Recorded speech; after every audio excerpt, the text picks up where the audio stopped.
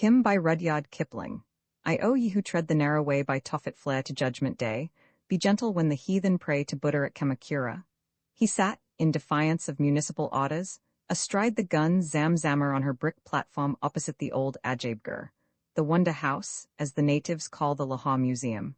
Who hold Zamzamma, that fire-breathing dragon, hold the Punjab, for the great green bronze piece is always first of the conqueror's loot. There was some justification for Kim. He had kicked Lala Dinanath's boy off the Trunnions, since the English held the Punjab, and Kim was English.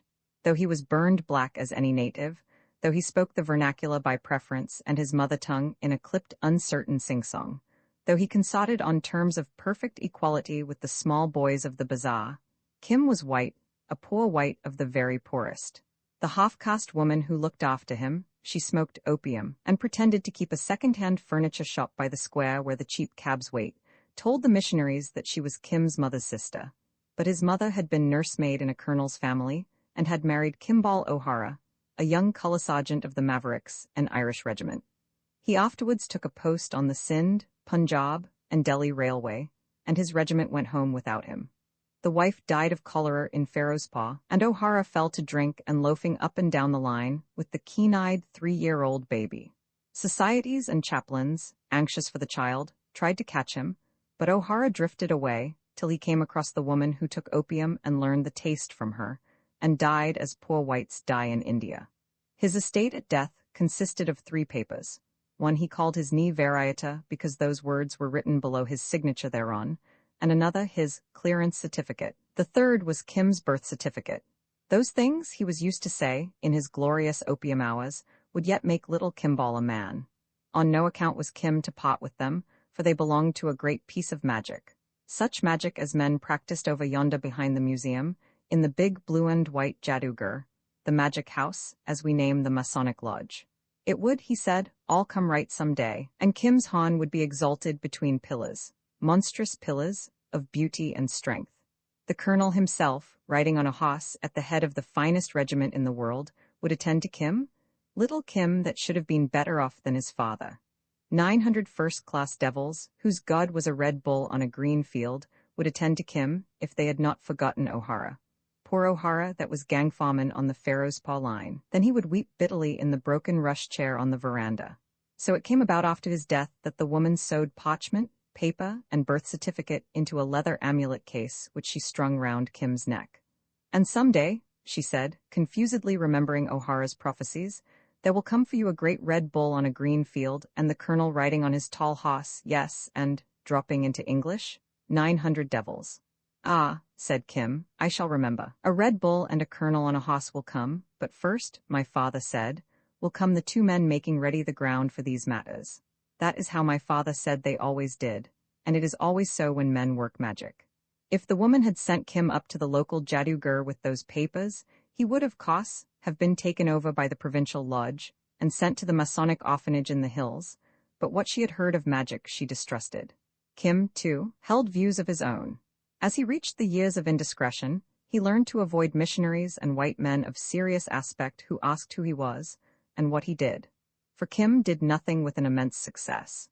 True, he knew the wonderful walled city of Lahore from the Delhi gate to the out-of-fought ditch, was hand in glove with men who led lives stranger than anything Harun al-Rashid dreamed of, and he lived in a life wild as that of the Arabian Nights, but missionaries and secretaries of charitable societies could not see the beauty of it. His nickname through the wads was Little Friend of All the World, and very often, being lithe and inconspicuous, he executed commissions by night on the crowded housetops for sleek and shiny young men of fashion. It was intrigue. Of course he knew that much, as he had known all evil since he could speak, but what he loved was the game for its own sake. The stealthy prowl through the dark gullies and lanes, the crawl up a water pipe, the sights and sounds of the women's world on the flat roofs, and the headlong flight from housetop to housetop under cover of the hot dark. Then there were holy men, ash-smeared fakirs by their brick shrines under the trees at the riverside, with whom he was quite familiar, greeting them as they returned from begging tours, and when no one was by, eating from the same dish. The woman who looked after him insisted with tears that he should wear European clothes, trousers, a shirt, and a battered hat. Kim found it easier to slip into Hindu or Mohammedan garb when engaged on certain businesses. one of the young men of fashion. He who was found dead at the bottom of a well on the night of the earthquake had once given him a complete suit of Hindu kit, the costume of a low-caste street boy, and Kim stored it in a secret place under some box in Neela Ram's timber yard, beyond the Punjab High Court, where the fragrant deodar logs lie seasoning after they have driven down the Ravi. When there was business or frolic afoot, Kim would use his properties, returning at dawn to the veranda, all tired out from shouting at the heels of a marriage procession or yelling at a Hindu festival. Sometimes there was food in the house, more often there was not, and then Kim went out again to eat with his native friends. As he drummed his heels against Zamzama, he turned now and again from his king of the castle game with little Chota Lal and Abdullah the sweetmeat seller's son to make a rude remark to the native policeman on guard over rows of shoes at the museum door. The big Punjabi grinned tolerantly. He knew Kim of old. So did the water carrier, sluicing water on the dry road from his goatskin bag. So did Jawahir Singh, the museum carpenter, bent over new packing cases. So did everybody in sight except the peasants from the country, hurrying up to the Wonder House to view the things that men made in their own province and elsewhere. The museum was given up to Indian arts and manufactures, and anybody who sought wisdom could ask the curator to explain. Off, let me up, cried Abdullah, climbing up Zamzama's wheel. Thy father was a pasture cook, thy mother stole the guy, sang Kim. All Mussulmans fell off Zamzama long ago. Let me up, shrilled little Chota Lal in his gilt-embroidered cap. His father was worth perhaps £500,000 sterling, but India is the only democratic land in the world. The Hindus fell off Zamzama too, the Mussulmans pushed them off. Thy father was a pasture cook. He stopped, for there shuffled round the corner, from the roaring Moti Bazaar, such a man as Kim, who thought he knew all castes, had never seen. He was nearly 6 feet high, dressed in fold upon fold of dingy stuff like horse blanketing, and not one fold of it could Kim refer to any known trade or profession. At his belt hung a long open-work iron pencase and a wooden rosary such as holy men wear. On his head was a gigantic sort of tam o' shanter. His face was yellow and wrinkled, like that of Fuk Shing, the Chinese bootmaker in the bazaar. His eyes turned up at the corners and looked like little slits of onyx. "Who is that?" said Kim to his companions. "Perhaps it is a man," said Abdullah, finger in mouth, staring. "Without doubt," returned Kim, "but he is no man of India that I have ever seen." "A priest, perhaps," said Chota Lal, spying the rosary. "See, he goes into the Wonder House." Nay, said the policeman, shaking his head. "I do not understand your talk." The constable spoke Punjabi. "O friend of all the world, what does he say?" "Send him hither," said Kim, dropping from Zamzama, flourishing his bare heels. "He is a foreigner, and thou art a buffalo." The man turned helplessly and drifted towards the boys. He was old, and his woolen gabardine still reeked of the stinking atmosphere of the mountain passes. "Oh, children, what is that big house?" he said in very fair Urdu. "The Ajaibghar, the Wonder House?" Kim gave him no title, such as Lala or Mayan. He could not divine the man's creed. "Ah, the Wonder House, can any enter? It is written above the door, all can enter." "Without payment?" "I go in and out, I am no banker," laughed Kim. "Alas, I am an old man, I did not know." Then, fingering his rosary, he half turned to the museum. "What is your caste? Where is your house? Have you come far?" Kim asked. "I came by Kulu from beyond the Kailas, but what know you? From the hills where," he sighed, "the air and water are fresh and cool." "Aha, Kitai," once said Abdullah proudly. Fuk Shing had once chased him out of his shop for spitting at the joss above the boots. "Pahari," too, said little Chota Lal. "I, child, a hillman from hills thou'lt never see. Didst hear of Bottiel? 3 I am no Kitai, but a Bottia, far since you must know, a lama, or say, a guru in your tongue."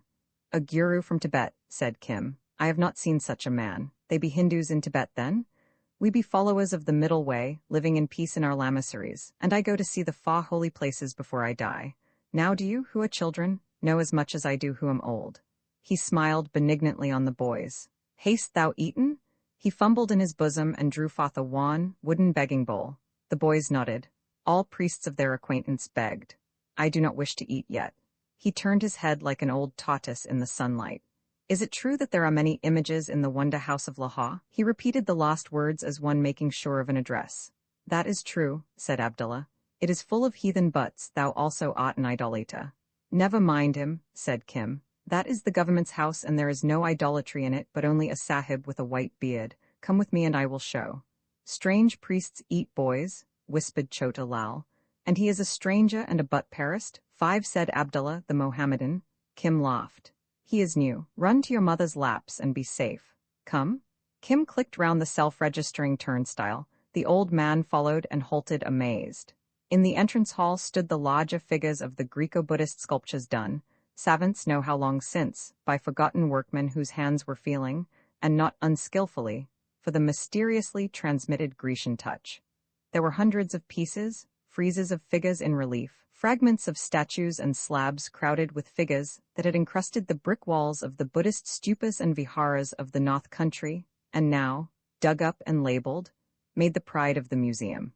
In open-mouthed wonder, the Lama turned to this and that, and finally checked in rapt attention before a large altar relief representing a coronation or apotheosis of the Lord Buddha. The master was represented seated on a lotus, the petals of which were so deeply undercut as to show almost detached. Round him was an adoring hierarchy of kings, elders, and old-time Buddhas. Below were lotus-covered waters with fishes and water-birds. 2 butterfly-winged duas held a wreath over his head. Above them, another pair supported an umbrella surmounted by the jeweled headdress of the Bodhisattva. The Lord, it is Sakyamuni himself. The Lama half-sobbed, and under his breath began the wonderful Buddhist invocation to him, the way, the law, apart, whom Maya held beneath her heart, Ananda's Lord, the Bodhisattva. And he is here, the most excellent law is here also. My pilgrimage is well begun, and what work, what work. Yonder is the Sahib, said Kim, and dodged sideways among the cases of the arts and manufacturer's wing. A white-bearded Englishman was looking at the Lama, who gravely turned and saluted him, and after some fumbling drew forth a notebook and a scrap of paper. Yes, that is my name, smiling at the clumsy, childish print. One of us who had made pilgrimage to the holy places, he is now abbot of the Lungcho monastery, gave it me, stammered the Lama. He spoke of these. His lean hand moved tremulously round. Welcome, then, O Lama from Tibet. Here be the images, and I am here, he glanced at the Lama's face, to gather knowledge. Come to my office a while. The old man was trembling with excitement. The office was but a little wooden cubicle partitioned off from the sculpture-lined gallery. Kim laid himself down, his ear against a crack in the heat-split cedar, and, following his instinct, stretched out to listen and watch. Most of the talk was altogether above his head. The Lama, haltingly at first, spoke to the curator of his own lamasery, the Such-Zen, opposite the painted rocks, 4 months' march away. The curator brought out a huge book of photos and showed him that very place, perched on its crag, overlooking the gigantic valley of many-hued strata. Aye.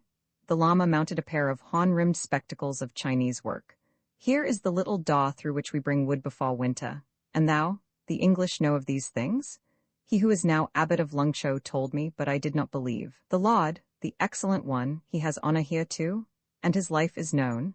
It is all carven upon the stones. Come and see, if thou art rested. Out shuffled the Lama to the main hall, and the curator beside him went through the collection with the reverence of a devotee and the appreciative instinct of a craftsman. Incident by incident in the beautiful story, he identified on the blurred stone, puzzled here and there by the unfamiliar Greek convention, but delighted as a child at each new trove. Where the sequence failed, as in the Annunciation, the curator supplied it from his mound of books, French and German, with photographs and reproductions. Here was the devout asceta, the pendant of Simon in the Christian story, holding the Holy Child on his knee while mother and father listened. And here were incidents in the legend of the cousin Devadatta. Here was the wicked woman who accused the master of impurity, all confounded. Here was the teaching in the Audiobook, the miracle that stunned the fire worshippers. Here was the Bodhisattva in royal state as a prince, the miraculous birth, the death at Kusinagara, where the weak disciple fainted, while there were almost countless repetitions of the meditation under the Bodhi tree, and the adoration of the alms bowl was everywhere. In a few minutes the curator saw that his guest was no mere bead-telling mendicant, but a scholar of pots, and they went at it all over again, the Lama taking snuff, wiping his spectacles, and talking at railway speed in a bewildering mixture of Urdu and Tibetan. He had heard of the travels of the Chinese pilgrims, Fujian and Huanxiang, and was anxious to know if there was any translation of their record. He drew in his breath as he turned helplessly over the pages of Beale and Stanislas Julian. "'Tis all here, a treasure locked." Then he composed himself reverently to listen to fragments hastily rendered into Urdu. For the first time he heard of the labors of European scholars, who by the help of these and 100 other documents have identified the holy places of Buddhism. Then he was shown a mighty map, spotted and traced with yellow. The brown finger followed the curator's pencil from point to point. Here was Kapilavastu, here the Middle Kingdom, and here Mahabodhi, the Mecca of Buddhism, and here was Kusinagara, sad place of the Holy One's death. The old man bowed his head over the sheets in silence for a while, and the curator lit another pipe. Kim had fallen asleep. When he waked, the talk, still in spate, was more within his comprehension. And thus it was, O fountain of wisdom, that I decided to go to the holy places which his foot had trod, to the birthplace, even to Kapila, then to Mahabodhi, which is Bodh Gaya, to the monastery, to the Diapak, to the place of his death. The Lama lowered his voice, and I come here alone. For 5, 7, 18, 40 years it was in my mind that the old law was not well followed, being overlaid, as thou knowest, with devildom, charms, and idolatry. Even as the child outside said but now, even as the child said with but paristy. So it comes with all faiths. Thinkest thou, the books of my lamasery I read, and they were dried pith, and the later ritual with which we of the reformed law have cumbered ourselves, that too had no worth to these old eyes. Even the followers of the excellent one are at feud on feud with one another. It is all illusion. Maya, illusion, but I have another desire. The seamed yellow face drew within 3 inches of the curator, and the long fingernail tapped on the table. Your scholars, by these books, have followed the blessed feet in all their wanderings, but there are things which they have not sought out. I know nothing, nothing do I know, but I go to free myself from the wheel of things by a broad and open road. He smiled with most simple triumph. As a pilgrim to the holy places I acquire merit, but there is more. Listen to a true thing. When our gracious Lord, being as yet a youth, sought a mate, men said in his father's cot that he was too tender for marriage. Thou knowest? The curator nodded, wondering what would come next. So they made the triple trial of strength against all comers. And at the test of the bow, our Lord, first breaking that which they gave him, called for such a bow as none might bend. Thou knowest? It is written, I have read. And, overshooting all other marks, the arrow passed far and far beyond sight. At the last it fell, and where it touched earth, there broke out a stream which presently became a river, whose nature, by our Lord's beneficence, and that merit he acquired ere he freed himself, is that whoso bathes in it washes away all taint and speckle of sin. So it is written, said the curator sadly. The Lama drew a long breath. Where is that river, fountain of wisdom, where fell the arrow? Alas, my brother, I do not know, said the curator. Nay, if it please thee to forget, the one thing only that thou hast not told me. Surely thou must know. See, I am an old man, I ask with my head between thy feet. O fountain of wisdom, we know he drew the bow, we know the arrow fell, we know the stream gushed. Where then is the river? My dream told me to find it, so I came, I am here. But where is the river? If I knew, think you I would not cry it aloud. By it one attains freedom from the wheel of things. The Lama went on, unheeding. The river of the arrow, think again, some little stream, maybe, dried in the heats, but the Holy One would never so cheat an old man. I do not know, I do not know. The Lama brought his 1,000-wrinkled face once more a handsbreadth from the Englishman's. I see thou dost not know, not being of the law, the matter is hid from thee. Aye, hidden. We are both bound, thou and I, my brother, but I, he rose with a sweep of the soft, thick drapery, I go to cut myself free, come also. I am bound, said the curator, but whither goest thou? First to Kashi, 6 where else? There I shall meet one of the pure faith in a Jain temple of that city. He also is a seeker in secret, and from him haply I may learn. Maybe he will go with me to Bodh Gaya, thence north and west to Kapilavastu, and there will I seek for the river. Nay, I will seek everywhere as I go, for the place is not known where the arrow fell. And how wilt thou go? It is a far cry to Delhi and farther to Benares. By road and the trains. From Pathankot, having left the hills, I came hither in a train. It goes swiftly. At first I was amazed to see those tall poles by the side of the road snatching up their threads. He illustrated the stoop and whirl of a telegraph pole flashing past the train. But later, I was cramped and desired to walk, as I am used. And thou art sure of thy road? Said the curator. Oh, for that one but asks a question and pays money, and the appointed persons dispatch all to the appointed place. That much I knew in my lamasery from sure report, said the Lama proudly. And when dost thou go? The curator smiled at the mixture of old-world piety and modern progress that is the note of India today. As soon as may be, I follow the places of his life till I come to the river of the arrow. There is, moreover, a written paper of the hours of the trains that go south. And for food? Llamas, as a rule, have good store of money somewhere about them, but the curator wished to make sure. For the journey, I take up the master's begging bowl. Yes, even as he went so go I, forsaking the ease of my monastery. There was with me when I left the hills a chela 7 who begged for me as the rule demands, but halting in Kulu a while a fever took him and he died. I have now no chela, but I will take the alms bowl and thus enable the charitable to acquire merit. He nodded his head valiantly. Learned doctors of a lamasery do not beg, but the lama was an enthusiast in this quest. Be it so, said the curator, smiling. Suffer me now to acquire merit. We be craftsmen together, thou and I. Here is a new book of white English paper. Here be sharpened pencils 2 and 3, thick and thin, all good for a scribe. Now lend me thy spectacles. The curator looked through them. They were heavily scratched, but the power was almost exactly that of his own pair, which he slid into the lama's hand, saying, Try these. A feather, a very feather upon the face. The old man turned his head delightedly and wrinkled up his nose. How scarcely do I feel them, how clearly do I see. They be billah, crystal, and will never scratch. May they help thee to thy river, for they are thine. I will take them and the pencils and the white notebook, said the lama, as a sign of friendship between priest and priest. And now, he fumbled at his belt, detached the open-work iron pincers, and laid it on the curator's table. That is for a memory between thee and me, my pencase. It is something old, even as I am.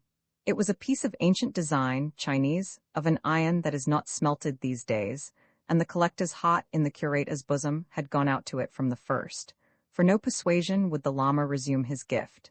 When I return, having found the river, I will bring thee a written picture of the Padma Samthora, such as I used to make on silk at the lamasery. Yes, and of the wheel of life, he chuckled, for we be craftsmen together, thou and I. The curator would have detained him. They are few in the world who still have the secret of the conventional brush-pen Buddhist pictures which are, as it were, half written and half drawn. But the lama strode out, head high in air, and pausing an instant before the great statue of a bodhisattva in meditation, brushed through the turnstiles. Kim followed like a shadow. What he had overheard excited him wildly. This man was entirely new to all his experience, and he meant to investigate further, precisely as he would have investigated a new building or a strange festival in Lahore City. The lama was his trove, and he purposed to take possession. Kim's mother had been Irish, too. The old man halted by Zamzama and looked round till his eye fell on Kim. The inspiration of his pilgrimage had left him for a while, and he felt old, forlorn, and very empty. Do not sit under that gun, said the policeman loftily. Ha, owl? Was Kim's retort on the lama's behalf. Sit under that gun if it please thee. When didst thou steal the milkwoman's slippers, Dunu? That was an utterly unfounded charge sprung on the spur of the moment, but it silenced Dunu, who knew that Kim's clear yell could call up legions of bad bazaar boys if need arose. And whom didst thou worship within? Said Kim affably, squatting in the shade beside the lama. I worshipped none, child. I bowed before the excellent law. Kim accepted this new god without emotion. He knew already a few scaw. And what dost thou do? I beg. I remember now it is long since I have eaten or drunk. What is the custom of charity in this town? In silence, as we do of Tibet, or speaking aloud? Those who beg in silence starve in silence, said Kim, quoting a native proverb. The lama tried to rise, but sank back again, sighing for his disciple, dead in faraway Kulu. Kim watched head to one side, considering and interested. Give me the bowl. I know the people of this city, all who are charitable. Give, and I will bring it back filled. Simply as a child the old man handed him the bowl. Rest thou, I know the people. He trotted off to the open shop of a kundry, a low-cost vegetable seller, which lay opposite the belt tramway line down the Moti Bazaar. She knew Kim of old. Oh ho, haste thou turned yogi with thy begging bowl? She cried. Nay, said Kim proudly. There is a new priest in the city, a man such as I have never seen. Old priest, young taiga, said the woman angrily. I am tired of new priests, they settle on our wares like flies. Is the father of my son a well of charity to give to all who ask? No, said Kim. Thy man is rather Yogi 8 than Yogi .9, but this priest is new. The sahib in the Wonder House has talked to him like a brother. Oh, my mother, fill me this bowl. He waits. That bowl indeed, that cow-bellied basket? Thou hast as much grace as the holy bull of Shiv. He has taken the best of a basket of onions already, this morn, and forsooth, I must fill thy bowl. He comes here again. The huge, mouse-colored Brahmini bull of the wad was shouldering his way through the many-colored crowd, a stolen plantain hanging out of his mouth. He headed straight for the shop, well knowing his privileges as a sacred beast, lowered his head and puffed heavily along the line of baskets ere making his choice. Up flew Kim's hard little heel and caught him on his moist blue nose. He snorted indignantly and walked away across the tram rails, his hump quivering with rage. "See, I have saved more than the bowl will cost thrice over. Now, mother, a little rice and some dried fish atop, yes, and some vegetable curry." A growl came out of the back of the shop where a man lay. "He drove away the bowl," said the woman in an undertone. "It is good to give to the poor." She took the bowl and returned it full of hot rice. "But my Yogi is not a cow," said Kim gravely, making a hole with his fingers in the top of the mound. "A little curry is good, and a fried cake, and a morsel of conserve would please him, I think." "It is a hole as big as thy head," said the woman fretfully. But she filled it, none the less, with good, steaming vegetable curry, clapped a fried cake atop, and a morsel of clarified butter on the cake, dabbed a lump of sour tamarind conserve at the side, and Kim looked at the load lovingly. "That is good. When I am in the bazaar, the bull shall not come to this house. He is a bold beggarman." "And thou," laughed the woman, "but speak well of bulls. Hast thou not told me that some day a red bull will come out of a field to help thee? Now hold all straight and ask for the holy man's blessing upon me. Perhaps, too, he knows a cure for my daughter's sore eyes. Ask him that also, O thou little friend of all the world." But Kim had danced off ere the end of the sentence, dodging pariah dogs and hungry acquaintances. "Thus do we beg who know the way of it," said he proudly to the llama, who opened his eyes at the contents of the bowl. "Eat now, and I will eat with thee, oh hey, Bisty." He called to the water carrier, sluicing the crotons by the museum. "Give water here, we men are thirsty." "We men," said the Bisty, laughing. "Is one skinful enough for such a pair? Drink then, in the name of the compassionate." He loosed a thin stream into Kim's hands, who drank native fashion, but the llama must needs pull out a cup from his inexhaustible upper draperies and drink ceremonially. "Podacy?" Kim explained, as the old man delivered in an unknown tongue what was evidently a blessing. They ate together in great content, clearing the beggar's bowl. Then the llama took snuff from a portentous wooden snuff-gourd, fingered his rosary a while, and so dropped into the easy sleep of age, as the shadow of Zamzama grew long. Kim loafed over to the nearest tobacco seller, a rather lively young Mohammedan woman, and begged a rank cigar of the brand that they sell to students of the Punjab University who copy English customs. Then he smoked and thought, knees to chin, under the belly of the gun, and the outcome of his thoughts was a sudden and stealthy departure in the direction of Naila Ram's timber yard. The llama did not wake till the evening life of the city had begun with lamplighting and the return of white-robed clerks and subordinates from the government offices. He stared dizzily in all directions, but none looked at him save a Hindu urchin in a dirty turban and Isabella-colored clothes. Suddenly he bowed his head on his knees and wailed. "What is this?" said the boy, standing before him. "Hast thou been robbed? It is my new cella that is gone away from me, and I know not where he is. And what like of man was thy disciple?" "It was a boy who came to me in place of him who died, on account of the merit which I had gained when I bowed before the law within there." He pointed towards the museum. "He came upon me to show me a road which I had lost. He led me into the wonder house, and by his talk emboldened me to speak to the keeper of the images, so that I was cheered and made strong. And when I was faint with hunger he begged for me, as would a cella for his teacher. Suddenly was he sent. Suddenly has he gone away. It was in my mind to have taught him the law upon the road to Benares." Kim stood amazed at this, because he had overheard the talk in the museum, and knew that the old man was speaking the truth, which is a thing a native on the road seldom presents to a stranger. But I see now that he was but sent for a purpose. By this I know that I shall find a certain river for which I seek. "The river of the arrow?" said Kim, with a superior smile. "Is this yet another sending?" cried the llama. "To none have I spoken of my search, save to the priest of the images. Who art thou?" "Thy Chella," said Kim simply, sitting on his heels. "I have never seen anyone like to thee in all this my life. I go with thee to Benares. And too, I think that so old a man as thou, speaking the truth to chance-met people at dusk, is in great need of a disciple. But the river of the arrow? Oh, that I heard when thou wast speaking to the Englishman, I lay against the daw." The llama sighed. "I thought thou hadst been a guide permitted. Such things fall sometimes, but I am not worthy. Thou dost not then know the river?" "Not I," Kim laughed uneasily. "I go to look for a bull, a red bull on a green field who shall help me." Boylike, if an acquaintance had a scheme, Kim was quite ready with one of his own, and boylike, he had really thought for as much as 20 minutes at a time of his father's prophecy. "To what, child?" said the Lama. God knows, but so my father told me.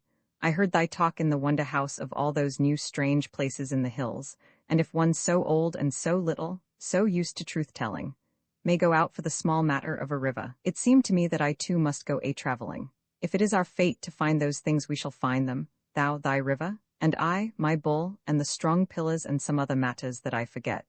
It is not pillars but a wheel from which I would be free, said the Lama. That is all one. Perhaps they will make me a king, said Kim, serenely prepared for anything. I will teach thee other and better desires upon the road, the Lama replied in the voice of authority. Let us go to Benares.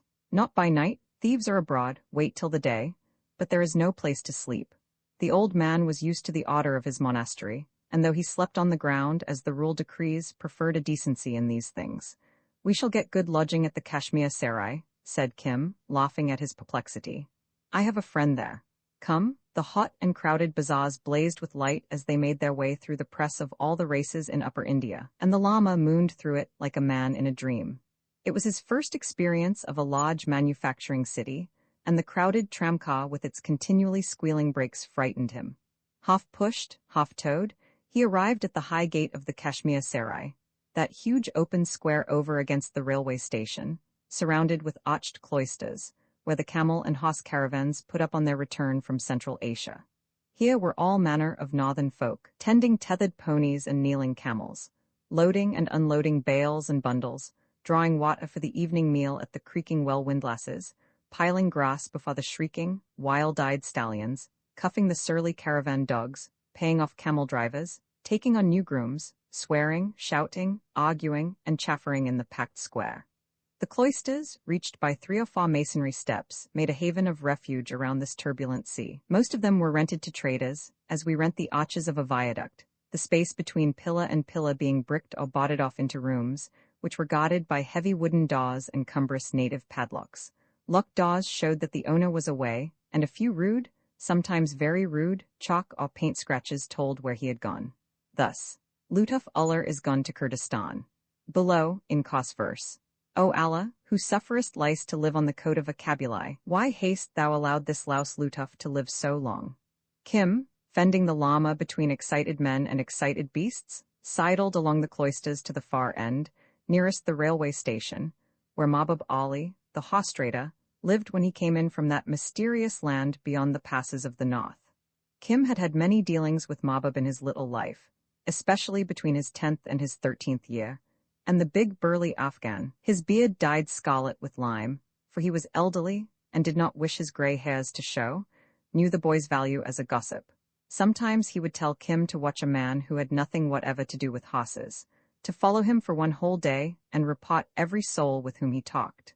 Kim would deliver himself of his tale at evening, and Mahbub would listen without a word or gesture.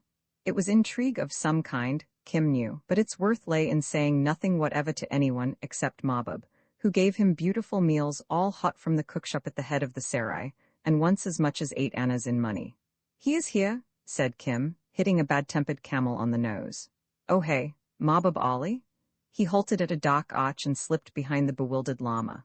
The horse trader, his deep, embroidered Bokhariot belt unloosed, was lying on a pair of silk carpet saddlebags, pulling lazily at an immense silver hookah. He turned his head very slightly at the cry, and seeing only the tall silent figure, chuckled in his deep chest. Allah, a Lama, a red Lama, it is far from Lahore to the passes. What dost thou do here? The Lama held out the begging bowl mechanically. God's curse on all unbelievers, said Mahbub. I do not give to a lousy Tibetan, but ask my bolties over yonder behind the camels. They may value your blessings. Oh, hoss boys, here is a countryman of yours, see if he be hungry. A shaven, crouching Balti who had come down with the hosses, and who was nominally some sort of degraded Buddhist, fawned upon the priest, and in thick gutturals besought the Holy One to sit at the hossboy's fire. Go, said Kim, pushing him lightly, and the Lama strode away, leaving Kim at the edge of the cloister. Go, said Mahbub Ali, returning to his hookah. Little Hindu, run away. God's curse on all unbelievers. Beg from those of my tale who are of thy faith. Maharaj, whined Kim, using the Hindu form of address and thoroughly enjoying the situation. My father is dead, my mother is dead, my stomach is empty. Beg from my men among the hosses, I say, there must be some Hindus in my tale. Oh, Mahbub Ali, but am I a Hindu? Said Kim in English. The trader gave no sign of astonishment but looked under shaggy eyebrows. "Little friend of all the world," said he, "what is this?" "Nothing. I am now that holy man's disciple, and we go a pilgrimage together to Benares," he says. "He is quite mad, and I am tired of Lahore city. I wish new air and water." "But for whom dost thou work? Why come to me?" The voice was harsh with suspicion. "To whom else should I come? I have no money. It is not good to go about without money. Thou wilt sell many horses to the officers. They are very fine horses, these new ones. I have seen them. Give me a rupee, Mahbub Ali, and when I come to my wealth I will give thee a bond and pay." Said Mahbub Ali, thinking swiftly. "Thou hast never before lied to me. Call that llama, stand back in the dock." "Oh, our tales will agree," said Kim, laughing. "We go to Benares," said the llama, as soon as he understood the drift of Mahbub Ali's questions. "The boy and I go to seek for a certain river." "Maybe, but the boy? He is my disciple. He was sent, I think, to guide me to that river. Sitting under a gun was I when he came suddenly. Such things have befallen the fortunate to whom guidance was allowed. But I remember now, he said he was of this world, a Hindu." "And his name?" "That I did not ask. Is he not my disciple? His country, his race, his village, Mussulman, Sikh, Hindu, Jain, low caste or high. Why should I ask? There is neither high nor low in the middle way. If he is my chela, can anyone take him from me? For look you, without him I shall not find my river." He wagged his head solemnly. "None shall take him from thee. Go, sit among my bolties," said Mahbub Ali, and the llama drifted off, soothed by the promise. "Is he not quite mad?" said Kim, coming forward to the light again. "Why should I lie to thee, Haji?" Mahbub puffed his hookah in silence, then he began, almost whispering, "Umbullar is on the road to Benares, if indeed you two go there. TCK, I tell thee he does not know how to lie, as we two know. And if thou wilt carry a message for me as far as Umbullar, I will give thee money. It concerns a horse, a white stallion which I have sold to an officer upon the last time I returned from the passes. But then, stand nearer and hold up hands as begging. The pedigree of the white stallion was not fully established, and that officer, who is now at Umbullar, bade me make it clear." Mahbub here described the horse and the appearance of the officer. "So the message to that officer will be, the pedigree of the white stallion is fully established. By this will he know that thou comest from me. He will then say, what proof hast thou? And thou wilt answer, Mahbub Ali has given me the proof. And all for the sake of a white stallion," said Kim, with a giggle, his eyes aflame. "That pedigree I will give thee now, in my own fashion and some hard words as well." A shadow passed behind Kim, and a feeding camel. Mahbub Ali raised his voice. "Allah, art thou the only beggar in the city? Thy mother is dead, thy father is dead, so is it with all of them. Well, he turned as feeling on the floor beside him and tossed a flap of soft, greasy Mussulman bread to the boy. "Go and lie down among my houseboys for tonight, thou and the llama. Tomorrow I may give thee service." Kim slunk away, his teeth in the bread, and, as he expected, he found a small wad of folded tissue paper wrapped in oilskin, with 3 silver rupees, enormous largesse. He smiled and thrust money and paper into his leather amulet case. The llama, sumptuously fed by Mahbub's bolties, was already asleep in a corner of one of the stalls. Kim lay down beside him and laughed. He knew he had rendered a service to Mahbub Ali, and not for one little minute did he believe the tale of the stallion's pedigree. But Kim did not suspect that Mahbub Ali, known as one of the best horse dealers in the Punjab, a wealthy and enterprising trader, whose caravans penetrated far and far into the back of beyond, was registered in one of the locked books of the Indian Survey Department as C25-1B. Twice or thrice yearly C25 would send in a little story, baldly told but most interesting, and generally, it was checked by the statements of R17 and M4, quite true. It concerned all manner of out-of-the-way mountain principalities, explorers of nationalities other than English, and the gun trade, was, in brief, a small portion of that vast mass of information received on which the Indian government acts. But recently, 5 confederated kings, who had no business to confederate, had been informed by a kindly northern power that there was a leakage of news from their territories into British India. So those kings' prime ministers were seriously annoyed and took steps, after the Oriental fashion.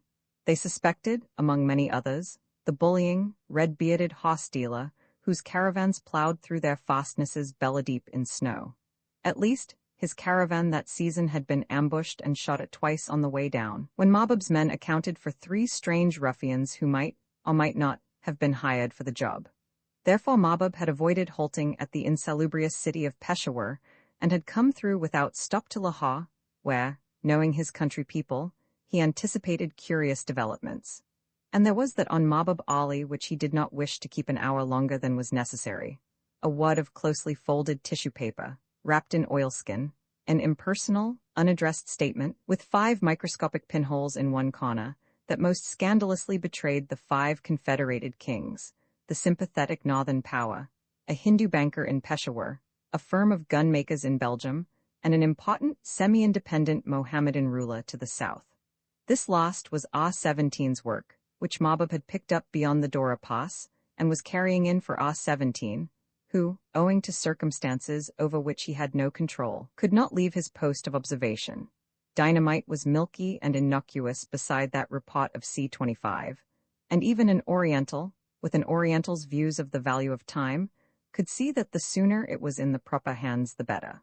Mahbub had no particular desire to die by violence, because 2 or 3 family blood feuds across the border hung unfinished on his hands, and when these scars were cleared he intended to settle down as a more or less virtuous citizen. He had never passed the Sarai gate since his arrival 2 days ago, but had been ostentatious in sending telegrams to Bombay, where he banked some of his money, to Delhi, where a sub-partner of his own clan was selling horses to the agent of a Rajputana state, and to Umballa, where an Englishman was excitedly demanding the pedigree of a white stallion.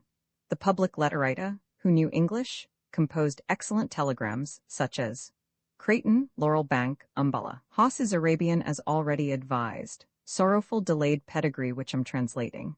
And later to the same address. Much sorrowful delay, will forward pedigree. To his sub-partner at Delhi he wired, Lutuf Ullah, have wired 2,000 rupees your credit Luchman Narain's bank.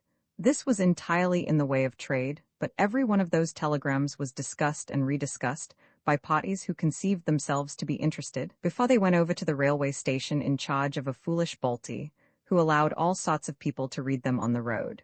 When, in Mahbub's own picturesque language, he had muddied the wells of inquiry with the stick of precaution, Kim had dropped on him, sent from heaven, and being as prompt as he was unscrupulous, Mahbub Ali, used to taking all sorts of gusty chances, pressed him into service on the spot. A wandering lama with a low-caste boy-servant might attract a moment's interest as they wandered about India, the land of pilgrims, but no one would suspect them or, what was more to the point, rob. He called for a new light ball to his hookah, and considered the case.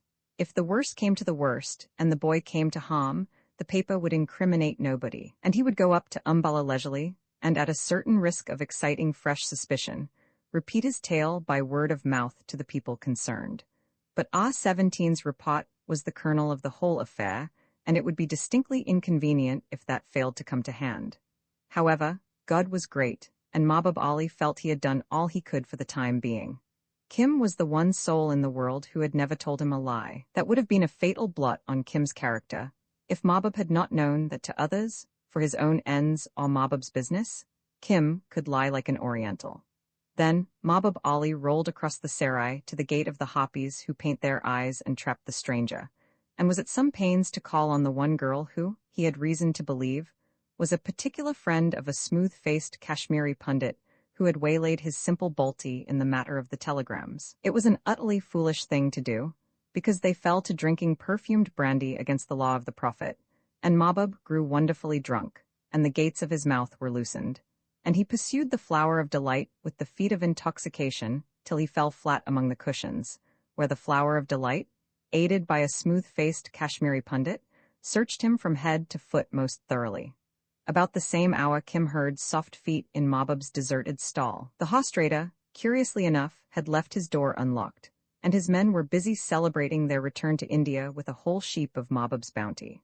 A sleek young gentleman from Delhi, armed with a bunch of keys which the flower had unshackled from the senseless one's belt, went through every single box, bundle, mat, and saddlebag in Mahbub's possession even more systematically than the flower and the pundit were searching the owner.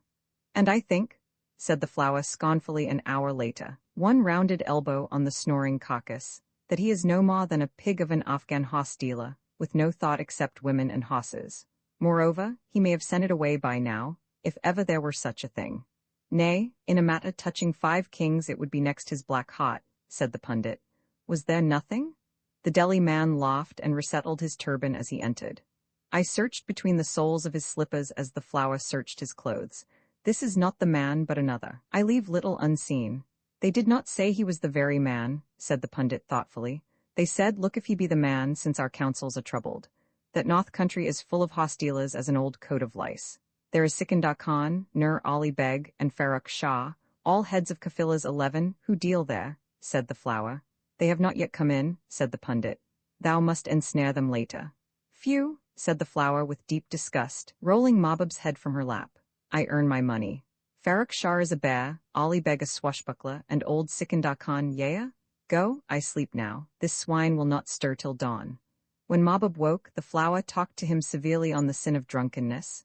Asiatics do not wink when they have outmaneuvered an enemy, but as Mahbub Ali cleared his throat, tightened his belt, and staggered forth under the early morning stars, he came very near to it. What a colt's trick, said he to himself, as if every girl in Peshawar did not use it, but 'twas prettily done. Now God he knows how many more there be upon the road who have orders to test me, perhaps with the knife. So it stands that the boy must go to Umballa, and by rail, for the writing is something urgent. I abide here, following the flower and drinking wine as an Afghan copa should. He halted at the stall next but one to his own. His men lay there heavy with sleep. There was no sign of Kim or the llama. Up, he stirred a sleeper. Whither went those who lay here last even, the llama and the boy? Is aught missing? Nay, grunted the man. The old madman rose at second cockcrow, saying he would go to Benares, and the young one led him away. The curse of Allah on all unbelievers, said Mahbub hotly, and climbed into his own stall, growling in his beard. But it was Kim who had wakened the llama, Kim with one eye laid against a knothole in the planking, who had seen the Delhi man search through the boxes. This was no common thief that turned over letters, bills, and saddles, no mere burglar who ran a little knife sideways into the soles of Mahbub's slippers, or picked the seams of the saddlebags so deftly. At first Kim had been minded to give the alarm, the long-drawn chaw, 12 that sets the Sarai ablaze of nights, but he looked more carefully, and hand on amulet, drew his own conclusions. It must be the pedigree of that made-up horsefly, said he, the thing that I carry to Umballa. Better that we go now. Those who search bags with knives may presently search bellies with knives. Surely there is a woman behind this. Hi, in a whisper to the light-sleeping old man. Come, it is time to go to Benares. The llama rose obediently, and they passed out of the Sarai like shadows. Your tiercel's too long at hack, sire. He's no Ias, but a passage hawk that footed ere we caught him, dangerously free o' the air. Faith, were he mine, as mine's the glove he binds to for his tirings, I'd fly him with a make-hawk. He's in Yarak, plumed to the very point, so manned, so weathered, give him the firmament God made him for, and what shall take the air of him? Lurgan Sahib did not use as direct speech, but his advice tallied with Mahbub's, and the upshot was good for Kim. He knew better now than to leave Lucknow city in native garb, and if Mahbub were anywhere within reach of a letter, it was to Mahbub's camp he headed, and made his change under the Pathan's wary eye. Could the little survey paint box that he used for map tinting in term time have found a tongue to tell of holiday doings, he might have been expelled. Once Mahbub and he went together as far as the beautiful city of Bombay, with 3 truckloads of tram horses, and Mahbub nearly melted when Kim proposed a sail in a dhow across the Indian Ocean to buy Gulf Arabs, which, he understood from a hanger-on of the dealer Abdul Rahman, fetched better prices than mere kabulis. He dipped his hand into the dish with that great trader when Mahbub and a few co-religionists were invited to a big Hajj dinner. They came back by way of Karachi by sea, when Kim took his first experience of seasickness sitting on the fore-hatch of a coasting steamer, well persuaded he had been poisoned. The Babu's famous drug box proved useless, though Kim had restocked it at Bombay. Mahbub had business at Quetta, and there Kim, as Mahbub admitted, earned his keep, and perhaps a little over, by spending 4 curious days as scullion in the house of a fat commissariat sergeant, from whose office box, in an auspicious moment, he removed a little vellum ledger which he copied out. It seemed to deal entirely with cattle and camel sales, by moonlight, lying behind an outhouse, all through one hot night.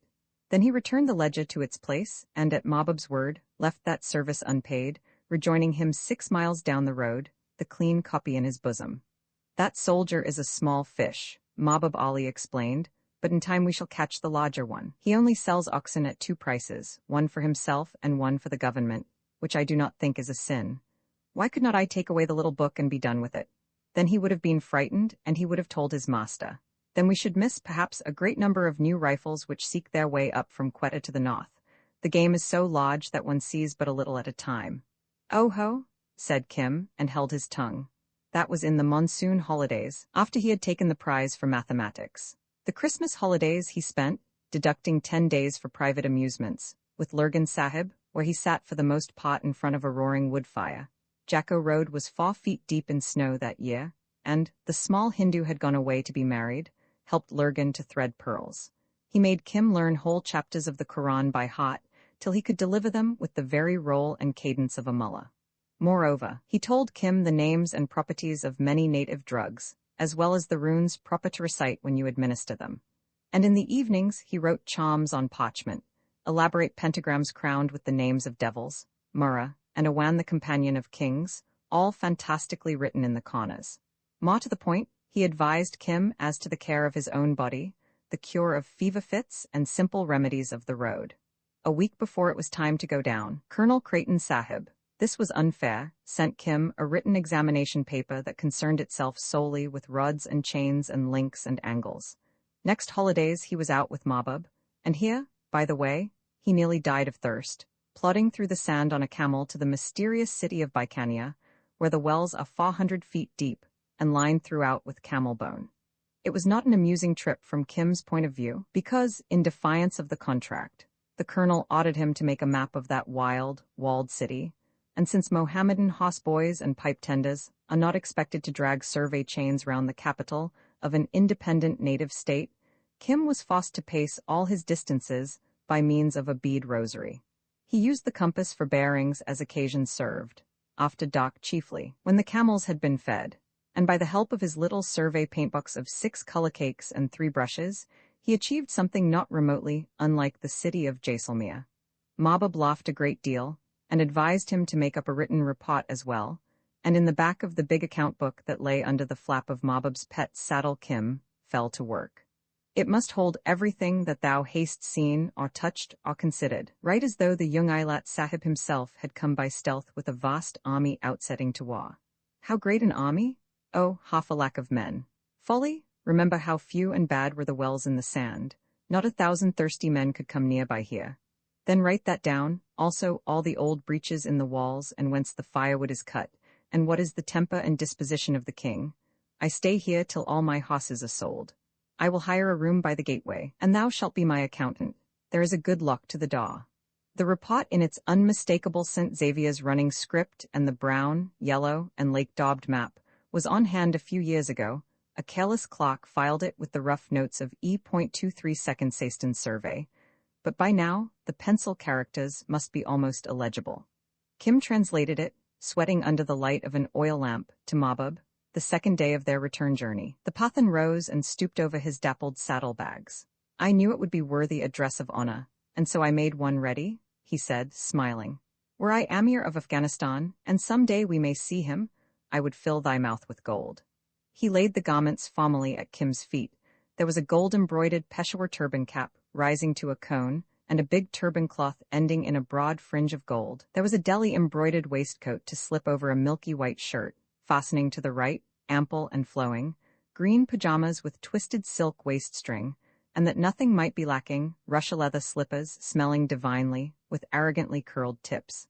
Upon a Wednesday and in the morning to put on new clothes is auspicious, said Mahbub solemnly, but we must not forget the wicked folk in the world. So, he capped all the splendor that was taking Kim's delighted breath away, with a mother-of-pearl, nickel-plated, self-extracting .550 revolver. I had thought of a smaller ball, but reflected that this takes government bullets. A man can always come by those, especially across the border. Stand up and let me look. He clapped Kim on the shoulder. May you never be tired, Pathan? Oh, the hearts to be broken. Oh, the eyes under the eyelashes looking sideways. Kim turned about, pointed his toes, stretched, and felt mechanically for the mustache that was just beginning. Then he stooped towards Mahbub's feet to make proper acknowledgement with fluttering, quick-patting hands, his heart too full for words. Mahbub forestalled and embraced him. My son, said he, what need of words between us? But is not the little gun a delight? All 6 cartridges come out at one twist. It is borne in the bosom next the skin, which, as it were, keeps it oiled. Never put it elsewhere, and please God, thou shalt some day kill a man with it. Hi my, said Kim ruefully. If a sahib kills a man he is hanged in the jail. True, but one pace beyond the border, men are wiser. Put it away, but fill it first. Of what use is a gun unfed? When I go back to the madrasa I must return it. They do not allow little guns. Thou wilt keep it for me? Son, I am wearied of that madrasa, where they take the best years of a man to teach him what he can only learn upon the road. The folly of the sahibs has neither top nor bottom. No matter. Maybe thy written report shall save thee further bondage, and God he knows we need men more and more in the game.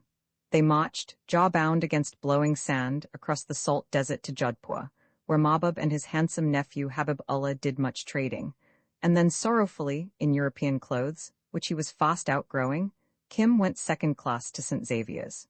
3 weeks later, Colonel Creighton, pricing Tibetan ghost daggers at Lurgan's shop, faced Mahbub Ali openly mutinous. Lurgan Sahib operated as support in reserve. The pony is made finished, mouthed and paced Sahib. From now on, day by day, he will lose his manners if he is kept at tricks. Drop the rein on his back and let go, said the hostler. We need him. But he is so young, Mahbub, not more than 16, is he? When I was 15, I had shot my man and begot my man, Sahib. You impenitent old heathen. Creighton turned to Lurgan. The Blackbeard nodded assent to the wisdom of the Afghan's dyed scarlet. I should have used him long ago, said Lurgan. The younger the better. That is why I always have my really valuable jewels watched by a child. You sent him to me to try. I tried him in every way. He is the only boy I could not make to see things. In the crystal, in the ink pool? Demanded Mahbub. No, under my hand, as I told you. That has never happened before. It means that he is strong enough, but you think it skittles, Colonel Creighton, to make anyone do anything he wants. And that is 3 years ago. I have taught him a good deal since, Colonel Creighton. I think you waste him now. Maybe you're right, but as you know, there is no survey work for him at present. Let him out, let him go, Mahbub interrupted. Who expects any colt to carry heavy weight at first? Let him run with the caravans, like our white camel colts, for luck. I would take him myself, but there is a little business where he would be most useful, in the south, said Lurgan, with peculiar suavity, dropping his heavy blued eyelids. E.23 has that in hand, said Creighton quickly.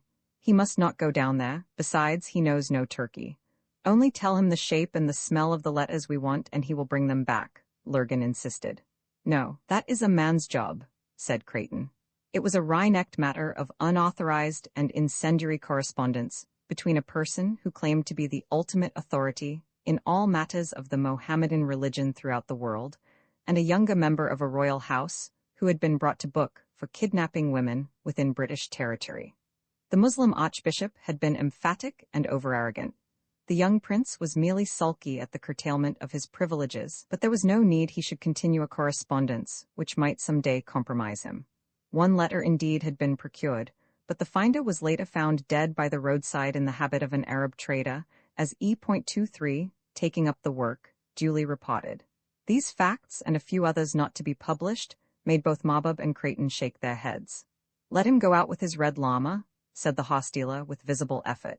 He is fond of the old man. He can learn his paces by the rosary at least.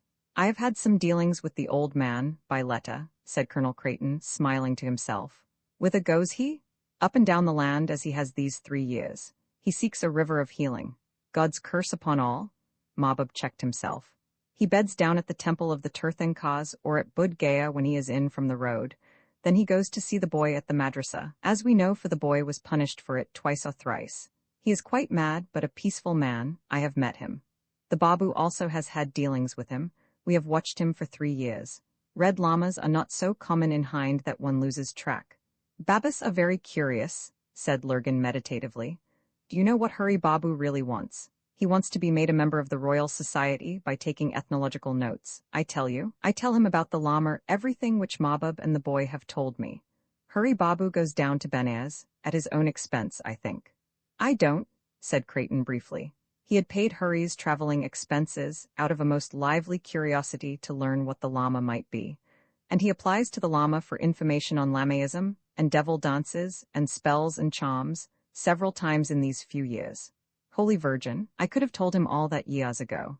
I think Hurry Babu is getting too old for the road. He likes better to collect manners and customs information. Yes, he wants to be an FRS. Hurry thinks well of the boy, doesn't he?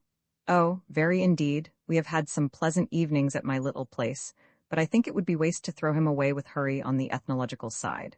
Not for a first experience. How does that strike you, Mabub? Let the boy run with the llama for 6 months. After that we can see. He will get experience. He has it already, Sahib, as a fish controls the water he swims in, but for every reason it will be well to loose him from the school. Very good, then, said Creighton, half to himself. He can go with the llama, and if Hurry Babu cares to keep an eye on them, so much the better. He won't lead the boy into any danger as Mabub would. Curious? His wish to be an FRS. Very human, too. He is best on the ethnological side, Hurry. No money and no preferment would have drawn Creighton from his work on the Indian Survey, but deep in his heart also lay the ambition to write FRS. After his name, honors of a sort he knew could be obtained by ingenuity and the help of friends, but to the best of his belief, nothing save work, papers representing a life of it, took a man into the society, which he had bombarded for years with monographs on strange Asiatic cults and unknown customs. 9 men out of 10 would flee from a Royal Society soiree in extremity of boredom, but Creighton was the 10th, and at times his soul yearned for the crowded rooms in easy London where silver-haired, bald-headed gentlemen who know nothing of the army move among spectroscopic experiments, the lesser plants of the frozen tundras, electric flight measuring machines, and apparatus for slicing into fractional millimeters the left eye of the female mosquito. By all right and reason, it was the Royal Geographical that should have appealed to him, but men are as chancy as children in their choice of playthings. So Creighton smiled and thought the better of Hurry Babu, moved by like desire. He dropped the ghost dagger and looked up at Mabub. How soon can we get the colt from the stable? Said the horse dealer, reading his eyes. If I withdraw him by order now, what will he do, think you? I have never before assisted at the teaching of such an one. He will come to me, said Mabub promptly. Lurgan Sahib and I will prepare him for the road. So be it then. For 6 months he shall run at his choice, but who will be his sponsor? Lurgan slightly inclined his head. He will not tell anything. If that is what you are afraid of, Colonel Creighton, it's only a boy, after all. Yes, but first he has nothing to tell, and secondly, he knows what would happen. Also, he is very fond of Mabub and of me a little. Will he draw pay? Demanded the practical horse dealer. Food and water allowance only, 20 rupees a month. One advantage of the Secret Service is that it has no worrying audit. That service is ludicrously starved of costs, but the funds are administered by a few men who do not call for vouchers or present itemized accounts. Mabub's eyes lighted with almost a Sikh's love of money. Even Lurgan's impassive face changed. He considered the years to come when Kim would have been entered and made to the great game that never ceases day and night throughout India. He foresaw honor and credit in the mouths of a chosen few, coming to him from his pupil. Lurgan Sahib had made E.23 what E.23 was, out of a bewildered, impertinent, lying, little Northwest Province man. But the joy of these masters was pale and smoky beside the joy of Kim when St. Xavier's head called him aside, with word that Colonel Creighton had sent for him. I understand, O'Hara, that he has found you a place as an assistant chainman in the canal department. That comes of taking up mathematics. It is great luck for you are only 16. But of course you understand that you do not become Pukka 42 till you have passed the autumn examination. So you must not think you are going out into the world to enjoy yourself, or that your fortune is made. There is a great deal of hard work before you. Only, if you succeed in becoming Pukka, you can rise, to 450 a month. Whereat the principal gave him much good advice as to his conduct, and his manners, and his morals, and others, his elders, who had not been wafted into billets, talked as only Anglo-Indian lads can, of favoritism and corruption. Indeed, young Cazalet, whose father was a pensioner at Chunar, hinted very broadly that Colonel Creighton's interest in Kim was directly paternal, and Kim, instead of retaliating, did not even use language. He was thinking of the immense fun to come, of Mabub's letter of the day before, all neatly written in English, making appointment for that afternoon in a house the very name of which would have crisped the principal's hair with horror, said Kim to Mabub in Lucknow railway station that evening, above the luggage scales. I feared lest at the last, the roof would fall upon me and cheat me.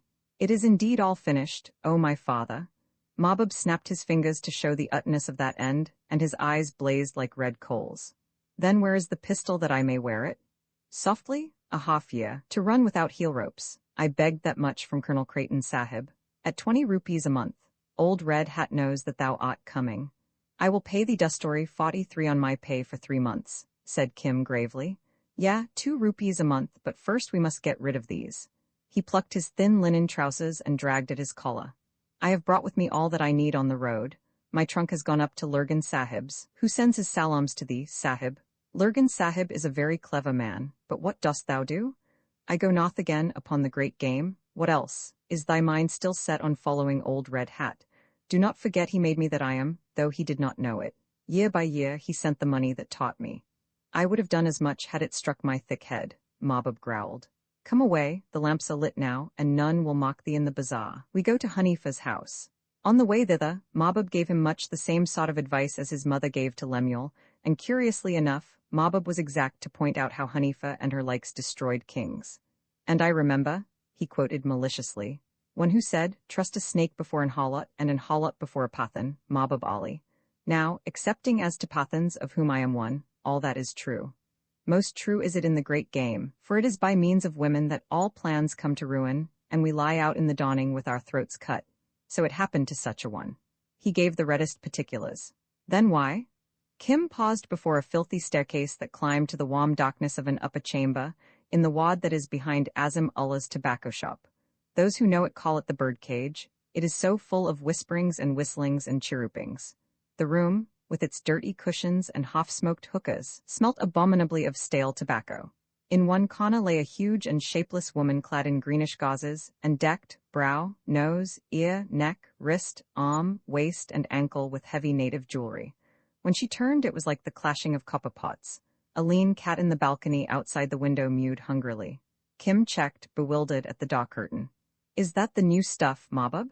Said Hanifa lazily, scarce troubling to remove the mouthpiece from her lips. Oh, Bucktanews. Like most of her kind, she swore by the jinns. Oh, Bucktanews, he is very good to look upon. That is part of the selling of the hoss, Mahbub explained to Kim, who laughed. I have heard that talk since my 6th day, he replied, squatting by the light. Whither does it lead? To protection. Tonight we change thy color. This sleeping under roofs has blanched thee like an almond, but Hanifa has the secret of a color that catches. No painting of a day or two. Also, we fortify thee against the chances of the road. That is my gift to thee, my son. Take out all metals on thee and lay them here. Make ready, Hanifa. Kim dragged forth his compass, survey paint box, and the new-filled medicine box. They had all accompanied his travels, and boy-like he valued them immensely. The woman rose slowly and moved with her hands a little spread before her. Then Kim saw that she was blind. No, no, she muttered. The Pathan speaks truth. My color does not go in a week or a month, and those whom I protect are under strong guard. When one is far off and alone, it would not be well to grow blotched and leprous of a sudden, said Mahbub. When thou wast with me I could oversee the matter. Besides, a Pathan is a fair skin. Strip to the waist now, and look how thou art whitened. Hanifa felt her way back from an inner room. It is no matter, she cannot see. He took a pewter bowl from her ringed hand. The dye stuff showed blue and gummy. Kim experimented on the back of his wrist with a dab of cotton wool, but Hanifa heard him.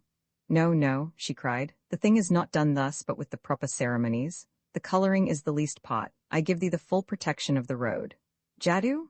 44, said Kim with a half start. He did not like the white, sightless eyes. Mahbub's hand on his neck bowed him to the floor, nose within an inch of the boards. Be still. No harm comes to thee, my son. I am thy sacrifice. He could not see what the woman was about, but heard the dish-clash of her jewelry for many minutes. A match lit up the darkness. He caught the well-known purr and fizzle of grains of incense. Then the room filled with smoke, heavy, aromatic, and stupefying. Through growing drowse he heard the names of devils, of Zulbazan, son of Eblis, who lives in bazaars and pararos, making all the sudden lewd wickedness of wayside holts, of Dulhan, invisible about mosques, the dweller among the slippers of the faithful, who hinders folk from their prayers, and Musboot, lord of lies and panic. Hanifa, now whispering in his ear, now talking as from an immense distance, touched him with horrible soft fingers, but Mahbub's grip never shifted from his neck till, relaxing with a sigh, the boy lost his senses. Allah, how he fought! We should never have done it but for the drugs. That was his white blood, I take it, said Mahbub testily. Go on with the dawat. .45, give him full protection. O Hira, thou that hearest with ears, be present. Listen, O Hira. Hanifa moaned, her dead eyes turned to the west. The dock room filled with moanings and snottings. From the outer balcony, a ponderous figure raised a round bullet head and coughed nervously. Do not interrupt this ventriloquial necromancis, my friend, it said in English. I opine that it is very disturbing to you, but no enlightened observer is jolly well upset. I will lay a plot for their ruin. O prophet, bear with the unbelievers. Let them alone a while. Hanifa's face, turned to the northward, worked horribly, and it was as though voices from the ceiling answered her. Hurry Babu returned to his notebook, balanced on the windowsill, but his hand shook. Hanifa, in some sort of drugged ecstasy, wrenched herself to and fro as she sat cross-legged by Kim's still head, and called upon devil after devil, in the ancient order of the ritual, binding them to avoid the boy's every action. With him are the keys of the secret things. None knoweth them besides himself. He knoweth that which is in the dry land and in the sea. Again broke out the unearthly whistling responses. I apprehend it is not at all malignant in its operation, said the Babu, watching the throat muscles quiver and jerk as Hanifa spoke with tongues. It is not likely that she has killed the boy. If so, I decline to be witness at the trial. What was the last hypothetical devil mentioned? Babuji, said Mahbub in the vernacular. I have no regard for the devils of Hind, but the sons of Eblis are far otherwise, and whether they be Jumali 46 or Jalali 47, they love not Kafirs. Then you think I had better go? Said Hurry Babu, half rising. They are, of course, dematerialized phenomena. Spencer says, Hanifa's crisis passed as these things must, in a paroxysm of howling, with a touch of froth at the lips.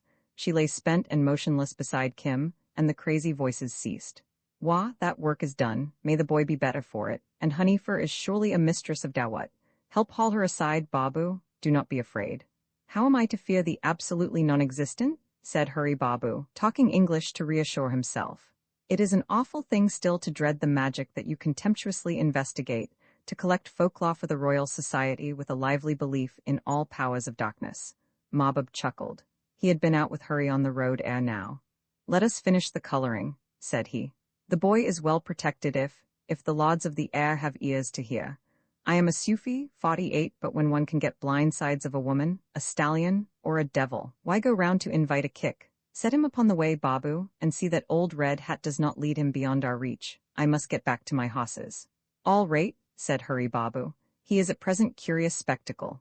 About third cockcrow, Kim woke after a sleep of thousands of years. Hanifa, in her corner, snored heavily, but Mahbub was gone. I hope you were not frightened, said an oily voice at his elbow. I superintended entire operation, which was most interesting from ethnological point of view. It was high-class Dawat. Huh, said Kim, recognizing Hurry Babu, who smiled ingratiatingly. And also I had honor to bring down from Lurgan your present costume. I am not in the habit officially of carrying such gauds to subordinates, but, he giggled, your case is noted as exceptional on the books. I hope Mr. Lurgan will note my action. Kim yawned and stretched himself. It was good to turn and twist within loose clothes once again. What is this? He looked curiously at the heavy duffel stuff loaded with the scents of the far north. Oh ho, that is inconspicuous dress of Cheller attached to service of Lamastic Lama. Complete in every particular, said Hurry Babu, rolling into the balcony to clean his teeth at a goglet.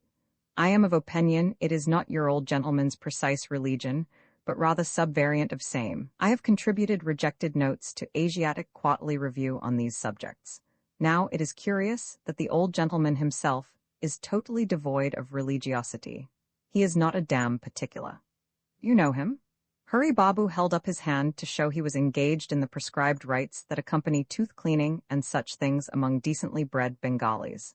Then he recited in English an Arya Samaj prayer of a theistical nature, and stuffed his mouth with pan and betel. Oh yes, I have met him several times at Benares and also at Budgaya, to interrogate him on religious points and devil worship. He is pure agnostic, same as me. Hanifa stirred in her sleep, and Hurry Babu jumped nervously to the copper incense burner, all black and discolored in morning light, rubbed a finger in the accumulated lamp-black, and drew it diagonally across his face. Who has died in thy house? Asked Kim in the vernacular. None. But she may have the evil eye, that sorceress, the Babu replied. What dost thou do now, then? I will set thee on thy way to Benares if thou goest thither, and tell thee what must be known by us. I go. At what hour runs the tea-rain?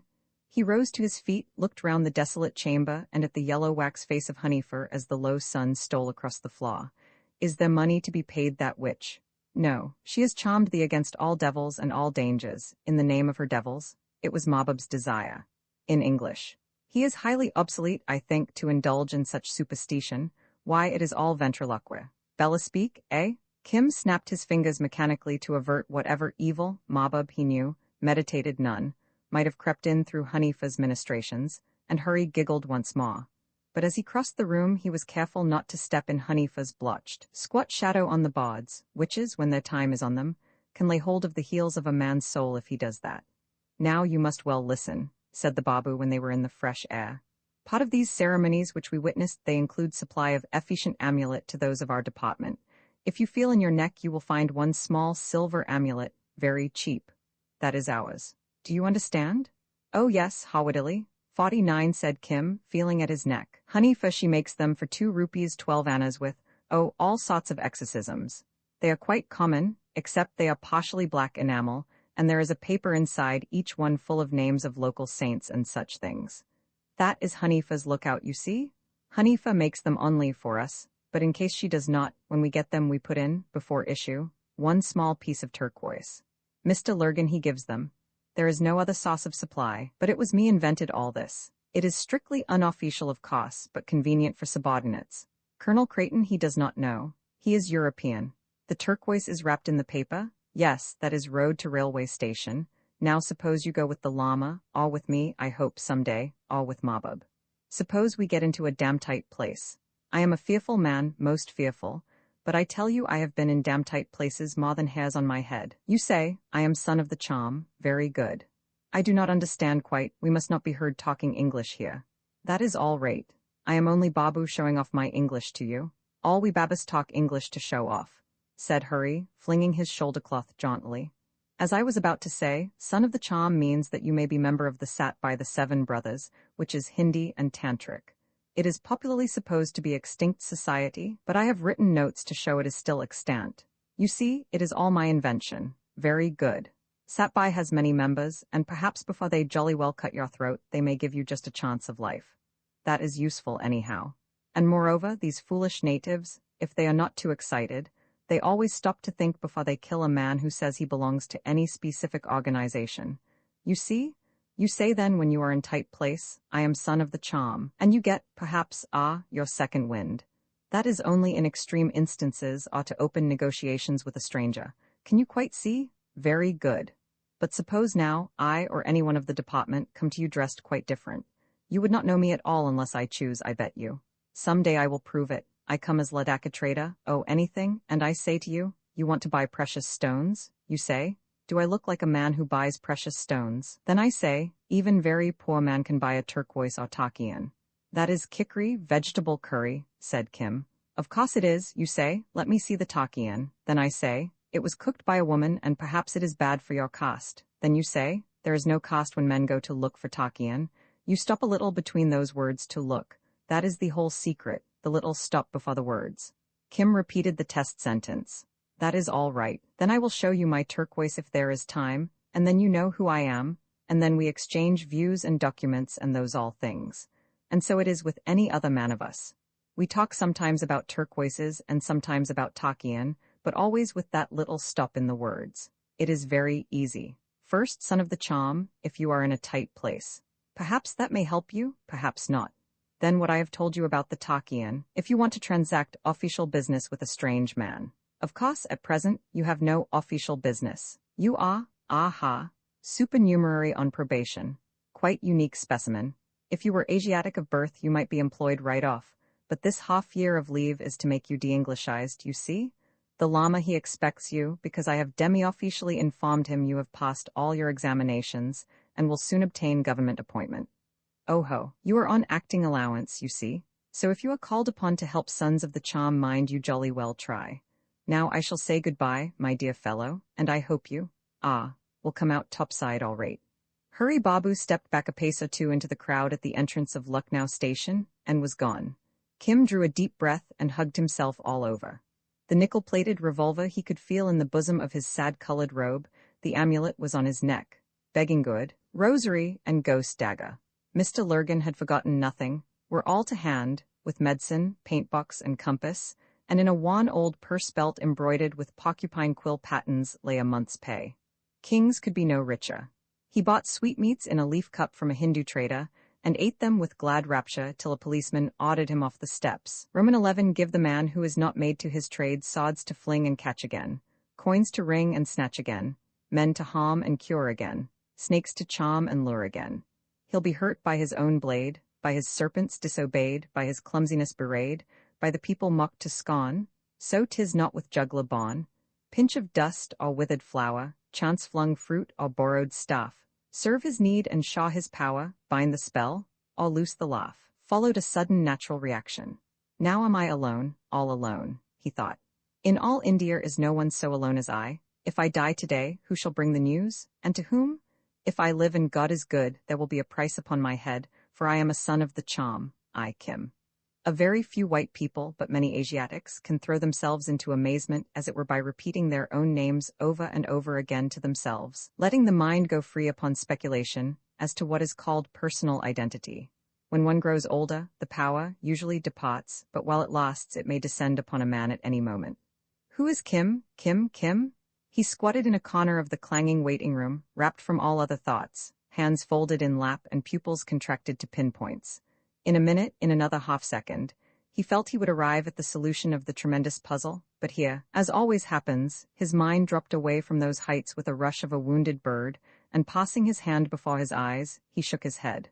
A long-haired Hindu bairagi, 50 who had just bought a ticket, halted before him at that moment and stared intently. I also have lost it, he said sadly. It is one of the gates to the way, but for me it has been shut many years. What is the talk? Said Kim, abashed. Thou wast wondering there in thy spirit what manner of thing thy soul might be. The seizure came of a sudden, I know. Who should know but I? Whither goest thou? Toward Kashi. 51 There are no gods there, I have proved them. I go to Prayag 52 for the 5th time, seeking the road to enlightenment. Of what faith art thou? I too am a seeker, said Kim, using one of the Lama's pet words. Though, he forgot his northern dress for the moment, though Allah alone knoweth what I seek.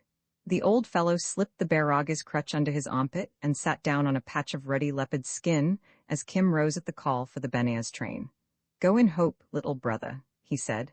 It is a long road to the feet of the one, but thither do we all travel. Kim did not feel so lonely after this, and ere he had sat out 20 miles in the crowded compartment, was cheering his neighbors with a string of most wonderful yarns about his own and his master's magical gifts. Benares struck him as a peculiarly filthy city, though it was pleasant to find how his cloth was respected. At least 1/3 of the population prays eternally to some group or other of the many million deities, and so reveres every sort of holy man. Kim was guided to the temple of the Tirthankars, about a mile outside the city, near Sarnath, by a chance-met Punjabi farmer, a Kambo from Jalandhar way who had appealed in vain to every god of his homestead to cure his small son, and was trying Benares as a last resort. Thou art from the north? He asked, shouldering through the press of the narrow, stinking streets much like his own pet bull at home. I know the Punjab. My mother was a Pagarine, but my father came from Amritsar, by Jandiala, said Kim, oiling his ready tongue for the needs of the road. Jandiala, Jalandhar, oh ho, then we be neighbors in some sort as it were. He nodded tenderly to the wailing child in his arms. Whom dost thou serve? A most holy man at the temple of the Tirthankars. They are all most holy and most greedy, said the Jat with bitterness. I have walked the pillars and trodden the temples till my feet are flayed, and the child is no whit better. And the mother being sick too? Hush then, little one, we changed his name when the fever came. We put him into girl's clothes. There was nothing we did not do, except, I said to his mother when she bundled me off to Benares, she should have come with me. I said Sakai Sawa Sultan would serve us best. We know his generosity, but these down-country gods are strangers. The child turned on the cushion of the huge cotted arms and looked at Kim through heavy eyelids. And was it all worthless? Kim asked, with easy interest. All worthless, said the child, lips cracking with fever. The gods have given him a good mind, at least, said the father proudly. To think he should have listened so cleverly. Yonder is thy temple. Now I am a poor man, many priests have dealt with me, but my son is my son, and if a gift to thy master can cure him, I am at my very wit's end. Kim considered for a while, tingling with pride. 3 years ago he would have made prompt profit on the situation and gone his way without a thought. But now, the very respect the Jat paid him proved that he was a man. Moreover, he had tasted fever once or twice already, and knew enough to recognize starvation when he saw it. Call him forth, and I will give him a bond on my best yoke, so that the child is cured. Kim halted at the carved-out door of the temple. A white-clad Oswal banker from Ajmer, his sins of usury new wiped out, asked him what he did. I am Chela to Teshu Lama, and Holy One from Bottial, within there. He bade me come, I wait, tell him. Do not forget the child, cried the importunate Jat over his shoulder, and then bellowed in Punjabi. O Holy One, O disciple of the Holy One, O gods above all the worlds, behold affliction sitting at the gate. That cry is so common in Benares that the passers never turn their heads. The Oswal, at peace with mankind, carried the message into the darkness behind him, and the easy, uncounted Eastern minutes slid by, for the Lama was asleep in his cell, and no priest would wake him. When the click of his rosary again broke the hush of the inner, caught where the calm images of the Arhats stand, a novice whispered, Thy Cheller is here, and the old man strode forth, forgetting the end of that prayer. Hardly had the tall figure shown in the doorway than the Jat ran before him, and lifting up the child, cried, Look upon this, Holy One, and if the gods will, he lives, he lives. He fumbled in his waist belt and drew out a small silver coin. What is now? The Lama's eyes turned to Kim. It was noticeable he spoke far clearer Urdu than long ago, under Zamzama, but father would allow no private talk. It is no more than a fever, said Kim. The child is not well fed. He sickens at everything, and his mother is not here. If it be permitted, I may cure, Holy One. What, have they made thee a healer? Wait here, said the Lama, and he sat down by the Jat upon the lowest step of the temple, while Kim, looking out of the corner of his eyes, slowly opened the little betel box. He had dreamed dreams at school of returning to the Lama as a sahib, of chaffing the old man before he revealed himself. Boys' dreams all. There was more drama in this abstracted, brow-puckered search through the tabloid bottles, with a pause here and there for thought and a muttered invocation between whiles. Quinine he had in tablets and dark brown meat lozenges, beef most probably, but that was not his business. The little thing would not eat, but it sucked at a lozenge greedily and said it liked the salt taste. Take then these 6. Kim handed them to the man. Praise the gods and boil 3 in milk, other 3 in water. After he has drunk the milk, give him this. It was the half of a quinine pill, and wrap him warm. Give him the water of the other 3, and the other half of this white pill when he wakes. Meantime, here is another brown medicine that he may suck at on the way home. Gods, what wisdom, said the Cambo, snatching. It was as much as Kim could remember of his own treatment in a bout of autumn malaria, if you accept the patter that he added to impress the Lama. Now go, come again in the morning. But the price, said the Jat, and threw back his sturdy shoulders. My son is my son, now that he will be whole again. How shall I go back to his mother and say I took help by the wayside and did not even give a bowl of curds in return? They are alike, these Jats, said Kim softly. The Jat stood on his dunghill, and the king's elephants went by. Oh, driver, said he, what will you sell those little donkeys for? The Jat burst into a roar of laughter, stifled with apologies to the Lama. It is the saying of my own country, the very talk of it. So are we Jats all. I will come tomorrow with the child, and the blessing of the gods of the homesteads, who are good little gods, be on you both. Now, son, we grow strong again. Do not spit it out, little princeling. King of my heart, do not spit it out, and we shall be strong men, wrestlers and club-wielders by morning. He moved away, crooning and mumbling. The Lama turned to Kim, and all the loving old soul of him looked out through his narrow eyes. To heal the sick is to acquire merit, but first one gets knowledge. That was wisely done, O friend of all the world. I was made wise by thee, Holy One, said Kim, forgetting the little play just ended, forgetting St. Xavier's, forgetting his white blood, forgetting even the great game as he stooped, Mohammedan fashion, to touch his master's feet in the dust of the Jain temple. My teaching I owe to thee. I have eaten thy bread 3 years. My time is finished, I am loosed from the schools, I come to thee. Herein is my reward. Enter, and is all well? They passed to the inner cot where the afternoon sun sloped golden across. Stand that I may see, so, he peered critically. It is no longer a child but a man, ripened in wisdom, walking as a physician. I did well when I gave thee up to the armed men on that black night. Dost thou remember our first day under Zamzama? Aye, said Kim. Dost thou remember when I leapt off the carriage the first day I went to the gates of learning, truly? And the day that we ate the cakes together at the back of the river by Nuclau? Aha, many times hast thou begged for me, but that day I begged for thee. Good reason, quoth Kim. I was then a scholar in the gates of learning, and attired as a sahib. Do not forget, Holy One, he went on playfully, I am still a sahib by thy favor. True, and a sahib in most high esteem. Come to my cell, Chela. How is that known to thee? The Lama smiled. First by means of letters from the kindly priest whom we met in the camp of armed men, but he is now gone to his own country, and I sent the money to his brother. Colonel Creighton, who had succeeded to the trusteeship when Father Victor went to England with the Mavericks, was hardly the chaplain's brother. But I do not well understand Sahib's letters. They must be interpreted to me.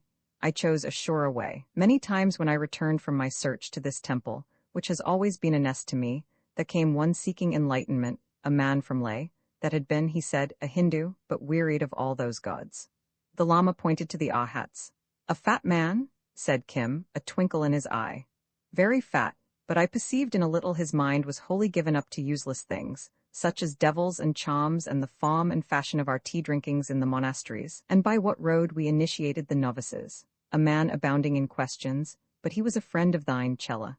He told me that thou wast on the road to much honor as a scribe, and I see thou art a physician. Yes, that am I, a scribe when I am a sahib, but it is set aside when I come as thy disciple. I have accomplished the years appointed for a sahib. As it were a novice? Said the Lama, nodding his head. Art thou freed from the schools? I would not have thee unripe. I am all free. In due time I take service under the government as a scribe, not as a warrior, that is well. But first I come to wander with thee, therefore I am here. Who begs for thee these days? He went on quickly. The ice was thin. Very often I beg myself, but as thou knowest, I am seldom here, except when I come to look again at my disciple. From one end to another of Hind have I travelled afoot and in the Tirane. A great and a wonderful land, but here, when I put in, is as though I were in my own bothiel. He looked round the little clean cell complacently. A low cushion gave him a seat, on which he had disposed himself in the cross-legged attitude of the bodhisattva emerging from meditation. A black teakwood table, not 20 inches high, set with copper teacups, was before him. In one corner stood a tiny altar, also of heavily carved teak, bearing a copper-gilt image of the seated Buddha and fronted by a lamp, an incense holder, and a pair of copper flower pots. The keeper of the images in the Wonder House acquired merit by giving me these a year since, he said, following Kim's eye. When one is far from one's own land, such things carry remembrance, and we must reverence the Lord for that he showed the way. See, he pointed to a curiously built mound of colored rice crowned with a fantastic metal ornament. When I was abbot in my own place, before I came to better knowledge, I made that offering daily. It is the sacrifice of the universe to the Lord. Thus do we of Bottiel offer all the world daily to the excellent law, and I do it even now, though I know that the excellent one is beyond all pinchings and pattings. He snuffed from his gourd. It is well done, Holy One, Kim murmured, sinking at ease on the cushions, very happy and rather tired. And also, the old man chuckled, I write pictures of the wheel of life. 3 days to a picture. I was busied on it, or it may be I shut my eyes a little when they brought word of thee. It is good to have thee here. I will show thee my art, not for pride's sake, but because thou must learn. The sahibs have not all this world's wisdom. He drew from under the table a sheet of strangely scented yellow Chinese paper, the brushes and slab of Indian ink, in cleanest, severest outline he had traced the great wheel with its 6 spokes, whose center is the conjoined hog, snake, and dove, ignorance, anger, and lust, and whose compartments are all the heavens and hells, and all the chances of human life. Men say that the Bodhisattva himself first drew it with grains of rice upon dust, to teach his disciples the cause of things. Many ages have crystallized it into a most wonderful convention crowded with hundreds of little figures whose every line carries a meaning. Few can translate the picture parable. There are not 20 in all the world who can draw it surely without a copy. Of those who can both draw and expound are but 3. I have a little learned to draw, said Kim, but this is a marvel beyond marvels.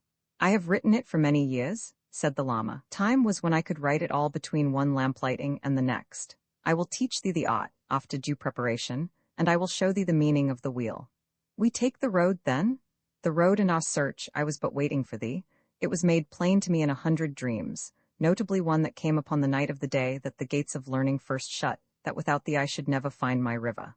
Again and again, as thou knowest, I put this from me, fearing an illusion. Therefore I would not take thee with me that day at Lucknow, when we ate the cakes.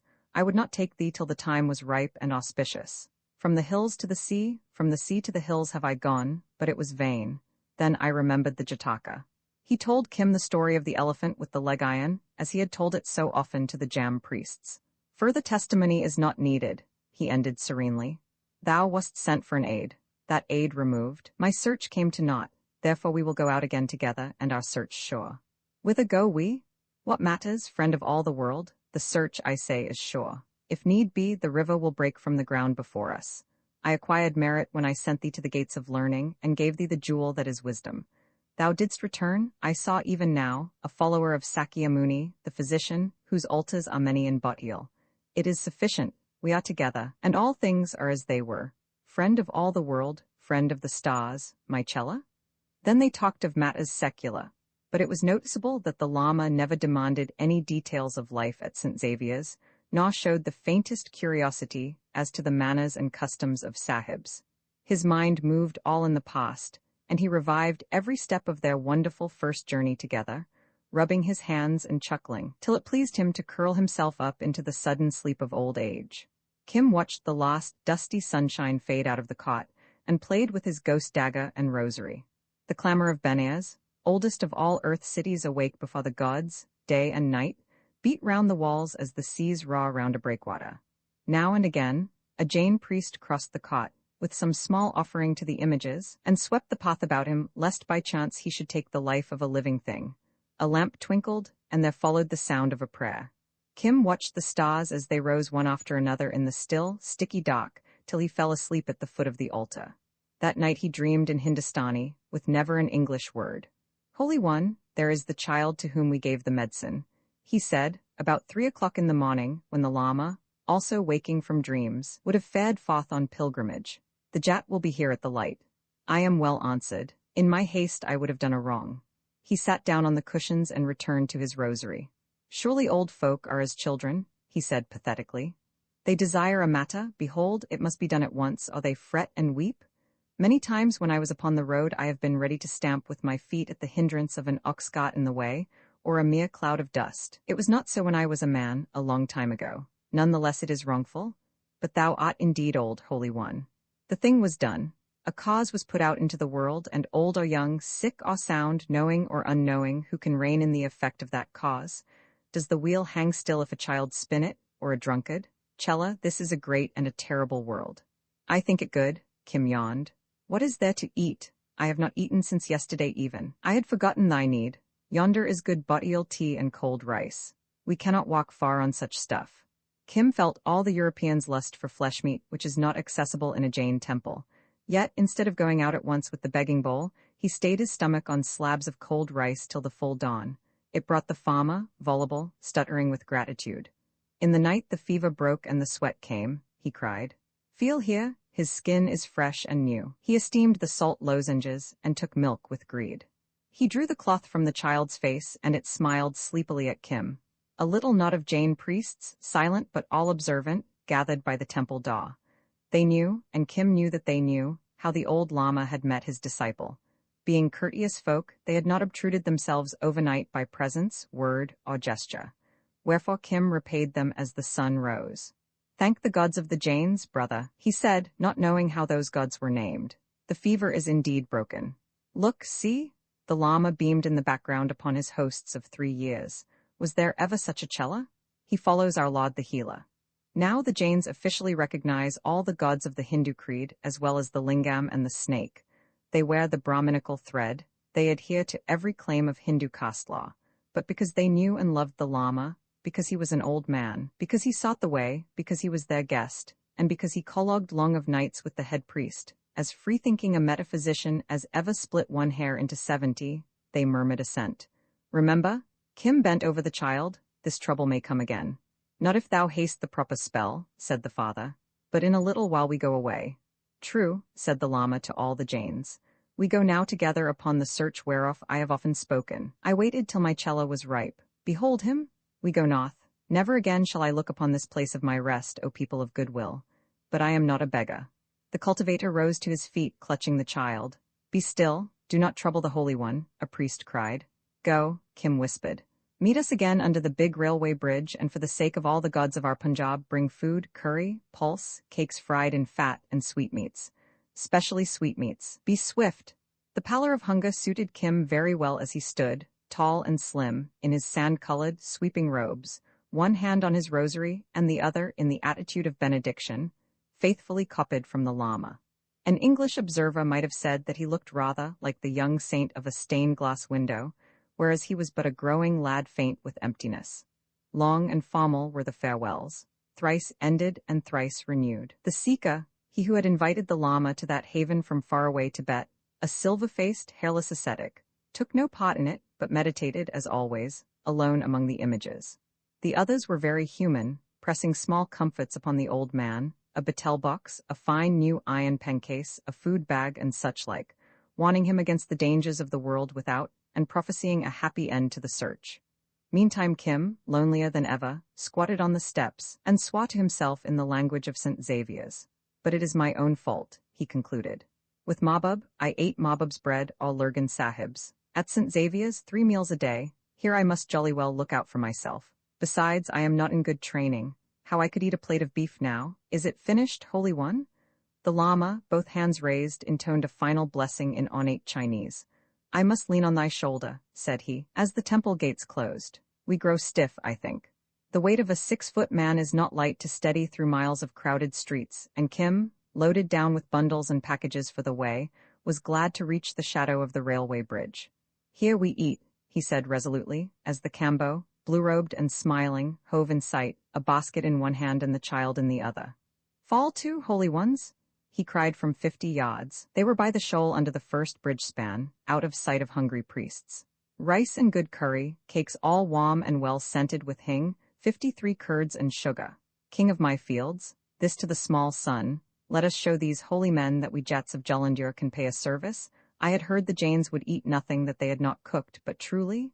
He looked away politely over the broad river. Where there is no eye there is no cost. And we, said Kim, turning his back and heaping a leaf platter for the Lama, are beyond all costs. They gorged themselves on the good food in silence. Not till he had licked the last of the sticky sweet stuff from his little finger did Kim note that the Cambo too was girt for travel. If our roads lie together, he said roughly, I go with thee. One does not often find a worker of miracles, and the child is still weak. But I am not altogether a reed. He picked up his lathai, a 5-foot male bamboo ringed with bands of polished iron, and flourished it in the air. The Jats are called quarrelsome, but that is not true. Except when we are crossed we are like our own buffaloes. So be it, said Kim. A good stick is a good reason. The Lama gazed placidly upstream, where in long, smudged perspective the ceaseless columns of smoke go up from the burning ghats by the river. Now and again, despite all municipal regulations, the fragment of a half-burned body bobbed by on the full current. But for thee, said the Cambo to Kim, drawing the child into his hairy breast, I might today have gone thither with this one. The priests tell us that Benares is holy, which none doubt and desirable to die in. But I do not know their gods and they ask for money, and when one has done one worship a shaved head vows it is of none effect except one do another. Wash here, wash there, paw, drink, lave, and scatter flowers, but always pay the priests. No, the Punjab for me, and the soil of the Jalandhur for the best soil in it. I have said many times in the temple, I think, that if need be, the river will open at our feet. We will therefore go north, said the Lama, rising. I remember a pleasant place set about with fruit trees where one can walk in meditation, and the air is cooler there. It comes from the hills and the snow of the hills. What is the name? Said Kim. How should I know? Didst thou not know that was after the army rose out of the earth and took thee away? I abode there in meditation in a room against the dovecot, except when she talked eternally. Oh ho, the woman from Kulu, that is by Saharanpur. Kim laughed. How does the spirit move thy master? Does he go afoot for the sake of past sins? The Jat demanded cautiously. It is a far cry to Delhi. No, said Kim, I will beg a ticket for the train. One does not own to the possession of money in India. Then, in the name of the gods, let us take the fire carriage. My son is best in his mother's arms. The government has brought on us many taxes, but it gives us one good thing, the train that joins friends and unites the anxious. A wonderful matter is the train. They all piled into it a couple of hours later, and slept through the heat of the day. The Cambo plied Kim with 10,000 questions as to the Lama's walk and work in life, and received some curious answers. Kim was content to be where he was, to look out upon the flat northwestern landscape, and to talk to the changing mob of fellow passengers. Even today, tickets and ticket clipping are dark oppression to Indian rustics. They do not understand why, when they have paid for a magic piece of paper, strangers should punch great pieces out of the charm. So, Long and furious are the debates between travelers and Eurasian ticket collectors. Kim assisted at 2 or 3 with grave advice, meant to darken counsel, and to show off his wisdom before the Lama and the admiring Cambo. But at Somna Road, the fates sent him a matter to think upon. There tumbled into the compartment, as the train was moving off, a mean, lean little person, a Maratha, so far as Kim could judge by the cock of the tight turban. His face was cut, his muslin uppergarment was badly torn, and one leg was bandaged. He told them that a country cart had upset and nearly slain him. He was going to Delhi, where his son lived. Kim watched him closely. If, as he asserted, he had been rolled over and over on the earth, there should have been signs of gravel rash on the skin. But all his injuries seemed clean cuts, and a mere fall from a cot could not cast a man into such extremity of terror. As, with shaking fingers, he knotted up the torn cloth about his neck, he laid bare an amulet of the kind called a keeper-up of the heart. Now, amulets are common enough, but they are not generally strung on square-plated copper wire, and still fewer amulets bear black enamel on silver. There were none except the Cambo and the Lama in the compartment, which, luckily, was of an old type with solid ends. Kim made as to scratch in his bosom, and thereby lifted his own amulet. The Maratha's face changed altogether at the sight, and he disposed the amulet fairly on his breast. Yes, he went on to the Cambo, I was in haste, and the cart, driven by a bastard, bound its wheel in a water-cut, and besides the harm done to me there was lost a full dish of takian. I was not a son of the charm 54 that day. That was a great loss, said the Cambo, withdrawing interest. His experience of Benares had made him suspicious. Who cooked it? Said Kim. A woman. The Maratha raised his eyes. But all women can cook takian, said the Cambo. It is a good curry, as I know. Oh yes, it is a good curry, said the Maratha. And cheap, said Kim. But what about caste? Oh, there is no caste where men go to look for takian, the Maratha replied in the prescribed cadence. Of whose service art thou? Of the service of this holy one. Kim pointed to the happy, drowsy Lama, who woke with a jerk at the well-loved word. Ah, he was sent from heaven to aid me. He is called the friend of all the world. He is also called the friend of the stars. He walks as a physician, his time being ripe. Great is his wisdom. And a son of the charm, said Kim under his breath as the Cambo made haste to prepare a pipe lest the Maratha should beg. And who is that? The Maratha asked, glancing sideways nervously. One whose child we have cured, who lies under great debt to us. Sit by the window. Man from Jalandhar, here is a sick one. Humph, I have no desire to mix with chance-met wastrels. My ears are not long, I am not a woman wishing to overhear secrets. The Jat slid himself heavily into a far corner. Art thou anything of a healer? I am 10 leagues deep in calamity, cried the Maratha, picking up the cue. This man is cut and bruised all over. I go about to cure him, Kim retorted. None interfered between thy babe and me. I am rebuked, said the Cambo meekly. I am thy debtor for the life of my son. Thou art a miracle worker, I know it. Show me the cuts. Kim bent over the Maratha's neck, his heart nearly choking him, for this was the great game with a vengeance. Now tell thy tale swiftly, brother, while I say a charm. I come from the south where my work lay, one of us they slew by the roadside. Hast thou heard? Kim shook his head. He of course knew nothing of E.23 predecessor, slain down south in the habit of an Arab trader. Having found a certain letter which I was sent to seek, I came away. I escaped from the city and ran to Mhow. So sure was I that none knew, I did not change my face. At Mhow, a woman brought charge against me of theft of jewelry in that city which I had left. Then I saw the cry was out against me. I ran from Mhow by night, bribing the police, who had been bribed to hand me over without question to my enemies in the south. Then I lay in old Chitta city a week, a penitent in a temple, but I could not get rid of the letter which was my charge. I buried it under the Queen's stone, at Chitta, in the place known to us all. Kim did not know, but not for worlds would he have broken the thread. At Chitta, look you, I was all in King's country, for Kota to the east is beyond the Queen's law, and east again lie Jaipur and Gwalior. Neither love spies, and there is no justice. I was hunted like a wet jackal, but I broke through at Bandakui, where I heard there was a charge against me of murder in the city I had left, of the murder of a boy. They have both the cops and the witnesses waiting. But cannot the government protect? We of the game are beyond protection. If we die, we die. Our names are blotted from the book, that is all. At Bandakui, where lives one of us, I thought to slip the scent by changing my face and so made me a Maratha. Then I came to Agra, and would have turned back to Chitta to recover the letter. So sure I was I had slipped them. Therefore I did not send a Ta 55 to anyone saying where the letter lay. I wished the credit of it all. Kim nodded. He understood that feeling well. But at Agra, walking in the streets, a man cried a debt against me, and approaching with many witnesses, would hail me to the cots then and there. Oh, they are clever in the South. He recognized me as his agent for cotton. May he burn in hell for it. And wast thou? Oh, fool, I was the man they sought for the matter of the letter. I ran into the flesh's wad and came out by the house of the Jew, who feared a riot and pushed me forth. I came afoot to Somnath Road. I had only money for my ticket to Delhi.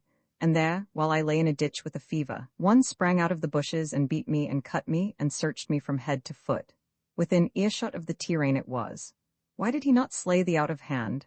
They are not so foolish. If I am taken in Delhi at the instance of lawyers, upon a proven charge of murder, my body is handed over to the state that desires it.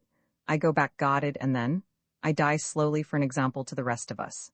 The South is not my country. I run in circles, like a goat with one eye. I have not eaten for 2 days. I am mocked. He touched the filthy bandage on his leg, so that they will know me at Delhi. Thou art safe in the tyrann at least. Live a year at the great game and tell me that again. The wires will be out against me at Delhi, describing every tear and rag upon me. 20, 100, if need be, will have seen me slay that boy. And thou art useless. Kim knew enough of native methods of attack not to doubt that the case would be deadly complete, even to the cops.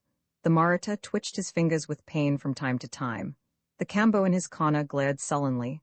The Lama was busy over his beads, and Kim, fumbling doctor fashion at the man's neck, thought out his plan between invocations. Haste thou a charm to change my shape, else I am dead. 5, 10 minutes alone, if I had not been so pressed, and I might— Is he cured yet, miracle worker? Said the Kambo jealously. Thou hast chanted long enough. Nay, there is no cure for his hurts as I see, except he sit for 3 days in the habit of a bairagi. This is a common penance, often imposed on a fat trader by his spiritual teacher. One priest always goes about to make another priest, was the retort. Like most grossly superstitious folk, the Kambo could not keep his tongue from deriding his church. Will thy son be a priest then? It is time he took more of my quinine. We Jats are all buffaloes, said the Kambo, softening anew. Kim rubbed a fingertip of bitterness on the child's trusting little lips. I have asked for nothing, he said sternly to the father. Except food, dost thou grudge me that?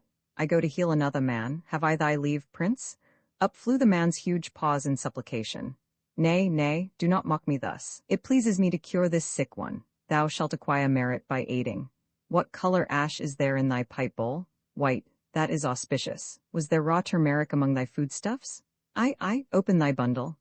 It was the usual collection of small oddments, bits of cloth, quack medicines, cheap fairings, a clothful of atta, greyish, rough-ground native flour, twists of down-country tobacco, tawdry pipe stems, and a packet of curry stuff, all wrapped in a quilt. Kim turned it over with the air of a wise Wallach, muttering a Mohammedan invocation. This is wisdom I learned from the sahibs, he whispered to the Lama, and here, when one thinks of his training at Lurgan's, he spoke no more than the truth. There is a great evil in this man's fortune, as shown by the stars, which troubles him. Shall I take it away?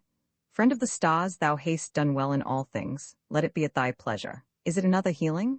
Quick, be quick, gasped the Maratha. The train may stop. A healing against the shadow of death, said Kim, mixing the Kambo's flour with the mingled charcoal and tobacco ash in the red earth bowl of the pipe. E.23, without a word, slipped off his turban and shook down his long black hair.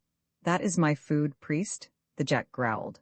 A buffalo in the temple? Hast thou dared to look even thus far? Said Kim. I must do mysteries before fools, but have a care for thine eyes. Is there a film before them already? I save the babe, and for return thou, O shameless? The man flinched at the direct gaze, for Kim was wholly in earnest. Shall I curse thee, or shall I? He picked up the outer cloth of the bundle and threw it over the bowed head. Dare so much as to think a wish to see, and even I cannot save thee. Sit, be dumb. I am blind dumb. Forbear to curse, come, child, we will play a game of hiding. Do not, for my sake, look from under the cloth. I see hope, said E.23. What is thy scheme? This comes next, said Kim, plucking the thin body shirt. E.23 hesitated with all a Northwest man's dislike of baring his body. What is cost to a cut throat? Said Kim, rending it to the waist. We must make thee a yellow sadu all over. Strip swiftly, and shake thy hair over thine eyes while I scatter the ash. Now, a cast mark on thy forehead. He drew from his bosom the little survey paintbox and a cake of crimson lake. Art thou only a beginner? Said E.23, laboring literally for the dear life, as he slid out of his body wrappings and stood clear in the loincloth while Kim splashed in a noble cast mock on the ash-smeared brow. "But 2 days entered to the game, brother," Kim replied. "Smear more ash on the bosom. Hast thou met a physician of sick pearls?" He switched out his long, tight-rolled turban cloth and with swiftest hands rolled it over and under about his loins into the intricate devices of a sadhu cincture. "Ha, dost thou know his touch then? He was my teacher for a while. We must bar thy legs. Ash cures wounds, smear it again. I was his pride once, but thou art almost better. The gods are kind to us, give me that." It was a tin box of opium pills among the rubbish of the Jat's bundle. E.23 gulped down a half handful. "They are good against hunger, fear, and chill, and they make the eyes red too," he explained. "Now I shall have hot to play the game. We lack only a sadhu's tongs. What of the old clothes?" Kim rolled them small and stuffed them into the slack folds of his tunic. With a yellow ochre paint cake, he smeared the legs and the breast, great streaks against the background of flour, ash, and turmeric. "The blood on them is enough to hang thee, brother, maybe, but no need to throw them out of the window. It is finished." His voice thrilled with a boy's pure delight in the game. "Turn and look, O Jat." "The gods protect us," said the hooded Kambo, emerging like a buffalo from the reeds. "But whither went the Maratha? What hast thou done?" Kim had been trained by Lurgan Sahib. E.23, by virtue of his business, was no bad actor.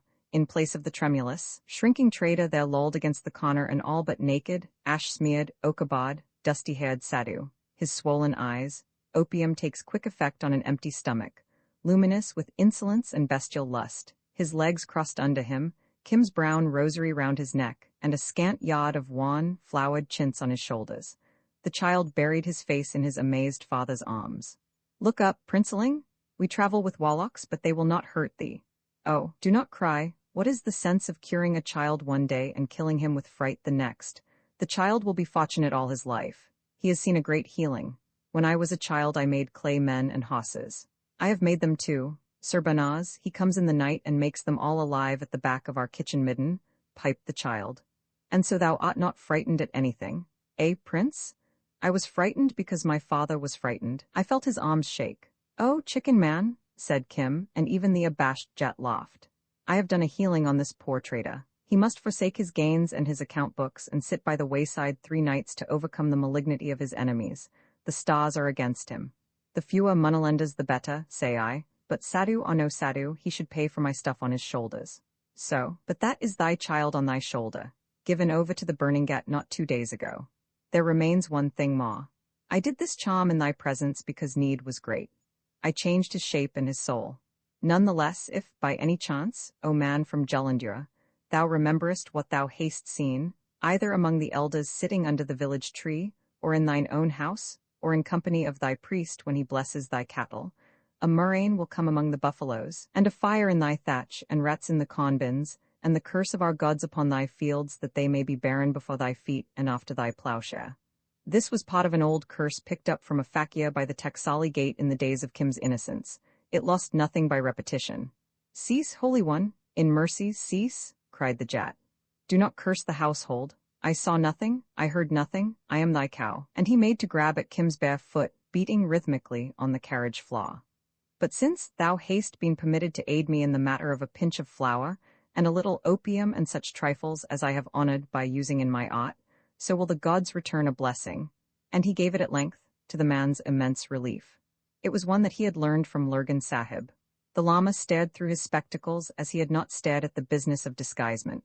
"Friend of the stars," he said at last, "thou hast acquired great wisdom. Beware that it do not give birth to pride. No man having the law before his eyes speaks hastily of any matter which he has seen or encountered." "No, no, no, indeed," cried the farmer, fearful lest the master should be minded to improve on the pupil. E.23, with relaxed mouth, gave himself up to the opium that is meat, tobacco, and medicine to the spent Asiatic. So, in a silence of awe and great miscomprehension, they slid into Delhi about lamplighting time. Roman 12 who hath desired the sea, the sight of salt water unbounded. The heave and the halt and the hurl and the crash of the Kuma wind-hounded. The sleek-barreled swell before storm, grey, foamless, enormous, and growing, stock calm on the lap of the line, or the crazy-eyed hurricane blowing, his sea and no showing the same, his sea and the same neath all showing, his sea that his being fulfills. So and no otherwise, so and no otherwise hill men desire their hills. I have found my heart again, said E.23, under cover of the platform's tumult. Hunger and fear make men dazed, or I might have thought of this escape before. I was right. They come to hunt for me. Thou haste saved my head.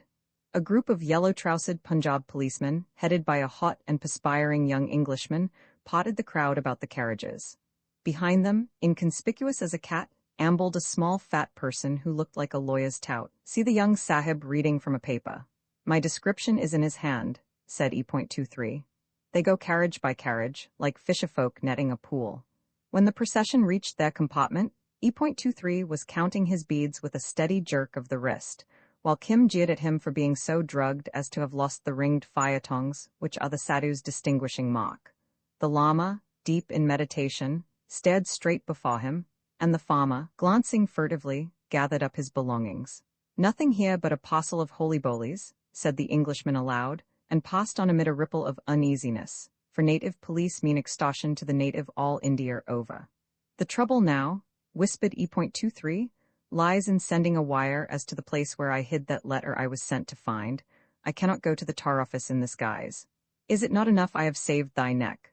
Not if the work be left unfinished. Did never the healer of sick pearls tell thee so? Comes another sahib? Ah, this was a tallish, sallowish district superintendent of police, belt, helmet, polished spurs and all, strutting and twirling his dark moustache. What fools are these police sahibs? Said Kim genially. E.23 glanced up under his eyelids. It is well said, he muttered in a changed voice. I go to drink water, keep my place. He blundered out almost into the Englishman's arms, and was bad-worded in clumsy Urdu. Tum mutt, you drunk. You mustn't bang about as though Delhi station belonged to you, my friend. E.23, not moving a muscle of his countenance, answered with a stream of the filthiest abuse, at which Kim naturally rejoiced. It reminded him of the drummer boys and the barrack sweepers at Umballa in the terrible time of his first schooling. My good fool, the Englishman drawled. Nickel Jow, go back to your carriage. Step by step, withdrawing deferentially and dropping his voice, the yellow sadhu clomb back to the carriage, cursing the DSB to remotest posterity, by, here Kim almost jumped, by the curse of the Queen's stone, by the writing under the Queen's stone, and by an assortment of gods with holy new names. I don't know what you're saying. The Englishman flushed angrily, but it's some piece of blasted impertinence. Come out of that. E.23, affecting to misunderstand, gravely produced his ticket, which the Englishman wrenched angrily from his hand. Oh, Zulum, what oppression? Growled the Jat from his corner. All for the sake of a jest, too. He had been grinning at the freedom of the sadhu's tongue. Thy charms do not work well today, Holy One. The sadhu followed the policeman, fawning and supplicating. The ruck of passengers, busy with their babies and their bundles, had not noticed the affair. Kim slipped out behind him, for it flashed through his head that he had heard this angry, stupid sahib discussing loud personalities to an old lady near Umballa 3 years ago. It is well, the sadhu whispered, jammed in the calling, shouting, bewildered press, a Persian greyhound between his feet and a cageful of yelling hawks under charge of a Rajput falconer in the small of his back. He has gone now to send word of the letter which I hid. They told me he was in Peshawar. I might have known that he is like the crocodile, always at the other ford. He has saved me from present calamity, but I owe my life to thee. Is he also one of us? Kim ducked under a Muir camel driver's greasy armpit and cannoned off a covey of jabbering Sikh matrons. Not less than the greatest. We are both fortunate. I will make report to him of what thou hast done. I am safe under his protection. He bowed through the edge of the crowd besieging the carriages, and squatted by the bench near the telegraph office. Return, or they take thy place. Have no fear for the work, brother, all my life. Thou hast given me breathing space, and Strickland Sahib has pulled me to land. We may work together at the game yet. Farewell? Kim hurried to his carriage, elated, bewildered, but a little nettled in that he had no key to the secrets about him. I am only a beginner at the game, that is sure. I could not have leaped into safety as did the sadhu. He knew it was darkest under the lamp. I could not have thought to tell news under pretense of cursing, and how clever was the sahib.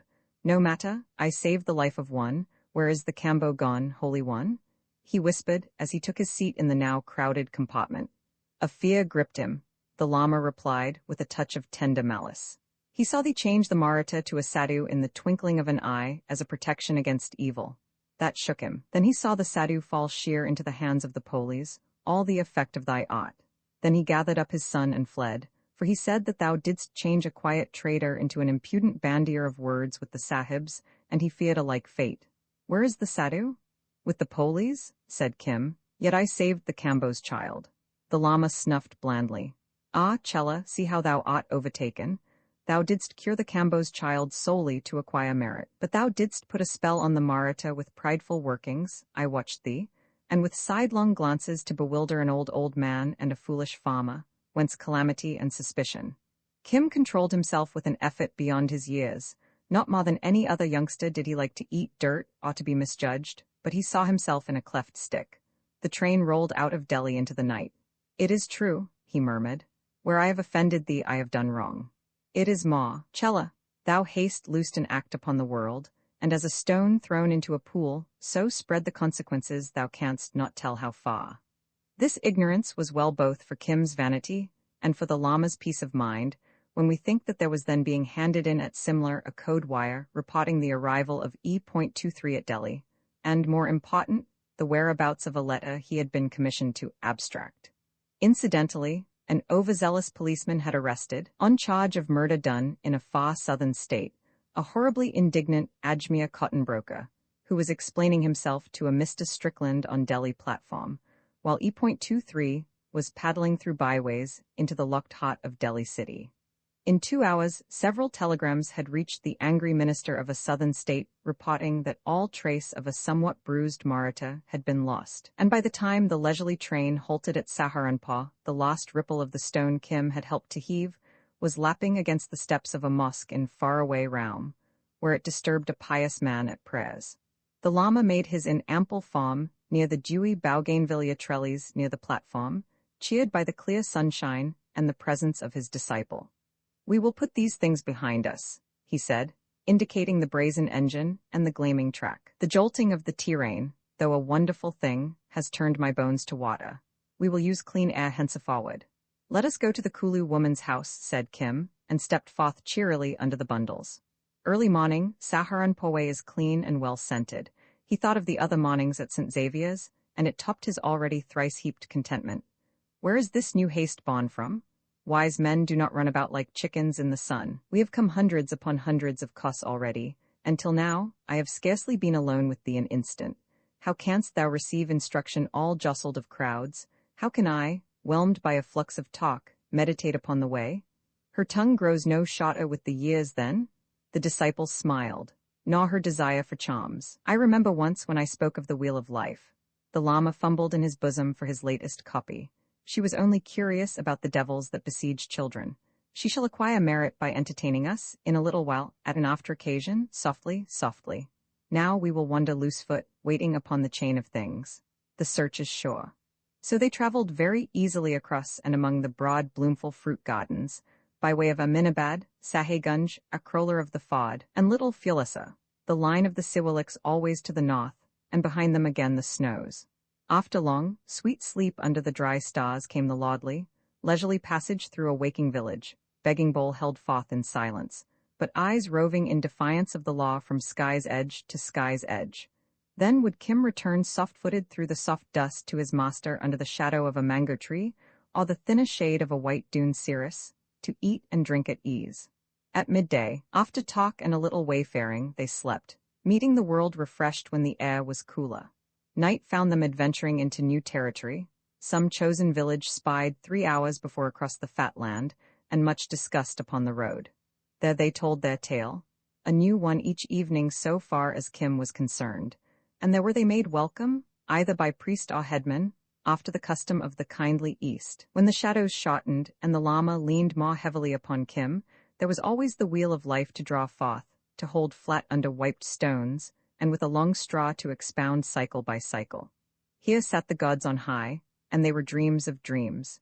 Here was our heaven and the world of the demigods, horsemen fighting among the hills. Here were the agonies done upon the beasts, souls ascending or descending the ladder, and therefore not to be interfered with. Here were the hells, hot and cold, and the abodes of tormented ghosts. Let the cella study the troubles that come from overeating, bloated stomach, and burning bowels. Obediently, then, with bowed head and brown finger alert to follow the pointer, did the cella study. But when they came to the human world, busy and profitless that is just above the hells, His mind was distracted, for by the roadside trundled the very wheel itself, eating, drinking, trading, marrying, and quarreling, all warmly alive. Often the Lama made the living pictures the matter of his text, bidding Kim, too ready, note how the flesh takes 1,000 shapes, desirable or detestable as men reckon, but in truth of no account either way, and how the stupid spirit, bondslave to the hog, the dove, and the serpent, lusting after betel-nut, a new yoke of oxen, women, or the favor of kings, is bound to follow the body through all the heavens and all the hells, and strictly round again. Sometimes a woman or a poor man, watching the ritual, it was nothing less, when the great yellow chart was unfolded, would throw a few flowers or a handful of cowries upon its edge. It sufficed these humble ones that they had met a holy one who might be moved to remember them in his prayers. Cure them if they are sick, said the Lama, when Kim's spotting instincts woke. Cure them if they have fever, but by no means work charms. Remember what befell the Maratha. Then all doing is evil? Kim replied, lying out under a big tree at the fork of the dune road, watching the little ants run over his hand. To abstain from action is well, except to acquire merit. At the gates of learning we were taught that to abstain from action was unbefitting a sahib, and I am a sahib. Friend of all the world. The Lama looked directly at Kim. I am an old man, pleased with shows as our children. To those who follow the way there is neither black nor white, hind nor botiel, we be all souls seeking escape. No matter what thy wisdom learned among sahibs, when we come to my river thou wilt be freed from all illusion, at my side. Hi, my bones ache for that river as they ached in the Tirane, but my spirit sits above my bones, waiting. The search is sure. I am answered. Is it permitted to ask a question? The Lama inclined his stately head. I ate thy bread for 3 years, as thou knowest. Holy One, whence came? There is much wealth, as men count it, in Botiel. The Lama returned with composure. In my own place I have the illusion of honor. I ask for that I need. I am not concerned with the account. That is for my monastery. Ai, the black high seats in the monastery, and novices all in order. And he told stories, tracing with a finger in the dust, of the immense and sumptuous ritual of avalanche-guarded cathedrals, of processions and devil dances, of the changing of monks and nuns into swine, of holy cities 15,000 feet in the air, of intrigue between monastery and monastery, of voices among the hills, and of that mysterious mirage that dances on dry snow. He spoke even of Lhasa and of the Dalai Lama, whom he had seen and adored. Each long, perfect day rose behind Kim for a barrier to cut him off from his race and his mother tongue. He slipped back to thinking and dreaming in the vernacular, and mechanically followed the Lama's ceremonial observances at eating, drinking, and the like. The old man's mind turned more and more to his monastery, as his eyes turned to the steadfast snows. His river troubled him nothing. Now and again, indeed, he would gaze long and long at a tuft or a twig, expecting, he said, the earth to cleave and deliver its blessing. But he was content to be with his disciple, at ease in the temperate wind that comes down from the dune. This was not Ceylon, nor Bodh Gaya, nor Bombay, nor some grass-dangled ruins that he seemed to have stumbled upon 2 years ago. He spoke of those places as a scholar removed from vanity, as a seeker walking in humility, as an old man, wise and temperate, illumining knowledge with brilliant insight. Bit by bit, disconnectedly, each tale called up by some wayside thing, he spoke of all his wanderings up and down Hind, till Kim, who had loved him without reason, now loved him for 50 good reasons. So they enjoyed themselves in high felicity, abstaining, as the rule demands, from evil words, covetous desires, not overeating, not lying on high beds, nor wearing rich clothes. Their stomachs told them the time, and the people brought them their food, as the saying is. They were lords of the villages of Aminabad, Sahegunj, Akrolar of the Fod, and Little Philisa, where Kim gave the soulless woman a blessing. But news travels fast in India, and too soon shuffled across the cropland, bearing a basket of fruits with a box of Kabul grapes and gilt oranges, a white-whiskered servitor, a lean, dry Uriah, begging them to bring the honor of their presence to his mistress, distressed in her mind that the Lama had neglected her so long. Now do I remember? The Lama spoke as though it were a wholly new proposition. She is virtuous, but an inordinate talker. Kim was sitting on the edge of a cow's manger, telling stories to a village smith's children. She will only ask for another son for her daughter. I have not forgotten her, he said. Let her acquire merit. Send word that we will come. They covered 11 miles through the fields in 2 days, and were overwhelmed with attentions at the end, for the old lady held a fine tradition of hospitality, to which she forced her son-in-law, who was under the thumb of his womenfolk and bought peace by borrowing of the monolenda. Age had not weakened her tongue or her memory, and from a discreetly barred up a window, in the hearing of not less than a dozen servants, she paid Kim compliments that would have flung European audiences into unclean dismay. "But thou art still the shameless beggar-brat of the Pararo," she shrilled. "I have not forgotten thee. Wash ye and eat. The father of my daughter's son is gone away a while, so we poor women are dumb and useless." For proof, she harangued the entire household unsparingly till food and drink were brought, and in the evening, the smoke-scented evening, copper-dun and turquoise across the fields, it pleased her to order her palanquin to be set down in the untidy forecot by smoky torchlight, and there, behind not too closely drawn curtains, she gossiped. "Had the Holy One come alone, I should have received him otherwise, but with this rogue, who can be too careful?" "Maharani," said Kim, choosing as always the amplest title, "is it my fault that none other than a sahib, a police sahib called the Maharani whose face he? Chit, that was on the pilgrimage. When we travel, thou knowest the proverb. Called the Maharani a breaker of hearts and a dispenser of delights. To remember that, it was true, so he did. That was in the time of the bloom of my beauty." She chuckled like a contented parrot above the sugar lump. "Now tell me of thy goings and comings, as much as may be without shame. How many maids and whose wives hang upon thine eyelashes? Ye hail from Benares? I would have gone there again this year, but my daughter, we have only 2 sons. Fie, such is the effect of these low plains. Now in Kulu men are elephants, but I would ask thy Holy One, stand aside, rogue, a charm against most lamentable windy colics that in mango time overtake my daughter's eldest. 2 years back he gave me a powerful spell." "Oh, Holy One," said Kim, bubbling with mirth at the llama's rueful face. "It is true, I gave her one against wind." "Teeth, teeth, teeth," snapped the old woman. "Cure them if they are sick," Kim quoted relishingly, "but by no means work charms, remember what befell the Maratha. That was 2 reigns ago, she wearied me with her continual importunity." The llama groaned as the unjust judge had groaned before him. "Thus it comes, take note, my Chella, that even those who would follow the way are thrust aside by idle women. 3 days through, when the child was sick, she talked to me." "Ah, and to whom else should I talk? The boy's mother knew nothing, and the father, in the nights of the cold, whether it was pray to the gods, said he, forsooth, and turning over, snored. I gave her the charm. What is an old man to do? To abstain from action is well, except to acquire merit. Ah, Chella, if thou desertest me, I am all alone." "He found his milk teeth easily at any rate," said the old lady. "But all priests are alike." Kim coughed severely. Being young, he did not approve of her flippancy. To importune the wise out of season is to invite calamity. "There is a talking mina," the thrust came back with the well-remembered snap of the jeweled forefinger, "over the stables which has picked up the very tone of the family priest.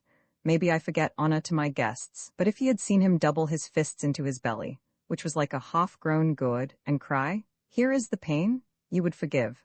I'm half-minded to take the Hakim's medicine. He sells it cheap, and certainly it makes him fat as Shiv's own bull.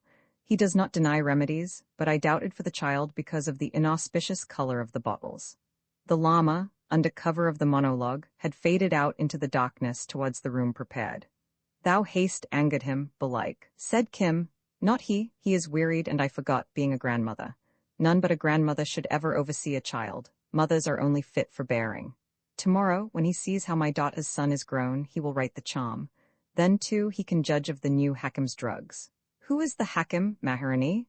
"A wanderer, as thou art, but a most sober Bengali from Dhaka, a master of medicine. He relieved me of an oppression after meat by means of a small pill that wrought like a devil unchained.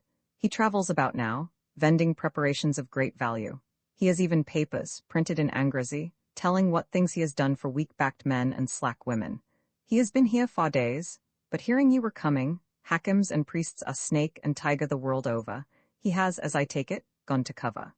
While she drew breath after this volley, the ancient servant, sitting unrebuked on the edge of the torchlight, muttered, "This house is a cattle pound, as it were, for all charlatans and priests. Let the boy stop eating mangoes, but who can argue with a grandmother?" He raised his voice respectfully. "Sahiba, the Hakim sleeps after his meat, he is in the quarters behind the dovecote." Kim bristled like an expectant terrier. To outface and downtalk a Calcutta-taught Bengali, a voluble Dhaka drug vendor, would be a good game. It was not seemly that the llama, and incidentally himself, should be thrown aside for such an one. He knew those curious, bastard English advertisements at the backs of native newspapers. St. Xavier's boys sometimes brought them in by stealth to snigger over among their mates, for the language of the grateful patient recounting his symptoms is most simple and revealing. The Uriah, not unanxious to play off one parasite against the other, slunk away towards the dovecote. Yes, said Kim with measured scorn. Their stock in trade is a little coloured water and a very great shamelessness. Their prey are broken-down kings and overworked Bengalis. Their profit is in children who are not born. The old lady chuckled. Do not be envious. Charms are better, eh? I never gainsaid it. See that thy Holy One writes me a good amulet by the morning. None but the ignorant deny. A thick, heavy voice boomed through the darkness as a figure came to rest squatting. None but the ignorant deny the value of charms. None but the ignorant deny the value of medicines. A rat found a piece of turmeric, said he. I will open a grocer's shop, Kim retorted. Battle was fairly joined now, and they heard the old lady stiffen to attention. The priest's son knows the names of his nurse and 3 gods. Says he, hear me, or I will curse you by the 3,000,000 great ones. Decidedly this invisible had an arrow or 2 in his quiver. He went on. I am but a teacher of the alphabet. I have learned all the wisdom of the sahibs. The sahibs never grow old. They dance and they play like children when they are grandfathers. A strong-backed breed, piped the voice inside the palanquin. I have, too, our drugs which loosen humours of the head in hot and angry men. Sinar well compounded when the moon stands in the proper house. Yellow earths I have oplin from China that makes a man renew his youth and astonish his household. Saffron from Kashmir and the best salep of Kabul. Many people have died before, that I surely believe, said Kim. They knew the value of my drugs. I do not give my sick the mere ink in which a charm is written, but hot and rending drugs which descend and wrestle with the evil. Very mightily they do so, sighed the old lady. The voice launched into an immense tale of misfortune and bankruptcy, studded with plentiful petitions to the government. But for my fate, which overrules all, I had been now in government employ. I bear a degree from the great school at Calcutta, whither, maybe, the son of this house shall go. He shall indeed, if our neighbour's brat can in a few years be made an F.A. First oughts, she used the English word, of which she had heard so often. How much more shall children clever as some that I know bear away prizes at rich Calcutta? Never, said the voice, have I seen such a child, born in an auspicious hour, and but for that colic which, alas, turning into black colas, may carry him off like a pigeon, destined to many years, he is enviable. Hi my, said the old lady. To praise children is inauspicious, or I could listen to this talk, but the back of the house is unguarded, and even in this soft air men think themselves to be men, and women we know. The child's father is away too, and I must be Chowkada 56 in my old age. Up, take up the palanquin. Let the hakim and the young priest settle between them whether charms or medicine most avail. Ho, worthless people, fetch tobacco for the guests, and round the homestead go I. The palanquin reeled off, followed by straggling torches and a horde of dogs. 20 villages knew the sahiba, her failings, her tongue, and her large charity. 20 villages cheated her after immemorial custom, but no man would have stolen or robbed within her jurisdiction for any gift unto heaven. None the less, she made great parade of her formal inspections, the riot of which could be heard halfway to Mussoorie. Kim relaxed, as one aga must when he meets another. The hakim, still squatting, slid over his hookah with a friendly foot, and Kim pulled at the good weed. The hangers-on expected grave professional debate, and perhaps a little free doctoring. To discuss medicine before the ignorant is of one piece with teaching the peacock to sing, said the hakim. True courtesy, Kim echoed, is very often inattention. These, be it understood, were company manners, designed to impress. Hi, I have an ulcer on my leg, cried a scullion. Look at it? Get hence, remove, said the hakim. Is it the habit of the place to pester honoured guests? Ye crowd in like buffaloes. If the sahiba knew, Kim began. Ai, come away, they are meat for our mistress. When her young Shaitan's colics are cured, perhaps we poor people may be suffered too. The mistress fed thy wife when thou wast in jail for breaking the monelender's head. Who speaks against her? The old servitor curled his white moustaches savagely in the young moonlight. I am responsible for the honour of this house. Go, and he drove the underlings before him, said the hakim, hardly more than shaping the words with his lips. How do you do, Mr. O'Hara? I am jolly glad to see you again. Kim's hand clenched about the pipe stem. Anywhere on the open road, perhaps he would not have been astonished, but here, in this quiet backwater of life, he was not prepared for hurry babu. It annoyed him, too, that he had been hoodwinked. Aha, I told you at Lucknow, Resurgam, I shall rise again and you shall not know me. How much did you bet, eh? He chewed leisurely upon a few cardamom seeds, but he breathed uneasily. But why come here, Babuji? Ah, that is the question, as Shakespeare hath it. I come to congratulate you on your extraordinary efficient performance at Delhi. Oh, I tell you we are all proud of you. It was very neat and handy. Our mutual friend, he is old friend of mine. He has been in some damn tight places. Now he will be in some more. He told me, I tell Mr. Lurgan, and he is pleased you graduate so nicely. All the department is pleased. For the first time in his life, Kim thrilled to the clean pride, it can be a deadly pitfall, nonetheless, of departmental praise, ensnaring praise from an equal of work appreciated by fellow workers. Earth has nothing on the same plane to compare with it. But, cried the Oriental in him, Babas, do not travel far to retail compliments. Tell thy tale, Babu, he said authoritatively. Oh, it is nothing. Only I was at Simla when the wire came in about what our mutual friend said he had hidden, and old Creighton. He looked to see how Kim would take this piece of audacity. The Colonel Sahib, the boy from St. Xavier's, corrected. Of course. He found me at a loose string, and I had to go down to Chitta to find that beastly letter. I do not like the South, too much railway travel, but I drew good travelling allowance. I meet our mutual at Delhi on the way back. He lies quiet just now, and says Sadhu disguise suits him to the ground. Well, there I hear what you have done so well so quickly, upon the instantaneous spur of the moment. I tell our mutual you take the bally bun, by Jove. It was splendid, I come to tell you so. The frogs were busy in the ditches, and the moon slid to her setting. Some happy servant had gone out to commune with the night and to beat upon a drum. Kim's next sentence was in the vernacular. How didst thou follow us? Oh, that was nothing. I know from our mutual friend you go to Saharanpur, so I come on. Red llamas are not inconspicuous persons. I buy myself my drug box, and I am very good doctor really. I go to a crawler of the Ford and hear all about you, and I talk here and talk there. All the common people know what you do. I knew when the hospitable old lady sent the dooli. They have great recollections of the old lama's visits here. I know old ladies cannot keep their hands from medicines. So I am a doctor, and you hear my talk? I think it is very good. My word, Mr. O'Hara, they know about you and the lama for 50 miles, the common people, so I come. Do you mind? Babuji, said Kim, looking up at the broad, grinning face, I am a sahib, my dear Mr. O'Hara, and I hope to play the great game. You are subordinate to me departmentally at present. Then why talk like an ape in a tree? Men do not come after one from Simla and change their dress for the sake of a few sweet words. I am not a child. Talk Hindi and let us get to the yolk of the egg. Thou art here, speaking not one word of truth in 10. Why art thou here? Give a straight answer. That is so very disconcerting of the Europeans. Mr. O'Hara, you should know a heap better at your time of life. But I want to know, said Kim, laughing. If it is the game, I may help. How can I do anything if you buck 57 all round the shop? Hurry Babu reached for the pipe and sucked it till it guggled again. Now I will speak vernacular. You sit tight, Mr. O'Hara. It concerns the pedigree of a white stallion. Still, that was finished long ago. When everyone is dead, the great game is finished. Not before. Listen to me till the end. There were 5 kings who prepared a sudden war 3 years ago, when thou wast given the stallion's pedigree by Mahbub Ali. Upon them, because of that news, and ere they were ready, fell our army. 8,000 men with guns, I remember that night. But the war was not pushed. That is the government custom. The troops were recalled because the government believed the 5 kings were cowed, and it is not cheap to feed men among the high passes. Hilaz and Banara, Rajas with guns, undertook for a price to guard the passes against all coming from the north. They protested both fear and friendship. He broke off with a giggle into English. Of course, I tell you this unofficially to elucidate political situation, Mr. O'Hara. Officially, I am debarred from criticizing any action of superiors. Now I go on.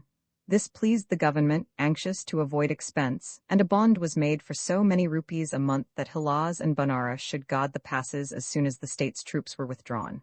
At that time, it was after we two met, I, who had been selling tea in Leh, became a clerk of accounts in the army. When the troops were withdrawn, I was left behind to pay the coolies who made new roads in the hills.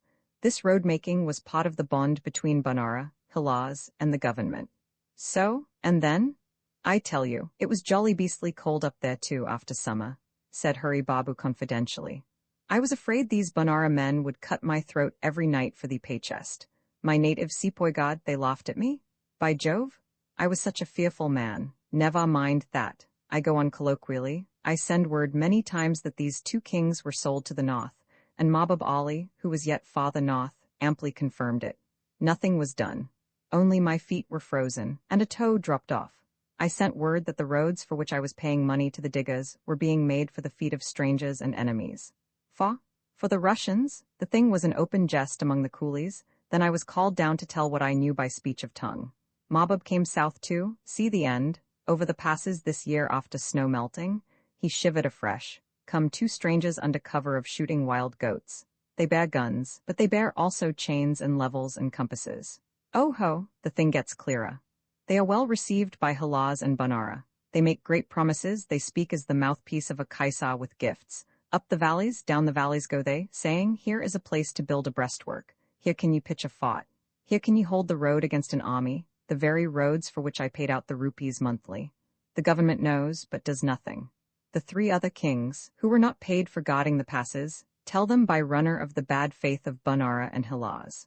When all the evil is done, look you, when these two strangers with the levels and the compasses make the five kings to believe that a great army will sweep the passes tomorrow or the next day, hill people are all fools, comes the order to me, hurry Babu, go north and see what those strangers do. I say to Creighton Sahib, this is not a lawsuit that we go about to collect evidence. Hurry returned to his English with a jerk. By Jove, I said, why the deuce do you not issue demi-official orders to some brave man to poison them, for an example? It is, if you permit the observation, most reprehensible laxity on your part. And Colonel Creighton, he laughed at me, it is all your beastly English pride.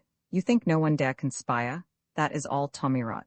Kim smoked slowly, revolving the business, so far as he understood it, in his quick mind. Then thou goest forth to follow the strangers? No, to meet them. They are coming in to Simla to send down their horns and heads to be dressed at Calcutta. They are exclusively spotting gentlemen, and they are allowed special facilities by the government. Of course, we always do that. It is our British pride. Then what is to fear from them? By Jove, they are not black people. I can do all sorts of things with black people, of course. They are Russians and highly unscrupulous people. I do not want to consort with them without a witness. Will they kill thee? Oh, that is nothing. I am good enough Herbert Spencerian, I trust, to meet little thing like death, which is all in my fate, you know. But they may beat me. Why? Hurry Babu snapped his fingers with irritation. Of course I shall affiliate myself to their camp in supernumerary capacity, as perhaps interpreter, or person mentally impotent and hungry, or some such thing, and then I must pick up what I can, I suppose. That is as easy for me as playing Mr. Doctor to the old lady. Only, you see, Mr. O'Hara, I am unfortunately Asiatic, which is serious detriment in some respects, and also I am Bengali, a fearful man. God made the hare and the Bengali. What shame?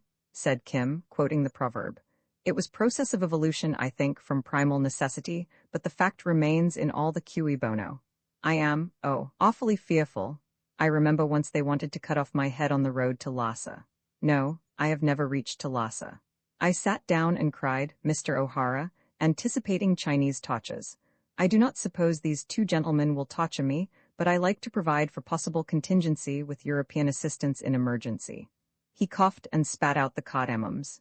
It is purely unofficial indent, to which you can say no, Babu. If you have no pressing engagement with your old man, perhaps you might divert him, perhaps I can seduce his fancies. I should like you to keep in departmental touch with me till I find those spotting coves. I have great opinion of you since I met my friend at Delhi. And also, I will embody your name in my official report when matter is finally adjudicated. It will be a great feather in your cap. That is why I come really. Humph! The end of the tale, I think, is true. But what of the fa pot? About the 5 kings? Oh, there is ever so much truth in it. A lots more than you would suppose, said Hurry earnestly. You come, eh? I go from here straight into the dune. It is very verdant and painted meads. I shall go to Mussoorie, to good old Munsori Paha, as the gentlemen and ladies say, then by Rampur into Chinny. That is the only way they can come. I do not like waiting in the cold, but we must wait for them. I want to walk with them to Simla. You see, one Russian is a Frenchman, and I know my French pretty well. I have friends in Chandanagar. He would certainly rejoice to see the hills again, said Kim meditatively. All his speech these 10 days past has been of little else. If we go together? Oh, we can be quite strangers on the road, if your lama prefers. I shall just be 5 miles ahead. There is no hurry for hurry. That is a Europe pun, ha, ha, and you come after. There is plenty of time, they will plot and survey and map of course. I shall go tomorrow, and you the next day, if you choose. You go think on it till morning, by Jove, it is near morning now. He yawned ponderously, and with never a civil word lumbered off to his sleeping place, but Kim slept little, and his thoughts ran in Hindustani. Well, is the game called great? I was 4 days a scullion at Quetta, waiting on the wife of the man whose book I stole. And that was part of the great game. From the south, God knows how far, came up the Maratha, playing the great game in fear of his life. Now I shall go far and far into the north playing the great game. Truly, it runs like a shuttle throughout all Hind. And my share and my joy, he smiled to the darkness, I owe to the Lama here. Also to Mahbub Ali, also to Creighton Sahib, but chiefly to the Holy One. He is right, a great and a wonderful world, and I am Kim, alone, one person in the middle of it all. But I will see these strangers with their levels and chains. What was the upshot of last night's babble? Said the Lama, after his orisons. There came a strolling seller of drugs, a hanger-on of the Sahibas. Him I abolished by arguments and prayers, proving that our charms are worthier than his colored waters. Alas, my charms, is the virtuous woman still bent upon a new one? Very strictly. Then it must be written, or she will deafen me with her clamor. He fumbled at his pen-case. In the plains, said Kim, are always too many people. In the hills, as I understand, there are fewer. Oh, the hills and the snows upon the hills. The Lama tore off a tiny square of paper fit to go in an amulet. But what dost thou know of the hills? They are very close. Kim thrust open the door and looked at the long, peaceful line of the Himalayas flushed in morning gold. Except in the dress of a sahib, I have never set foot among them.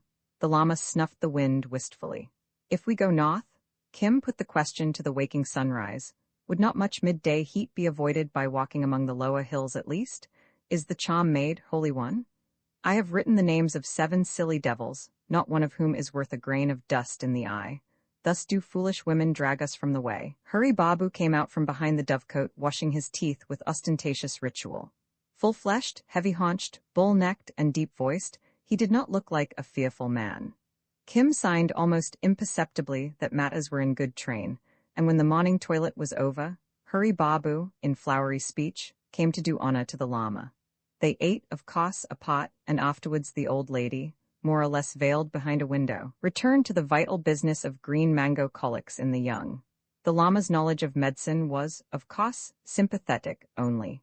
He believed that the dung of a black horse, mixed with sulphur and carried in a snakeskin, was a sound remedy for cholera, but the symbolism interested him far more than the science. Hari Babu deferred to these views with enchanting politeness, so that the Lama called him a courteous physician. Hari Babu replied that he was no more than an inexpert dabbler in the mysteries, but at least, he thanked the gods therefore, he knew when he sat in the presence of a master. He himself had been taught by the sahibs, who do not consider expense, in the lordly halls of Calcutta, but as he was ever first to acknowledge, there lay a wisdom behind earthly wisdom, the high and lonely lore of meditation. Kim looked on with envy. The Hari Babu of his knowledge, oily, effusive, and nervous, was gone. Gone, too, was the brazen drug vendor of overnight. There remained, polished, polite, attentive, a sober, learned son of experience and adversity, gathering wisdom from the Lama's lips. The old lady confided to Kim that these rare levels were beyond her. She liked charms with plenty of ink that one could wash off in water, swallow, and be done with. Else what was the use of the gods? She liked men and women, and she spoke of them. Of kinglets she had known in the past, of her own youth and beauty, of the depredations of leopards and the eccentricities of love Asiatic, of the incidents of taxation, rack-renting, funeral ceremonies, her son-in-law, this by illusion, easy to be followed, the care of the young, and the age's lack of decency. And Kim, as interested in the life of this world as she soon to leave it, squatted with his feet under the hem of his robe, drinking all in, while the Lama demolished one after another every theory of body curing put forward by Hari Babu.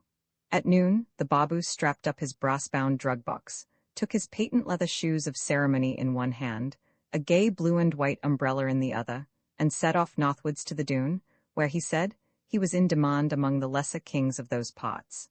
We will go in the cool of the evening, Chella, said the Lama. That doctor, learned in physic and courtesy, affirms that the people among these lower hills are devout, generous, and much in need of a teacher. In a very short time, so says the Hakim, we come to cool air and the smell of pines. Ye go to the hills, and by Kulu road? Oh, thrice happy, shrilled the old lady.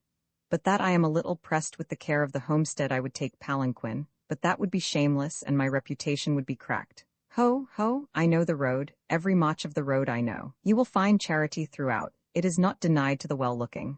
I will give orders for provision, a servant to set you forth upon your journey. No, then I will at least cook ye good food.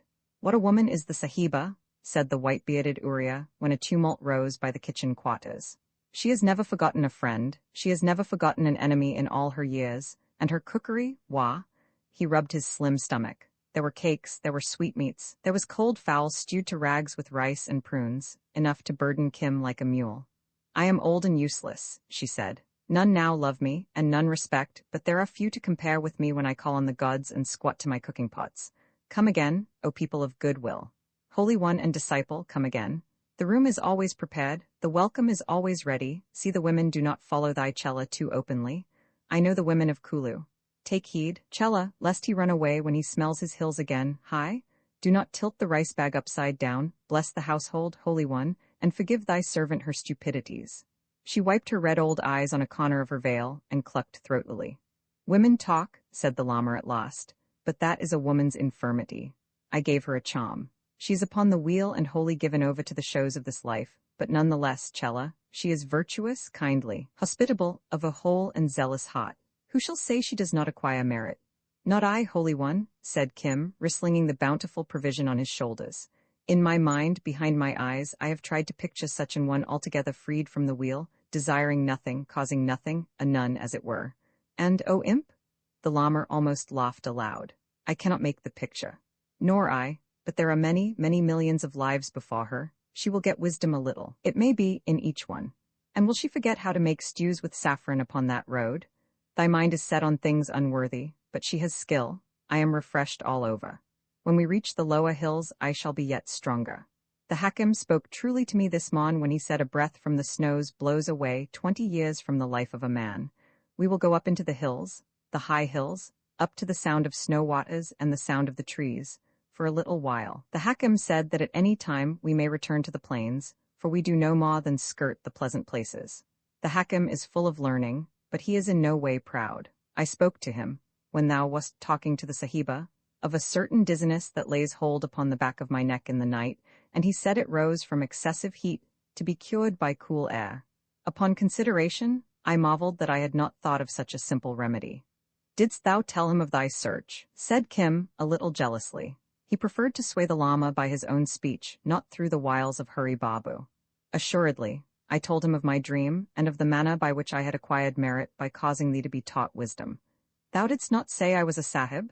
What need? I have told thee many times we be but two souls seeking escape. He said, and he is just herein, that the river of healing will break forth, even as I dreamed, at my feet, if need be. Having found the way, seest thou, that shall free me from the wheel, need I trouble to find a way about the mere fields of earth, which are illusion? That were senseless. I have my dreams, night upon night repeated. I have the Jataka, and I have thee, friend of all the world.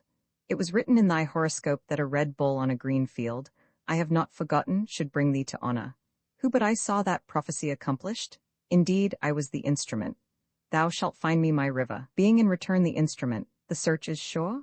He set his ivory, ellow face, serene and untroubled, towards the beckoning hills, his shadow shouldering far before him in the dust. Roman 13 who hath desired the sea, the sight of salt water unbounded, the heave and the halt and the hurl and the crash of the Kuma wind-hounded, the sleek-barreled swell before storm, grey, foamless, enormous and growing, stock calm on the lap of the line, or the crazy-eyed hurricane blowing, his sea and no showing the same, his sea and the same neath all showing, his sea that his being fulfills, so and no otherwise hillmen desire their hills. Who goes to the hills goes to his mother.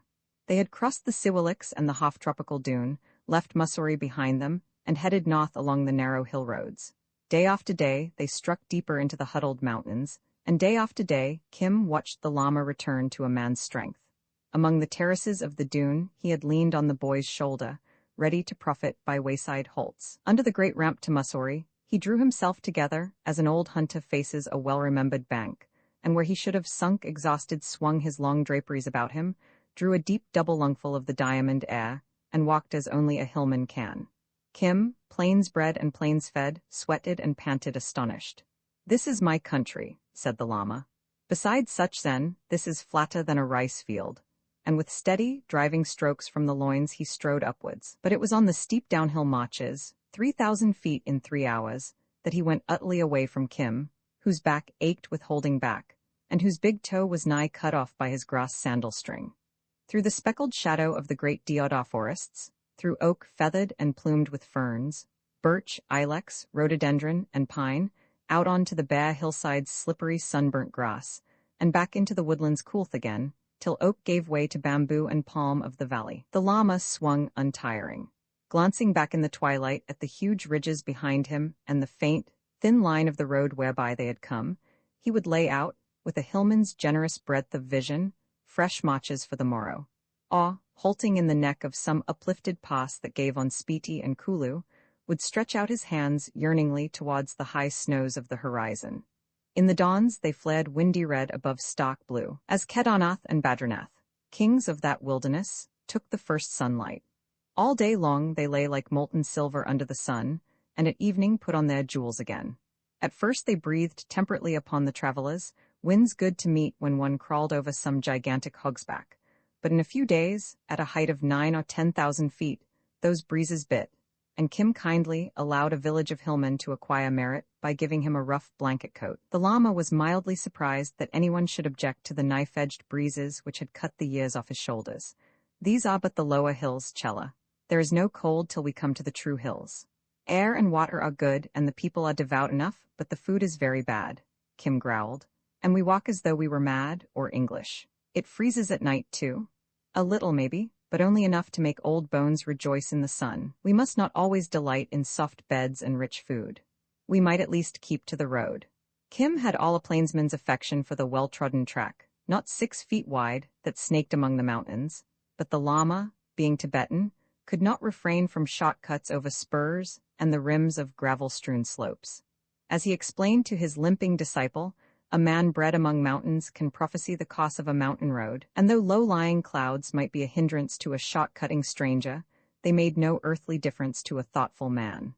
Thus, after long hours of what would be reckoned very fair mountaineering in civilized countries, they would pant over a saddleback, sidle past a few landslips, and drop through forest at an angle of 45 onto the road again. Along their track lay the villages of the hillfolk, mud and earth huts, timbers now and then rudely carved with an axe, clinging like swallows' nests against the steeps, huddled on tiny flats halfway down a 3,000-foot glissade, jammed into a corner between cliffs that funneled and focused every wandering blast. For the sake of summer pasture, cowering down on a neck that in winter would be 10 feet deep in snow. And the people?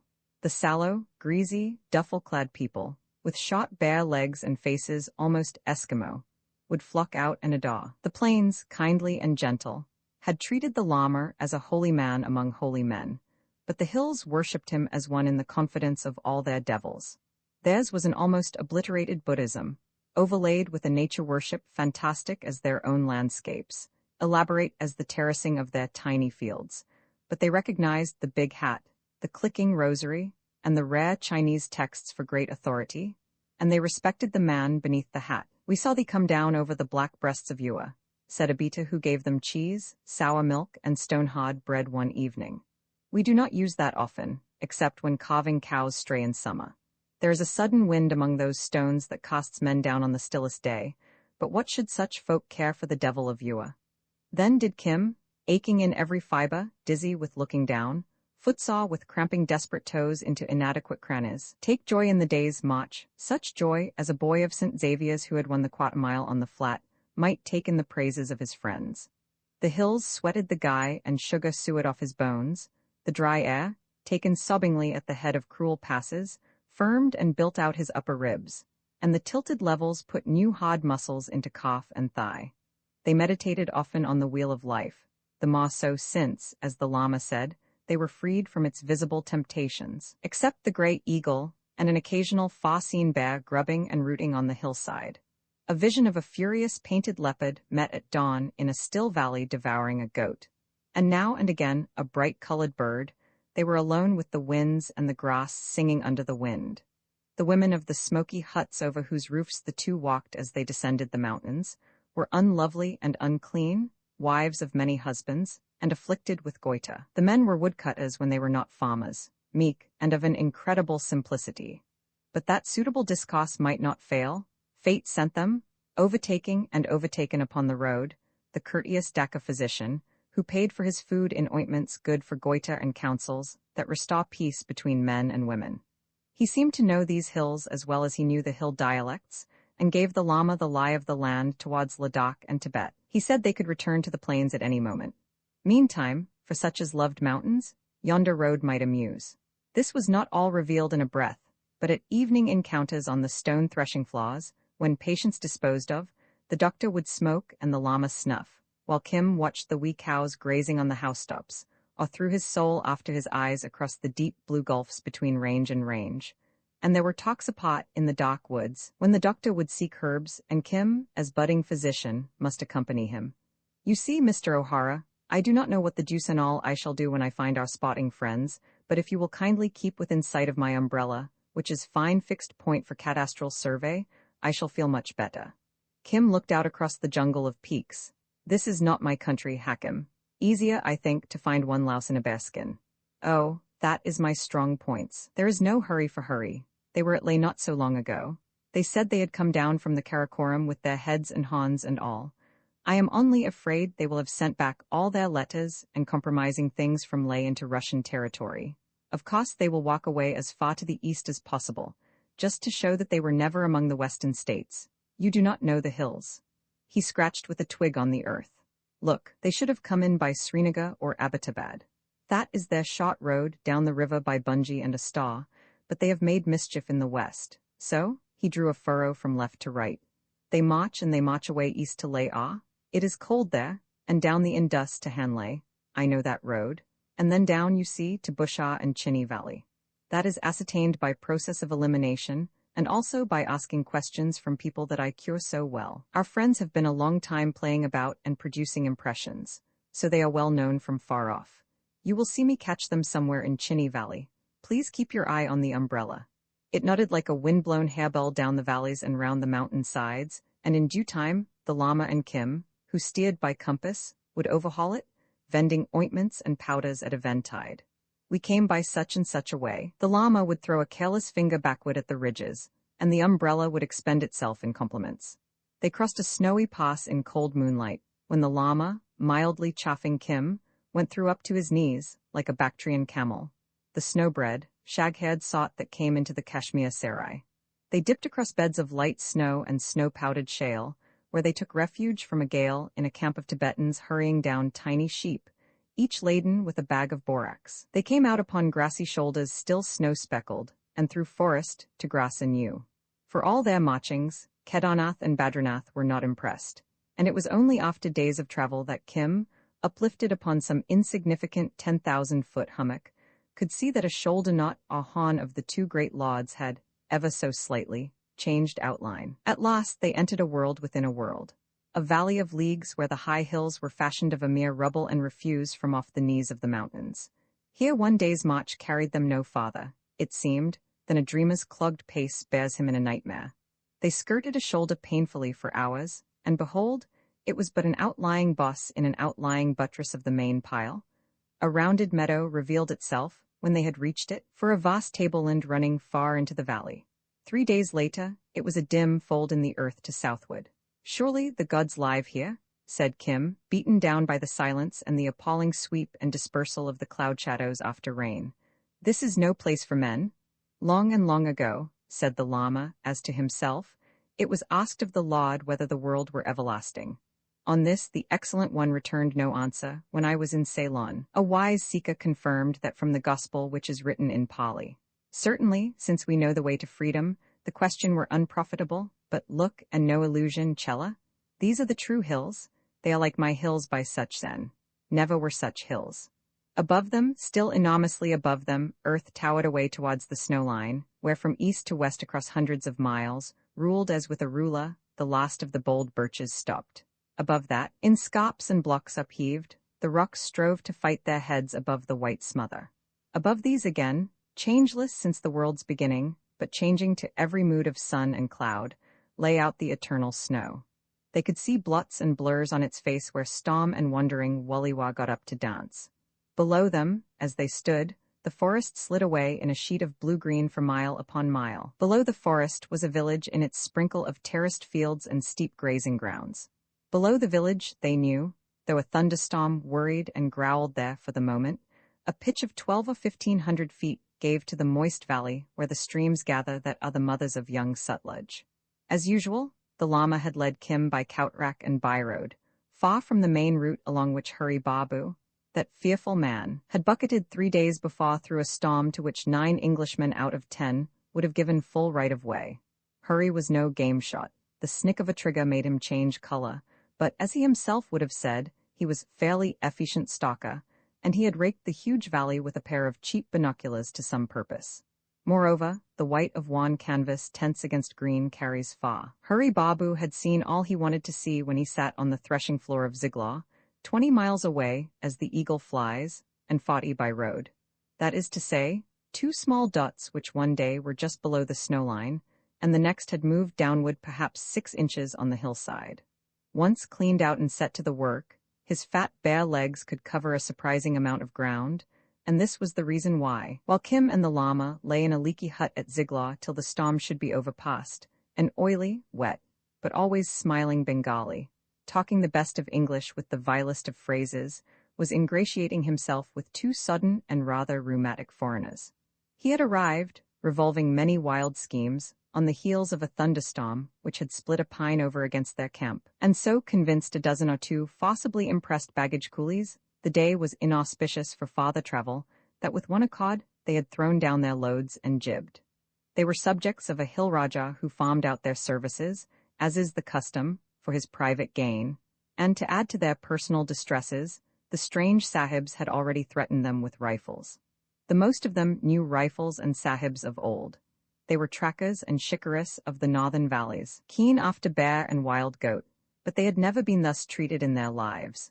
So the forest took them to her bosom, and for all oaths and clamour, refused to restore. There was no need to feign madness or the Babu had thought of another means of securing a welcome.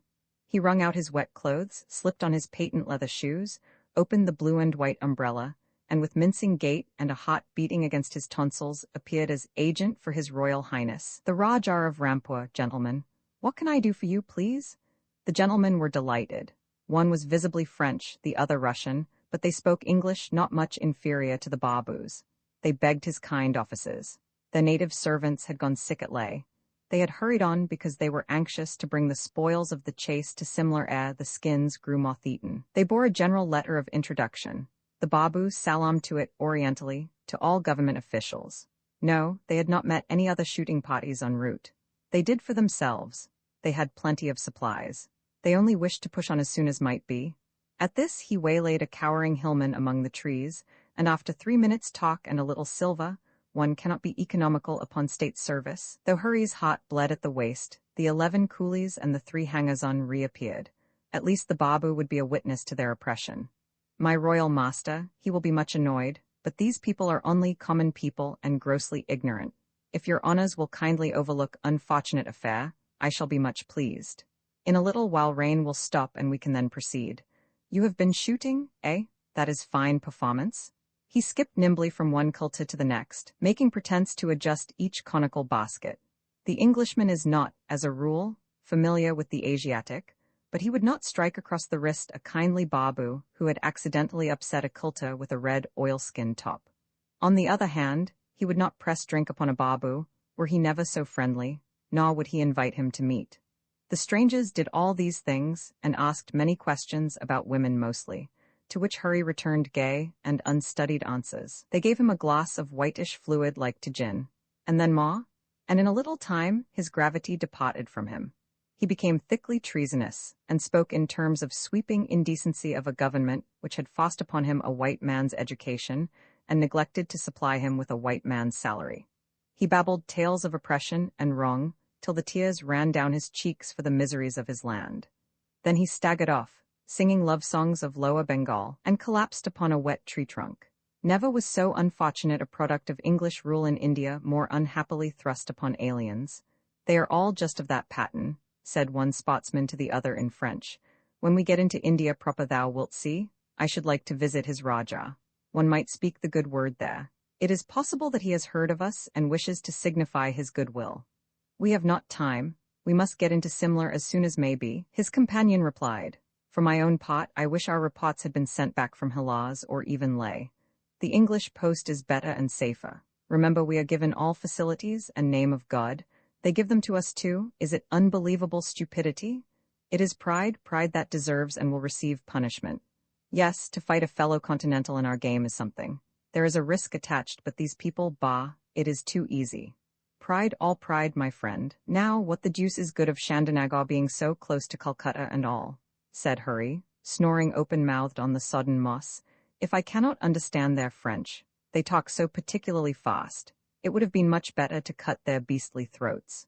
When he presented himself again, he was racked with a headache, penitent, and volubly afraid that in his drunkenness he might have been indiscreet. He loved the British government. It was the source of all prosperity and honor, and his master at Rampur held the very same opinion. Upon this, the men began to deride him, and to quote past words, till step by step, with deprecating smirks, oily grins, and leers of infinite cunning, the poor Babu was beaten out of his defenses and forced to speak truth.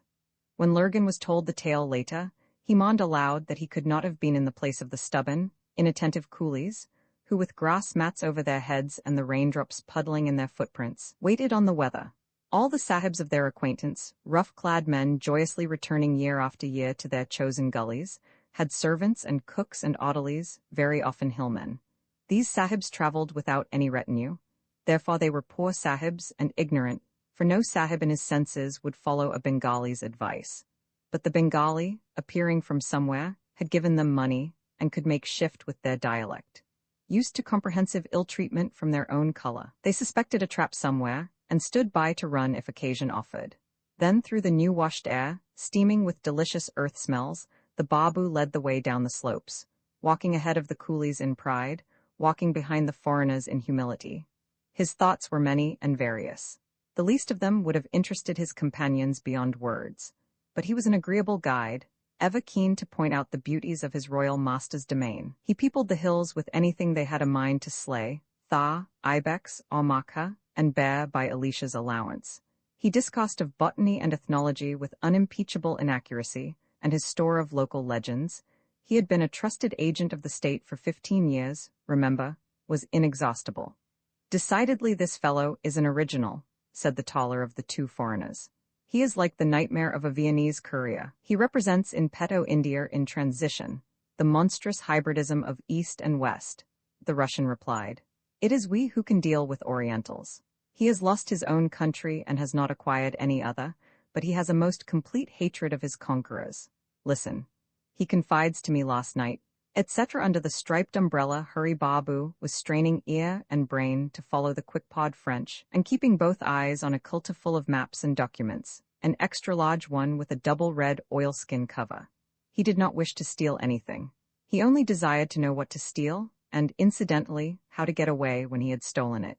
He thanked all the gods of Hindustan and Herbert Spencer that there remained some valuables to steal.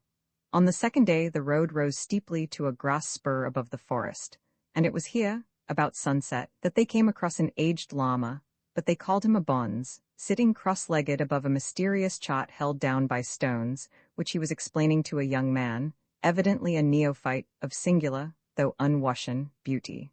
The striped umbrella had been sighted half a march away, and Kim had suggested a halt till it came up to them. "Ha," said Hurry Babu, resourceful as Puss in Boots.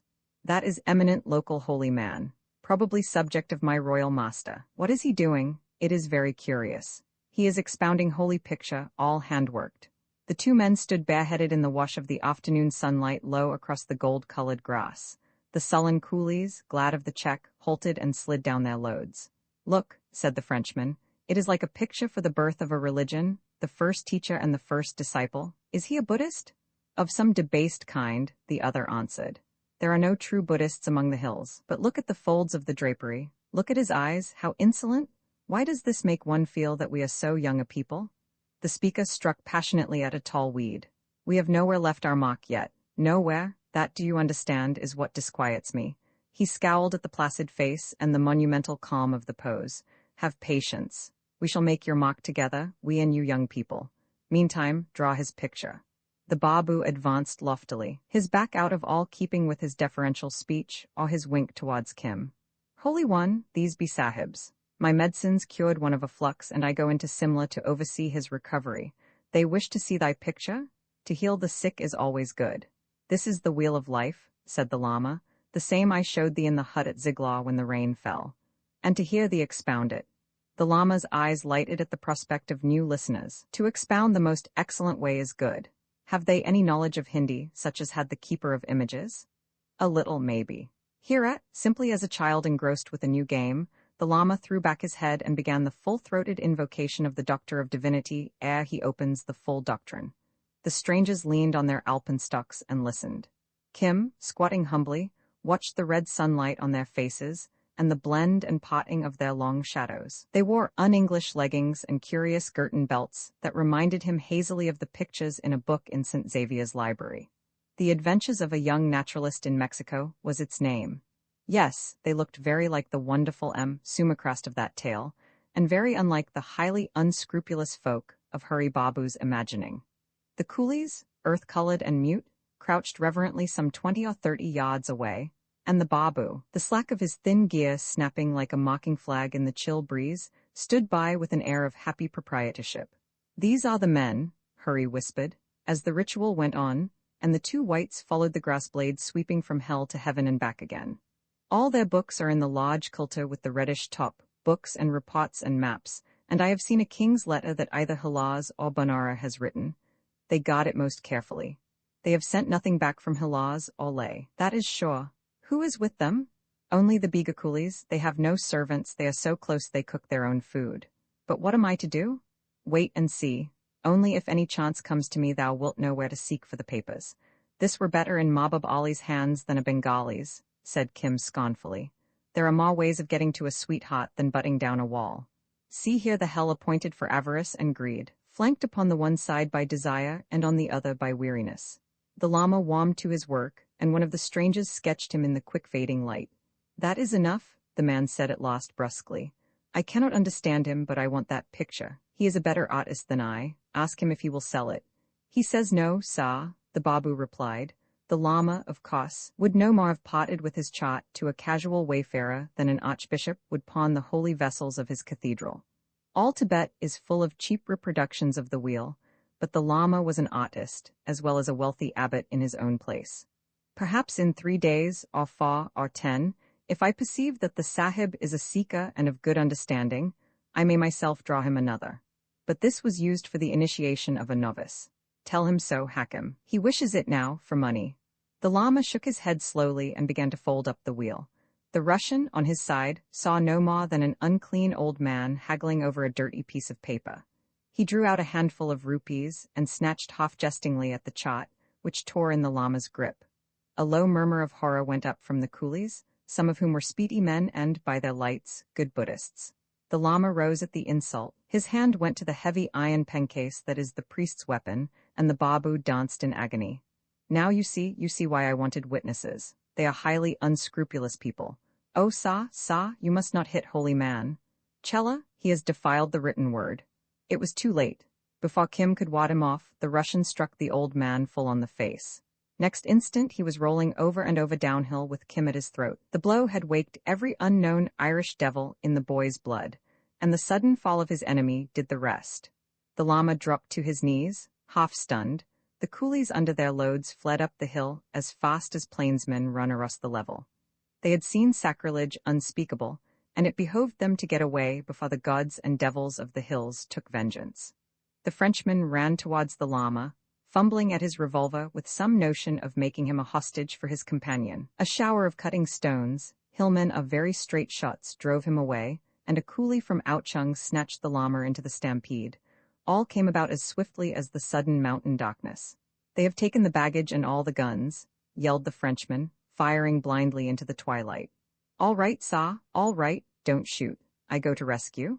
And Hurry, pounding down the slope, cast himself bodily upon the delighted and astonished Kim, who was banging his breathless foe's head against a boulder. "Go back to the coolies," whispered the Babu in his ear. "They have the baggage. The papers are in the quilter with the red top, but look through all. Take their papers and specially the Murasla .58 go. The other man comes. Kim tore uphill. A revolver bullet rang on a rock by his side, and he cowered partridge-wise. If you shoot, shouted Hurry, they will descend and annihilate us. I have rescued the gentleman, sir. This is particularly dangerous. By Jove? Kim was thinking hard in English. This is damn tight place, but I think it is self-defense. He felt in his bosom for Mahbub's gift, and uncertainly, save for a few practice shots in the Bikanya desert, he had never used the little gun, pulled the trigger. What did I say, sir? The Babu seemed to be in tears. Come down here and assist to resuscitate. We are all up a tree, I tell you. The shots ceased. There was a sound of stumbling feet, and Kim hurried upward through the gloom, swearing like a cat or a country bred. Did they wound thee, Chella? Called the llama above him. No, and thou? He dived into a clump of stunted firs. Unhurt, come away. We go with these folk to Shamlag under the snow. But not before we have done justice, a voice cried. I have got the sahib's guns all fa. Let us go down. He struck the Holy One, we saw it. Our cattle will be barren, our wives will cease to bear, the snows will slide upon us as we go home, on top of all other oppression too. The little fur clump filled with clamoring coolies, panic-stricken and in their terror capable of anything. The man from Outchung clicked the breech bolt of his gun impatiently and made as to go downhill. Wait a little, Holy One, they cannot go far. Wait till I return, said he. It is this person who has suffered wrong, said the Lama, his hand over his brow. For that very reason, was the reply. If this person overlooks it, your hands are clean. Moreover, ye acquire merit by obedience. Wait, and we will all go to Shamleg together, the man insisted. For a moment, for just so long as it needs to stuff a cartridge into a breech-loader, the Lama hesitated.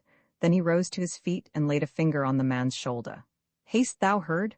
I say there shall be no killing, I who was abbot of such then. Is it any lust of thine to be reborn as a rat, or a snake under the eaves, a worm in the belly of the most mean beast? Is it thy wish to? The man from Outchung fell to his knees, for the voice boomed like a Tibetan devil gong. Ai, cried the speedy men. Do not curse us, do not curse him. It was but his zeal, Holy One. Put down the rifle, fool.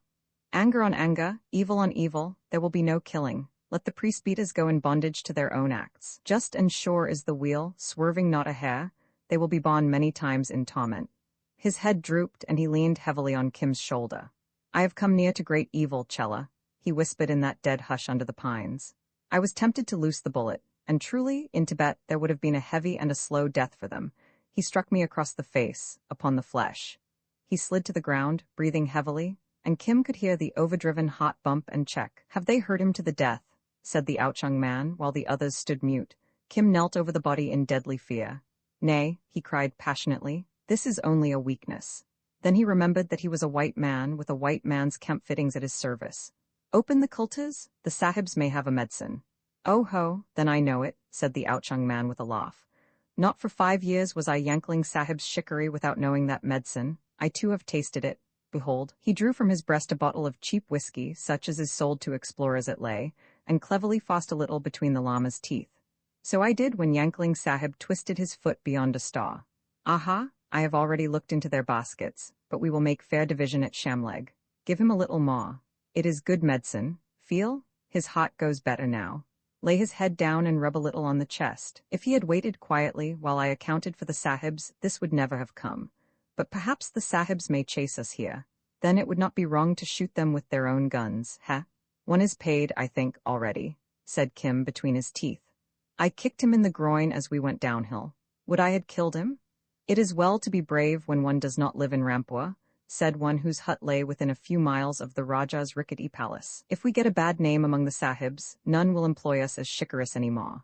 Oh, but these are not Angrezi sahibs, not merry-minded men like Fostam Sahib or Yankling Sahib. They are foreigners. They cannot speak Angrezi as do sahibs. Here the Lama coughed and sat up, groping for the rosary. There shall be no killing, he murmured. Just as the wheel, evil on evil. Nay, Holy One, we are all here. The Outchung man timidly patted his feet.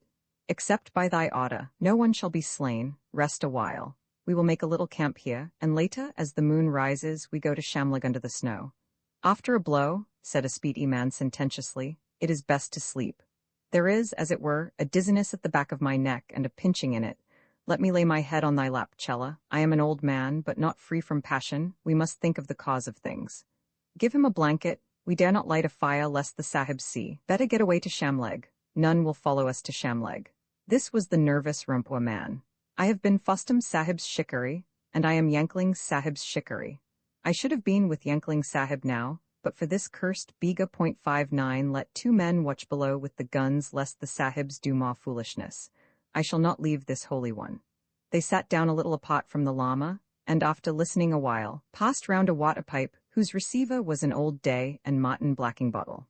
The glow of the red charcoal, as it went from hand to hand, lit up the narrow, blinking eyes, the high Chinese cheekbones, and the bull throats that melted away into the dark duffel folds round the shoulders. They looked like kobolds from some magic mine, gnomes of the hills in conclave. And while they talked, the voices of the snow waters round them diminished one by one as the night frost choked and clogged the runnels. How he stood up against us? Said a speedy man admiring. I remember an old ibex, out Ladakh way, that Dupont Sahib missed on a shoulder shot, 7 seasons back, standing up just like him. Dupont Sahib was a good shikari. Not as good as Yankling Sahib. The Outchung man took a pull at the whiskey bottle and passed it over. Now hear me, unless any other man thinks he knows more. The challenge was not taken up. We go to Shamleg when the moon rises, there we will fairly divide the baggage between us. I am content with this new little rifle and all its cartridges. Are the bears only bad on thy holding? Said a mate, sucking at the pipe. No, but musk pods are worth 6 rupees apiece now, and thy women can have the canvas of the tents and some of the cooking gear. We will do all that at Shamleg before dawn. Then we all go our ways, remembering that we have never seen or taken service with these sahibs, who may, indeed, say that we have stolen their baggage. That is well for thee, but what will our Rajah say? Who is to tell him? Those sahibs who cannot speak our talk, or the Babu, who for his own ends gave us money. Will he lead an army against us? What evidence will remain? That we do not need we shall throw on Shamleg Midden, where no man has yet set foot. Who is at Shamleg this summer? The place was only a grazing center of 3 or 4 huts. The woman of Shamleg. She has no love for sahibs, as we know. The others can be pleased with little presents, and here is enough for us all. He patted the fat sides of the nearest basket. But, I have said they are not true sahibs. All their skins and heads were bought in the bazaar at Leh. I know the mocks. I showed them to ye last March. True, they were all bought skins and heads. Some had even the moth in them. That was a shrewd argument, and the Outchung man knew his fellows. If the worst comes to the worst, I shall tell Yankling Sahib, who is a man of a merry mind, and he will laugh. We are not doing any wrong to any sahibs whom we know. They are priest beaters. They frightened us. We fled?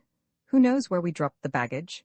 Do you think Yankling Sahib will permit down-country police to wander all over the hills, disturbing his game? It is a far cry from Simla to Chinny, and farther from Shamleg to Shamleg Midden. So be it, but I carry the big kulta, the basket with the red top that the sahibs pack themselves every morning. Thus it is proved, said the Shamleg man adroitly, that they are sahibs of no account. Who ever heard of Fustum Sahib, or Yankling Sahib, or even the little Peel Sahib that sits up of nights to shoot Sero? I say, who ever heard of these sahibs coming into the hills without a down-country cook, and a bearer, and all manner of well-paid, high-handed and oppressive folk in their tail? How can they make trouble? What of the kulta? Nothing, but that it is full of the written word, books and papers in which they wrote, and strange instruments as of worship. Shamleg Midden will take them all. True, but how if we insult the sahib's gods thereby? I do not like to handle the written word in that fashion, and their brass idols are beyond my comprehension. It is no plunder for simple hill folk. The old man still sleeps, HSD, we will ask his chela. The Outchung man refreshed himself and swelled with pride of leadership. We have here, he whispered, a kulta whose nature we do not know. But I do, said Kim cautiously. The Lama drew breath in natural, easy sleep, and Kim had been thinking of Hurry's last words. As a player of the great game, he was disposed just then to reverence the Babu. It is a kulta with a red top full of very wonderful things, not to be handled by fools. I said it, cried the bearer of that burden. Thinkest thou it will betray us? Not if it be given to me. I can draw out its magic, otherwise it will do great harm. A priest always takes his share. Whiskey was demoralizing the Outchung man. It is no matter to me, Kim answered with the craft of his mother country. Share it among you and see what comes. Not I was only jesting. Give the order. There is more than enough for us all. We go our way from Shamleg in the dawn. They arranged and rearranged their artless little plans for another hour, while Kim shivered with cold and pride. The humor of the situation tickled the Irish and the Oriental in his soul. Here were the emissaries of the dread power of the North, very possibly as great in their own land as Mabub or Colonel Creighton, suddenly smitten helpless. One of them, he privately knew, would be lame for a time. They had made promises to kings. Tonight they lay out somewhere below him, chotless, foodless, tentless, gunless, except for Hurry Babu, guideless. And this collapse of their great game, Kim wondered to whom they would report it in, this panicky bolt into the night, had come about through no craft of Hurry's or contrivance of Kim's, but simply, beautifully, and inevitably as the capture of Mabub's fakir friends by the zealous young policeman at Umballa. They are there, with nothing, and by Jove, it is cold. I am here with all their things. Oh, they will be angry. I am sorry for Hurry Babu. Kim might have saved his pity, for though at that moment the Bengali suffered acutely in the flesh, his soul was puffed and lofty. A mile down the hill, on the edge of the pine forest, two half-frozen men, one powerfully sick at intervals, were varying mutual recriminations with the most poignant abuse of the Babu, who seemed distraught with terror. They demanded a plan of action. He explained that they were very lucky to be alive, that their coolies, if not then stalking them, had passed beyond recall, that the Rajah, his master, was 90 miles away, and so far from lending them money and a retinue for the Simla journey, would surely cast them into prison if he heard that they had hit a priest. He enlarged on this sin and its consequences, till they bade him change the subject. Their one hope, said he, was unostentatious flight from village to village till they reached civilization, and for the 100th time dissolved in tears, he demanded of the high stars why the sahibs had beaten holy man. 10 steps would have taken Hurry into the creaking gloom utterly beyond their reach, to the shelter and food of the nearest village, where glib-tongued doctors were scarce. But he preferred to endure cold, bella pinch, bad words, and occasional blows in the company of his honored employers. Crouched against a tree trunk, he sniffed dolefully. "And have you thought," said the uninjured man hotly, "what sort of spectacle we shall present wandering through these hills among these aborigines?" Hurry Babu had thought of little else for some hours, but the remark was not to his address. "We cannot wander, I can hardly walk," groaned Kim's victim. "Perhaps the holy man will be merciful in loving kindness, sir, otherwise. I promise myself a peculiar pleasure in emptying my revolver into that young bonze when next we meet," was the unchristian answer. Revolvers, vengeance, bonzes? Hurry crouched lower. The war was breaking out afresh. "Have you no consideration for our loss? The baggage? The baggage?" He could hear the speaker literally dancing on the grass. "Everything we bought, everything we have secured, our gains, 8 months' work. Do you know what that means? Decidedly it is we who can deal with Orientals. Oh, you have done well." They fell to it in several tongues, and Hurry smiled. Kim was with the Kultas, and in the Kultas lay 8 months of good diplomacy. There was no means of communicating with the boy, but he could be trusted. For the rest, Hurry could so stage manage the journey through the hills that Hilaz, Banara, and 400 miles of hill roads should tell the tale for a generation. Men who cannot control their own coolies are little respected in the hills, and the hillman has a very keen sense of humor. "If I had done it myself," thought Hurry, "it would not have been better, and by Jove, now I think of it, of course I arranged it myself. How quick I have been. Just when I ran downhill I thought it. The outrage was accidental, but only me could have worked it, for all it was damn well worth. Consider the moral effect upon these ignorant peoples. No treaties, no papers, no written documents at all, and me to interpret for them. How I shall laugh with the colonel? I wish I had their papers also, but you cannot occupy 2 places in space simultaneously. That is axiomatic. Roman fought he my brother kneels, so saith Kabia, to stone and brass in heathen wise, but in my brother's voice I hear my own unanswered agonies. His God is as his fates assign, his prayer is all the world's and mine." At moonrise the cautious coolies got under way. The llama, refreshed by his sleep and the spirit, needed no more than Kim's shoulder to bear him along. A silent, swift-striding man. They held the shale-sprinkled grass for an hour, swept round the shoulder of an immortal cliff, and climbed into a new country entirely blocked off from all sight of Chinny Valley. A huge pasture ground ran up fan-shaped to the living snow. At its base was perhaps half an acre of flat land, on which stood a few soil and timber huts.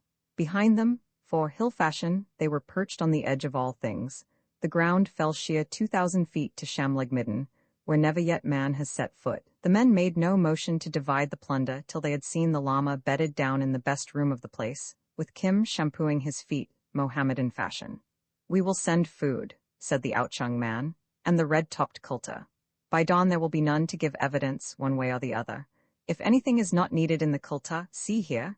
He pointed through the window, opening into space that was filled with moonlight reflected from the snow, and threw out an empty whiskey bottle. No need to listen for the fall. This is the world's end, he said, and went out. The llama looked forth, a hand on either sill, with eyes that shone like yellow opals. From the enormous pit before him white peaks lifted themselves yearning to the moonlight. The rest was as the darkness of interstellar space. These, he said slowly, are indeed my hills. Thus should a man abide, perched above the world, separated from delights, considering vast matters. Yes, if he has a cella to prepare tea for him, and to fold a blanket for his head, and to chase out calving cows. A smoky lamp burned in a niche, but the full moonlight beat it down, and by the mixed light, stooping above the food bag and cups, Kim moved like a tall ghost. Ai, but now I have let the blood cool, my head still beats and drums, and there is a cord round the back of my neck. No wonder, it was a strong blow. May he who dealt it. But for my own passions there would have been no evil. What evil? Thou hast saved the sahibs from the death they deserved 100 times. The lesson is not well learnt, Chella. The llama came to rest on a folded blanket as Kim went forward with his evening routine. The blow was but a shadow upon a shadow. Evil in itself, my legs weary apace these latter days. It met evil in me, anger, rage, and a lust to return evil. These wrought in my blood, woke tumult in my stomach, and dazzled my ears. Here he drank scalding black tea ceremonially, taking the hot cup from Kim's hand. Had I been passionless, the evil blow would have done only bodily evil, a scar, or a bruise, which is illusion, but my mind was not abstracted, for rushed in straightway a lust to let the speedy men kill. In fighting that lust, my soul was torn and wrenched beyond 1,000 blows. Not till I had repeated the blessings, he meant the Buddhist beatitudes, did I achieve calm, but the evil planted in me by that moment's carelessness works out to its end, just as the wheel, swerving not a hair. Learn the lesson, Chella. It is too high for me, Kim muttered. I am still all shaken. I am glad I hurt the man. I felt that sleeping upon thy knees in the wood below. It disquieted me in my dreams, the evil in thy soul working through to mine. Yet on the other hand, he loosed his rosary, I have acquired merit by saving 2 lives, the lives of those that wronged me. Now I must see into the cause of things. The boat of my soul staggers. Sleep and be strong, that is wisest. I meditate. There is a need greater than thou knowest. Till the dawn, hour after hour, as the moonlight paled on the high peaks, and that which had been belted blackness on the sides of the far hills showed as tender green forest, the llama stared fixedly at the wall. From time to time he groaned. Outside the barred door, where discomfited kine came to ask for their old stable, Shamleg and the coolies gave itself up to plunder and riotous living. The outyoung man was their leader, and once they had opened the sahib's tinned foods and found that they were very good, they dared not turn back. Shamleg kitchen midden took the dunnage. When Kim, after a night of bad dreams, stole forth to brush his teeth in the morning chill, a fair-colored woman with turquoise-studded headgear drew him aside. The others have gone. They left thee this culter as the promise was. I do not love sahibs, but thou wilt make us a charm in return for it. We do not wish little Shamleg to get a bad name on account of the accident. I am the woman of Shamleg. She looked him over with bold, bright eyes, unlike the usual furtive glance of hill women. Assuredly, but it must be done in secret. She raised the heavy kulta like a toy and slung it into her own hut. Out and bar the door, let none come near till it is finished, said Kim. But afterwards, we may talk? Kim tilted the kulta on the floor. A cascade of survey instruments, books, diaries, letters, maps, and queerly scented native correspondence. At the very bottom was an embroidered bag covering a sealed, gilded, and illuminated document such as one king sends to another. Kim caught his breath with delight and reviewed the situation from a sahib's point of view. The books I do not want. Besides, they are logarithms, survey, I suppose. He laid them aside. The letters I do not understand, but Colonel Creighton will. They must all be kept. The maps, they draw better maps than me, of course. All the native letters, oho, and particularly the Muresla. He sniffed the embroidered bag. That must be from Hilaz or Banara, and Hurry Babu spoke truth. By Jove, it is a fine haul. I wish Hurry could know, the rest must go out of the window. He fingered a superb prismatic compass and the shiny top of a theodolite. But after all, a sahib cannot very well steal, and the things might be inconvenient evidence later. He sorted out every scrap of manuscript, every map, and the native letters. They made one softish slab. The 3 locked ferrule-backed books with 5 wan pocketbooks he put aside. The letters and the Muresler I must carry inside my coat and under my belt, and the handwritten books I must put into the food bag. It will be very heavy. No, I do not think there is anything, Ma. If there is, the coolies have thrown it down the cud, so that is all right. Now you go too. He repacked the kulta with all he meant to lose and hove it up onto the windowsill. 1,000 feet below lay a long, lazy, round-shouldered bank of mist, as yet untouched by the morning sun. 1,000 feet below that was 100-year-old pine forest. He could see the green tops looking like a bed of moss when a wind eddy thinned the cloud. No, I don't think anyone will go after you. The wheeling basket vomited its contents as it dropped. The theodolite hit a jutting cliff ledge and exploded like a shell. The books, inkstands, paintboxes, compasses, and rulers showed for a few seconds like a swarm of bees. Then they vanished, and, though Kim, hanging half out of the window, strained his young ears, never a sound came up from the gulf. 500, 1,000 rupees could not buy them, he thought sorrowfully. It was very wasteful, but I have all their other stuff, everything they did, I hope. Now how the deuce am I to tell Hurry Babu, and what the deuce am I to do? And my old man is sick. I must tie up the letters in oilskin. That is something to do first, else they will get all sweated, and I am all alone. He bound them into a neat packet, sweedging down the stiff, sticky oilskin at the commas, for his roving life had made him as methodical as an old hunter in matters of the road. Then with double care he packed away the books at the bottom of the food bag. The woman rapped at the door. But thou haste made no charm, she said, looking about. There is no need. Kim had completely overlooked the necessity for a little pat-a-talk. The woman laughed at his confusion irreverently. None for thee. Thou canst cast a spell by the mere winking of an eye. But think of us poor people when thou art gone. They were all too drunk last night to hear a woman. Thou art not drunk. I am a priest. Kim had recovered himself, and the woman being aught but unlovely, thought best to stand on his office. I warn them that the sahibs will be angry and will make an inquisition and a report to the Rajah. There is also the Babu with them. Clocks have long tongues. Is that all thy trouble? The plan rose fully formed in Kim's mind, and he smiled ravishingly. Not all, quoth the woman, putting out a hard brown hand all covered with turquoises set in silver. I can finish that in a breath, he went on quickly. The Babu is the very Hakim, thou hast heard of him, who was wandering among the hills by Ziglaw. I know him. He will tell for the sake of a reward. Sahibs cannot distinguish one hillman from another, but Babas have eyes for men and women. Carry a word to him from me. There is nothing I would not do for thee. He accepted the compliment calmly, as men must in lands where women make the love, tore a leaf from a notebook, and with a patent indelible pencil wrote in gross shikast, the script that bad little boys use when they write dirt on walls. I have everything that they have written, their pictures of the country, and many letters. Especially the Murasla. Tell me what to do. I am at Shamlag under the snow. The old man is sick. Take this to him. It will altogether shut his mouth. He cannot have gone far. Indeed no, they are still in the forest across the spur. Our children went to watch them when the light came, and have cried the news as they moved. Kim looked his astonishment, but from the edge of the sheep pasture floated a shrill, kite-like trill. A child tending cattle had picked it up from a brother or sister on the far side of the slope that commanded Chinny Valley. My husbands are also out there gathering wood. She drew a handful of walnuts from her bosom, split one neatly, and began to eat. Kim affected blank ignorance. Dost thou not know the meaning of the walnut, priest? She said coyly, and handed him the half-shells. Well thought of. He slipped the piece of paper between them quickly. Haste thou a little wax to close them on this letter? The woman sighed aloud, and Kim relented. There is no payment till service has been rendered.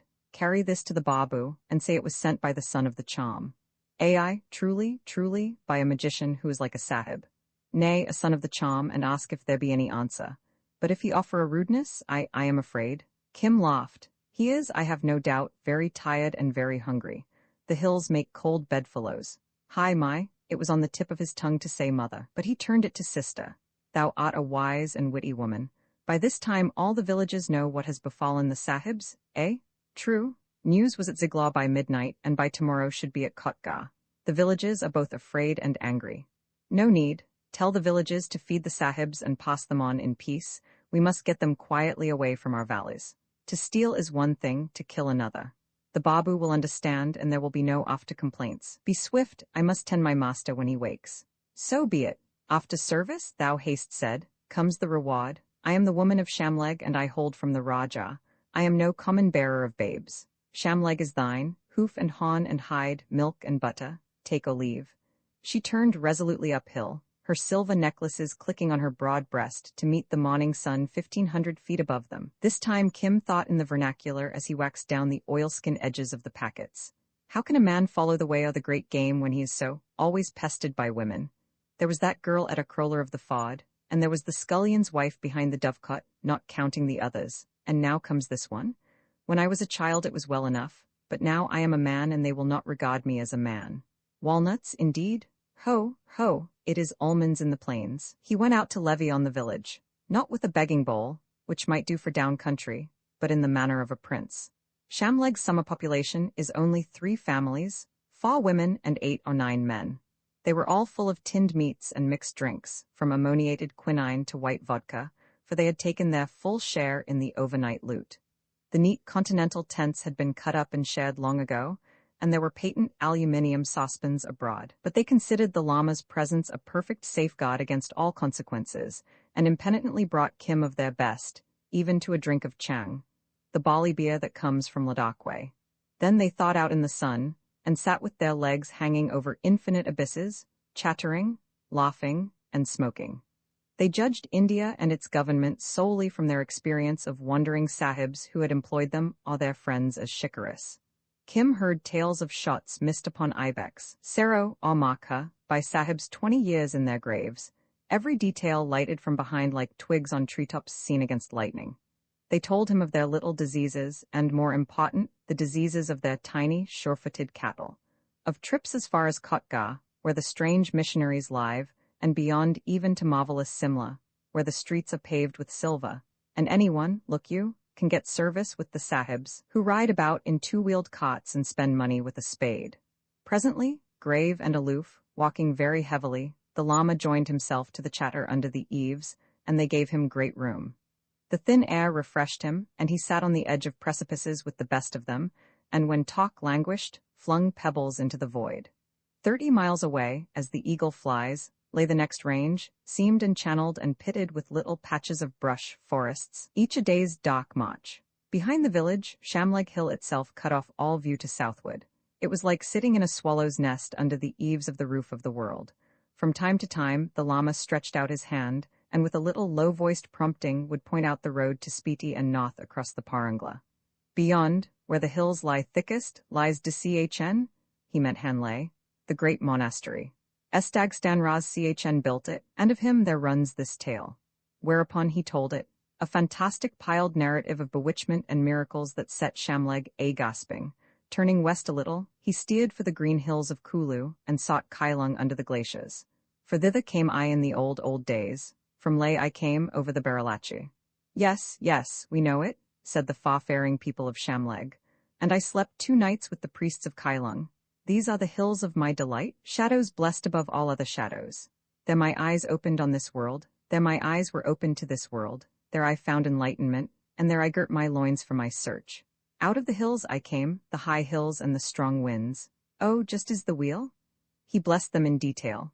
The great glaciers, the naked rocks, the piled moraines and tumbled shale, dry upland, hidden salt lake, age-old timber, and fruitful water-shot valley one after the other, as a dying man blesses his folk, and Kim marveled at his passion. Yes, there is no place like our hills, said the people of Shamleg, and they fell to wondering how a man could live in the hot, terrible plains where the cattle run as big as elephants, unfit to plow on a hillside.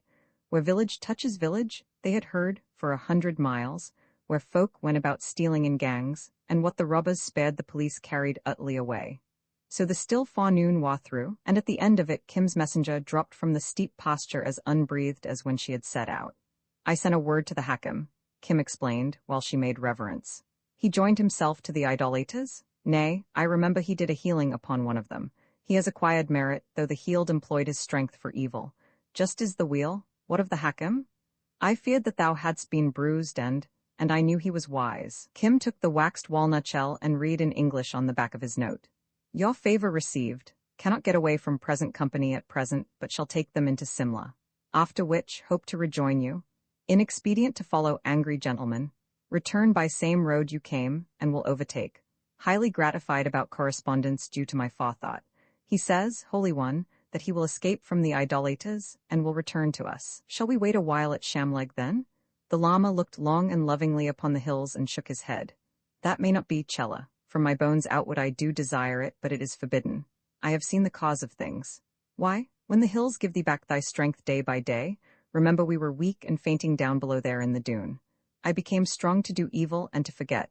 A brawler and a swashbuckler upon the hillsides was I. Kim bit back a smile. Just and perfect is the wheel, swerving not a hair. When I was a man, a long time ago, I did pilgrimage to Guru Chwan among the poplars, he pointed bottomwards, where they keep the sacred hoss. Quiet, be quiet, said Shamleg, all arrow. He speaks of Jamlin Ning Ka, the hoss that can go round the world in a day. I speak to my cheller only, said the Lama, in gentle reproof, and they scattered like frost on south eves of a morning. I did not seek truth in those days, but the talk of doctrine. All illusion. I drank the beer and ate the bread of Guru Chwan. Next day one said, we go out to fight Sangha Gutok down the valley to discover, mark again how lust is tied to anger, which abbot shall bear rule in the valley and take the profit of the prayers they print at Sangha Gutok. I went, and we fought a day. But how, Holy One? With our long pen cases as I could have shown, I say, we fought under the poplars, both abbots and all the monks, and one laid open my forehead to the bone. See? He tilted back his cap and showed a puckered silvery scar. Just and perfect is the wheel. Yesterday the scar itched, and after 50 years I recalled how it was dealt in the face of him who dealt it, dwelling a little in illusion. Followed that which thou didst see, strife and stupidity. Just is the wheel? The idolater's blow fell upon the scar. Then I was shaken in my soul. My soul was darkened, and the boat of my soul rocked upon the waters of illusion. Not till I came to Shamleg could I meditate upon the cause of things, or trace the running grassroots of evil. I strove all the long night. But, Holy One, thou art innocent of all evil. May I be thy sacrifice? Kim was genuinely distressed at the old man's sorrow, and Mahbub Ali's phrase slipped out unawares. In the dawn, the Lama went on more gravely, ready rosary clicking between the slow sentences, came enlightenment. It is here, I am an old man, hill-bred, hill-fed, never to sit down among my hills. 3 years I traveled through Hind, but can earth be stronger than Mother Earth? My stupid body yearned to the hills and the snows of the hills from below there. I said, and it is true, my search is sure. So, at the Kulu woman's house, I turned hillward, overpersuaded by myself. There is no blame to the Hakim. He, following desire, foretold that the hills would make me strong. They strengthened me to do evil, to forget my search. I delighted in life and the lust of life. I desired strong slopes to climb. I cast about to find them. I measured the strength of my body, which is evil, against the high hills. I made a mock of thee when thy breath came shot under Jamnagri. I jested when thou wouldst not face the snow of the pass. But what harm? I was afraid. It was just, I am not a hillman, and I loved thee for thy new strength. More than once I remember, he rested his cheek dolefully on his hand. I sought thy praise and the Hakim's for the mere strength of my legs. Thus evil followed evil till the cup was full. Just as the wheel, all Hind for 3 years did me all honor. From the fountain of wisdom in the wonder house too, he smiled, a little child playing by a big gun, the world prepared my road. And why? Because we loved thee. It is only the fever of the blow. I myself am still sick and shaken. No, it was because I was upon the way, tuned as Asinen 60 to the purpose of the law. I departed from that ordinance. The tune was broken, followed the punishment. In my own hills, on the edge of my own country, in the very place of my evil desire, comes the buffet, here? He touched his brow. As a novice is beaten when he misplaces the cups, so am I beaten, who was abbot of such sen. No word, look you, but a blow, Chella. But the sahibs did not know thee, Holy One? We were well matched. Ignorance and lust met ignorance and lust upon the road, and they begat anger. The blow was a sign to me, who am no better than a strayed yak, that my place is not here. Who can read the cause of an act is halfway to freedom? Back to the path, says the blow. The hills are not for thee. Thou canst not choose freedom and go in bondage to the delight of life. Would we had never met that cursed Russian. Our Lord himself cannot make the wheel swing backward, and for my merit that I had acquired I gain yet another sign. He put his hand in his bosom and drew forth the wheel of life. Look, I considered this after I had meditated. There remains untorn by the idolater no more than the breadth of my fingernail. I see. So much, then, is the span of my life in this body. I have served the wheel all my days. Now the wheel serves me, but for the merit I have acquired in guiding thee upon the way, there would have been added to me yet another life ere I had found my river. Is it plain, Chella? Kim stared at the brutally disfigured chart. From left to right diagonally, the rent ran, from the 11th house where desire gives birth to the child, as it is drawn by Tibetans. across the human and animal worlds, to the fifth house, the empty house of the senses. The logic was unanswerable. Before our Lord won enlightenment, the Lama folded all away with reverence. He was tempted. I too have been tempted, but it is finished. The arrow fell in the plains, not in the hills. Therefore, what make we here? Shall we at least wait for the Hakim? I know how long I shall live in this body. What can a Hakim do? But thou art all sick and shaken. Thou canst not walk. How can I be sick if I see freedom? He rose unsteadily to his feet. Then I must get food from the village. Oh, the weary road. Kim felt that he too needed rest. That is lawful. Let us eat and go. The arrow fell in the plains, but I yielded to desire. Make ready, Chella. Kim turned to the woman with the turquoise headgear who had been idly pitching pebbles over the cliff. She smiled very kindly. I found him like a strayed buffalo in a cornfield, the babu, snotting and sneezing with cold. He was so hungry that he forgot his dignity and gave me sweet words. The sahibs have nothing. She flung out an empty palm. One is very sick about the stomach. Thy work? Kim nodded with a bright eye. I spoke to the Bengali first, and to the people of a nearby village after. The sahibs will be given food as they need it, nor will the people ask money. The plunder is already distributed. The Babu makes lying speeches to the sahibs. Why does he not leave them? Out of the greatness of his heart. Was never a Bengali yet had one bigger than a dried walnut. But it is no matter, now, as to walnuts. After service comes reward. I have said the village is thine. It is my loss, Kim began. Even now I had planned desirable things in my heart which, there is no need to go through the compliments proper to these occasions. He sighed deeply. But my master, led by a vision? Huh, what can old eyes see except a full begging bowl? Turns from this village to the plains again. Bid him stay. Kim shook his head. I know my Holy One, and his rage if he be crossed, he replied impressively. His curses shake the hills. Pity they did not save him from a broken head. I heard that thou wast the tiger-hearted one who smote the sahib. Let him dream a little longer. Stay? Hillwoman, said Kim, with austerity that could not harden the outlines of his young oval face, these matters are too high for thee. The gods be good to us, since when have men and women been other than men and women? A priest is a priest. He says he will go upon this hour. I am his chela, and I go with him. We need food for the road. He is an honored guest in all the villages, but, he broke into a pure boy's grin, the food here is good, give me some. What if I do not give it thee? I am the woman of this village. Then I curse thee, a little, not greatly, but enough to remember. He could not help smiling. Thou hast cursed me already by the down-dropped eyelash and the uplifted chin. Curses? What should I care for mere words? She clenched her hands upon her bosom. But I would not have thee to go in anger, thinking hardly of me, a gatherer of cow-dung and grass at Shamleg, but still a woman of substance. I think nothing, said Kim, but that I am grieved to go, for I am very weary, and that we need food. Here is the bag. The woman snatched it angrily. I was foolish, said she. Who is thy woman in the plains, fair or black? I was fair once, laughest thou? Once long ago, if thou canst believe, a sahib looked on me with favor. Once long ago, I wore European clothes at the mission house yonder. She pointed towards Kotga. Once long ago, I was Kurlistian and spoke English as the sahibs speak it. Yes, my sahib said he would return and wed me. Yes, wed me. He went away. I had nursed him when he was sick, but he never returned. Then I saw that the gods of the Kurlistians lied, and I went back to my own people. I have never set eyes on a sahib since. Do not laugh at me. The fit is past, little priestling. Thy face and thy walk and thy fashion of speech put me in mind of my sahib, though thou art only a wandering mendicant to whom I give a dole. Curse me? Thou canst neither curse nor bless. She set her hands on her hips and laughed bitterly. Thy gods are lies, thy works are lies, thy words are lies. There are no gods under all the heavens. I know it, but for a while I thought it was my sahib come back, and he was my god. Yes, once I made music on a piano in the mission house at Kotga. Now I give alms to priests who are heathen.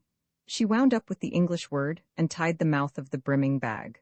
I wait for thee, Chella, said the Lama, leaning against the doorpost. The woman swept the tall figure with her eyes. He cannot cover half a mile. Whither would old bones go? At this Kim, already perplexed by the Lama's collapse and foreseeing the weight of the bag, fairly lost his temper. What is it to thee, woman of ill omen, where he goes? Nothing, but something to thee, priest with a sahib's face. Wilt thou carry him on thy shoulders? I go to the plains, none must hinder my return. I have wrestled with my soul till I am strengthless. The stupid body is spent, and we are far from the plains. Behold, she said simply, and drew aside to let Kim see his own utter helplessness. Curse me, maybe it will give him strength. Make a charm, call on thy great god, thou art a priest." She turned away.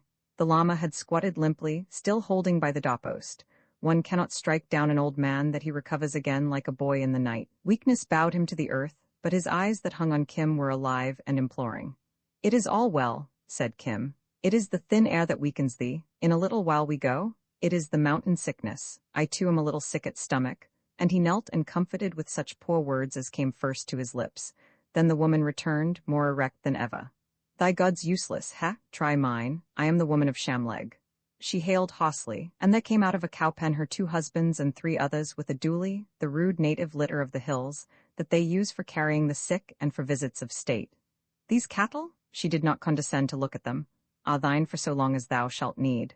But we will not go Simla way, we will not go near the sahibs," cried the first husband. "They will not run away as the others did, nor will they steal baggage. 2 I know for weaklings. Stand to the rear pole, Sonu and Terry." They obeyed swiftly. "Lower now and lift in that holy man. I will see to the village and your virtuous wives till you return. When will that be?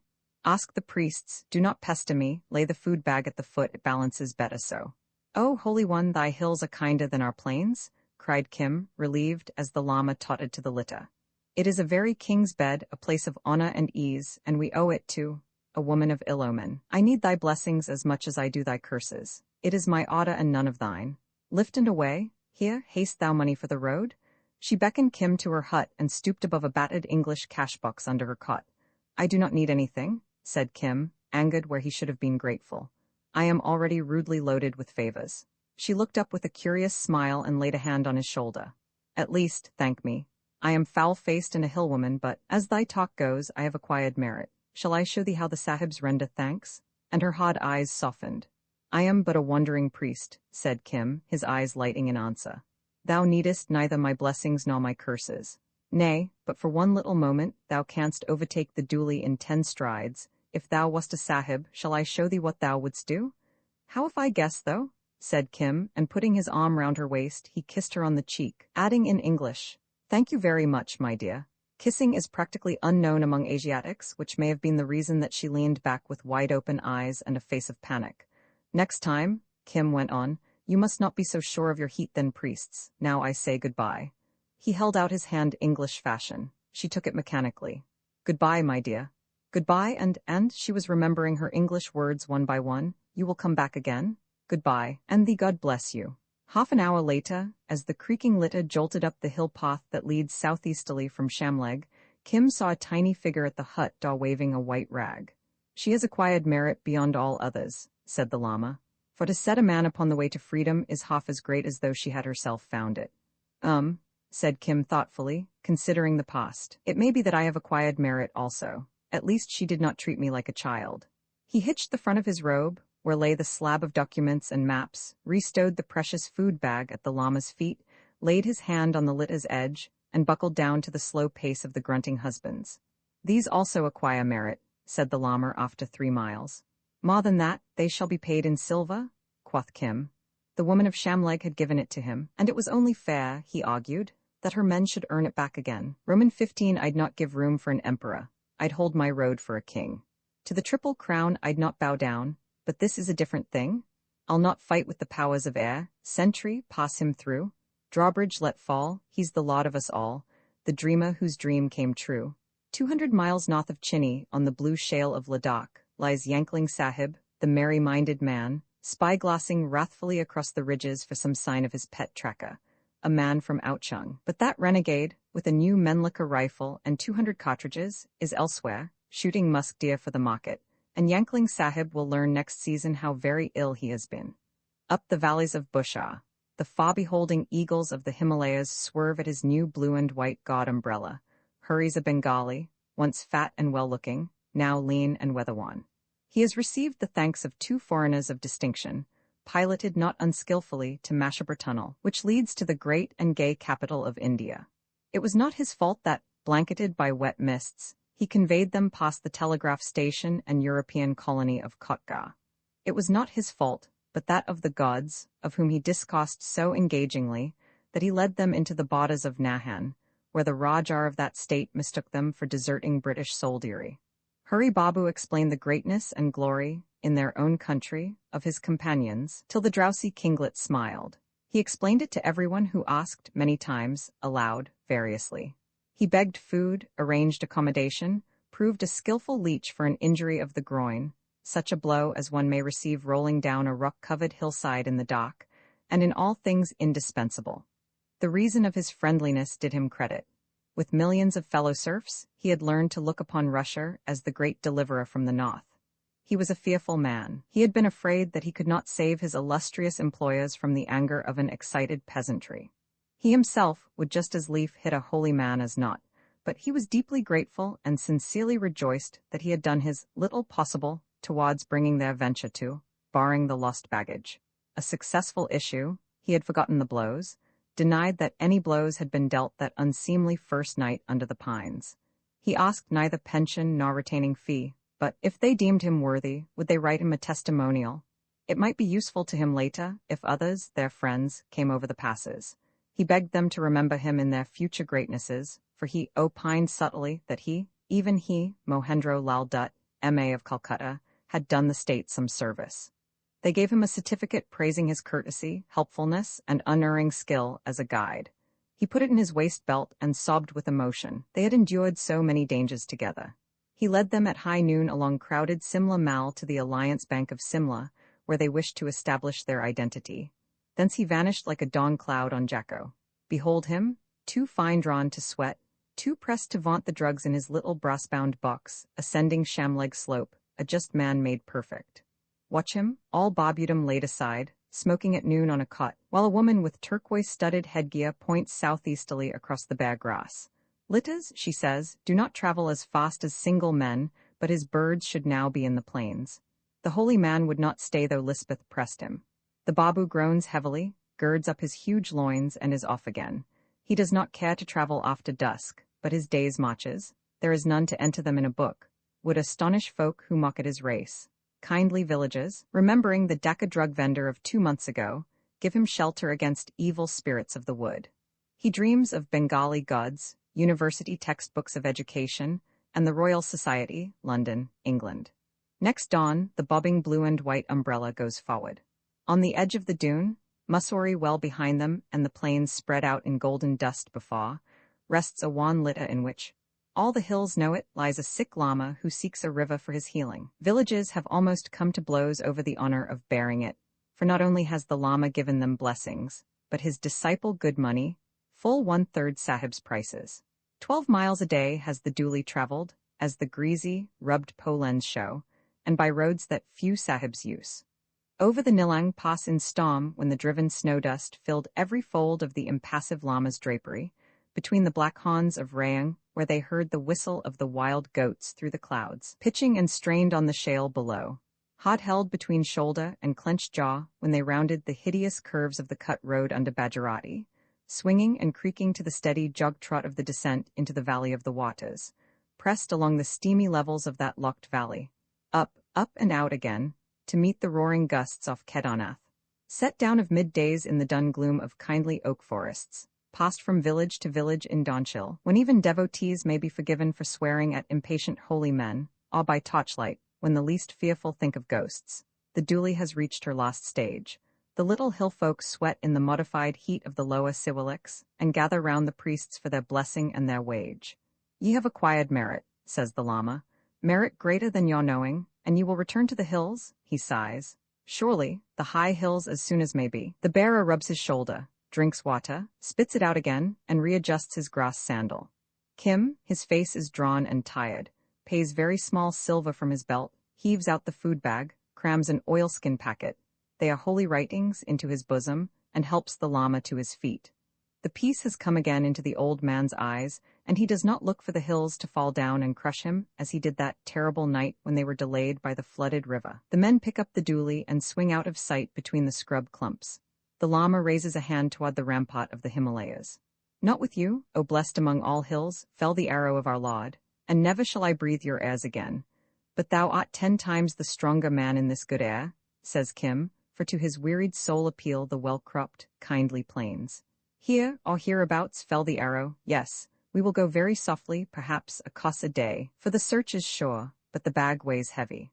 Our search is sure. I have come out of great temptation.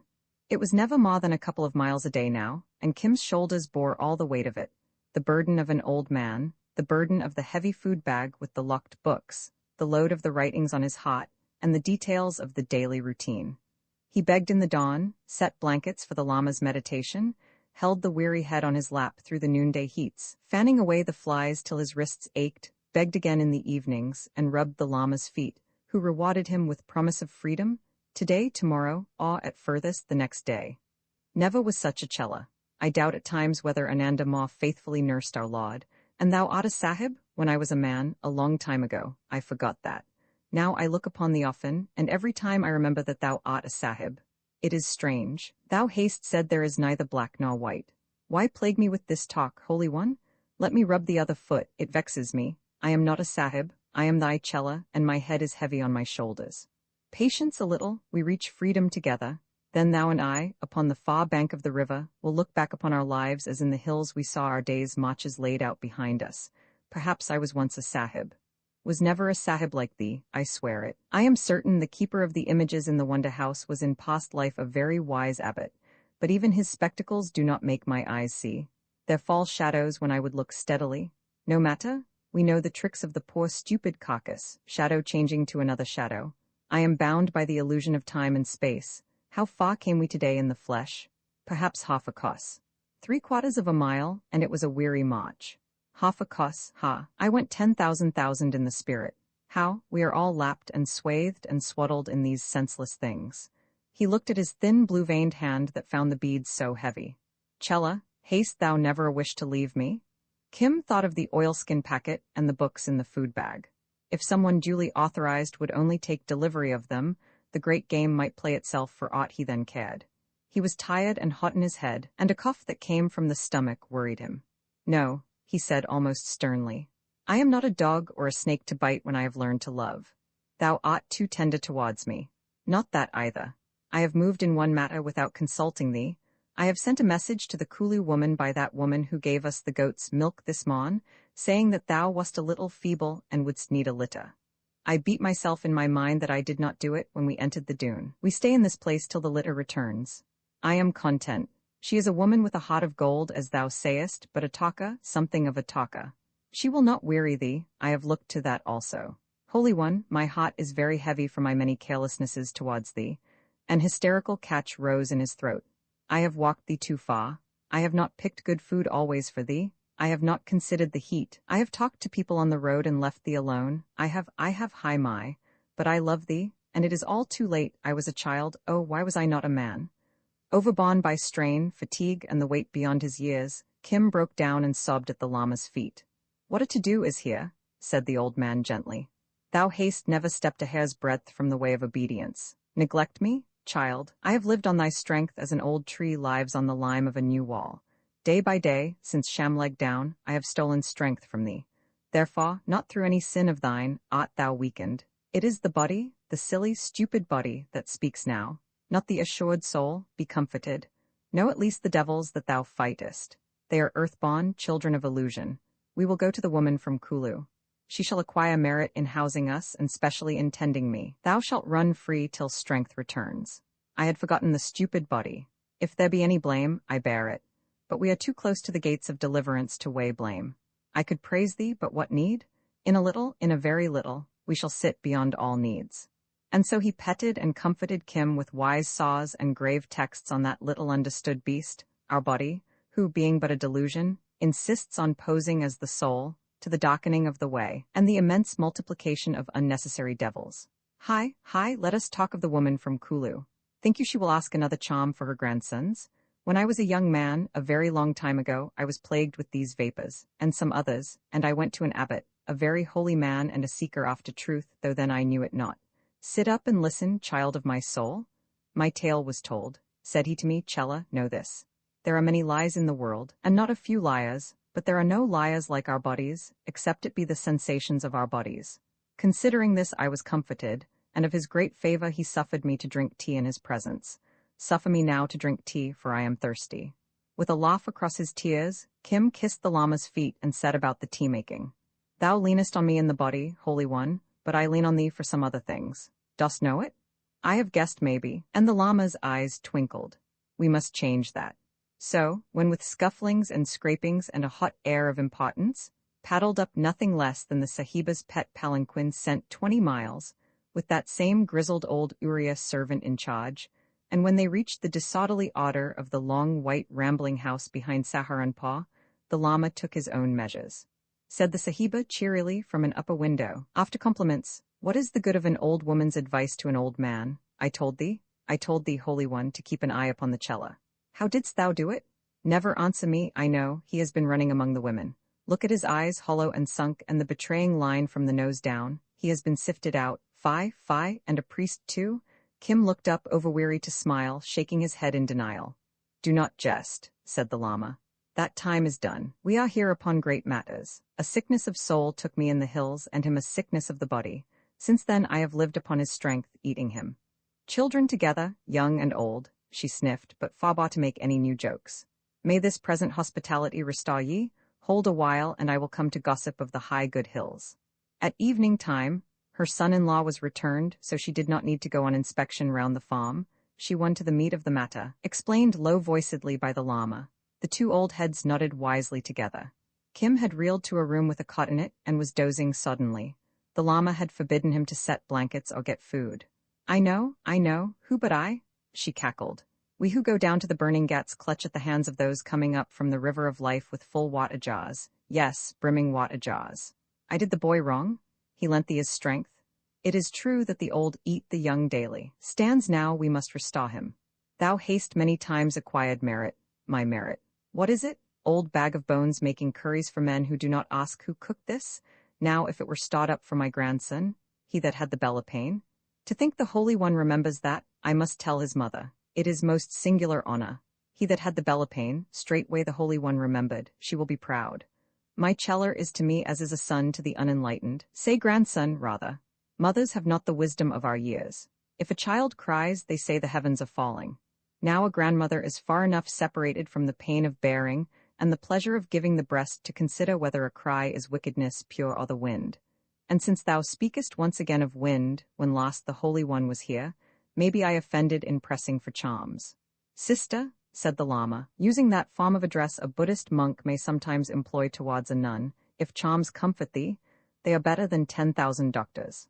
I say, if they comfort thee, I who was abbot of such sen, will make as many as thou mayest desire. I have never seen thy face, that even the monkeys who steal our loquats count for a gain. He. But as he who sleeps there said, he nodded at the shut door of the guest chamber across the far cot. Thou hast a heart of gold, and he is in the spirit my very grandson to me. Good, I am the Holy One's cow. This was pure Hinduism, but the Lama never heeded. I am old. I have borne sons in the body. Oh, once I could please men, now I can cure them. He heard her armlets tinkle as though she bared arms for action. I will take over the boy and dose him and stuff him and make him all whole. Hi, we old people know something yet.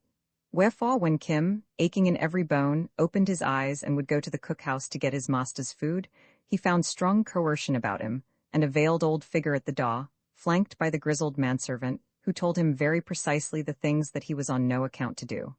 Thou must have? Thou shalt have nothing. What, a locked box in which to keep holy books? Oh, that is another matter. Heavens forbid I should come between a priest and his prayers. It shall be brought, and thou shalt keep the key. They pushed the coffer under his cot, and Kim shut away Mahbub's pistol, the oilskin packet of letters, and the locked books and diaries, with a groan of relief. For some absurd reason, their weight on his shoulders was nothing to their weight on his poor mind. His neck ached under it of nights. Thine is a sickness uncommon in youth these days, since young folk have given up tending their betters. The remedy is sleep and certain drugs, said the Sahiba, and he was glad to give himself up to the blankness that half menaced and half soothed him. She brewed drinks, in some mysterious Asiatic equivalent to the still-room, drenches that smelt pestilently and tasted worse. She stood over Kim till they went down, and inquired exhaustively after they had come up. She laid a taboo upon the far cot, and enforced it by means of an armed man. It is true he was 70-odd, that his scabbarded sword ceased at the hilt, but he represented the authority of the Sahiba, and loaded wains, chattering servants, calves, dogs, hens, and the like, fetched a wide compass by those pots. Best of all, when the body was cleared, she cut out from the mass of poor relations that crowded the back of the buildings, Household dogs, we name them. A cousin's widow, skilled in what Europeans, who know nothing about it, call massage. And the two of them, laying him east and west, that the mysterious earth currents which thrill the clay of our bodies might help and not hinder, took him to pieces all one long afternoon, bone by bone, muscle by muscle, ligament by ligament, and lastly, nerve by nerve. Kneaded to irresponsible pulp, half hypnotized by the perpetual flick and readjustment of the uneasy chutters that veiled their eyes, Kim slid 10,000 miles into slumber, 36 hours of it, sleep that soaked like rain after drought. Then she fed him, and the house spun to her clamor. She caused fowls to be slain, she sent for vegetables, and the sober, slow-thinking gardener, nigh as old as she, sweated for it. She took spices and milk and onion, with little fish from the brooks, anon limes for sherbets, fat quails from the pits, then chicken livers upon a skewer, with sliced ginger between. I have seen something of this world, she said over the crowded trays, and there are but two sorts of women in it, those who take the strength out of a man and those who put it back. Once I was that one, and now I am this. Nay, do not play the priestling with me. Mine was but a jest. If it does not hold good now, it will when thou takest the road again. Cousin, this to the poor relation, never wearied of extolling her patroness's charity. He is getting a bloom on the skin of a new curried hoss. Our work is like polishing jewels to be thrown to a dance girl, eh? Kim sat up and smiled. The terrible weakness had dropped from him like an old shoe. His tongue itched for free speech again, and but a week back the lightest word clogged it like ashes. The pain in his neck, he must have caught it from the llama, had gone with the heavy dengue aches and the evil taste in the mouth. The two old women, a little, but not much, more careful about their veils now, clucked as merrily as the hens that had entered pecking through the open door. "Where is my Holy One?" he demanded. "Hear him? Thy Holy One is well," she snapped viciously. "Though that is none of his merit. Knew I a charm to make him wise, I'd sell my jewels and buy it, to refuse good food that I cooked myself, and go roving into the fields for 2 nights on an empty belly, and to tumble into a brook at the end of it. Call you that holiness? Then, when he has nearly broken what thou hast left of my heart with anxiety, he tells me that he has acquired merit. Oh, how like are all men. No, that was not it. He tells me that he is freed from all sin. I could have told him that before he wetted himself all over. He is well now, this happened a week ago, but burn me such holiness? A babe of 3 would do better. Do not fret thyself for the Holy One. He keeps both eyes on thee when he is not wading our brooks. I do not remember to have seen him. I remember that the days and nights passed like bars of white and black, opening and shutting. I was not sick, I was but tired. A lethargy that comes by right some few score years later, but it is done now. Maharani, Kim began, but led by the look in her eye, changed it to the title of plain love. Mother, I owe my life to thee. How shall I make thanks? 10,000 blessings upon thy house, and the house be unblessed. It is impossible to give exactly the old lady's word. Thank the gods as a priest if thou wilt, but thank me if thou carest as a son. Heavens above. Have I shifted thee and lifted thee and slapped and twisted thy 10 toes to find texts flung at my head? Somewhere a mother must have borne thee to break her heart. What used thou to her, son? I had no mother, my mother, said Kim. She died, they tell me, when I was young. Hi my, then none can say I have robbed her of any right if, when thou takest the road again, and this house is but one of 1,000 used for shelter and forgotten, after an easy-flung blessing. No matter, I need no blessings, but, she stamped her foot at the poor relation. Take up the trays to the house. What is the good of stale food in the room, O woman of ill omen? I have borne a son in my time too, but he died, whimpered the bowed sister figure behind the chudder. Thou knowest he died. I only waited for the order to take away the tray. It is I that am the woman of ill omen, cried the old lady penitently. We that go down to the Chatris 61 clutch hard at the bearers of the Chatties .62, when one cannot dance in the festival one must e'en look out of the window, and grandmothering takes all a woman's time. Thy master gives me all the charms I now desire for my daughter's eldest, by reason, is it, that he is wholly free from sin. The hakim is brought very low these days. He goes about poisoning my servants for lack of the betters. What hakim, mother? That very Dhaka man who gave me the pill which rent me in 3 pieces. He cast up like a strayed camel a week ago, vowing that he and thou had been blood brothers together up Kulu way, and feigning great anxiety for thy health. He was very thin and hungry, so I gave orders to have him stuffed too, him and his anxiety. I would see him if he is here. He eats 5 times a day, and lances boils for my hinds to save himself from an apoplexy. He is so full of anxiety for thy health that he sticks to the cookhouse door and stays himself with scraps. He will keep, we shall never get rid of him. Send him here, mother. The twinkle returned to Kim's eye for a flash. And I will try. I'll send him, but to chase him off is an ill turn. At least he had the sense to fish the Holy One out of the brook, thus, as the Holy One did not say, acquiring merit. He is a very wise hakim, send him, mother. Priest praising priest, a miracle? If he is any friend of thine you squabbled at your last meeting, I'll hail him here with hoss ropes and give him a cast dinner afterwards, my son. Get up and see the world. This lying abed is the mother of 70 devils, my son. My son. She trotted forth to raise a typhoon off the cookhouse, and almost on her shadow rolled in the babu, robed as to the shoulders like a Roman emperor, jowled like Titus, bareheaded, with new patent leather shoes, in highest condition of fat, exuding joy and salutations. By Jove, Mr. O'Hara, but I am jolly glad to see you. I will kindly shut the door. It is a pity you are sick. Are you very sick? The papers from the Kulta, the maps and the Muresla. He held out the key impatiently, for the present need on his soul was to get rid of the loot. You are quite right. That is correct departmental view to take. You have got everything? All that was handwritten in the Kulta I took. The rest I threw down the hill. He could hear the keys grate in the lock, the sticky pull of the slow-rending oilskin, and a quick shuffling of papers. He had been annoyed out of all reason by the knowledge that they lay below him through the sick, idle days, a burden incommunicable. For that reason the blood tingled through his body when Hurry, skipping elephantinely, shook hands again. This is fine, this is finest, Mr. O'Hara. You have swiped the whole bag of tricks, locks, stocks, and barrels. They told me it was 8 months' work gone up the spouts. By Jove, how they beat me! Look, here is the letter from Hilaz. He intoned a line or two of caught Persian, which is the language of authorized and unauthorized diplomacy. Mr. Raja Sahib has just about put his foot in the holes. He will have to explain officially how the deuce and all he is writing love letters to the Tsar. And they are very clever maps, and there is 3 or 4 prime ministers of these pots implicated by the correspondence. By Gad, Sah, the British government will change the succession in Hilaz and Banara, and nominate new heirs to the throne. Trisun most base, but you do not understand? Eh? Are they in thy hands? Said Kim. It was all he cared for. Just you jolly well bet yourself they are. He stowed the entire trove about his body as only Orientals can. They are going up to the office, too. The old lady thinks I am permanent fixture here, but I shall go away with these straight off. Immediately. Mr. Lurgan will be proud man. You are officially subordinate to me, but I shall embody your name in my verbal report. It is a pity we are not allowed written reports. We Bengalis excel in the exact science. He tossed back the key and showed the box empty. Good, that is good. I was very tired. My Holy One was sick too, and did he fall into? Oh yes, I am his good friend, I tell you. He was behaving very strange when I came down after you, and I thought perhaps he might have the papers. I followed him on his meditations, and to discuss ethnological points also.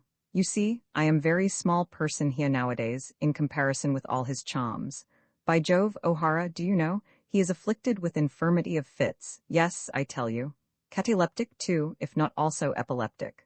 I found him in such a state under a tree in Ottakilomatum, and he jumped up and walked into a brook, and he was nearly drowned but for me. I pulled him out. Because I was not there? Said Kim. He might have died. Yes, he might have died, but he is dry now, and asserts he has undergone transfiguration. The Babu tapped his forehead knowingly. I took notes of his statements for Royal Society in Posse. You must make haste and be quite well and come back to Simla, and I will tell you all my tale at Lurgan's. It was splendid. The bottoms of their trousers were quite torn, and old Nahan Raja, he thought they were European soldiers deserting. Oh, the Russians, how long were they with thee? One was a Frenchman. Oh, days and days and days. Now all the hill people believe all Russians are all beggars. By Jove, they had not one damn thing that I did not get them. And I told the common people, oh, such tales and anecdotes. I will tell you at old Lurgan's when you come up. We will have, a night out. It is feather in both our caps. Yes, and they gave me a certificate. That is creaming joke. You should have seen them at the Alliance Bank identifying themselves. And thank Almighty God you got their papers so well. You do not laugh very much, but you shall laugh when you are well. Now I will go straight to the railway and get out. You shall have all sorts of credits for your game. When do you come along? We are very proud of you, though you gave us great frights, and especially Mahbub. Aye, Mahbub, and where is he? Selling hosses in this vicinity, of course. Here, why? Speak slowly, there is a thickness in my head still. The Babu looked shyly down his nose. Well, you see, I am fearful man, and I do not like responsibility. You were sick, you see, and I did not know where deuce and all the papers were, and if so, how many. So when I had come down here, I slipped in private wire to Mabub. He was at Meerut for races, and I tell him how case stands. He comes up with his men, and he consorts with the llama, and then he calls me a fool, and is very rude. But wherefore? Wherefore? That is what I ask. I only suggest that if anyone steals the papers, I should like some good strong, brave men to rub them back again. You see, they are vitally important, and Mahbub Ali, he did not know where you were. Mahbub Ali to rub the Sahiba's house? Thou art mad, Babu, said Kim with indignation. I wanted the papers. Suppose she had stole them? It was only practical suggestion, I think. You are not pleased, eh? A native proverb, unquotable, showed the blackness of Kim's disapproval. Well, Hurry shrugged his shoulders. There is no accounting for thee taste. Mahbub was angry too. He has sold hosses all about here, and he says old lady is pucka 63 old lady and would not condescend to such ungentlemanly things. I do not care. I have got the papers, and I was very glad of moral support from Mahbub. I tell you, I am fearful man, but somehow or other, the more fearful I am, the more damn tight places I get into. So I was glad you came with me to Chinny, and I am glad Mahbub was close by. The old lady, she is sometimes very rude to me and my beautiful pills. Allah be merciful, said Kim on his elbow, rejoicing. What a beast of wonder is a Babu, and that man walked alone, if he did walk, with rubbed and angry foreigners. Oh, that was nothing, after they had done beating me, but if I lost the papers, it was pretty jolly serious. Mahbub, he nearly beat me too, and he went and consorted with the llama no end. I shall stick to ethnological investigations henceforwards. Now goodbye, Mr. O'Hara. I can catch 4:25 p.m. to Umballa if I am quick. It will be good times when we all tell thee tale up at Mr. Lurgan's. I shall report you officially better. Goodbye, my dear fellow, and when next you are under the emotions, please do not use the Mohammedan terms with the Tibetan dress. He shook hands twice, a babu to his boot heels, and opened the door. With the fall of the sunlight upon his still triumphant face, he returned to the humble Dhaka quack. He rubbed them, thought Kim, forgetting his own share in the game. He tricked them. He lied to them like a Bengali. They give him a chit .6 fa, he makes them a mock at the risk of his life. I never would have gone down to them after the pistol shots. And then he says he is a fearful man, and he is a fearful man. I must get into the world again. At first his legs bent like bad pipe stems, and the flood and rush of the sunlit air dazzled him. He squatted by the white wall, the mind rummaging among the incidents of the long dooli journey, the llama's weaknesses, and, now that the stimulus of talk was removed, his own self-pity, of which, like the sick, he had great store. The unnerved brain edged away from all the outside, as a raw hoss, once rolled, sidles from the spur. It was enough, amply enough, that the spoil of the kulta was away, off his hands, out of his possession. He tried to think of the llama, to wonder why he had tumbled into a brook, but the bigness of the world, seen between the Fakot gates, swept linked thought aside. Then he looked upon the trees and the broad fields, with the thatched huts hidden among crops, looked with strange eyes, unable to take up the size and proportion and use of things, stared for a still half-hour. All that while he felt, though he could not put it into words, that his soul was out of gear with its surroundings, a cogwheel unconnected with any machinery, just like the idle cogwheel of a cheap Bahia sugar crusher laid by in a corner. The breezes fanned over him, the parrots shrieked at him, the noises of the populated house behind, squabbles, orders, and reproofs, hit on dead ears. I am Kim, I am Kim. And what is Kim? His soul repeated it again and again. He did not want to cry, had never felt less like crying in his life, but of a sudden easy, stupid tears trickled down his nose, and with an almost audible click, he felt the wheels of his being lock up anew on the world without. Things that rode meaningless on the eyeball an instant before slid into proper proportion. Roads were meant to be walked upon, houses to be lived in, cattle to be driven, fields to be tilled, and men and women to be talked to. They were all real and true, solidly planted upon the feet, perfectly comprehensible, clay of his clay, neither more nor less. He shook himself like a dog with a flea in his ear, and rambled out of the gate. Said the Sahiba, to whom watchful eyes reported this move. Let him go, I have done my share. Mother Earth must do the rest. When the Holy One comes back from meditation, tell him. There stood an empty bullock cart on a little knoll half a mile away, with a young banyan tree behind, a lookout, as it were, above some new-plowed levels, and his eyelids, bathed in soft air, grew heavy as he neared it. The ground was good clean dust. no new herbage that living is halfway to death already, but the hopeful dust that holds the seeds of all life. He felt it between his toes, patted it with his palms, and joint by joint, sighing luxuriously, laid him down full length along in the shadow of the wooden-pinned cot. And Mother Earth was as faithful as the Sahiba. She breathed through him to restore the poise he had lost lying so long on a cot cut off from her good currents. His head lay powerless upon her breast, and his opened hands surrendered to her strength. The many-rooted tree above him, and even the dead man-handled wood beside, knew what he sought, as he himself did not know. Hour upon hour he lay deeper than sleep. Towards evening, when the dust of returning kind made all the horizons smoke, came the Lama and Mahbub Ali, both afoot, walking cautiously, for the house had told them where he had gone. Allah, what a fool's trick to play in open country, muttered the hostila. He could be shot 100 times, but this is not the border. And, said the Lama, repeating a many times told tale, never was such a chela. Temperate, kindly, wise, of ungrudging disposition, a merry heart upon the road, never forgetting, learned, truthful, courteous. Great is his reward. I know the boy, as I have said. And he was all those things? Some of them, but I have not yet found a red hat's charm for making him overly truthful. He has certainly been well nursed. The Sahiba is a heart of gold, said the Lama earnestly. She looks upon him as her son. HMPH, Hoffhind seems that way disposed. I only wished to see that the boy had come to no harm and was a free agent. As thou knowest, he and I were old friends in the first days of your pilgrimage together. That is a bond between us. The Lama sat down. We are at the end of the pilgrimage. No thanks to thee, thine was not cut off for good, and all a week back. I heard what the Sahiba said to thee when we bore thee up on the cot.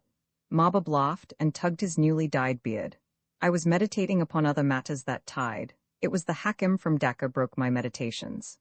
Otherwise, this was in Pashtu for decency's sake, thou wouldst have ended thy meditations upon the sultry side of hell, being an unbeliever and an idolater for all thy child's simplicity. But now, Red Hat, what is to be done? This very night, the words came slowly, vibrating with triumph. This very night he will be as free as I am from all taint of sin, assured as I am, when he quits this body, of freedom from the wheel of things. I have a sign. He laid his hand above the torn chart in his bosom, that my time is short, but I shall have safeguarded him throughout the years.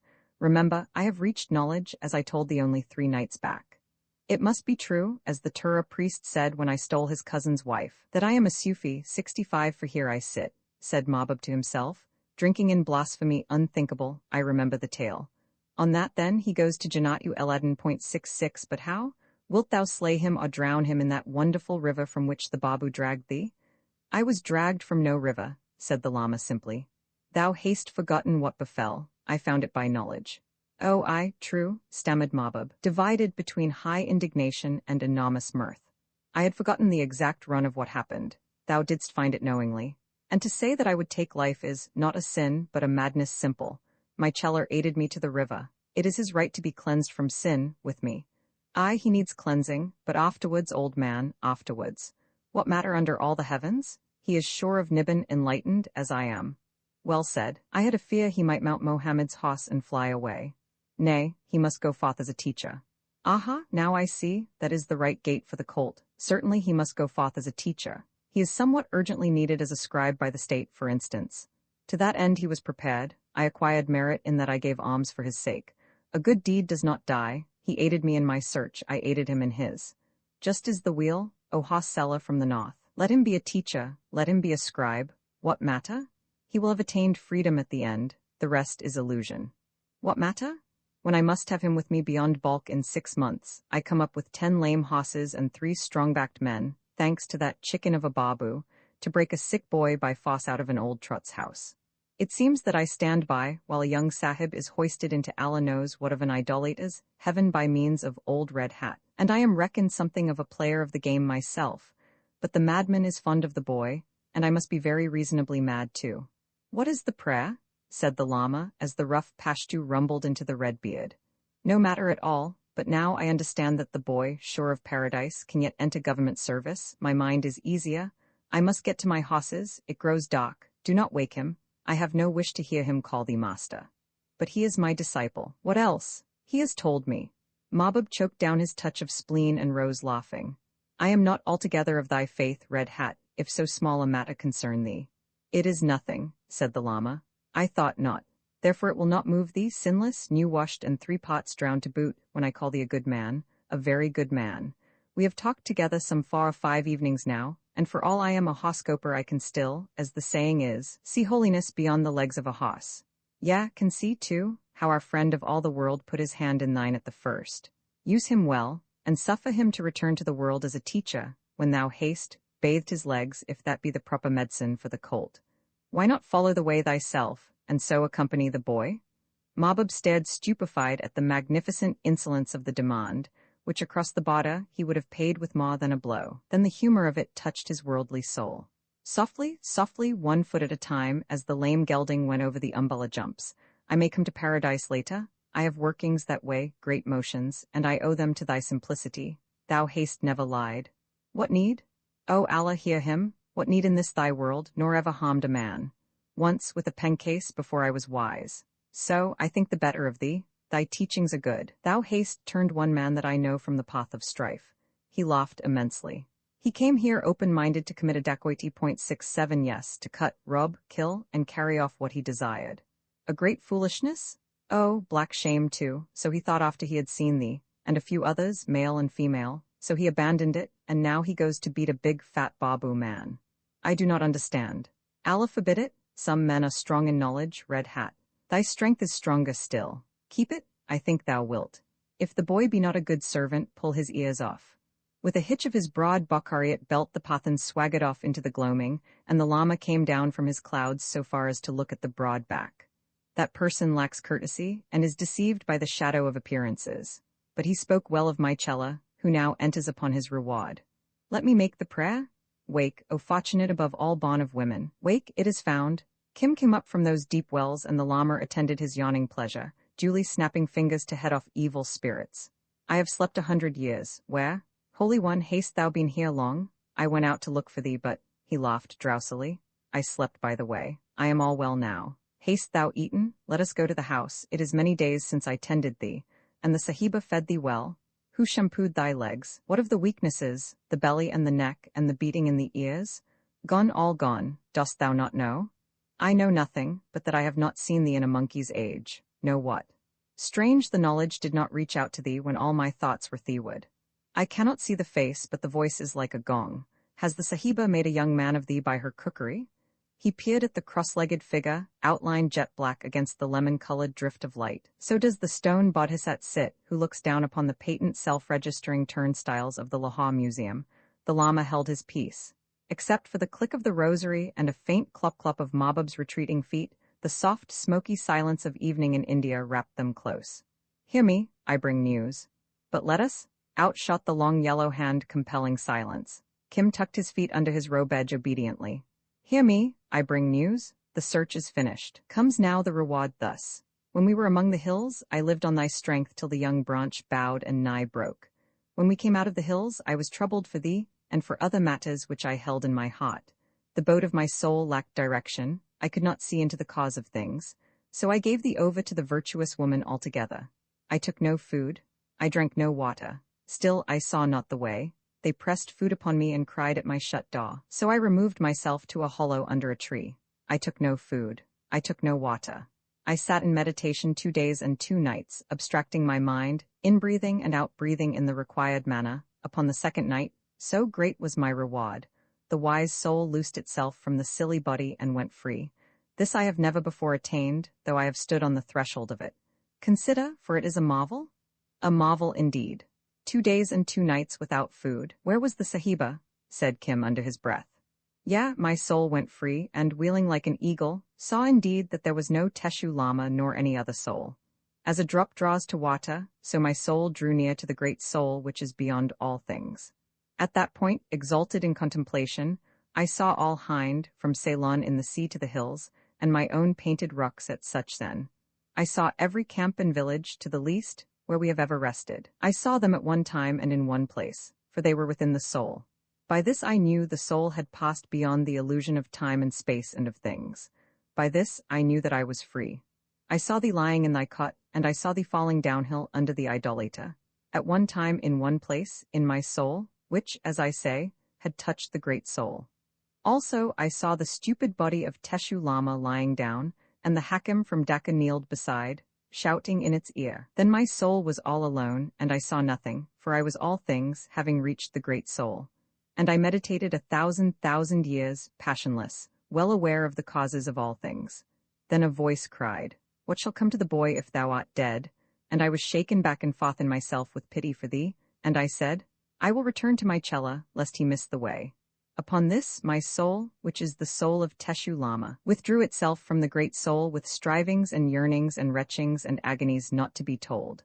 As the egg from the fish, as the fish from the water, as the water from the cloud, as the cloud from the thick air, so put forth, so leaped out, so drew away, so fumed up the soul of Teshu Lama from the great soul. Then a voice cried, "The river? Take heed to the river?"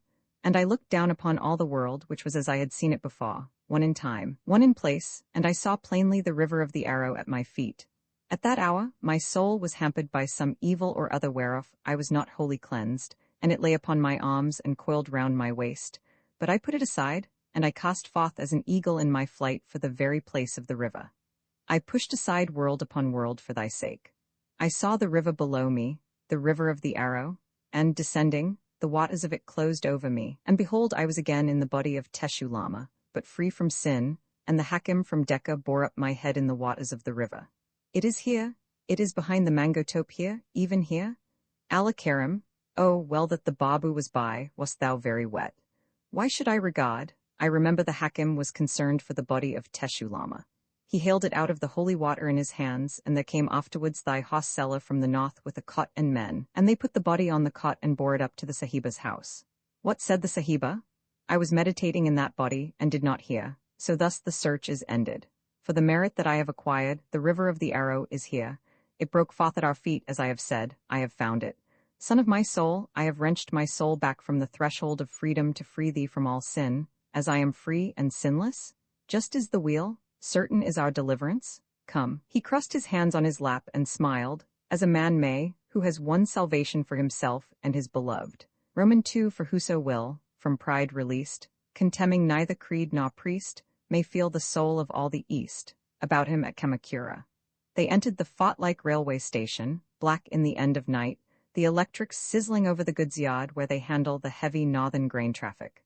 This is the work of devils, said the Lama, recoiling from the hollow echoing darkness, the glimmer of rails between the masonry platforms, and the maze of girders above. He stood in a gigantic stone hall paved, it seemed, with the sheeted dead third-class passengers who had taken their tickets overnight and were sleeping in the waiting rooms. All hours of the 24 are alike to Orientals, and their passenger traffic is regulated accordingly.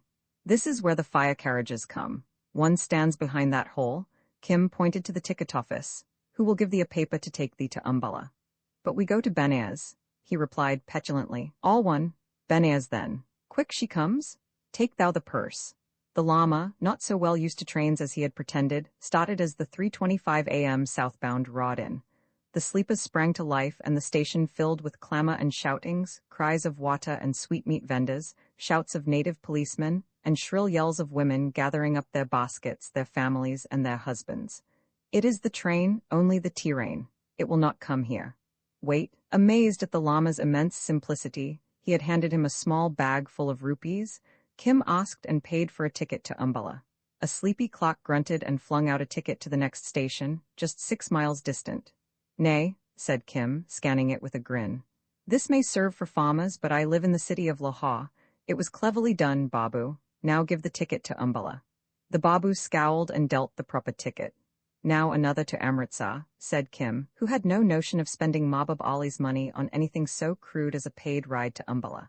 The price is so much. The small money in return is just so much. I know the ways of the train. Never did Yogi need cheller as thou dost. He went on merrily to the bewildered Lama. They would have flung thee out at Myanmar, but for me, this way, come. He returned the money, keeping only 1 anna in each rupee of the price of the Umballa ticket as his commission, the immemorial commission of Asia. The Lama jibbed at the open door of a crowded third-class carriage. Were it not better to walk, said he weakly. A burly Sikh artisan thrust forth his bearded head. Is he afraid? Do not be afraid. I remember the time when I was afraid of the train. Enter, this thing is the work of the government. I do not fear, said the Lama. Have you room within for 2? There is no room even for a mouse. shrilled the wife of a well-to-do cultivator, a Hindu Jat from the rich Jalandhar district. Our night trains are not as well looked after as the day ones, where the sexes are very strictly kept to separate carriages. Oh, mother of my son, we can make space, said the blue-turbaned husband. Pick up the child, it is a holy man, seest thou? And my lap full of 70 times 7 bundles, why not bid him sit on my knee? Shameless, but men are ever thus. She looked round for approval, and Amritsar courtesan near the window sniffed behind her head drapery. Enter, enter, cried a fat Hindu moneylender, his folded account book in a cloth under his arm, with an oily smirk. It is well to be kind to the poor.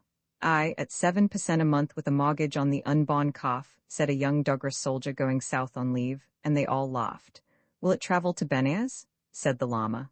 Assuredly, else why should we come? Enter, or we are left, cried Kim. See, shrilled the Amritsar girl. He has never entered a train. Oh, see? Nay, help, said the cultivator, putting out a large brown hand and hauling him in. Thus is it done, father. But, I sit on the floor. It is against the rule to sit on a bench, said the Lama. Moreover, it cramps me. I say, began the moneylender, pursing his lips, that there is not one rule of right living which these tyranns do not cause us to break. We sit, for example, side by side with all castes and peoples. Yeah, and with most outrageously shameless ones, said the wife, scowling at the Amritsar girl making eyes at the young sepoy. I said we might have gone by cart along the road, said the husband, and thus have saved some money. Yes, and spent twice over what we saved on food by the way. That was talked out 10,000 times. Aye, by 10,000 tongues, grunted he. The gods help us poor women if we may not speak. Oh ho, he is of that sort which may not look at or reply to a woman. For the Lama, constrained by his rule, took not the faintest notice of her. And his disciple is like him? Nay, mother, said Kim most promptly. Not when the woman is well-looking and above all charitable to the hungry. A beggar's answer, said the Sikh, laughing. Thou hast brought it on thyself, sister. Kim's hands were crooked in supplication. And with a ghost thou, said the woman, handing him the half of a cake from a greasy package. Even to Benares.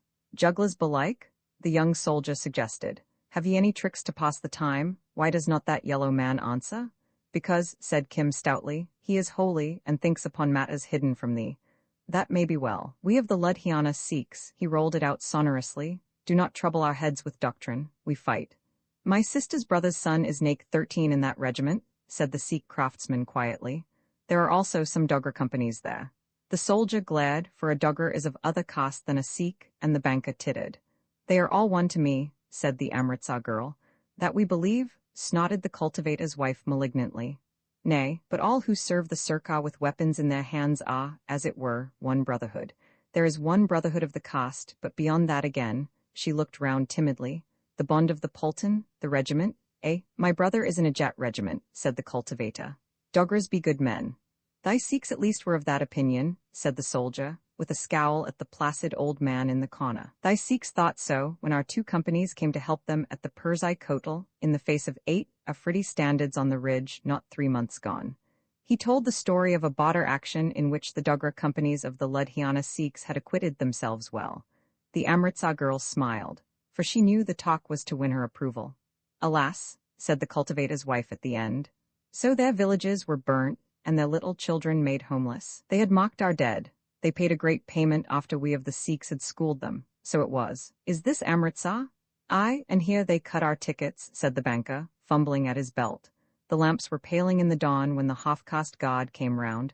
Ticket collecting is a slow business in the East, where people secrete their tickets in all sorts of curious places. Kim produced his and was told to get out. But I go to Umballa, he protested. I go with this holy man. Thou canst go to Jehannam for aught I care. This ticket is only? Kim burst into a flood of tears, protesting that the Lama was his father and his mother, that he was the prop of the Lama's declining years, and that the Lama would die without his care. All the carriage bade the god be merciful. The banker was specially eloquent here, but the god hauled Kim on to the platform. The Lama blinked, he could not overtake the situation, and Kim lifted up his voice and wept outside the carriage window. I am very poor. My father is dead, my mother is dead. O charitable ones, if I am left here, who shall tend that old man? What is this? The Lama repeated. He must go to Benares. He must come with me. He is my chela. If there is money to be paid? Oh, be silent, whispered Kim. Are we Rajas to throw away good silver when the world is so charitable? The Amritsar girl stepped out with her bundles, and it was on her that Kim kept his watchful eye. Ladies of that persuasion, he knew, were generous. A ticket, a little ticket to Umballa, O breaker of hearts, she laughed. Hast thou no charity? Does the holy man come from the north? From far and far in the north he comes, cried Kim. From among the hills. There is snow among the pine trees in the north, in the hills there is snow. My mother was from Kulu. Get thee a ticket, ask him for a blessing. 10,000 blessings, shrilled Kim.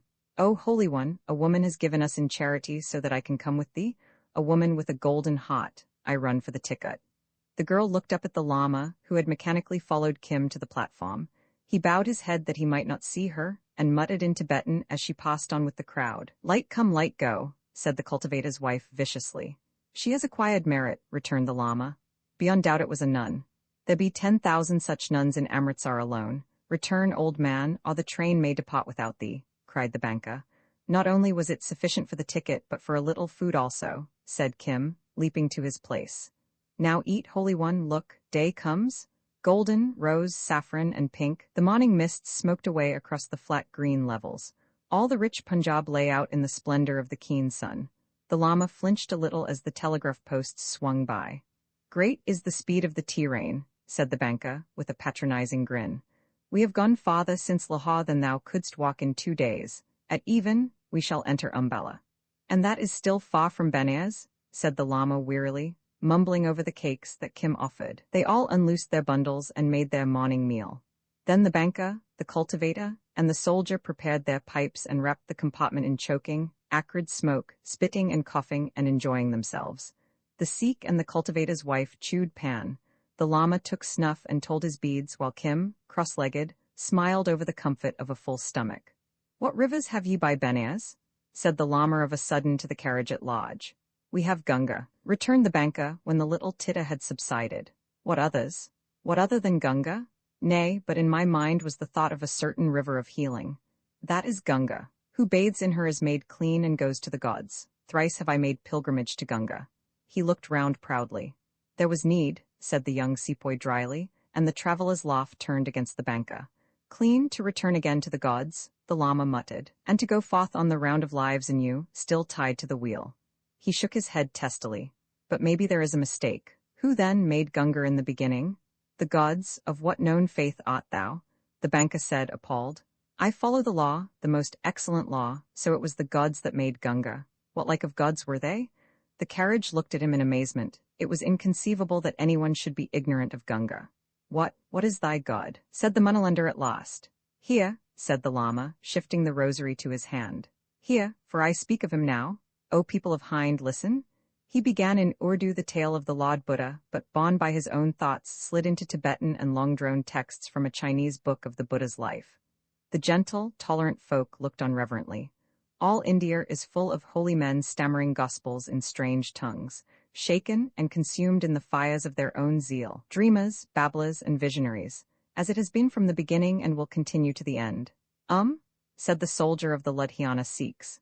There was a Mohammedan regiment lay next to us at the Pirzai Kotal, and a priest of theirs. He was, as I remember, a naik, when the fit was on him, spake prophecies. But the mad all are in God's keeping. His officers overlooked much in that man. The Lama fell back on Urdu, remembering that he was in a strange land. Hear the tale of the arrow which our Lord loosed from the bow, he said. This was much more to their taste, and they listened curiously while he told it. Now, O people of Hind, I go to seek that river. Know ye aught that may guide me, for we be all men and women in evil case. There is Gunga, and Gunga alone, who washes away sin, ran the murmur round the carriage. Though past question we have good gods jollened your way, said the cultivator's wife, looking out of the window. See how they have blessed the crops. To search every river in the Punjab is no small matter, said her husband. For me, a stream that leaves good silt on my land suffices, and I thank Bhumia, the god of the homestead. He shrugged one knotted, bronzed shoulder. Think you our Lord came so far north? Said the Lama, turning to Kim. It may be, Kim replied soothingly as he spat red pan-juice on the floor. The last of the great ones, said the Sikh with authority, was Sikandar Jul Khan. 14. He paved the streets of Jalandhar and built a great tank near Umballa. That pavement holds to this day, and the tank is there also. I never heard of thy god. Let thy hair grow long and talk Punjabi, said the young soldier jestingly to Kim, quoting a northern proverb. That is all that makes a Sikh. But he did not say this very loud. The Lama sighed and shrank into himself, a dingy, shapeless mass. In the pauses of their talk they could hear the low droning, Om Main Padme Hum, Om Main Padme Hum, and the thick click of the wooden rosary beads. It irks me, he said at last. The speed and the clatter irk me. Moreover, my Chella, I think that maybe we have overpassed that river. Peace, peace, said Kim. Was not the river near Benares? We are yet far from the place. But if our Lord came north, it may be any one of these little ones that we have run across. I do not know. But thou wast sent to me, wast thou sent to me? For the merit I had acquired over yonder at such sen. From beside the cannon didst thou come, bearing 2 faces and 2 gobs. Peace, one must not speak of these things here, whispered Kim. There was but one of me. Think again and thou wilt remember. A boy, a Hindu boy, by the great green cannon. But was there not also an Englishman with a white beard holy among images, who himself made more sure my assurance of the river of the arrow? We went to the Ajaib Gur in Lahore to pray before the gods there, Kim explained to the openly listening company. And the Sahib of the Wonder House talked to him. Yes, this is truth as a brother. He is a very holy man from far beyond the hills. Rest thou, in time we come to Umballa. But my river, the river of my healing? And then, if it please thee, we will go hunting for that river on foot, so that we miss nothing, not even a little rivulet in a field side. But thou hast a search of thine own? The Lama, very pleased that he remembered so well, sat bolt upright. Aye, said Kim, humoring him. The boy was entirely happy to be out chewing pan and seeing new people in the great good-tempered world. It was a bull, a red bull that shall come and help thee and carry thee. Whither, I have forgotten. A red bull on a green field, was it not? Nay, it will carry me nowhere, said Kim. It is but a tale I told thee. What is this? The cultivator's wife leaned forward, her bracelets clinking on her arm. Do you both dream dreams? A red bull on a green field that shall carry thee to the heavens, or what? Was it a vision? Did one make a prophecy? We have a red bull in our village behind Jalandhur city, and he grazes by choice in the very greenest of our fields. Give a woman an old wife's tale and a weaver bird a leaf and a thread. They will weave wonderful things, said the Sikh. All holy men dream dreams, and by following holy men their disciples attain that power. A red bull on a green field, was it? The Lama repeated.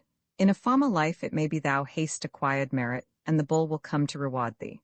Nay, nay, it was but a tale one told to me, for a jest belike, but I will seek the bull about Umballa, and thou canst look for thy river and rest from the clatter of the train.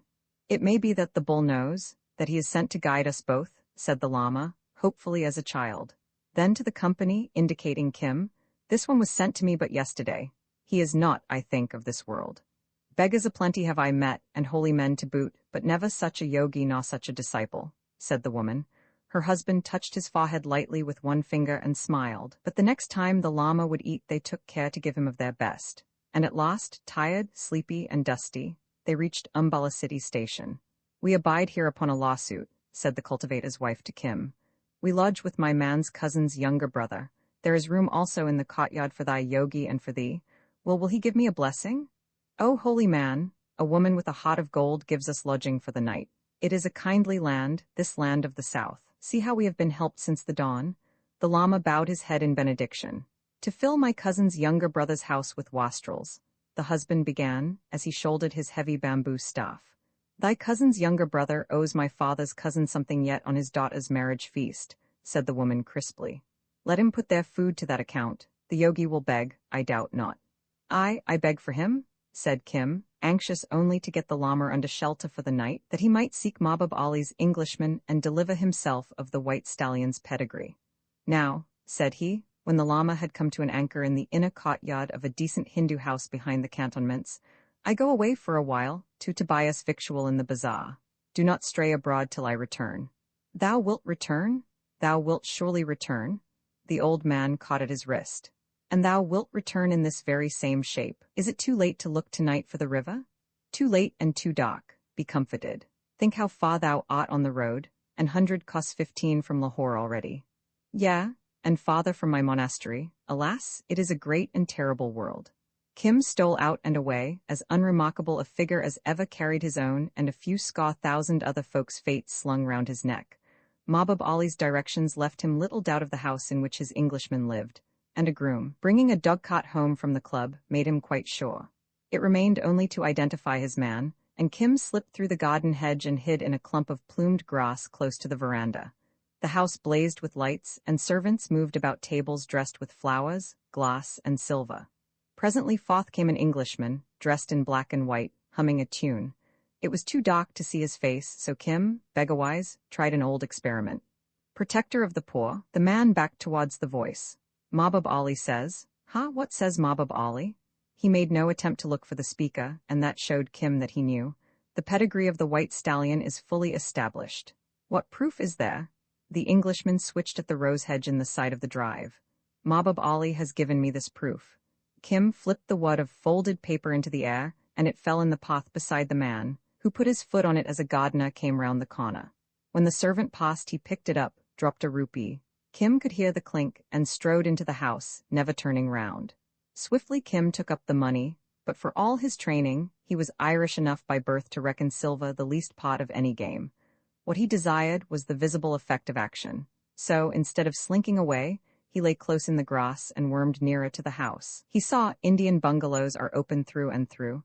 The Englishman returned to a small dressing room, in a corner of the veranda that was half office, littered with papers and dispatch boxes, and sit down to study Mahbub Ali's message. His face, by the full ray of the kerosene lamp, changed and darkened, and Kim, used as every beggar must be to watching countenances, took good note. Will, dear," called a woman's voice. "You ought to be in the drawing-room. They'll be here in a minute." The man still read intently. "Will," said the voice 5 minutes later. "He's come. I can hear the troopers in the drive." The man dashed out bareheaded as a big landau with 4 native troopers behind it halted at the veranda, and a tall, black-haired man, erect as an arrow, swung out, preceded by a young officer who laughed pleasantly. Flat on his belly lay Kim, almost touching the high wheels. His man and the black stranger exchanged 2 sentences. "Certainly, sir," said the young officer promptly. "Everything waits while a hoss is concerned." "We shan't be more than 20 minutes, said Kim's man. "You can do the honors, keep 'em amused and all that." "Tell one of the troopers to wait," said the tall man, and they both passed into the dressing-room together as the landau rolled away. Kim saw their heads bent over Mahbub Ali's message, and heard the voices, one low and deferential, the other sharp and decisive. "It isn't a question of weeks. It is a question of days, hours almost," said the elder. "I'd been expecting it for some time, but this." He tapped Mahbub Ali's paper. "Clinches it. Grogan's dining here tonight, isn't he?"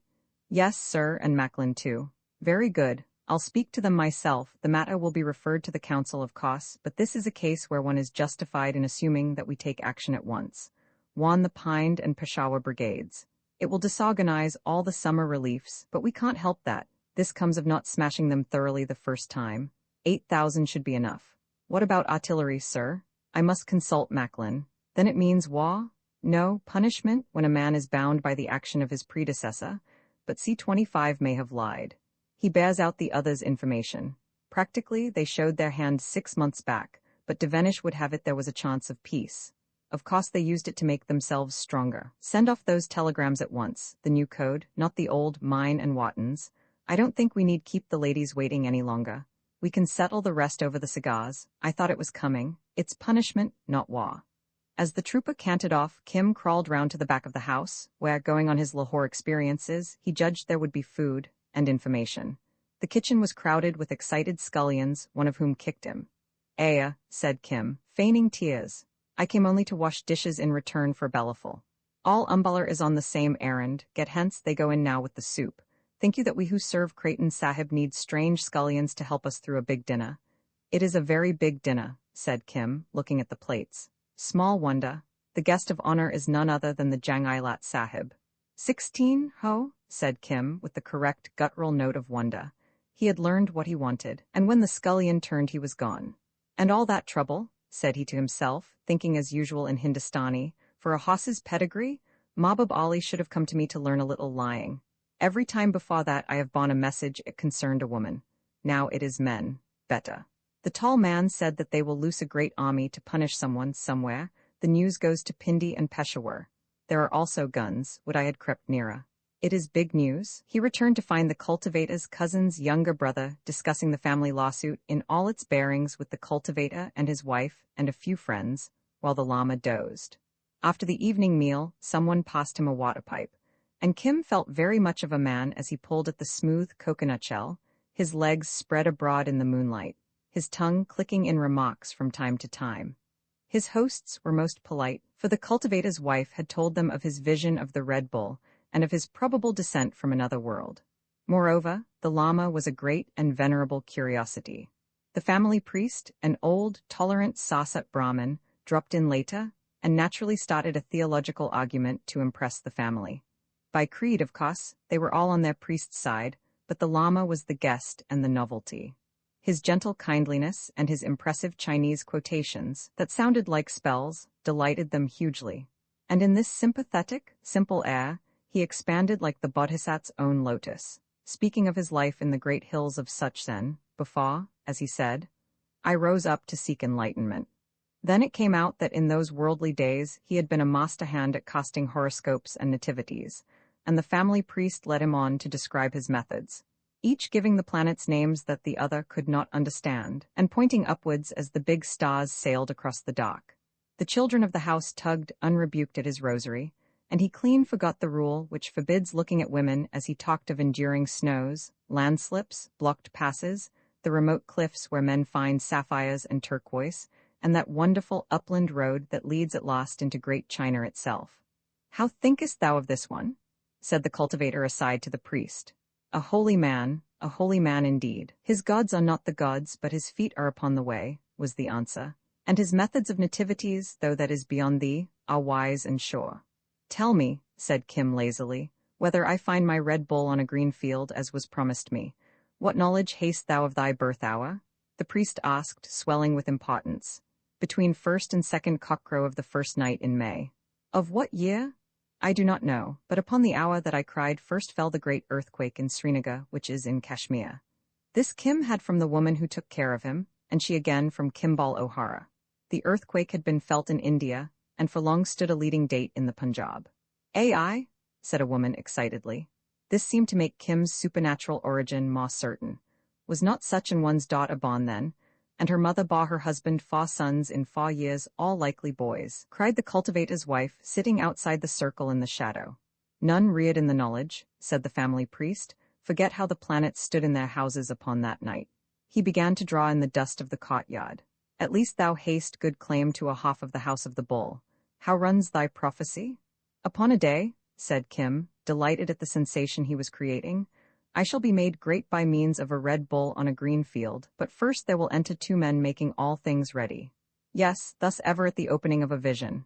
A thick darkness that clears slowly, anon one enters with a broom making ready the place. Then begins the sight. 2 men, thou sayest? Aye. The son, leaving the house of the bull, enters that of the twins. Hence the 2 men of the prophecy. Let us now consider. Fetch me a twig, little one. He knitted his brows, scratched, smoothed out, and scratched again in the dust mysterious signs, to the wonder of all save the Lama, who, with fine instinct, forbore to interfere. At the end of half an hour, he tossed the twig from him with a grunt. Thus say the stars, within 3 days come the 2 men to make all things ready. After them follows the bull, but the sign over against him is the sign of war and armed men. There was indeed a man of the Ludhiana Sikhs in the carriage from Lahore, said the cultivator's wife hopefully. TCK, armed men many hundreds. What concern hast thou with war? Said the priest to Kim. Thine is a red and an angry sign of war to be loosed very soon. None, said the Lama earnestly. We seek only peace and our river. Kim smiled, remembering what he had overheard in the dressing room. Decidedly he was a favorite of the stars. The priest brushed his foot over the rude horoscope. More than this I cannot see. In 3 days comes the bull to thee, boy. And my river, pleaded the Lama. I had hoped his bull would lead us both to the river. Alas, for that wondrous river, my brother, the priest replied. Such things are not common. Next morning, though they were pressed to stay, the Lama insisted on departure. They gave Kim a large bundle of good food and nearly 3 annas in copper money for the needs of the road, and with many blessings watched the 2 go southward in the dawn. Pity it is that these and such as these could not be freed from. Nay, then would only evil people be left on the earth, and who would give us meat and shelter? Quoth Kim, stepping merrily under his burden. Yonder is a small stream. Let us look, said the Lama, and he led from the white road across the fields, walking into a very hornet's nest of pariah dogs. Roman 3 voice of every soul that clung to life that strove from rung to rung when Devadatta's rule was young, the warm wind brings Kamakura. Behind them, an angry farmer brandished a bamboo pole. He was a market gardener, Aryan by caste, growing vegetables and flowers for Umballa City, and well Kim knew the breed. "Such an one," said the Lama, disregarding the dogs, "is impolite to strangers, intemperate of speech and uncharitable. Be warned by his demeanor, my disciple." "Ho, shameless beggars," shouted the farmer. "Begone, get hence." "We go," the Lama returned with quiet dignity. "We go from these unblessed fields." "Ah," said Kim, sucking in his breath. "If the next crops fail, thou canst only blame thine own tongue." The man shuffled uneasily in his slippers. "The land is full of beggars," he began, half apologetically. "And by what sign didst thou know that we would beg from thee, O Molly?" said Kim tartly, using the name that a market gardener least likes. "All we sought was to look at that river beyond the field there." "River, forsooth?" the man snorted. "What city do ye hail from not to know a canal cut? It runs as straight as an arrow, and I pay for the water as though it were molten silver. There is a branch of a river beyond, but if ye need water I can give that, and milk." "Nay, we will go to the river," said the Lama, striding out. "Milk and a meal," the man stammered, as he looked at the strange, tall figure. I would not draw evil upon myself or my crops, but beggars are so many in these hard days. Take notice." The Lama turned to Kim. He was led to speak harshly by the red mist of anger, that clearing from his eyes he becomes courteous and of an affable heart. "May his fields be blessed. Beware not to judge men too hastily, O farmer." "I have met holy ones who would have cursed thee from Hearthstone to Baya," said Kim to the abashed man. "Is he not wise and holy? I am his disciple." He cocked his nose in the air loftily and stepped across the narrow field borders with great dignity. "There is no pride," said the Lama, after a pause. "There is no pride among such as follow the middle way. But thou hast said he was low caste and discourteous." "Low caste I did not say, for how can that be which is not? Afterwards he amended his discourtesy, and I forgot the offense. Moreover, he is as we are, bound upon the wheel of things, but he does not tread the way of deliverance." He halted at a little runlet among the fields and considered the hoof-pitted bank. "Now, how wilt thou know thy river?" said Kim, squatting in the shade of some tall sugarcane. "When I find it, an enlightenment will surely be given. This, I feel, is not the place. O littlest among the waters, if only thou couldst tell me where runs my river, but be thou blessed to make the fields bare." "Look, look!" Kim sprang to his side and dragged him back. A yellow and brown streak glided from the purple rustling stems to the bank, stretched its neck to the water, drank, and lay still, a big cobra with fixed, lidless eyes. "I have no stick, I have no stick," said Kim. "I will get me one and break his back." "Why, he is upon the wheel as we are, a life ascending or descending, very far from deliverance. Great evil must the soul have done that is cast into this shape." "I hate all snakes," said Kim. "No native training can quench the white man's horror of the serpent. Let him live out his life." The coiled thing hissed and half opened its hood. "May thy release come soon, brother," the Lama continued placidly. "Hast thou knowledge by chance of my river?" "Never have I seen such a man as thou art," Kim whispered, overwhelmed. "Do the very snakes understand thy talk?" "Who knows?" He passed within a foot of the cobra's poised head. It flattened itself among the dusty coils. "Come thou," he called over his shoulder. "Not I," said Kim. "I go round." "Come, he does no hurt." Kim hesitated for a moment. The Lama backed his order by some droned Chinese quotation which Kim took for a charm. He obeyed and bounded across the rivulet, and the snake, indeed, made no sign. "Never have I seen such a man." Kim wiped the sweat from his forehead. "And now, whither go we?" "That is for thee to say. I am old and a stranger, far from my own place. But that the rail carriage fills my head with noises of devil drums, I would go in it to Benares now. Yet by so going we may miss the river. Let us find another river, where the hard-worked soil gives 3 and even 4 crops a year, through patches of sugarcane, tobacco, long white radishes, and nolkol. All that day they strolled on, turning aside to every glimpse of water, rousing village dogs and sleeping villages at noonday, the Lama replying to the volleyed questions with an unswerving simplicity. They sought a river of miraculous healing. Had anyone knowledge of such a stream? Sometimes men laughed, but more often heard the story out to the end and offered them a place in the shade, a drink of milk, and a meal. The women were always kind, and the little children, as children are the world over, alternately shy and venturesome. Evening found them at rest under the village tree of a mud-roofed hamlet, talking to the headman as the cattle came in from the grazing grounds, and the women prepared the day's last meal. They had passed beyond the belt of market gardens round hungry Umballa, and were among the mile-wide green of the staple crops. He was a white-bearded and affable elder, used to entertaining strangers. He dragged out a string bedstead for the Lama, set warm cooked food before him, prepared him a pipe, and the evening ceremonies being finished in the village temple, sent for the village priest. Kim told the older children tales of the size and beauty of Lahore, of railway travel, and such like city things, while the men talked slowly as their cattle chew the cud. "I cannot fathom it," said the headman at last to the priest. "How readest thou this talk?" The Lama, his tale told, was silently telling his beads. "He is a seeker," the priest answered. "The land is full of such. Remember him who came only last month, the fakir with the tortoise? Aye, but that man had right and reason, for Krishna himself appeared in a vision promising him paradise without the burning pyre if he journeyed to Prayag. This man seeks no God who is within my knowledge. Peace, he is old, he comes from far off, and he is mad," the smooth-shaven priest replied. "Hear me." He turned to the Lama. 3-17 to the westward runs the great road to Calcutta, but I would go to Benares, and to Benares also. It crosses all streams on this side of Hind. Now my word to thee, Holy One, is rest here till tomorrow.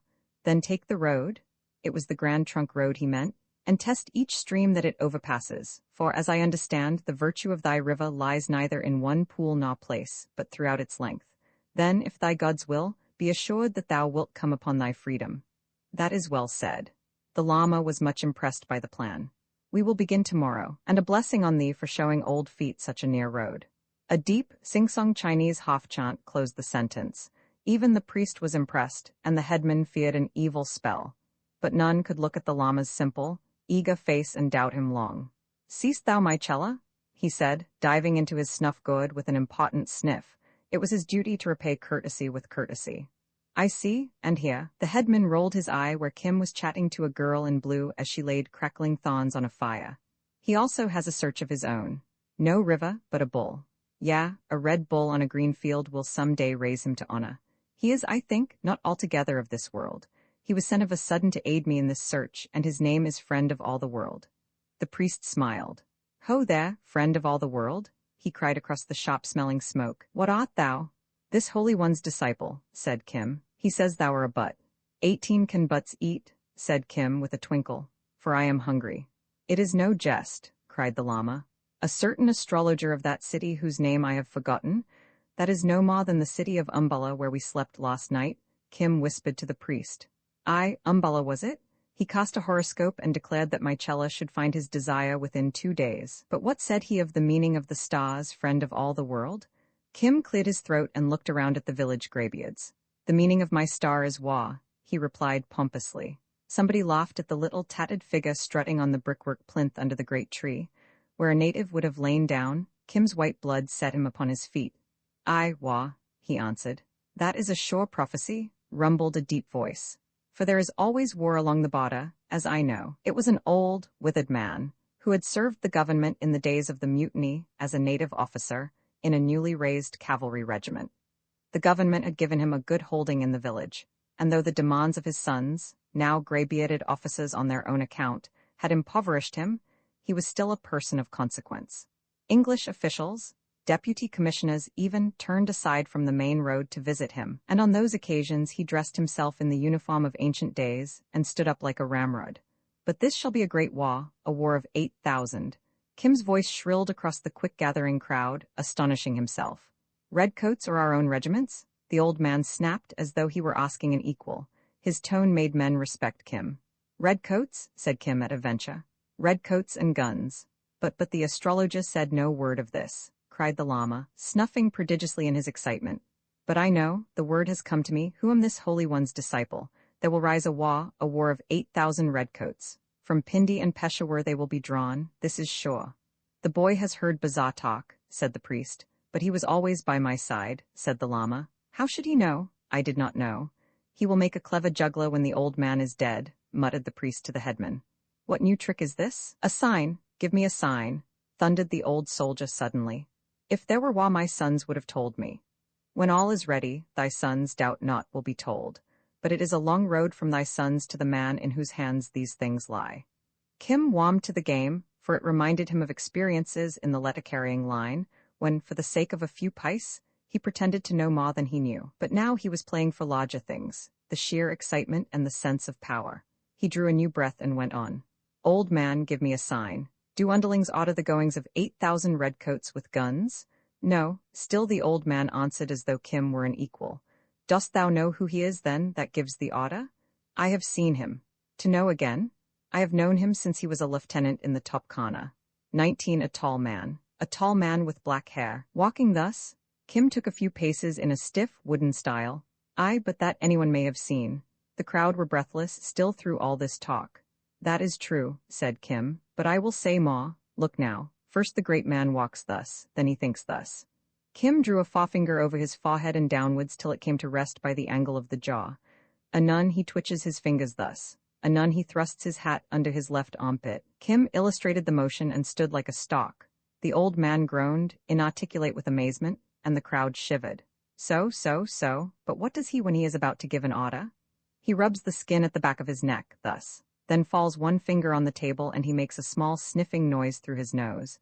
Then he speaks, saying, Loose such and such a regiment, call out such guns. The old man rose stiffly and saluted. For Kim translated into the vernacular the clinching sentences he had heard in the dressing room at Umballa. For says he, we should have done this long ago. It is not war, it is a chastisement. SNFF. Enough, I believe, I have seen him thus in the smoke of battles. Seen and heard, it is he?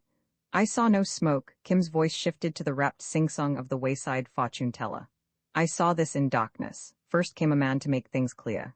Then came horsemen. Then came he standing in a ring of light. The rest followed as I have said. Old man, have I spoken truth? It is he. Past all doubt it is he. The crowd drew a long, quavering breath, staring alternately at the old man, still at attention, and ragged Kim against the purple twilight. Said I not he was from the other world? Cried the Lama proudly. He is the friend of all the world, he is the friend of the stars. At least it does not concern us, a man cried. O thou young soothsayer, if the gift abides with thee at all seasons, I have a red-spotted cow. She may be sister to thy bull for aught I know, or I care, said Kim. My stars do not concern themselves with thy cattle. Nay, but she is very sick, a woman struck in.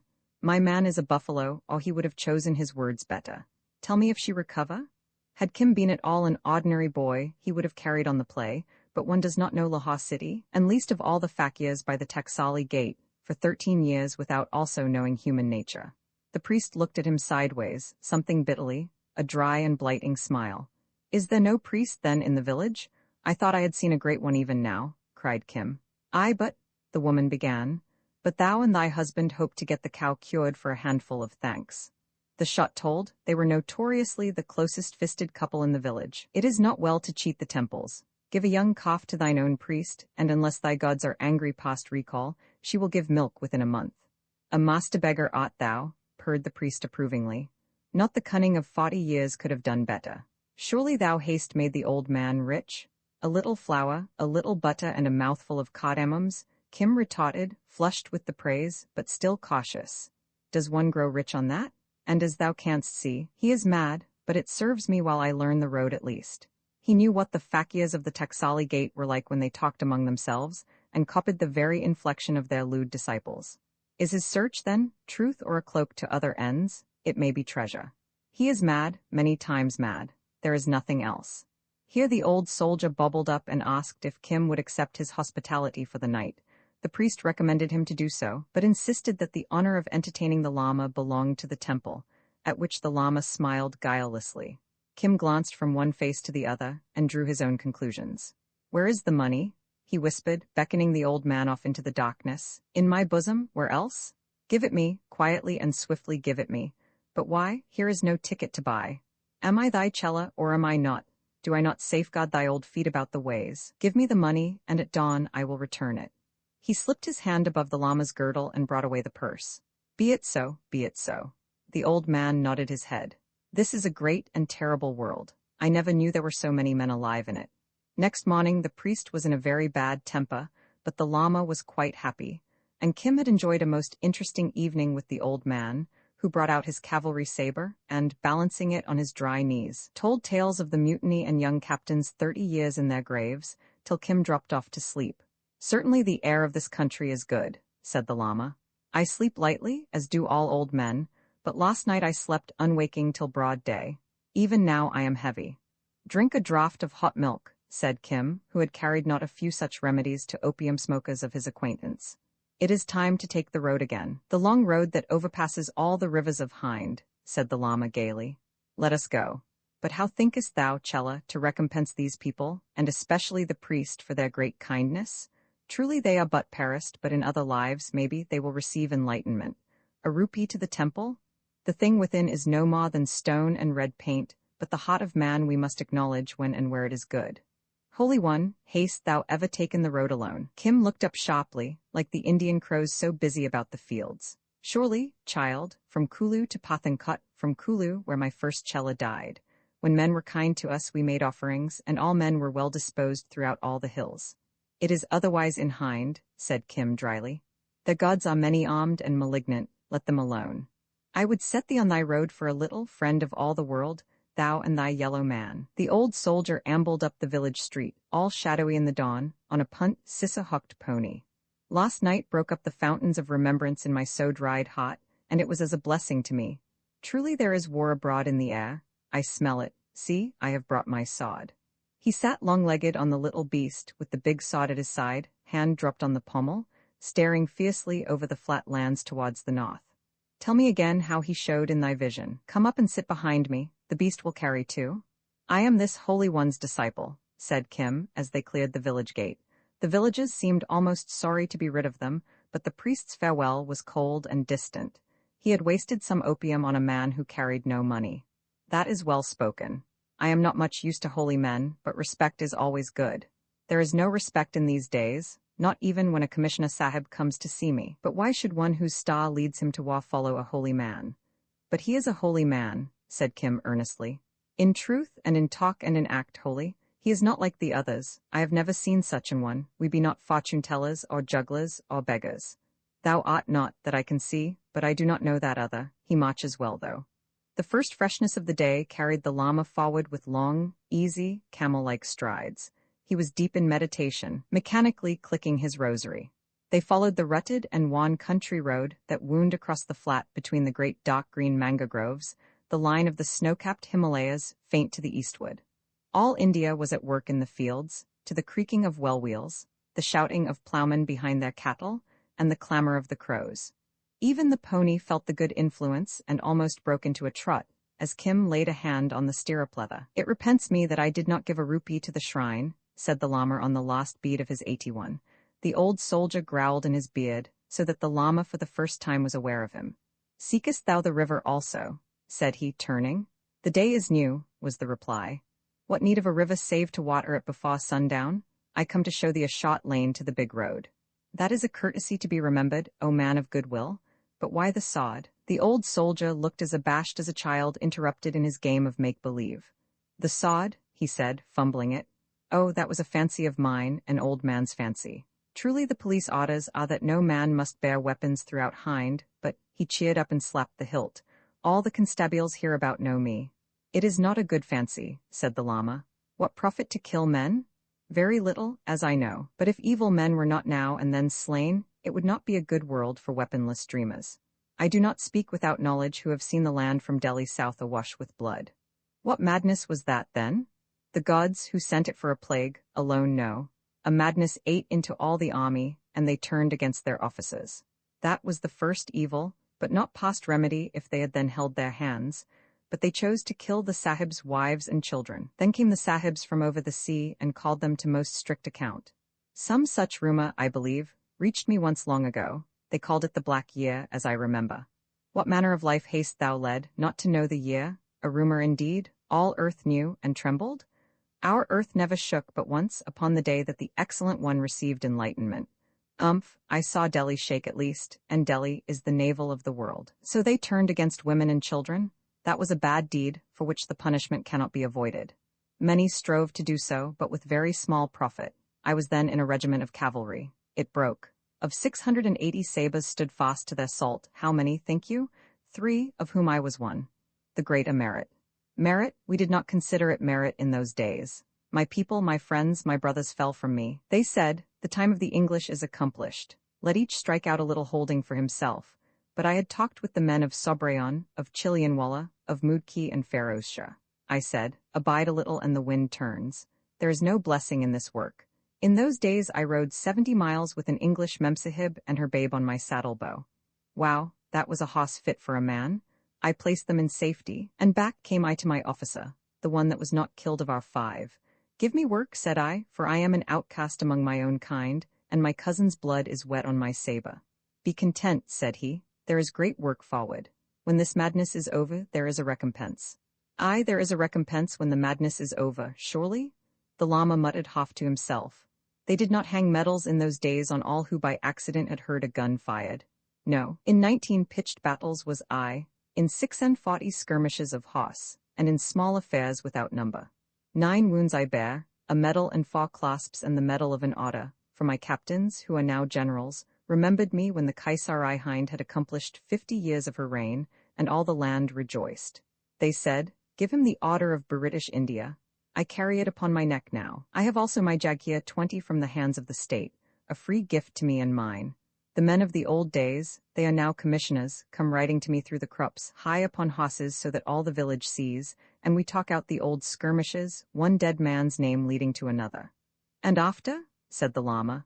Oh, afterwards they go away, but not before my village has seen. And at the last what wilt thou do? At the last I shall die. And after, let the gods order it. I have never pestered them with prayers. I do not think they will pester me. Look you, I have noticed in my long life that those who eternally break in upon those above with complaints and reports and bellowings and weepings are presently sent for in haste, as our colonel used to send for slack-jawed down-country men who talked too much. No, I have never wearied the gods. They will remember this, and give me a quiet place where I can drive my lance in the shade, and wait to welcome my sons. I have no less than 3 Resolda, mages all in the regiments. And they likewise, bound upon the wheel, go forth from life to life, from despair to despair, said the Lama below his breath, hot, uneasy, snatching. Aye, the old soldier chuckled. 3 Resolda, mages in 3 regiments, gamblers a little, but so am I. They must be well mounted, and one cannot take the hosses as in the old days one took women. Well, well, my holding can pay for all. How thinkest thou? It is a well-wadded strip, but my men cheat me. I do not know how to ask save at the lance's point. Ugh, I grow angry and I curse them, and they feign penitence, but behind my back I know they call me a toothless old ape. Hast thou never desired any other thing? Yes, yes, 1,000 times, a straight back and a close-clinging knee once more, a quick wrist and a keen eye, and the marrow that makes a man. Oh, the old days, the good days of my strength? That strength is weakness. It has turned so, but 50 years since I could have proved it otherwise. The old soldier retorted, driving his stirrup-edge into the pony's lean flank. But I know a river of great healing. I have drank Gungawata to the edge of dropsy. All she gave me was a flux and no sort of strength. It is not Gunga. The river that I know washes from all taint of sin. Ascending the far bank one is assured of freedom. I do not know thy life, but thy face is the face of the honorable and courteous. Thou hast clung to thy way, rendering fidelity when it was hard to give, in that black year of which I now remember other tales. Enter now upon the middle way which is the path to freedom. Hear the most excellent law, and do not follow dreams. Speak then, old man. The soldier smiled, half saluting. We be all babblers at our age. The Lama squatted under the shade of a mango, whose shadow played checkawise over his face. The soldier sat stiffly on the pony, and Kim, making sure that there were no snakes, lay down in the crotch of the twisted roots. There was a drowsy buzz of small life in hot sunshine, a cooing of doves, and a sleepy drone of well-wheels across the fields. Slowly and impressively, the Lama began. At the end of 10 minutes, the old soldier slid from his pony, to hear better, as he said, and sat with the reins round his wrist. The Lama's voice faltered, the periods lengthened. Kim was busy watching a gray squirrel. When the little scolding bunch of fur, close pressed to the branch, disappeared, preacher and audience were fast asleep, the old officer's strong-cut head pillowed on his arm, the Lama's thrown back against the tree bole, where it showed like yellow ivory. A naked child toddled up, stared, and, moved by some quick impulse of reverence, made a solemn little obeisance before the Lama. Only the child was so short and fat that it toppled over sideways, and Kim laughed at the sprawling, chubby legs. The child, scared and indignant, yelled aloud. Hi, hi, said the soldier, leaping to his feet. What is it? What orders? It is a child? I dreamed it was an alarm. Little one, do not cry. Have I slept? That was discourteous indeed. I fear, I am afraid, roared the child. What is it to fear? 2 old men and a boy. How wilt thou ever make a soldier, princeling? The llama had waked too, but, taking no direct notice of the child, clicked his rosary. What is that? Said the child, stopping a yell midway. I have never seen such things, give them me. Aha, said the llama, smiling and trailing a loop of it on the grass. This is a handful of cardamoms. This is a lump of gai. This is millet and chilies and rice, a supper for thee and me. The child shrieked with joy, and snatched at the dark, glancing beads. Oh ho, said the old soldier. Whence hadst thou that song, despiser of this world? I learned it in Pathankot, sitting on a doorstep, said the llama shyly. It is good to be kind to babes. As I remember, before the sleep came on us, thou hadst told me that marriage and bearing were darkeners of the true light, stumbling blocks upon the way. Do children drop from heaven in thy country? Is it the way to sing them songs? No man is all perfect, said the llama gravely, recoiling the rosary. Run now to thy mother, little one. Hear him, said the soldier to Kim. He is ashamed for that he has made a child happy. There was a very good householder lost in thee, my brother. Hi, child. He threw it a pice. Sweetmeats are always sweet. And as the little figure capered away into the sunshine, they grow up and become men. Holy One, I grieve that I slept in the midst of thy preaching. Forgive me. We be two old men, said the llama. The fault is mine. I listened to thy talk of the world and its madness, and one fault led to the next. Hear him? What harm do thy gods suffer from play with a babe? And that song was very well sung. Let us go on, and I will sing thee the song of Nickel Sain before Delhi, the old song. And they fared out from the gloom of the mango tope, the old man's high, shrill voice ringing across the field. As wail by long-drawn wail, he unfolded the story of Nickel Sain 21, the song that men sing in the Punjab to this day. Kim was delighted, and the llama listened with deep interest. Ah, hi, Nickel Sain is dead. He died before Delhi. Lances of the North take vengeance for Nickel Sain. He quavered it out to the end, mocking the trills with the flat of his sword on the pony's rump. And now we come to the big road, said he, after receiving the compliments of Kim, for the llama was mockingly silent. It is long since I have ridden this way, but thy boy's talk stirred me. See, Holy One, the great road which is the backbone of all Hind. For the most part it is shaded, as here, with 4 lines of trees. The middle road, all hard, takes the quick traffic. In the days before rail carriages, the sahibs travelled up and down here in hundreds. Now there are only country cots and such like. Left and right is the rougher road for the heavy cots, grain and cotton and timber, fodder, lime and hides. A man goes in safety here, for at every few cost 22 is a police station. The police are thieves and extortioners. I myself would patrol it with cavalry. Young recruits under a strong captain, but at least they do not suffer any rivals. All castes and kinds of men move here. Look, Brahmins and Chumas, Bankas and Tinkas, Babas and Bunnias, Pilgrims and Pottas, all the world going and coming. It is to me as a river from which I am withdrawn like a log after a flood. And truly the Grand Trunk Road is a wonderful spectacle. It runs straight, bearing without crowding India's traffic for 1,500 miles, such a river of life as nowhere else exists in the world. They looked at the green-arched, shade-flecked length of it, the white breadth speckled with slow-pacing folk, and the 2-roomed police station opposite. Who bears arms against the law? A constable called out laughingly as he caught sight of the soldier's sword. Are not the police enough to destroy evildoers? It was because of the police I bought it, was the answer. Does all go well in Hind? Resaldar Sahib, all goes well. I am like an old tortoise, look you, who puts his head out from the bank and draws it in again. This is the road of Hindustan. All men come by this way. Son of a swine, is the soft part of the road meant for thee to scratch thy back upon? Father of all the daughters of shame and husband of 10,000 virtueless ones, thy mother was devoted to a devil, being led thereto by her mother. Thy aunts have never had a nose for 7 generations. Thy sister? What owl's folly told thee to draw thy cots across the road? A broken wheel? Then take a broken head and put the 2 together at leisure. The voice and a venomous whip-cracking came out of a pillar of dust 50 yards away, where a cot had broken down. A thin, high Katiwa mare, with eyes and nostrils aflame, rocketed out of the jam, snotting and wincing as her rider bent her across the road in chase of a shouting man. He was tall and gray-bearded, sitting the almost mad beast as a piece of her, and scientifically lashing his victim between plunges. The old man's face lit with pride. My child, said he briefly, and strove to rein the pony's neck to a fitting arch. Am I to be beaten before the police? Cried the kata. Justice? I will have justice? Am I to be blocked by a shouting ape who upsets 10,000 sacks under a young horse's nose? That is the way to ruin a mare. He speaks truth, but she follows her man close, said the old man.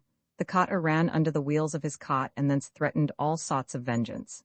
They are strong men. Thy sons, said the policeman serenely, picking his teeth. The horseman delivered one last vicious cut with his whip and came on at a canter. My father? He reined back 10 yards and dismounted. The old man was off his pony in an instant, and they embraced as do father and son in the east. Roman fa good luck, she is never a lady, but the cursedest queen alive, tricksy, wincing, and jady, kittle to lead or drive. Greet her, she's hailing a stranger, meet her, she's busking to leave. Let her alone for a shrew to the bone, and the hussy comes plucking your sleeve. Lodge us, O fortune, give or hold at your will. If I've no care for fortune, fortune must follow me still. Then, lowering their voices, they spoke together. Kim came to rest under a tree, but the llama tugged impatiently at his elbow. Let us go on, the river is not here. Hi my, have we not walked enough for a little? Our river will not run away. Patience, and he will give us a dole. That, said the old soldier suddenly, is the friend of the stars. He brought me the news yesterday, having seen the very man himself in a vision, giving orders for the war.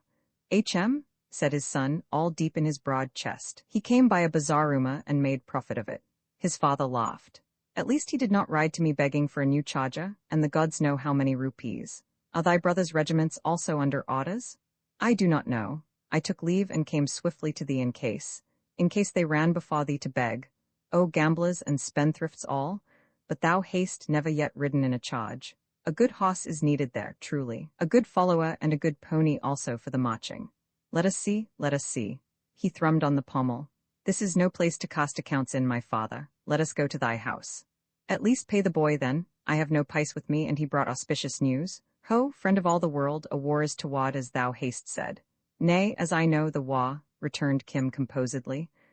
Said the llama, fingering his beads, all eager for the road. My master does not trouble the stars for hire. We brought the news. Bear witness, we brought the news, and now we go. Kim half crooked his hand at his side. The son tossed a silver coin through the sunlight, grumbling something about beggars and jugglers. It was a 4 piece and would feed them well for days. The llama, seeing the flash of the metal, droned a blessing.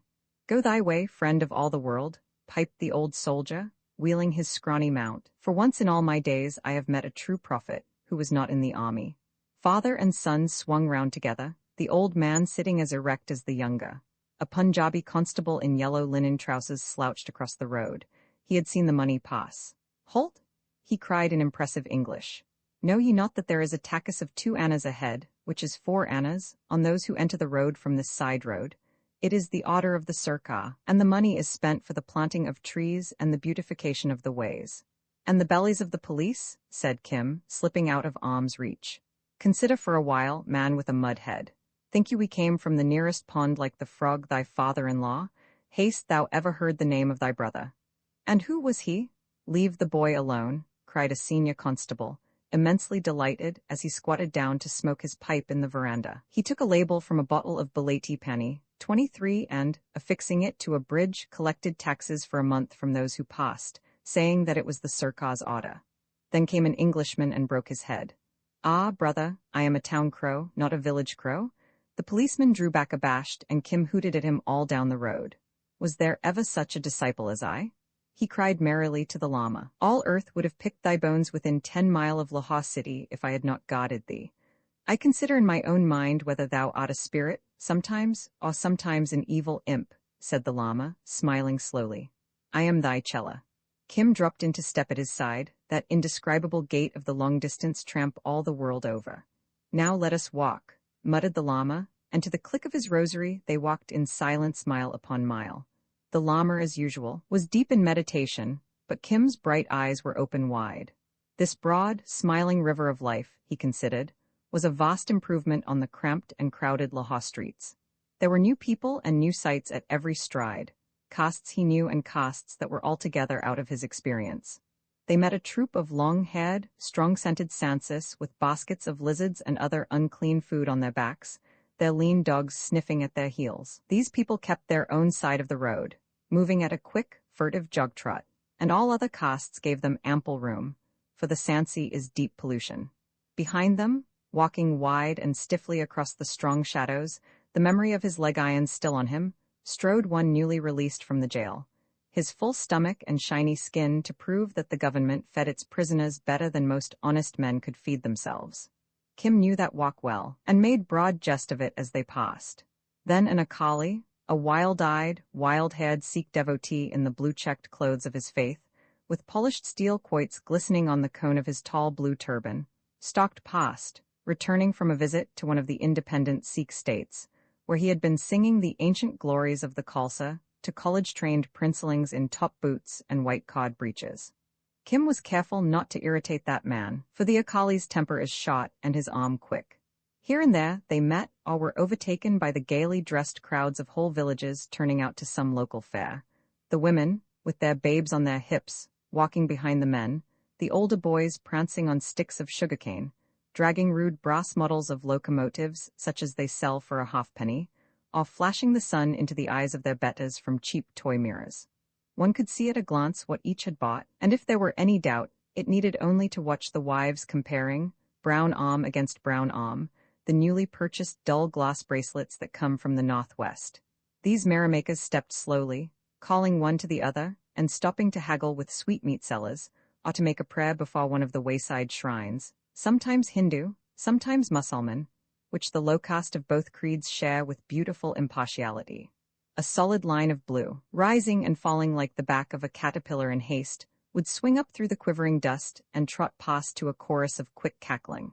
That was a gang of Changas, the women who have taken all the embankments of all the northern railways under their charge, a flat-footed, big-bosomed, strong-limbed, blue-petticoated clan of earth carriers, hurrying north on news of a job, and wasting no time by the road. They belonged to the caste whose men do not count, and they walked with squared elbows, swinging hips and heads on high, as suits women who carry heavy weights.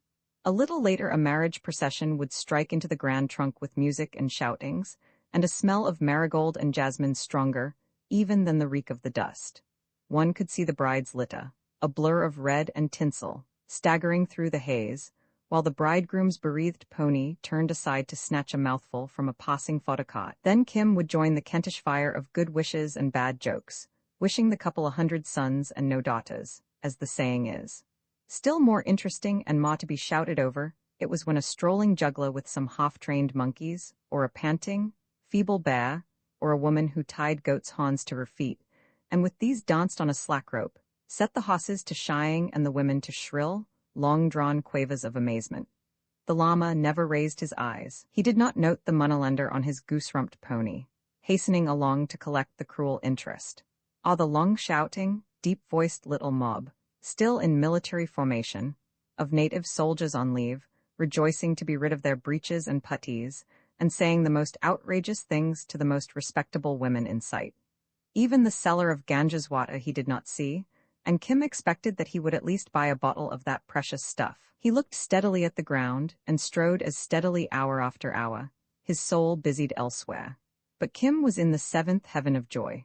The Grand Trunk at this point was built on an embankment to guard against winter floods from the foothills, so that one walked, as it were, a little above the country, along a stately corridor, seeing all India spread out to left and right. It was beautiful to behold the many oaked grain and cotton wagons crawling over the country roads. One could hear their axles, complaining a mile away, coming nearer, till with shouts and yells and bad words, they climbed up the steep incline and plunged onto the hard main road, caught a reviling kata. It was equally beautiful to watch the people, little clumps of red and blue and pink and white and saffron, turning aside to go to their own villages, dispersing and growing small by twos and threes across the level plain. Kim felt these things, though he could not give tongue to his feelings, and so contented himself with buying peeled sugarcane and spitting the pith generously about his path. From time to time the llama took snuff, and at last Kim could endure the silence no longer. "This is a good land, the land of the south," said he. "The air is good, the water is good, eh? And they are all bound upon the wheel," said the llama. "Bound from life after life, to none of these has the way been shown." He shook himself back to this world. "And now we have walked a weary way," said Kim. "Surely we shall soon come to a pararo point. Too far shall we stay there? Look, the sun is sloping. Who will receive us this evening? That is all one, this country is full of good folk. Besides," he sunk his voice beneath a whisper, "we have money." The crowd thickened as they neared the resting place which marked the end of their day's journey. A line of stalls selling very simple food and tobacco, a stack of firewood, a police station, a well, a horse trough, a few trees, and under them, some trampled ground dotted with the black ashes of old fires, are all that mark a parro on the Grand Trunk, if you accept the beggars and the crows, both hungry. By this time, the sun was driving broad golden spokes through the lower branches of the mango trees. The parakeets and doves were coming home in their hundreds. The chattering, gray-backed 7 sisters, talking over the day's adventures, walked back and forth in 2s and 3s, almost under the feet of the travelers. And shufflings and scufflings in the branches showed that the bats were ready to go out on the night picket. Swiftly, the light gathered itself together, painted for an instant the faces and the cartwheels and the bullocks' horns as red as blood. Then the night fell, changing the touch of the air, drawing a low, even haze, like a gossamer veil of blue, across the face of the country, and bringing out, keen and distinct, the smell of wood smoke and cattle and the good scent of wheaten cakes cooked on ashes. The evening patrol hurried out of the police station with important coughings and reiterated orders, and a live charcoal ball in the cup of a wayside carter's hookah glowed red, while Kim's eye mechanically watched the last flicker of the sun on the brass tweezers. The life of the parro was very like that of the Kashmir Serai on a small scale. Kim dived into the happy Asiatic disorder which, if you only allow time, will bring you everything that a simple man needs. His wants were few, because, since the llama had no caste scruples, cooked food from the nearest stall would serve.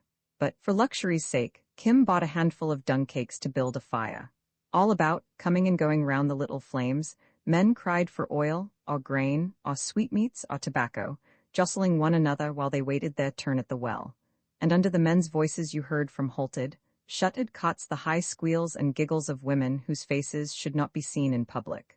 Nowadays, well-educated natives are of opinion that when their womenfolk travel, and they visit a good deal, it is better to take them quickly by rail in a properly screened compartment, and that custom is spreading. But there are always those of the old ruck who hold by the use of their forefathers, and above all, there are always the old women, more conservative than the men, who toward the end of their days go on a pilgrimage. They, being withered and undesirable, do not, under certain circumstances, object to unveiling. After their long seclusion, during which they have always been in business touch with 1,000 outside interests, they love the bustle and stir of the open road, the gatherings at the shrines, and the infinite possibilities of gossip with like-minded dowagers. Very often, it suits a long-suffering family that a strong-tongued, iron-willed old lady should despot herself about India in this fashion, for certainly pilgrimage is grateful to the gods. So all about India, in the most remote places, as in the most public, you find some knot of grizzled servitors in nominal charge of an old lady, who is more or less curtained and hid away in a bullock cart. Such men are staid and discreet, and when a European or a high-caste native is near, will net their charge with most elaborate precautions. But in the ordinary haphazard chances of pilgrimage, the precautions are not taken.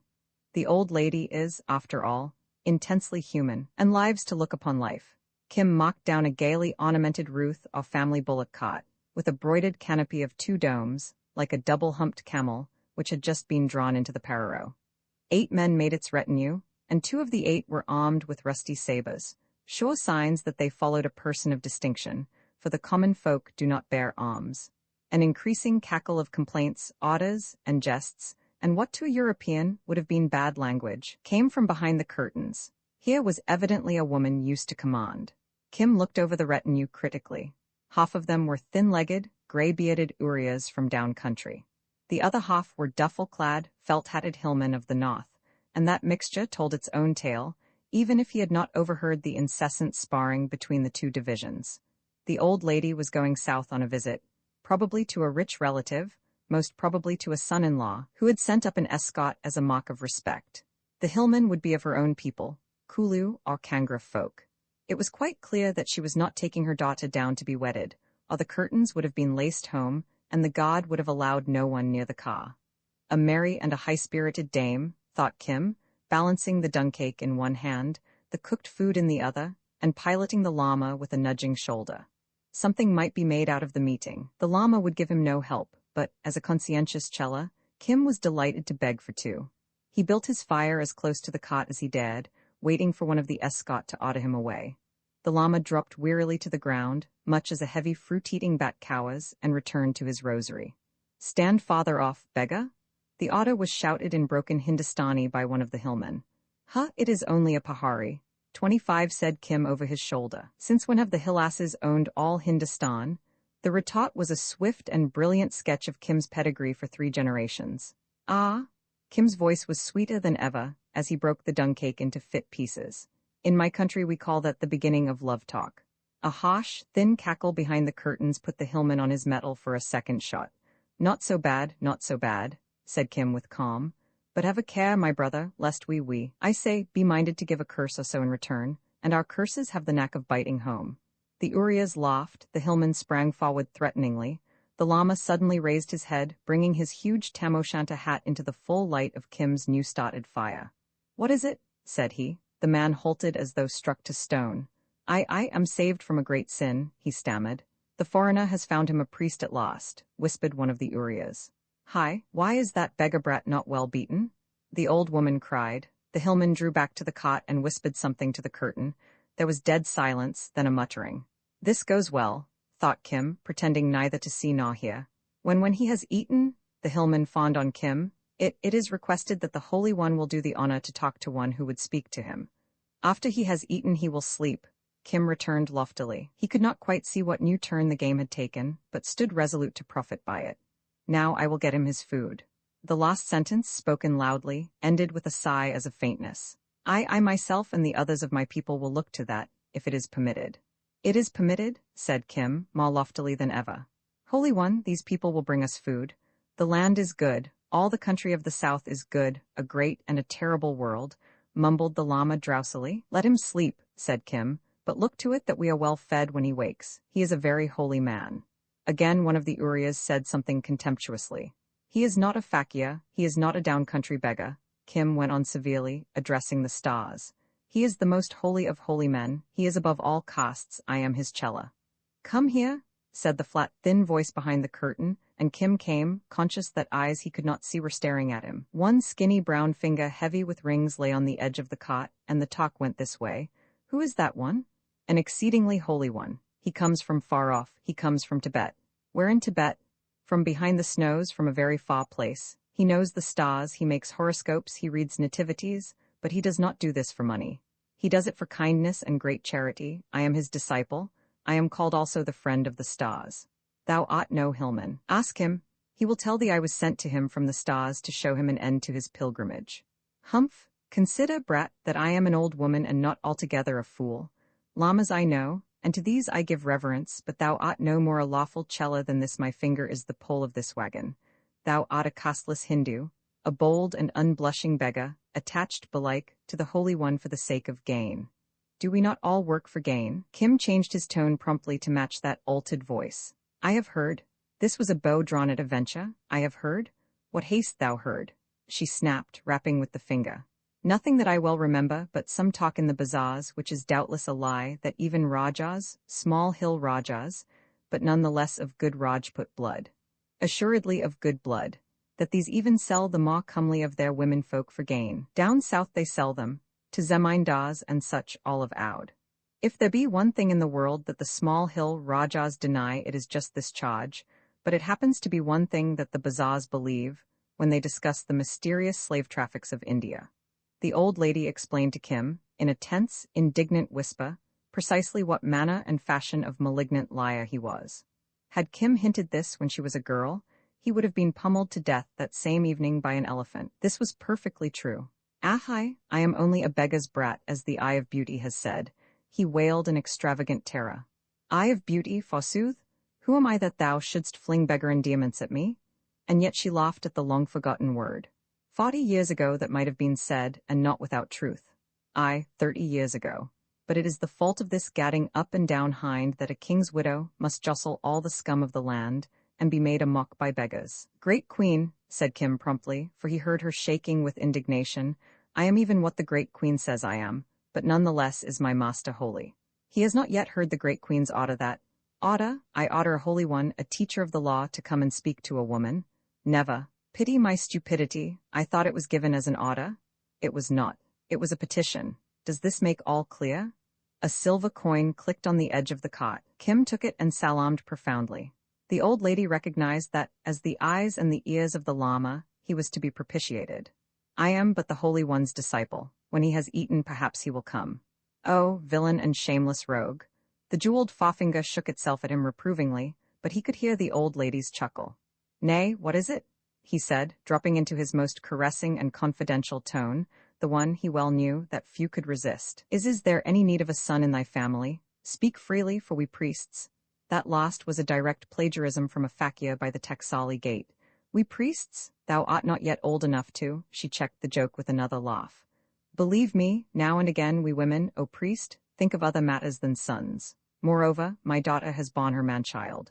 2 arrows in the quiver are better than 1, and 3 are better still. Kim quoted the proverb with a meditative cough, looking discreetly earthward. True, oh true, but perhaps that will come. Certainly those down-country Brahmins are utterly useless. I sent gifts and monies and gifts again to them, and they prophesied. Ah, drawled Kim, with infinite contempt, they prophesied? A professional could have done no better. And it was not till I remembered my own gods that my prayers were heard. I chose an auspicious hour, and perhaps thy Holy One has heard of the abbot of the Lungcho Lamasery. It was to him I put the matter, and behold, in the due time all came about as I desired. The Brahmin in the house of the father of my daughter's son has since said that it was through his prayers, which is a little error that I will explain to him when we reach our journey's end, and so afterwards I go to Bodh Gaya to make shraddha for the father of my children. Thither go we. Doubly auspicious, chirruped the old lady. A second son at least? O friend of all the world. The Lama had waked and, simply as a child bewildered in a strange bed, called for Kim. I come, Holy One. He dashed to the fire, where he found the Lama already surrounded by dishes of food, the hillmen visibly adoring him and the southerners looking sourly. Go back, withdraw? Kim cried. Do we eat publicly like dogs? They finished the meal in silence, each turned a little from the other, and Kim topped it with a native-made cigarette. Have I not said 100 times that the South is a good land? Here is a virtuous and high-born widow of a hill Rajar on pilgrimage, she says, to Bodh Gaya. She it is sends us those dishes, and when thou art well rested she would speak to thee. Is this also thy work? The Lama dipped deep into his snuff-gourd. Who else watched over thee since our wonderful journey began? Kim's eyes danced in his head as he blew the rank smoke through his nostrils and stretched him on the dusty ground. Have I failed to oversee thy comforts, Holy One? A blessing on thee. The Lama inclined his solemn head. I have known many men in my so long life, and disciples not a few, but to none among men, if so be thou art woman-born, has my heart gone out as it has to thee, thoughtful, wise, and courteous, but something of a small imp, and I have never seen such a priest as thou. Kim considered the benevolent yellow face wrinkle by wrinkle. It is less than 3 days since we took the road together, and it is as though it were 100 years. Perhaps in a former life it was permitted that I should have rendered thee some service. Maybe, he smiled, I freed thee from a trap, having caught thee on a hook in the days when I was not enlightened, cast thee back into the river. Maybe, said Kim quietly. He had heard this sort of speculation again and again, from the mouths of many whom the English would not consider imaginative. Now, as regards that woman in the bullock cart, I think she needs a second son for her daughter. That is no part of the way, sighed the Lama, but at least she is from the hills. Ah, the hills and the snow of the hills. He rose and stalked to the cot.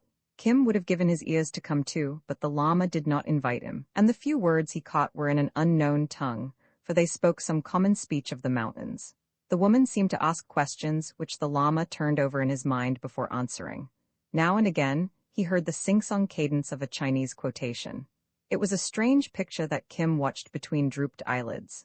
The Lama, very straight and erect, the deep folds of his yellow clothing slashed with black in the light of the Pararo fires, precisely as a knotted tree trunk is slashed with the shadows of the low sun, addressed a tinsel and lacquered Ruth, which burned like a many-colored jewel in the same uncertain light. The patterns on the gold-worked curtains ran up and down, melting and reforming as the folds shook and quivered to the night wind, and when the talk grew more earnest, the jeweled forefinger snapped out little sparks of light between the embroideries.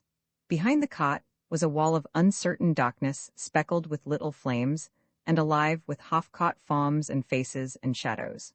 The voices of early evening had settled down to one soothing hum, whose deepest note was the steady chumping of the bullocks above their chopped straw, and whose highest was the tinkle of a Bengali dancing girl's sitar. Most men had eaten and pulled deep at their gurgling, grunting hookahs, which in full blast sound like bullfrogs.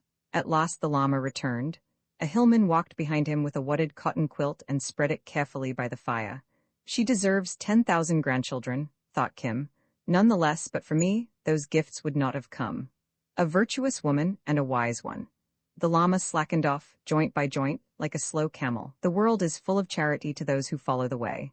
He flung a fair half of the quilt over Kim. And what said she? Kim rolled up in his share of it. She asked me many questions and propounded many problems, the most of which were idle tales which she had heard from devil-serving priests who pretend to follow the way. Some I answered, and some I said were foolish. Many wear the robe, but few keep the way. True, that is true. Kim used the thoughtful, conciliatory tone of those who wish to draw confidences. But by her lights she is most right-minded. She desires greatly that we should go with her to Bodh Gaya, her road being ours, as I understand, for many days' journey to the southward. And, patience a little. To this I said that my search came before all things. She had heard many foolish legends, but this great truth of my river she had never heard. Such are the priests of the lower hills? She knew the abbot of Lungcho, but she did not know of my river, nor the tale of the arrow. And I spoke therefore of the search and of the way, and of matters that were profitable, she desiring only that I should accompany her and make prayer for a second son. Aha, we women do not think of anything save children, said Kim sleepily. Now, since our roads run together for a while, I do not see that we in any way depart from our search if so be we accompany her, at least as far as I have forgotten the name of the city. Oh hey, said Kim, turning and speaking in a sharp whisper to one of the Urias a few yards away. Where is your master's house? A little behind Saharanpur, among the fruit gardens. He named the village. That was the place, said the Lama. So far, at least we can go with her. Flies go to carrion, said the Uriya, in an abstracted voice. For the sick cow a crow, for the sick man a Brahmin. Kim breathed the proverb impersonally to the shadow tops of the trees overhead. The Uriya grunted and held his peace. So then we go with her, Holy One? Is there any reason against? I can still step aside and try all the rivers that the road overpasses. She desires that I should come. She very greatly desires it. Kim stifled a laugh in the quilt. When once that imperious old lady had recovered from her natural awe of a Lama, he thought it probable that she would be worth listening to. He was nearly asleep when the Lama suddenly quoted a proverb. The husbands of the talkative have a great reward hereafter. Then Kim heard him snuff thrice and dozed off, still laughing. The diamond-bright dawn woke men and crows and bullocks together. Kim sat up and yawned, shook himself, and thrilled with delight. This was seeing the world in real truth. This was life as he would have it, bustling and shouting, the buckling of belts and beating of bullocks and creaking of wheels, lighting of fires and cooking of food, and new sights at every turn of the approving eye. The morning mist swept off in a wall of silver. The parrots shot away to some distant river in shrieking green hosts. All the well-wheels within earshot went to work. India was awake, and Kim was in the middle of it, more awake and more excited than anyone, chewing on a twig that he would presently use as a toothbrush. For he borrowed right and left-handedly from all the customs of the country he knew and loved. There was no need to worry about food, no need to spend a cowrie at the crowded stalls. He was the disciple of a holy man annexed by a strong-willed old lady. All things would be prepared for them, and when they were respectfully invited so to do, they would sit and eat. For the rest, Kim giggled here as he cleaned his teeth. His hostess would rather heighten the enjoyment of the road. He inspected her bullocks critically as they came up grunting and blowing under the yokes. If they went too fast, it was not likely. There would be a pleasant seat for himself along the pole. The Lama would sit beside the driver. The escort, of course, would walk. The old lady, equally of course, would talk a great deal, and by what he had heard that conversation would not lack salt. She was already ordering, haranguing, rebuking, and it must be said, cursing her servants for delays. Get her pipe. In the name of the gods, get her pipe and stop her ill-omened mouth, cried an Uriya, tying up his shapeless bundles of bedding. She and the parrots are alike, they screech in the dawn. The led bullocks, hi, look to the lead bullocks. They were backing and wheeling as a grain-cart's axle caught them by the horns. Son of an owl, where dost thou go? This to the grinning kata. Ai, yai, that within there is the Queen of Delhi going to pray for a son, the man called back over his high load. Room for the Queen of Delhi and her Prime Minister the grey monkey climbing up his own sod. Another cart loaded with bark for a down-country tannery followed close behind, and its driver added a few compliments as the Ruth bullocks backed and backed again. From behind the shaking curtains came one volley of invective. It did not last long, but in kind and quality, in blistering, biting appropriateness, it was beyond anything that even Kim had heard. He could see the cot's bare chest collapse with amazement as the man salaamed reverently to the voice, leaped from the pole, and helped the escort haul their volcano onto the main road. Here the voice told him truthfully what sort of wife he had wedded, and what she was doing in his absence. "Oh, shabash," murmured Kim, unable to contain himself, as the man slunk away. "Well done, indeed. It is a shame and a scandal that a poor woman may not go to make prayer to her gods, except she be jostled and insulted by all the refuse of Hindustan, that she must eat gali 26 as men eat guy. But I have yet a wag left to my tongue, a word or two well spoken that serves the occasion. And still am I without my tobacco? Who is the one-eyed and luckless son of shame that has not yet prepared my pipe?" It was hastily thrust in by a hillman, and a trickle of thick smoke from each corner of the curtains showed that peace was restored. If Kim had walked proudly the day before, disciple of a holy man, today he paced with tenfold pride in the train of a semi-royal procession, with a recognized place under the patronage of an old lady of charming manners and infinite resource. The escort, their heads tied up native fashion, fell in on either side the cot, shuffling enormous clouds of dust. The llama and Kim walked a little to one side, Kim chewing his stick of sugarcane and making way for no one under the status of a priest. They could hear the old lady's tongue clack as steadily as a rice husker.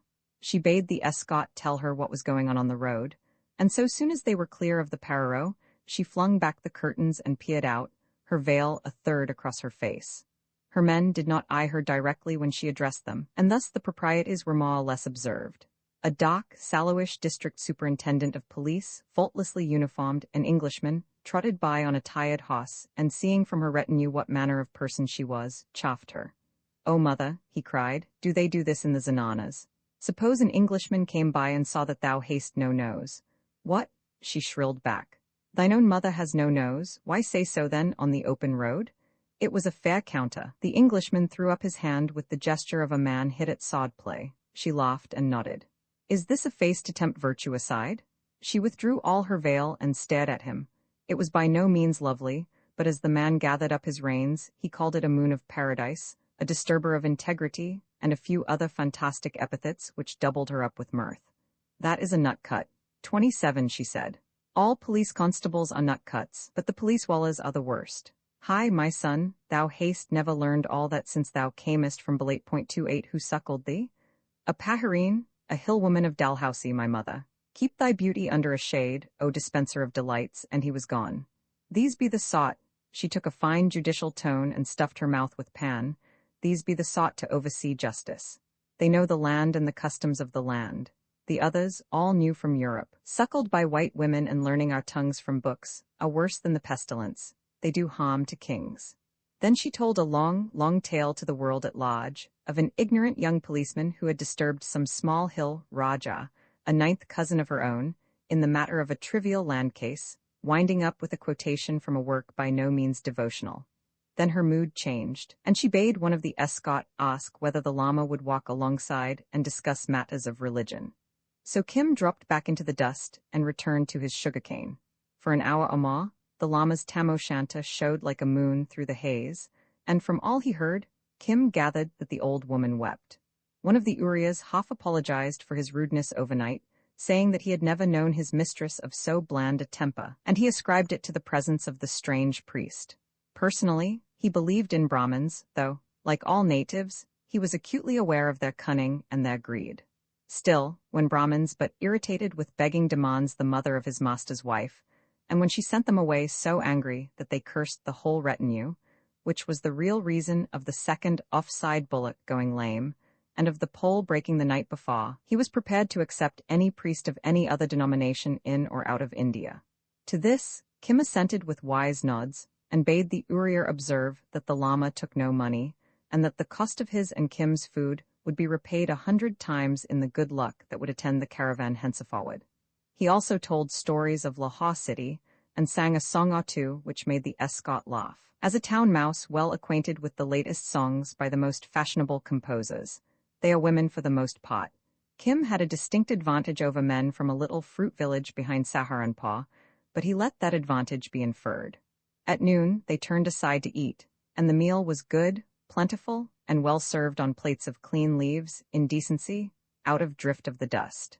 They gave the scraps to certain beggars, that all requirements might be fulfilled, and sat down to a long, luxurious smoke. The old lady had retreated behind her curtains, but mixed most freely in the talk, her servants arguing with and contradicting her, as servants do throughout the East. She compared the cool and the pines of the Kangra and Kulu hills with the dust and the mangoes of the South. She told a tale of some old local gods at the edge of her husband's territory. She roundly abused the tobacco, which she was then smoking, reviled all Brahmins, and speculated without reserve on the coming of many grandsons. Here come I to my own again, fed, forgiven, and known again, claimed by bone of my bone again, and sibbed to flesh of my flesh. The fatted calf is dressed for me, but the husks have great a zest for me. I think my pigs will be best for me, so I'm off to the styes afresh. Once more, the lazy, string-tied, shuffling procession got under way, and she slept till they reached the next halting stage. It was a very short march, and time lacked an hour to sundown, so Kim cast about for means of amusement. But why not sit and rest? Said one of the escort. Only the devils and the English walk to and fro without reason. Never make friends with the devil, a monkey, or a boy. No man knows what they will do next, said his fellow. Kim turned a scornful back. He did not want to hear the old story how the devil played with the boys and repented of it, and walked idly across country. The llama strode after him. All that day, whenever they passed a stream, he had turned aside to look at it, but in no case had he received any warning that he had found his river. Insensibly, too, the comfort of speaking to someone in a reasonable tongue, and of being properly considered and respected as her spiritual adviser by a well-born woman, had weaned his thoughts a little from the search. And further, he was prepared to spend serene years in his quest, having nothing of the white man's impatience, but a great faith. Where goest thou? He called after Kim. No, whither? It was a small march, and all this, Kim waved his hands abroad, is new to me. She is beyond question a wise and a discerning woman, but it is hard to meditate when all women are thus. Kim spoke as might have Solomon. Before the lamasery was a broad platform, the lama muttered, looping up the well-worn rosary, of stone. On that I have left the marks of my feet, pacing to and fro with these. He clicked the beads, and began the Om Main Padme hum of his devotion, grateful for the cool, the quiet, and the absence of dust. One thing after another drew Kim's idle eye across the plain. There was no purpose in his wanderings, except that the build of the huts nearby seemed new, and he wished to investigate. They came out on a broad tract of grazing ground, brown and purple in the afternoon light, with a heavy clump of mangoes in the center. It struck Kim as curious that no shrine stood in so eligible a spot. The boy was observing as any priest for these things. Far across the plain walked side by side 4 men, made small by the distance. He looked intently under his curved palms and caught the sheen of brass. Soldiers, white soldiers, said he. Let us see. It is always soldiers when thou and I go out alone together, but I have never seen the white soldiers. They do no harm except when they are drunk. Keep behind this tree. They stepped behind the thick trunks in the cool dark of the mango tope. 2 little figures halted, the other 2 came forward uncertainly. They were the advance body of a regiment on the march, sent out as usual to mark the camp. They bore 5-foot sticks with fluttering flags, and called to each other as they spread over the flat earth. At last they entered the mango grove, walking heavily. It's here or hereabouts, officers' tents under the trees, I take it, and the rest of us can stay outside. Have they marked out for the baggage wagons behind? They cried again to their comrades in the distance, and the rough answer came back faint and mellowed. Shove the flag in here, then, said one. What do they prepare? Said the llama, wonder-struck. This is a great and terrible world. What is the device on the flag?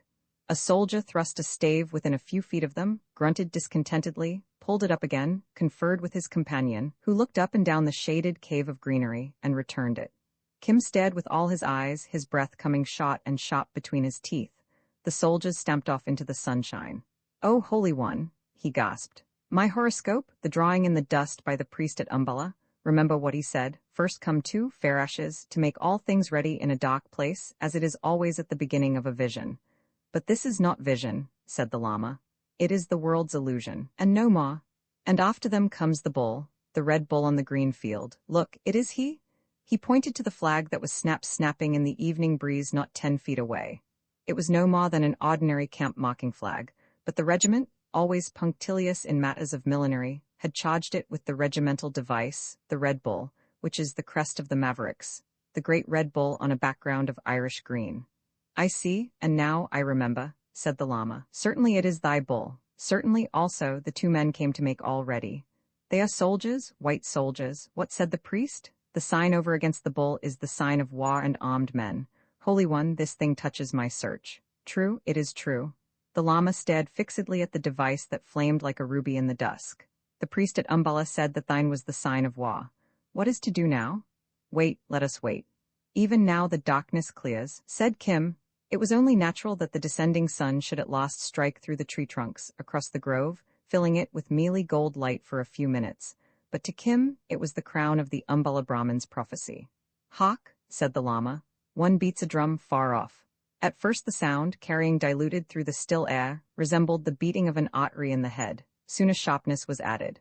"Ah, the music," Kim explained. He knew the sound of a regimental band, but it amazed the Lama. At the far end of the plain a heavy, dusty column crawled in sight. Then the wind brought the tune. "We crave your condescension to tell you what we know of marching in the Mulligan Guards to Sligo Pot below." Here broke in the shrill-tongued fifes. "We shouldered arms, we marched away. From Phoenix Park we marched to Dublin Bay. The drums and the fifes, oh, sweetly they did play, as we marched with the Mulligan Guards." It was the band of the Mavericks playing the regiment to camp, for the men were route marching with their baggage. The rippling column swung into the level, carts behind it divided left and right, ran about like an anthill. "But this is sorcery?" said the Lama. The plain dotted itself with tents that seemed to rise, all spread, from the cots.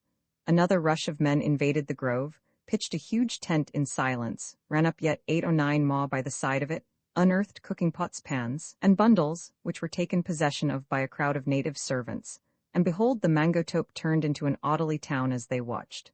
"Let us go," said the Lama, sinking back afraid, as the fires twinkled and white officers with jingling swords stalked into the mess tent. "Stand back in the shadow. No one can see beyond the light of a fire," said Kim, his eyes still on the flag. He had never before watched the routine of a seasoned regiment pitching camp in 30 minutes. "Look, look, look," clucked the Lama. "Yonder comes a priest." It was Bennett, the Church of England chaplain of the regiment, limping in dusty black. One of his flock had made some rude remarks about the chaplain's medal, and to abash him Bennett had marched step by step with the men that day. The black dress, gold cross on the watch chain, the hairless face, and the soft, black wide-awake hat would have mocked him as a holy man anywhere in all India. He dropped into a camp chair by the door of the mess tent and slid off his boots. 3 or 4 officers gathered round him, laughing and joking over his exploit. "The talk of white men is wholly lacking in dignity," said the Lama, who judged only by tone. "But I considered the countenance of that priest, and I think he has learned. Is it likely that he will understand our talk? I would talk to him of my search." "Never speak to a white man till he is fed," said Kim, quoting a well-known proverb. "They will eat now, and I do not think they are good to beg from. Let us go back to the resting place. After we have eaten we will come again. It certainly was a Red Bull, my Red Bull." They were both noticeably absent-minded when the old lady's retinue set their meal before them, so none broke their reserve, for it is not lucky to annoy guests. "Now," said Kim, picking his teeth, "we will return to that place, but thou, O Holy One, must wait a little way off, because thy feet are heavier than mine and I am anxious to see more of that Red Bull." "But how canst thou understand the talk?" "Walk slowly, the road is dark," the Lama replied uneasily. Kim put the question aside. "I marked a place near to the trees," said he, "where thou canst sit till I call. Nay," as the Lama made some sort of protest, "remember this is my search, the search for my Red Bull. The sign in the stars was not for thee. I know a little of the customs of white soldiers, and I always desire to see some new things. What dost thou not know of this world?" The Lama squatted obediently in a little hollow of the ground, not 100 yards from the hump of the mango tree's dock against the star-powdered sky. "Stay till I call." Kim flitted into the dusk. He knew that in all probability there would be sentries round the camp, and smiled to himself as he heard the thick boots of one, a boy who can dodge over the roofs of Lahore City on a moonlight night, using every little patch and corner of darkness to discomfit his pursuer, is not likely to be checked by a line of well-trained soldiers. He paid them the compliment of crawling between a couple, and running and halting, crouching and dropping flat, worked his way toward the lighted mess tent where, close pressed behind the mango tree, he waited till some chance word should give him a returnable lid. The one thing now in his mind was further information as to the Red Bull. For aught he knew, and Kim's limitations were as curious and sudden as his expansions, the men, the 900 thorough devils of his father's prophecy, might pray to the beast after dark, as Hindus pray to the holy cow. That at least would be entirely right and logical, and the padre with the gold cross would be therefore the man to consult in the matter. On the other hand, remembering sober-faced padres whom he had avoided in Lahore City, the priest might be an inquisitive nuisance who would bid him learn. But had it not been proven at Umballa that his sign in the high heavens portended war and armed men, was he not the friend of the stars as well as of all the world, crammed to the teeth with dreadful secrets? Lastly, and firstly as the undercurrent of all his quick thoughts, this adventure, though he did not know the English word, was a stupendous lark, a delightful continuation of his old flights across the housetops, as well as the fulfillment of sublime prophecy. He lay belly-flat and wriggled towards the mess tent door, a hand on the amulet round his neck. It was as he suspected. The sahibs prayed to their god, for in the center of the mess stable, its sole ornament when they were on the line of march, stood a golden bull fashioned from old-time loot of the summer palace at Peking, a red gold bull with lowered head, ramping upon a field of Irish green. To him, the sahibs held out their glasses and cried aloud confusedly. Now the Reverend Arthur Bennett always left mess after that toast, and being rather tired by his march, his movements were more abrupt than usual. Kim, with slightly raised head, was still staring at his totem on the table, when the chaplain stepped on his right shoulder blade. Kim flinched under the leather, and, rolling sideways, brought down the chaplain, who, ever a man of action, caught him by the throat and nearly choked the life out of him. Kim then kicked him desperately in the stomach. Mr. Bennett gasped and doubled up, but without relaxing his grip, rolled over again, and silently hauled Kim to his own tent. The Mavericks were incurable practical jokers, and it occurred to the Englishman that silence was best till he had made complete inquiry. "Why, it's a boy," he said, as he drew his prize under the light of the tent-pole lantern, then shaking him severely cried, "What were you doing? You're a thief. Chaw? Malum?" His Hindustani was very limited, and the ruffled and disgusted Kim intended to keep to the character laid down for him. As he recovered his breath, he was inventing a beautifully plausible tale of his relations to some mess scullion, and at the same time keeping a keen eye on and a little under the chaplain's left armpit. The chance came. He ducked for the doorway, but a long arm shot out and clutched at his neck, snapping the amulet string and closing on the amulet. "Give it me. Oh, give it me. Is it lost? Give me the papers." The words were in English, the tinny, saw-cut English of the native bred, and the chaplain jumped. "A scapula," said he, opening his hand. "No, some sort of heathen charm. Why do you speak English? Little boys who steal are beaten, you know that?" "I do not, I did not steal." Kim danced in agony like a terrier at a lifted stick. "Oh, give it me, it is my charm, do not thieve it from me." The chaplain took no heed, but going to the tent door, called aloud. A fattish, clean-shaven man appeared. "I want your advice, Father Victor," said Bennett. "I found this boy in the dock outside the mess tent. Ordinarily, I should have chastised him and let him go, because I believe him to be a thief. But it seems he talks English, and he attaches some sort of value to a charm round his neck. I thought perhaps you might help me." Between himself and the Roman Catholic chaplain of the Irish contingent lay, as Bennett believed, an unbridgeable gulf. But it was noticeable that whenever the Church of England dealt with a human problem, she was very likely to call in the Church of Rome. Bennett's official abhorrence of the Scarlet Woman and all her ways was only equaled by his private respect for Father Victor. "A thief talking English, is it? Let's look at his charm. No, it's not a scapula, Bennett." He held out his hand. "But have we any right to open it? A sound whipping?" "I did not thieve," protested Kim. "You have hit me kicks all over my body. Now give me my charm and I will go away." "Not quite so fast. We'll look first," said Father Victor, leisurely rolling out poor Kimball O'Hara's knee variety parchment, his clearance certificate, and Kim's baptismal certificate. On this last O'Hara, with some confused idea that he was doing wonders for his son, had scrawled scores of times, "Look after the boy. Please look after the boy," signing his name and regimental number in full. "Powers of darkness below," said Father Victor, passing all over to Mr. Bennett. "Do you know what these things are?" "Yes," said Kim, "they are mine and I want to go away." "I do not quite understand," said Mr. Bennett. "He probably brought them on purpose. It may be a begging trick of some kind." I never saw a beggar less anxious to stay with his company then. There's the makings of a gay mystery here. You believe in Providence, Bennett? I hope so. Well, I believe in miracles, so it comes to the same thing. Powers of darkness, Kimball O'Hara, and his son? But then he's a native, and I saw Kimball married myself to Annie Schott. How long have you had these things, boy? Ever since I was a little baby. Father Victor stepped forward quickly and opened the front of Kim's upper garment. You see, Bennett, he's not very black. What's your name? Kim? Or Kimball? Perhaps will you let me go away? What else? They call me Kim Rishti Key, that is Kim of the Rishti. What is that, Rishti? Irishti, that was the regiment, my father's. Irish, oh, I see. Yes, that was how my father told me. My father, he has lived. Has lived where? Has lived, of course he is dead, gone out. Oh, that's your abrupt way of putting it, is it? Bennett interrupted. It is possible I have done the boy an injustice. He is certainly white, though evidently neglected. I am sure I must have bruised him. I do not think spirits? Get him a glass of sherry then, and let him squat on the cot.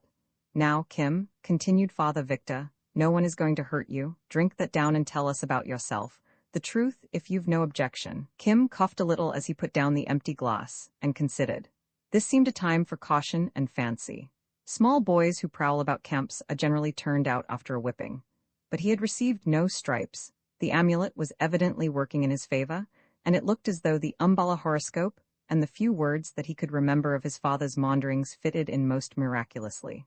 Else why did the fat padre seem so impressed, and why the glass of hot yellow drink from the lean one? My father, he is dead in Lahore City since I was very little. The woman, she kept cabaret shop near where the hire carriages are. Kim began with a plunge, not quite sure how far the truth would serve him. Your mother? No, with a gesture of disgust. She went out when I was born. My father, he got these papers from the Jadugar. What do you call that? Bennett nodded, because he was in good standing. What do you call that? Again Bennett nodded. My father told me that. He said, too, and also the Brahmin who made the drawing in the dust at Umballa 2 days ago, he said, that I shall find a red bull on a green field and that the bull shall help me. A phenomenal little liar, muttered Bennett. Powers of darkness below, what a country? Murmured Father Victor. Go on, Kim. I did not thieve. Besides, I am just now disciple of a very holy man. He is sitting outside. We saw 2 men come with flags, making the place ready. That is always so in a dream, or on account of a prophecy. So I knew it was come true. I saw the red bull on the green field, and my father, he said, 900 pukka devils and the colonel riding on a hoss will look after you when you find the red bull. I did not know what to do when I saw the bull, but I went away and I came again when it was dark. I wanted to see the bull again, and I saw the bull again with the sahibs praying to it. I think the bull shall help me. The holy man said so too. He is sitting outside. Will you hurt him if I call him a shout now? He is very holy. He can witness to all the things I say, and he knows I am not a thief. Sahibs praying to a bull? What in the world do you make of that? Said Bennett. Disciple of a holy man, is the boy mad? It's O'Hara's boy, sure enough. O'Hara's boy leagued with all the powers of darkness. It's very much what his father would have done, if he was drunk. We'd better invite the holy man, he may know something. He does not know anything, said Kim. I will show you him if you come, he is my master. Then afterwards we can go. Powers of darkness? Was all that Father Victor could say, as Bennett marched off with a firm hand on Kim's shoulder. They found the llama where he had dropped. The search is at an end for me, shouted Kim in the vernacular. I have found the bull, but God knows what comes next. They will not hurt you. Come to the fat priest's tent with this thin man and see the end. It is all new, and they cannot talk Hindi. They are only uncurried donkeys. Then it is not well to make a jest of their ignorance, the Lama returned. I am glad if thou art rejoiced, Chella. Dignified and unsuspicious, he strode into the little tent, saluted the churches as a churchman, and sat down by the open charcoal brazier. The yellow lining of the tent reflected in the lamplight made his face red gold. Bennett looked at him with the triple-ringed uninterest of the creed that lumps 9/10 of the world under the title of heathen. And what was the end of the search? What gift has the Red Bull brought? The Lama addressed himself to Kim.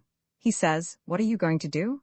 Bennett was staring uneasily at Father Victor, and Kim, for his own ends, took upon himself the office of interpreter. I do not see what concern this fakir has with the boy, who is probably his dupe or his confederate, Bennett began. We cannot allow an English boy, assuming that he is the son of a mason, the sooner he goes to the Masonic orphanage the better. Ah, that's your opinion as secretary to the regimental lodge, said Father Victor, but we might as well tell the old man what we are going to do. He doesn't look like a villain. My experience is that one can never fathom the Oriental mind. Now, Kimball, I wish you to tell this man what I say word for word." Kim gathered the import of the next few sentences and began thus. "Holy One, the thin fool who looks like a camel says that I am the son of a sahib. But how? Oh, it is true, I knew it since my birth, but he could only find it out by rending the amulet from my neck and reading all the papers. He thinks that once a sahib is always a sahib, and between the two of them they purpose to keep me in this regiment, or to send me to a madrasa. 29 It has happened before. I have always avoided it. The fat fool is of one mind and the camel like one of another. But that is no odds. I may spend one night here and perhaps the next. It has happened before. Then I will run away and return to thee. But tell them that thou art my Chela. Tell them how thou didst come to me when I was faint and bewildered. Tell them of our search, and they will surely let thee go now. I have already told them. They laugh and they talk of the police." "What are you saying?" asked Mr. Bennet. "Oh, he only says that if you do not let me go it will stop him in his business, his urgent private affairs." This last was a reminiscence of some talk with a Eurasian clerk in the canal department, but it only drew a smile, which nettled him. "And if you did know what his business was you would not be in such a beastly hurry to interfere." "What is it then?" said Father Victor, not without feeling, as he watched the llama's face. "There is a river in this country which he wishes to find so very much. It was put out by an arrow which—" Kim tapped his foot impatiently as he translated in his own mind from the vernacular to his clumsy English. "Oh, it was made by our Lord God Buddha, you know, and if you wash there you are washed away from all your sins and made as white as cotton wool." Kim had heard mission talk in his time. "I am his disciple, and we must find that river. It is so very valuable to us." "Say that again," said Bennet. Kim obeyed with amplifications.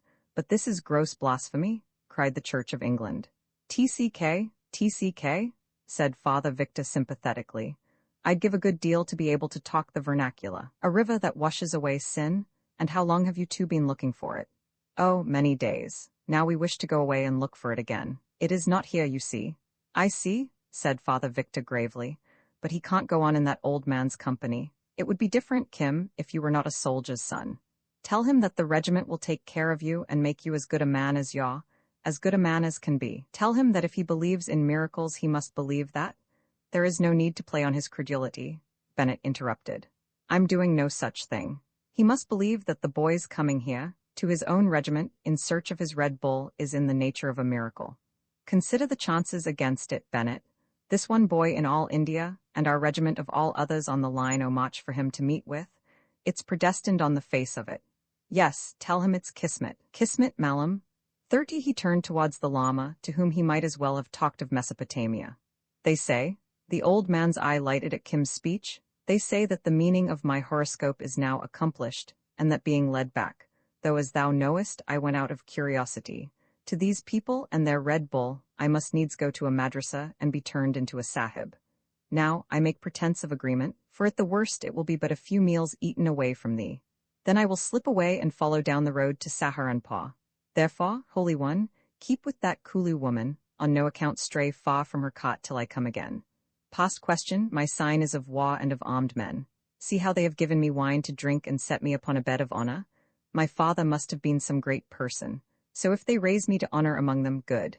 If not, good again. However it goes, I will run back to thee when I am tired. But stay with the Rajputni, or I shall miss thy feet." "Oh yes," said the boy. "I have told him everything you tell me to say." "And I cannot see any need why he should wait," said Bennet, feeling in his trouser pocket. "We can investigate the details later, and I will give him a rue. Give him time. Maybe he's fond of the lad," said Father Victor, half arresting the clergyman's motion. The Lama dragged forth his rosary and pulled his huge hat brim over his eyes. "What can he want now?" "He says," Kim put up one hand. "He says, be quiet. He wants to speak to me by himself. You see, you do not know one little word of what he says, and I think if you talk he will perhaps give you very bad curses. When he takes those beads like that, you see, he always wants to be quiet." The two Englishmen sat overwhelmed, but there was a look in Bennet's eye that promised ill for Kim when he should be relaxed to the religious arm. "A sahib and the son of a sahib," the Lama's voice was harsh with pain. "But no white man knows the land and the customs of the land as thou knowest. How comes it this is true? What matter, Holy One? But remember it is only for a night or two. Remember, I can change swiftly. It will all be as it was when I first spoke to thee under Zamzama the great gun. as a boy in the dress of white men, when I first went to the Wonder House. And a second time thou wast a Hindu. What shall the third incarnation be? He chuckled drearily. Ah, Chela, thou hast done a wrong to an old man because my heart went out to thee. And mine to thee. But how could I know that the Red Bull would bring me to this business? The llama covered his face afresh, and nervously rattled the rosary. Kim squatted beside him and laid hold upon a fold of his clothing. Now it is understood that the boy is a sahib? He went on in a muffled tone. Such a sahib as was he who kept the images in the Wonder House. The lama's experience of white men was limited. He seemed to be repeating a lesson. So then, it is not seemly that he should do other than as the sahibs do. He must go back to his own people. For a day and a night and a day, Kim pleaded. No, you don't. Father Victor saw Kim edging towards the door and interposed a strong leg. I do not understand the customs of white men. The priest of the images in the Wonder House in Lahore was more courteous than the thin one here. This boy will be taken from me. They will make a sahib of my disciple. Woe to me! How shall I find my river? Have they no disciples? Ask. He says he is very sorry that he cannot find the river now any more. He says, why have you no disciples, and stop bothering him? He wants to be washed of his sins. Neither Bennett nor Father Victor found any answer ready, said Kim in English, distressed for the lama's agony. I think if you will let me go now, we will walk away quietly and not steal. We will look for that river like before I was caught. I wish I did not come here to find the Red Bull and all that sort of thing. I do not want it. It's the very best day's work you ever did for yourself. Young man, said Bennett. Good heavens, I don't know how to console him, said Father Victor, watching the llama intently. He can't take the boy away with him, and yet he's a good man. I'm sure he's a good man. Bennett, if you give him that rupee, he'll curse you root and branch. They listened to each other's breathing, 5 full minutes. Then the llama raised his head and looked forth across them into space and emptiness. And I am a follower of the way, he said bitterly. The sin is mine and the punishment is mine. I made believe to myself, for now I see it was but make-believe, that thou wast sent to me to aid in the search. So my heart went out to thee for thy charity and thy courtesy and the wisdom of thy little years. But those who follow the way must permit not the fire of any desire or attachment, for that is all illusion.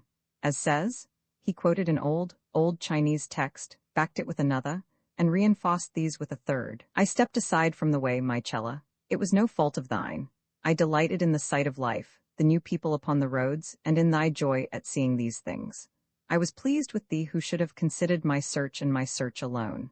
Now I am sorrowful because thou art taken away and my river is far from me. It is the law which I have broken? Powers of darkness below, said Father Victor, who, wise in the confessional, heard the pain in every sentence. I see now that the sign of the Red Bull was a sign for me as well as for thee. All desire is red and evil. I will do penance and find my river alone. At least go back to the Kulu woman, said Kim. Otherwise thou wilt be lost upon the roads. She will feed thee till I run back to thee. The llama waved a hand to show that the matter was finally settled in his mind. Now, his tone altered as he turned to Kim. What will they do with thee? At least I may, acquiring merit, wipe out past ill. Make me a sahib, so they think. The day after tomorrow I return. Do not grieve. Of what sort? Such an one as this or that man? He pointed to Father Victor. Such an one as those I saw this evening, men wearing swords and stamping heavily. Maybe. That is not well. These men follow desire and come to emptiness. Thou must not be of their sort. The Umballa priest said that my star was war, Kim interjected. I will ask these fools, but there is truly no need. I will run away this night, for all I wanted to see the new things. Kim put 2 or 3 questions in English to Father Victor, translating the replies to the llama. Then, he says, you take him from me and you cannot say what you will make him. He says, tell me before I go, for it is not a small thing to make a child. You will be sent to a school. Later on, we shall see, Kimball. I suppose you'd like to be a soldier? Gorolog.31 Noah. Kim shook his head violently. There was nothing in his composition to which drill and routine appealed. I will not be a soldier. You will be what you're told to be, said Bennett, and you should be grateful that we're going to help you. Kim smiled compassionately. If these men lay under the delusion that he would do anything that he did not fancy, so much the better. Another long silence followed. Bennett fidgeted with impatience and suggested calling a sentry to evict the fakir. Do they give Osel learning among the sahibs? Ask them, said the llama, and Kim interpreted. They say that money is paid to the teacher, but that money the regiment will give, what need? It is only for a night. And the more money is paid, the better learning is given? The llama disregarded Kim's plans for an early flight. It is no wrong to pay for learning. To help the ignorant to wisdom is always a merit. The rosary clicked furiously as an abacus. Then he faced his oppressors. Ask them for how much money do they give a wise and suitable teaching, and in what city is that teaching given? Well, said Father Victor in English, when Kim had translated, that depends. The regiment would pay for you all the time you are at the military orphanage, or you might go on the Punjab Masonic orphanage list. Not that he or you understand what that means, but the best schooling a boy can get in India is, of course, at St. Xavier's in Partibus at Lucknow. This took some time to interpret, for Bennett wished to cut it short. He wants to know how much, said Kim placidly. 200 or 300 rupees a year. Father Victor was long past any sense of amazement.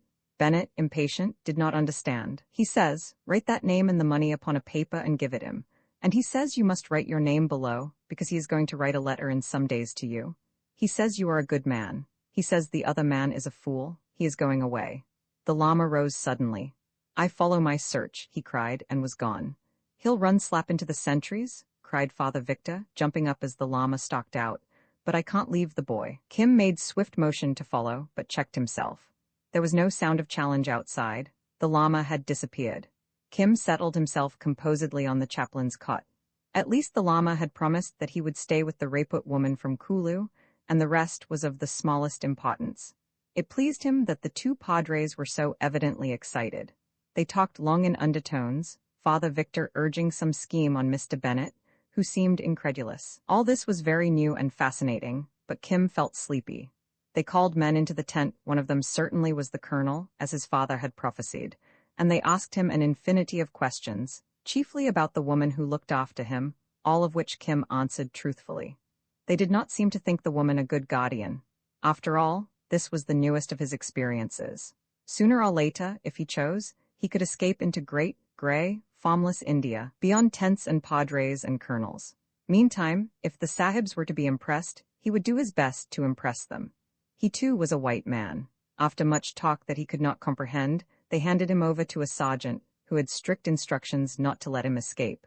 The regiment would go on to Umballa, and Kim would be sent up, partly at the expense of the lodge and in part by subscription, to a place called Sanawa. It's miraculous past all whooping, Colonel, said Father Victor, when he had talked without a break for 10 minutes.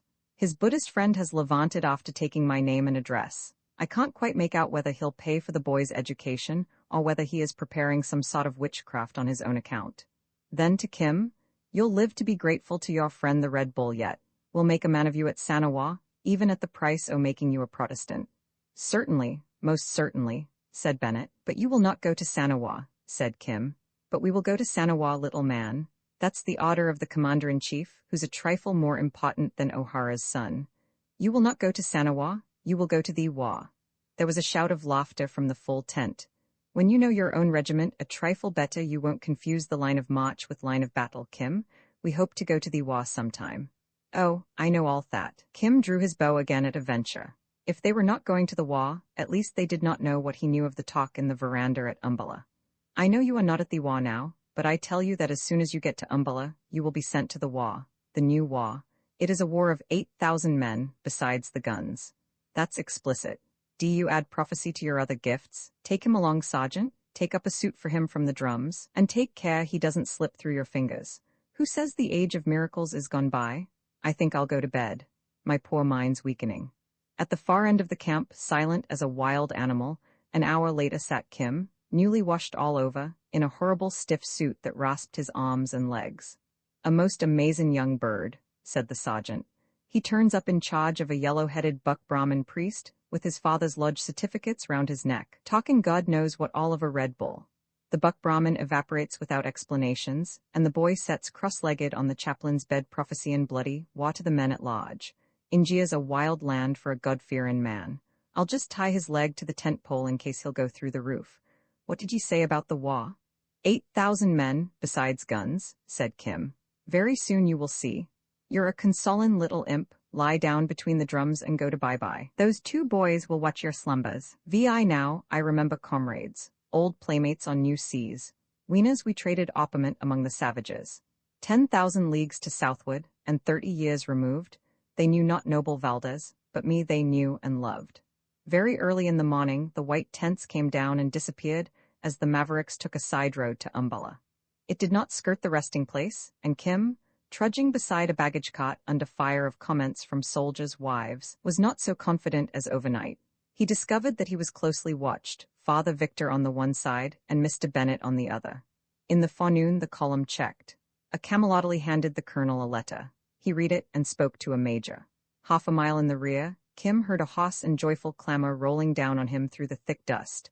Then someone beat him on the back, crying, "Tell us how you knew, you little limb of Satan? Father dear, see if you can make him tell." A pony ranged alongside, and he was hauled onto the priest's saddle-bow.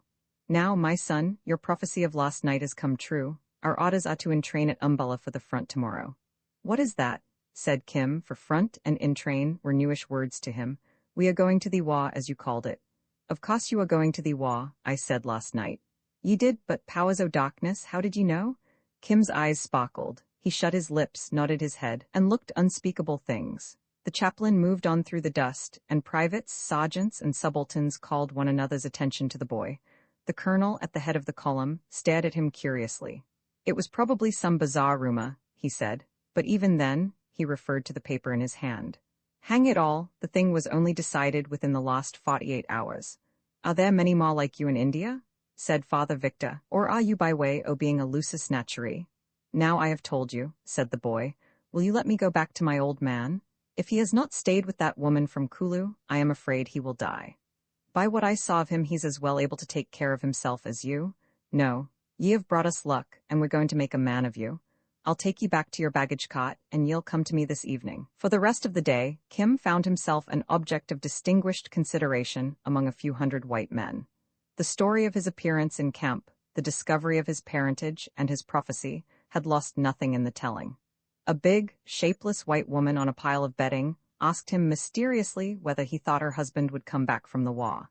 Kim reflected gravely and said that he would, and the woman gave him food. In many respects, this big procession that played music at intervals, this crowd that talked and laughed so easily, resembled a festival in Lahore City. So far, there was no sign of hard work, and he resolved to lend the spectacle his patronage. At evening, there came out to meet them bands of music, and played the Mavericks into camp near Umballa railway station. That was an interesting night. Men of other regiments came to visit the Mavericks. The Mavericks went visiting on their own account. Their pickets hurried forth to bring them back, met pickets of strange regiments on the same duty, and after a while, the bugles blew madly for more pickets with officers to control the tumult. The Mavericks had a reputation for liveliness to live up to, but they fell in on the platform next morning in perfect shape and condition, and Kim, left behind with the sick, women, and boys, found himself shouting farewells excitedly as the trains drew away. Life as a sahib was amusing so far, but he touched it with a cautious hand. Then they marched him back in charge of a drummer boy to empty, lime-washed barracks, whose floors were covered with rubbish and string and paper, and whose ceilings gave back his lonely footfall. Native fashion, he curled himself up on a stripped cot and went to sleep. An angry man stumped down the veranda, woke him up, and said he was a schoolmaster. This was enough for Kim, and he retired into his shell. He could just puzzle out the various English police notices in Lahore City, because they affected his comfort. And among the many guests of the woman who looked after him had been a queer German who painted scenery for the Posse traveling theater. He told Kim that he had been on the barricades in 48, and therefore, at least that was how it struck Kim, he would teach the boy to write in return for food. Kim had been kicked as far as single letters, but did not think well of them. "I do not know anything. Go away," said Kim, scenting evil. Hereupon the man caught him by the ear, dragged him to a room in a far-off wing where a dozen drummer boys were sitting on forms, and told him to be still if he could do nothing else. This he managed very successfully. The man explained something or other with white lines on a black board for at least half an hour, and Kim continued his interrupted nap. He much disapproved of the present aspect of affairs, for this was the very school and discipline he had spent 2/3 of his young life in avoiding. Suddenly, a beautiful idea occurred to him, and he wondered that he had not thought of it before. The man dismissed them, and first to spring through the veranda into the open sunshine was Kim. You, old, stop," said a high voice at his heels. "I've got to look after you. My orders are not to let you out of my sight. Where are you going?" It was the drummer boy who had been hanging round him all the forenoon, a fat and freckled person of about 14, and Kim loathed him from the soles of his boots to his cap ribbons. "To the bazaar to get sweets for you," said Kim after thought. "Well, the bazaar's out o' bounds. If we go there we'll get a dressing down. You come back." "How near can we go?" Kim did not know what bounds meant, but he wished to be polite for the present. "Oh, near? Oh, far, you mean. We can go as far as that tree down the road." "Then I will go there." "All right, I ain't goin'. It's too 'ot. I can watch you from air. It's no good you're runnin' away. If you did, they'd spot you by your clothes. That's regimental stuff you're wearin'. There ain't a picket in Umballa wouldn't eat you back quicker than you started out." This did not impress Kim as much as the knowledge that his raiment would tire him out if he tried to run. He slouched to the tree at the corner of a bare road leading towards the bazaar and eyed the natives passing. Most of them were barrack servants of the lowest caste. Kim hailed a sweeper, who promptly retorted with a piece of unnecessary insolence, in the natural belief that the European boy could not follow it. The low, quick answer undeceived him. Kim put his fetid soul into it, thankful for the late chance to abuse somebody in the tongue he knew best. "And now, go to the nearest letter-writer in the bazaar and tell him to come here. I would write a letter." But what manner of white man's son art thou to need a bazaar letter-writer? Is there not a schoolmaster in the barracks? Aye, and hell is full of the same sort. Do my order you, you odd? Thy mother was married under a basket, servant of Lal Beg. Kim knew the god of the sweepers. "Run on my business, or we will talk again." The sweeper shuffled off in haste. "There is a white boy by the barracks waiting under a tree who is not a white boy," he stammered to the first bazaar letter-writer he came across. "He needs thee." "Will he pay?" said the spruce scribe, gathering up his desk and pens and sealing wax all in order. "I do not know. He is not like other boys. Go and see. It is well worth." Kim danced with impatience when the slim young Kaeth hove in sight. As soon as his voice could carry, he cursed him volubly. "First I will take my pay," the letter-writer said. "Bad words have made the price higher. But who art thou, dressed in that fashion, to speak in this fashion?" "Aha, that is in the letter which thou shalt write. Never was such a tale, but I am in no haste. Another writer will serve me. Umballa city is as full of them as is Lahore." "4 annas," said the writer, sitting down and spreading his cloth in the shade of a deserted barrack wing. Mechanically Kim squatted beside him, squatted as only the natives can, in spite of the abominable clinging trousers. The writer regarded him sideways. "That is the price to ask of sahibs," said Kim. "Now fix me a true one." "An anna and a half. How do I know, having written the letter, that thou wilt not run away? I must not go beyond this tree, and there is also the stamp to be considered. I get no commission on the price of the stamp. Once more, what manner of white boy art thou?" "That shall be said in the letter, which is to Mahbub Ali, the horse dealer in the Kashmir Serai at Lahore. He is my friend." "Wonder on wonder?" murmured the letter-writer, dipping a reed in the inkstand. "To be written in Hindi?" "Assuredly. To Mahbub Ali, then. Begin. I have come down with the old man as far as Umballa in the train. At Umballa I carried the news of the bay mare's pedigree. After what he had seen in the garden, he was not going to write of white stallions. Slower a little. What has a bay mare to do? Is it Mahbub Ali, the great dealer? Who else? I have been in his service. Take more ink again. As the order was, so I did it. We then went on foot towards Benares, but on the 3rd day we found a certain regiment. Is that down? "Aye, Polton," murmured the writer, all ears.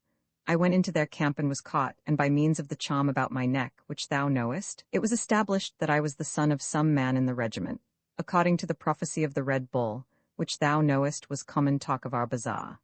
Kim waited for this shaft to sink into the letter-writer's heart, cleared his throat, and continued. "A priest clothed me and gave me a new name. One priest, however, was a fool. The clothes are very heavy, but I am a sahib and my heart is heavy too. They send me to a school and beat me. I do not like the air and water here. Come then and help me, Mahbub Ali, or send me some money, for I have not sufficient to pay the writer who writes this." "Who writes this? It is my own fault that I was tricked. Thou art as clever as Hussein Bucks that forged the treasury stamps at Nuclau. But what a tale? What a tale? Is it true by any chance? It does not profit to tell lies to Mahbub Ali. It is better to help his friends by lending them a stamp. When the money comes I will repay." The writer grunted doubtfully, but took a stamp out of his desk, sealed the letter, handed it over to Kim, and departed. Mahbub Ali's was a name of power in Umballa. "That is the way to win a good account with the gods," Kim shouted after him. "Pay me twice over when the money comes," the man cried over his shoulder. "What was you bucking to that nigger about?" said the drummer boy when Kim returned to the veranda. "I was watching you. I was only talking to him. You talk the same as a nigger, don't you?" No, I only speak a little. What shall we do now? The bugles'll go for dinner in off a minute. My God, I wish I'd gone up to the front with the regiment. It's awful doin' nothin' but school down 'ere. Don't you 'ate it? Oh yes.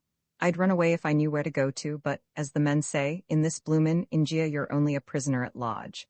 You can't desert without bein' took back at once. I'm fair sick of it. You have been in England? I only come out last troopin' season with my mother. I should think I ave been in England. What a ignorant little beggar you are. You was brought up in the gutter, wasn't you? Oh yes. Tell me something about England. My father he came from there. Though he would not say so, Kim of course disbelieved every word the drummer boy spoke about the Liverpool suburb, which was his England. It passed the heavy time till dinner. A most unappetizing meal served to the boys, and a few invalids in a corner of a barrack room. But that he had written to Mahbub Ali, Kim would have been almost depressed. The indifference of native crowds he was used to, but this strong loneliness among white men preyed on him. He was grateful when, in the course of the afternoon, a big soldier took him over to Father Victor, who lived in another wing across another dusty parade ground. The priest was reading an English letter written in purple ink. He looked at Kim more curiously than ever. And how do you like it, my son, as far as you've gone? Not much, eh? It must be hard, very hard on a wild animal. Listen now, I've an amazin' epistle from your friend. Where is he? Is he well? Oh, if he knows to write me letters, it is all right. You're fond of him then? Of course I am fond of him, he was fond of me. It seems so by the look of this. He can't write English, can he? Oh no, not that I know, but of course he found a letter writer who can write English very well, and so he wrote, I do hope you understand. That accounts for it. Do you know anything about his money affairs? Kim's face showed that he did not. How can I tell? That's what I'm askin'. Now listen if you can make head or tail o' this. We'll skip the first part. It's written from Jagadhir Road, sitting on wayside in grave meditation, trusting to be favored with your honor's applause of present step, which recommend your honor to execute for Almighty God's sake. Education is greatest blessing if of best sorts, otherwise no earthly use. Faith, the old man's hit the bull's-eye that time. If your honor condescending giving my boy best education's Xavier, I suppose that's St. Xavier's in Potibus, in terms of our conversation dated in your tent 15th instant, a business-like touch there. Then Almighty God blessing your honor's succeedings to third and fourth generation, and now listen. Confide in your honor's humble servant for adequate remuneration per hundi, per annum 300 rupees, a year to one expensive education St. Xavier, Lucknow, and allow small time to forward same per hundi sent to any part of India, as your honor shall address yourself. This servant of your honor has presently no place to lay crown of his head, but going to Benares by train on account of persecution of old woman talking so much and unanxious reciting Saharanpur in any domestic capacity. Now what in the world does that mean? She has asked him to be her puro, her clergyman, at Saharanpur, I think. He would not do that on account of his river. She did talk. It's clear to you, is it? It beats me altogether. So going to Benares, where we'll find address and forward rupees for boy who is apple of eye, and for Almighty God's sake execute this education, and your petitioner as in duty bound shall ever awfully pray. Written by Sobrao Satai, failed entrance Allahabad University, for Venerable Teshu Lama, the priest of Suchsen looking for a river, address care of Tirthankar's temple, Benares. P.M. Please note boy is apple of eye, and rupees shall be sent per hundi 300 per annum. For God Almighty's sake. Now, is that ravin lunacy or a business proposition? I ask you because I'm fairly at my wit's end. He says he will give me 300 rupees a year, so he will give me them. Oh, that's the way you look at it, is it? Of course, if he says so. The priest whistled, then he addressed Kim as an equal. I don't believe it, but we'll see. You were going off today to the military orphanage at Sanawa, where the regiment would keep you till you were old enough to enlist. You'd be brought up to the Church of England. Bennett arranged for that. On the other hand, if you go to St. Xavier's, you'll get a better education and can have the religion. Do you see my dilemma? Kim saw nothing save a vision of the Lama going south in a train with none to beg for him. Like most people, I'm going to temporize. If your friend sends the money from Benares, powers of darkness below, was a street beggar to raise 300 rupees, you'll go down to Lucknow and I'll pay your fare, because I can't touch the subscription money if I intend, as I do, to make you a Catholic. If he doesn't, you'll go to the military orphanage at the regiment's expense. I'll allow him 3 days' grace, though I don't believe it at all. Even then, if he fails in his payments later on, but it's beyond me. We can only walk one step at a time in this world, praise God. And they sent Bennett to the front and left me behind. Bennett can't expect everything. Oh yes, said Kim vaguely. The priest leaned forward. I'd give a month's pay to find what's going on inside that little round head of yours. There is nothing, said Kim, and scratched it. He was wondering whether Mahbub Ali would send him as much as a whole rupee. Then he could pay the letter writer and write letters to the Lama at Benares. Perhaps Mahbub Ali would visit him next time he came south with horses. Surely he must know that Kim's delivery of the letter to the officer at Umballa had caused the great war which the men and boys had discussed so loudly over the barrack dinner tables. But if Mahbub Ali did not know this, it would be very unsafe to tell him so. Mahbub Ali was hard upon boys who knew, or thought they knew, too much. Well, till I get further news? Father Victor's voice interrupted the reverie. You can run along now and play with the other boys. They'll teach you something, but I don't think you'll like it. The day dragged to its weary end. When he wished to sleep, he was instructed how to fold up his clothes and set out his boots, the other boys deriding. Bugles waked him in the dawn. The schoolmaster caught him after breakfast, thrust a page of meaningless characters under his nose, gave them senseless names, and whacked him without reason. Kim meditated poisoning him with opium borrowed from a barrack sweeper, but reflected that, as they all ate at one table in public, this was peculiarly revolting to Kim, who preferred to turn his back on the world at meals. The stroke might be dangerous. Then he attempted running off to the village where the priest had tried to drug the Lama, the village where the old soldier lived. But fosseeing sentries at every exit headed back the little scarlet figure. Trousers and jacket crippled body and mind alike, so he abandoned the project and fell back, Oriental fashion, on time and chance. 3 days of torment passed in the big, echoing white rooms. He walked out of afternoons under escort of the drummer boy, and all he heard from his companions were the few useless words which seemed to make 2/3 of the white man's abuse. Kim knew and despised them all long ago. The boy resented his silence and lack of interest by beating him, as was only natural. He did not care for any of the bazaars which were in bounds. He styled all natives niggers. Yet servants and sweepers called him abominable names to his face, and, misled by their deferential attitude, he never understood. This somewhat consoled Kim for the beatings. On the morning of the 4th day, a judgment overtook that drummer. They had gone out together towards Umballa racecourse. He returned alone, weeping, with news that young O'Hara, to whom he had been doing nothing in particular, had hailed a scarlet-bearded nigger on horseback, that the nigger had then, and there laid into him, with a peculiarly adhesive quirt, picked up young O'Hara, and borne him off at full gallop. These tidings came to Father Victor, and he drew down his long upper lip.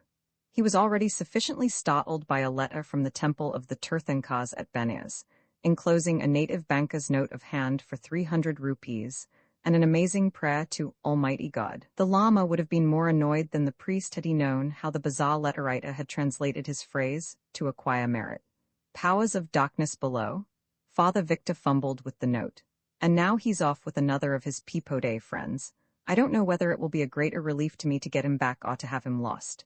He's beyond my comprehension. How the divil? Yes, he's the man I mean. Can a street beggar raise money to educate white boys? 3 miles off, on Umballa racecourse, Mahbub Ali, reining a grey Kabuli stallion with Kim in front of him, was saying, "But little friend of all the world, there is my honour and reputation to be considered. All the officer sahibs in all the regiments and all Umballa know Mahbub Ali. Men saw me pick thee up and chastise that boy. We are seen now from far across this plain. How can I take thee away, or account for thy disappearing if I set thee down and let thee run off into the crops? They would put me in jail. Be patient. Once a sahib, always a sahib. When thou art a man, who knows? Thou wilt be grateful to Mahbub Ali. Take me beyond their sentries where I can change this red. Give me money, and I will go to Benares and be with my Lama again. I do not want to be a sahib, and remember, I did deliver that message."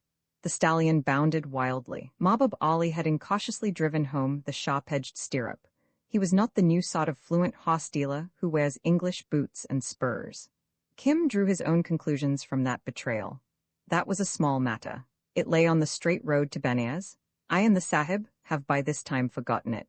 I send so many letters and messages to men who ask questions about horses, I cannot well remember one from the other. Was it some matter of a bay mare that Peter's sahib wished the pedigree of?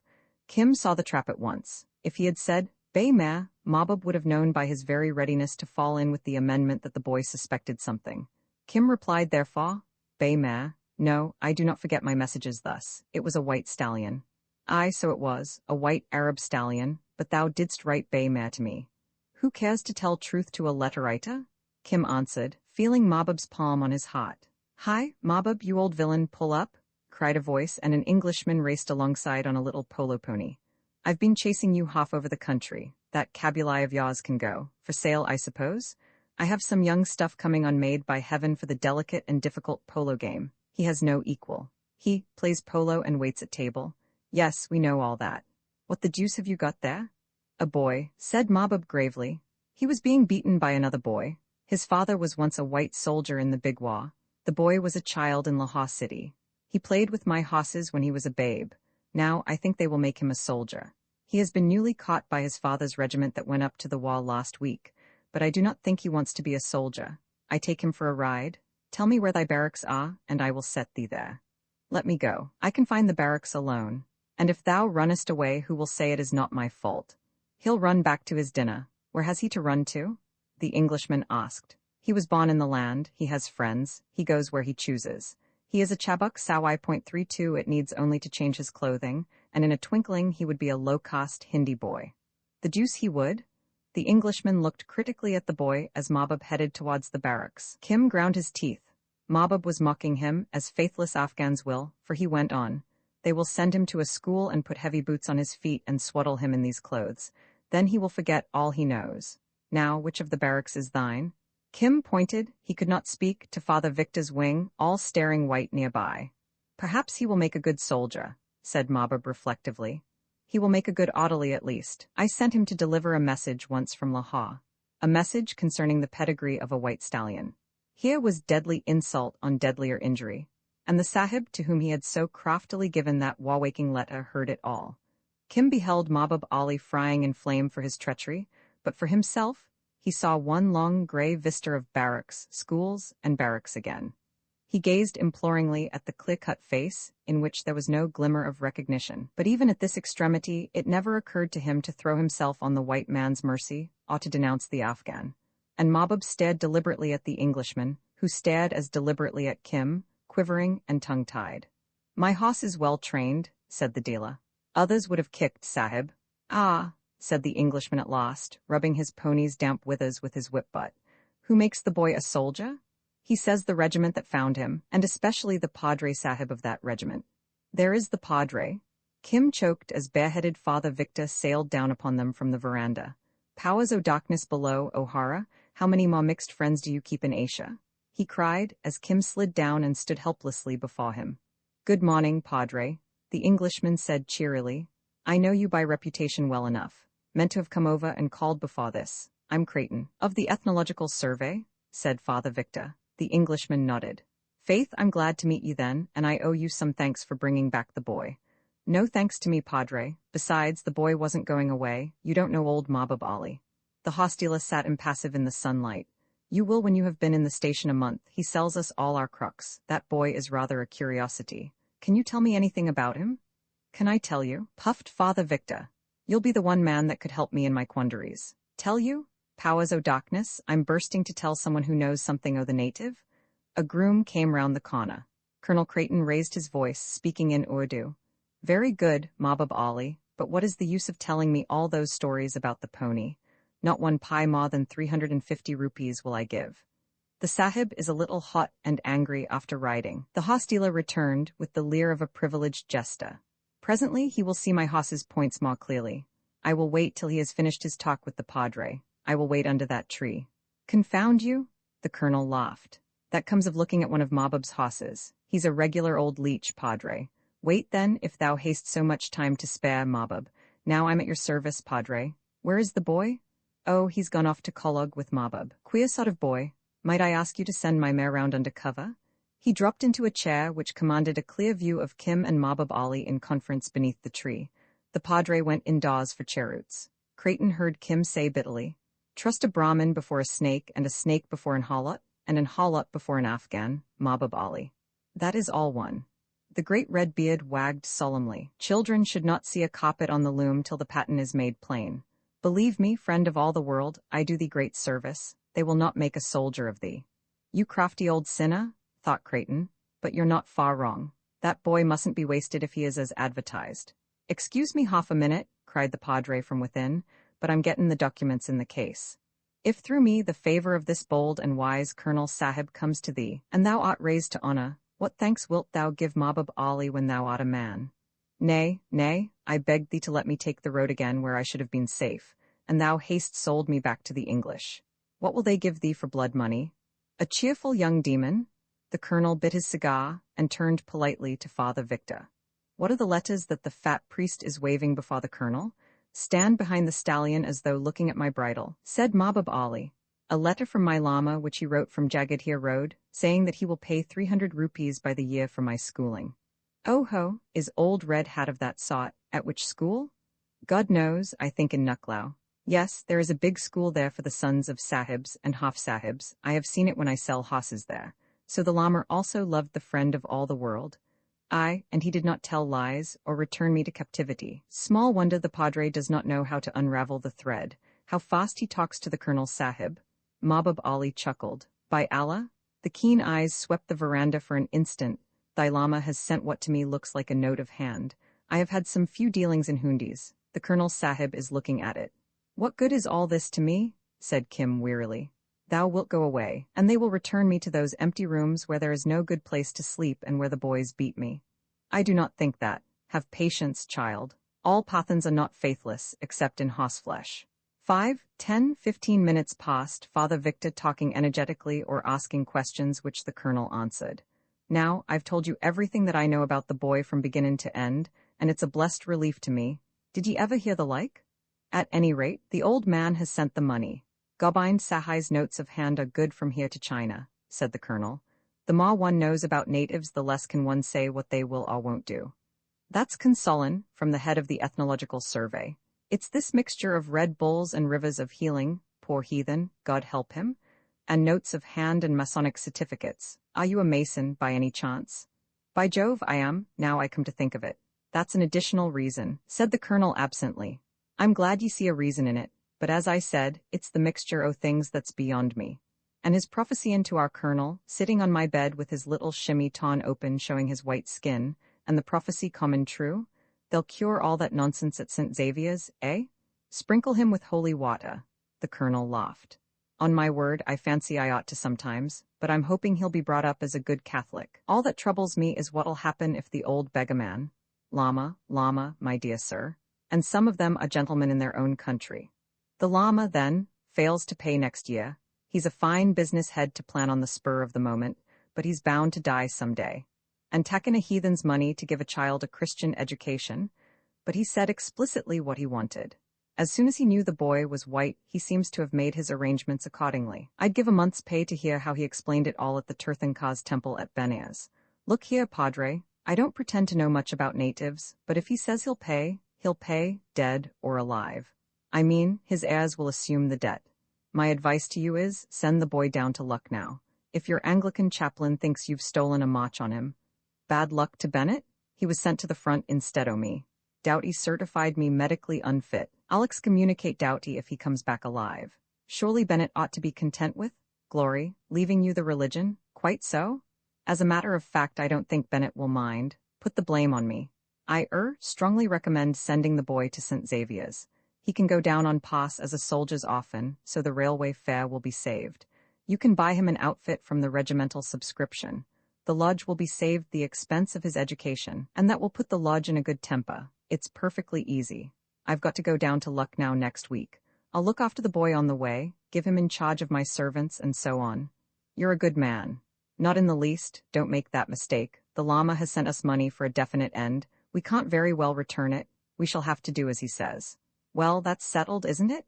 Shall we say that Tuesday next you'll hand him over to me at the night train south? That's only 3 days. He can't do much harm in 3 days. It's a weight off my mind, but this thing here? He waved the note of hand. I don't know Gobind Sahai, or his bank, which may be a hole in a wall. You've never been a subaltern in debt. I'll cash it if you like and send you the vouchers in proper order. But with all your own work too, it's askin'. It's not the least trouble indeed. You see, as an ethnologist, the thing's very interesting to me. I'd like to make a note of it for some government work that I'm doing. The transformation of a regimental badge, like your Red Bull, into a sort of fetish that the boy follows, is very interesting. But I can't thank you enough. There's one thing you can do. All we ethnological men are as jealous as jackdaws of one another's discoveries. They're of no interest to anyone but ourselves, of course, but you know what book collectors are like.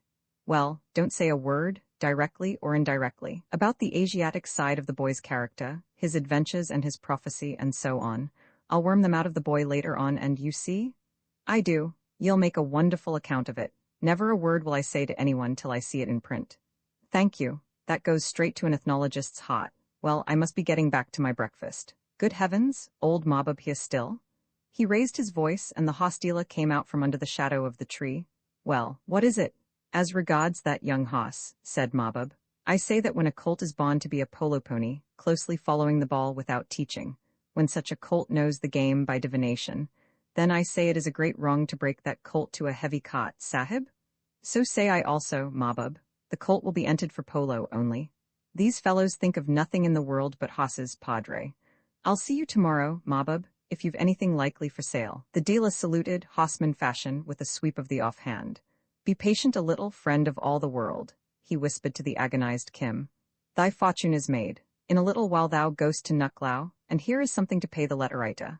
I shall see thee again, I think, many times, and he cantered off down the road. Listen to me, said the colonel from the veranda, speaking in the vernacular. In 3 days thou wilt go with me to Lucknow, seeing and hearing new things all the while. Therefore sit still for 3 days and do not run away. Thou wilt go to school at Lucknow. Shall I meet my Holy One there? Kim whimpered. At least Lucknow is nearer to Benares than Umballa. It may be thou wilt go under my protection. Mahbub Ali knows this, and he will be angry if thou returnest to the road now. Remember, much has been told me which I do not forget. I will wait, said Kim, but the boys will beat me. Then the bugles blew for dinner. Roman 7, unto whose use the pregnant suns are poised with idiot moons and stars retracting stars. Creep thou between, thy comings all unnoised. Heaven hath her high, as earth her beza was. Ere to these tumults, this affright that fray, by Adam's father's own sin bound alway, peer up, draw out thy horoscope, and say which planet mends thy threadbare fate, or Mars. In the afternoon, the red-faced schoolmaster told Kim that he had been struck off the strength, which conveyed no meaning to him till he was ordered to go away and play. Then he ran to the bazaar, and found the young letterwriter to whom he owed a stamp. Now I pay, said Kim royally, and now I need another letter to be written.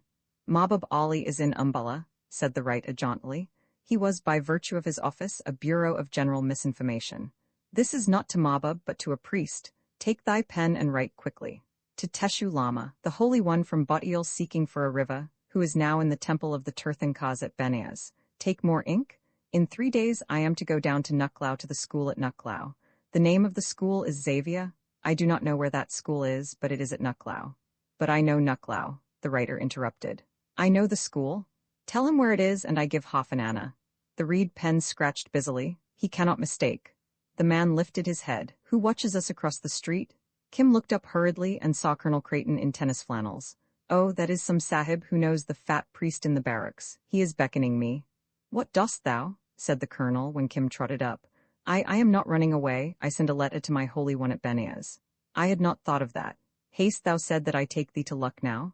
Nay, I have not. Read the letter, if there be a doubt. Then why haste thou left out my name in writing to that Holy One? The colonel smiled a queer smile. Kim took his courage in both hands. It was said once to me that it is inexpedient to write the names of strangers concerned in any matter, because by the naming of names many good plans are brought to confusion. Thou hast been well taught, the colonel replied, and Kim flushed. I have left my cheroot case in the padre's veranda. Bring it to my house this even. Where is the house? Said Kim. His quick wit told him that he was being tested in some fashion or another, and he stood on guard. Ask anyone in the big bazaar. The colonel walked on. He has forgotten his cheroot case, said Kim, returning. I must bring it to him this evening. That is all my letter except thrice over, come to me, come to me, come to me. Now I will pay for a stamp and put it in the post. He rose to go, and as an afterthought asked, Who is that angry-faced sahib who lost the cheroot case? Oh, he is only Creighton sahib, a very foolish sahib who is a colonel sahib without a regiment. What is his business? God knows. He is always buying horses which he cannot ride, and asking riddles about the works of God, such as plants and stones and the customs of people. The dealers call him the father of fools because he is so easily cheated about a horse. Mahbub Ali says he is madder than most other sahibs. Oh, said Kim, and departed. His training had given him some small knowledge of character, and he argued that fools are not given information, which leads to calling out 8,000 men besides guns. The commander-in-chief of all India does not talk, as Kim had heard him talk, to fools. Nor would Mahbub Ali's tone have changed, as it did every time he mentioned the colonel's name, if the colonel had been a fool. Consequently, and this set Kim to skipping, there was a mystery somewhere, and Mahbub Ali probably spied for the colonel much as Kim had spied for Mahbub. And like the horse dealer, the colonel evidently respected people who did not show themselves to be too clever. He rejoiced that he had not betrayed his knowledge of the colonel's house, and when, on his return to barracks, he discovered that no cheroot case had been left behind, he beamed with delight. Here was a man after his own heart, a tortuous and indirect person playing a hidden game. Well, if he could be a fool, so could Kim. He showed nothing of his mind when Father Victor, for 3 long mornings, discoursed to him of an entirely new set of gods and godlings, notably of a goddess called Mary, who he gathered, was one with Bibi Miriam of Mahbub Ali's theology. He betrayed no emotion when, after the lecture, Father Victor dragged him from shop to shop buying articles of outfit, nor when envious drummer boys kicked him because he was going to a superior school did he complain, but awaited the play of circumstances with an interested soul. Father Victor, good man, took him to the station, put him into an empty second class next to Colonel Creighton's first, and bade him farewell with genuine feeling. They'll make a man o' you, O'Hara, at St. Xavier's, a white man, and I hope, a good man. They know all about your common, and the colonel will see that ye are not lost or mislaid anywhere on the road. I've given you a notion of religious matters, at least I hope so, and you'll remember, when they ask you your religion, that you're a Catholic. Better say Roman Catholic, though I'm not fond of the word. Kim lit a rank cigarette. He had been careful to buy a stock in the bazaar, and lay down to think. This solitary passage was very different from that joyful down journey in the 3rd class with the Lama. Sahibs get little pleasure of travel, he reflected. Hi my, I go from one place to another as it might be a kickball. It is my kismet. No man can escape his kismet, but I am to pray to Bibi Miriam, and I am a sahib. He looked at his boots ruefully. No, I am Kim. This is the great world, and I am only Kim. Who is Kim? He considered his own identity, a thing he had never done before, till his head swam. He was one insignificant person in all this roaring whirl of India, going southward to he knew not what fate. Presently the colonel sent for him, and talked for a long time. So far as Kim could gather, he was to be diligent and enter the survey of India as a chain man. If he were very good, and passed the proper examinations, he would be earning 30 rupees a month at 17 years old, and Colonel Creighton would see that he found suitable employment. Kim pretended at first to understand perhaps 1 word in 3 of this talk. Then the colonel, seeing his mistake, turned to fluent and picturesque Urdu, and Kim was contented. No man could be a fool who knew the language so intimately, who moved so gently and silently, and whose eyes were so different from the dull, fat eyes of other sahibs. Yes, and thou must learn how to make pictures of roads and mountains and rivers, to carry these pictures in thine eye till a suitable time comes to set them upon paper. Perhaps some day, when thou art a chain man, I may say to thee when we are working together, go across those hills and see what lies beyond. Then one will say, there are bad people living in those hills who will slay the chain man if he be seen to look like a sahib. What then? Kim thought, would it be safe to return the colonel's lead? I would tell what that other man had said. But if I answered, I will give thee 100 rupees for knowledge of what is behind those hills, for a picture of a river and a little news of what the people say in the villages there? How can I tell? I am only a boy. Wait till I am a man. Then, seeing the colonel's brow clouded, he went on, but I think I should in a few days earn the 100 rupees. By what road? Kim shook his head resolutely. If I said how I would earn them, another man might hear and forestall me. It is not good to sell knowledge for nothing. Tell now. The colonel held up a rupee. Kim's hand half reached towards it and dropped. Nay, sahib, nay, I know the price that will be paid for the answer, but I do not know why the question is asked. Take it for a gift, then, said Creighton, tossing it over. There is a good spirit in thee. Do not let it be blunted at St. Xavier's. There are many boys there who despise the black men. Their mothers were bazaar women, said Kim. He knew well there is no hatred like that of the half-caste for his brother-in-law. True, but thou art a sahib and the son of a sahib. Therefore, do not at any time be led to contemn the black men. I have known boys newly entered into the service of the government who feign not to understand the talk or the customs of black men. Their pay was cut for ignorance. There is no sin so great as ignorance. Remember this. Several times in the course of the long 24 hours run south did the colonel send for Kim, always developing this latter text. "We be all on one lead rope then," said Kim at last. "The colonel, Mahbub Ali, and I, when I become a chain man, he will use me as Mahbub Ali employed me, I think. That is good if it allows me to return to the road again. This clothing grows no easier by wear." When they came to the crowded Lucknow station, there was no sign of the llama. He swallowed his disappointment, while the colonel bundled him into a tickagary with his neat belongings and dispatched him alone to St. Xavier's. "I do not say farewell, because we shall meet again," he cried. "Again, and many times if thou art one of good spirit, but thou art not yet tried. Not when I brought thee." Kim actually dared to use the tum of equals. A white stallion's pedigree that night. "Much is gained by forgetting, little brother," said the colonel, with a look that pierced through Kim's shoulder blades as he scuttled into the carriage. It took him nearly 5 minutes to recover. Then he sniffed the new air appreciatively. "A rich city," he said. "Richer than Lahore. How good the bazaars must be. Coachman, drive me a little through the bazaars here. My order is to take thee to the school." The driver used the thou, which is rudeness when applied to a white man. In the clearest and most fluent vernacular, Kim pointed out his error, climbed onto the box seat, and, perfect understanding established, drove for a couple of hours up and down, estimating, comparing, and enjoying. There is no city, except Bombay, the queen of all, more beautiful in her garish style than Lucknow, whether you see her from the bridge over the river, or from the top of the Imambara looking down on the gilt umbrellas of the Chutta Munzil and the trees in which the town is bedded. Kings have adorned her with fantastic buildings, endowed her with charities, crammed her with pensioners, and drenched her with blood. She is the center of all idleness, intrigue, and luxury, and shares with Delhi the claim to talk the only pure Urdu. A fair city, a beautiful city. The driver, as a Lucknow man, was pleased with the compliment and told Kim many astounding things where an English guide would have talked of the mutiny. "Now we will go to the school," said Kim at last. The great old school of St. Xavier's in Potibus, block on block of low white buildings, stands in vast grounds over against the Gumti River, at some distance from the city. "What like of folk are they within?" said Kim. "Young sahibs, all devils.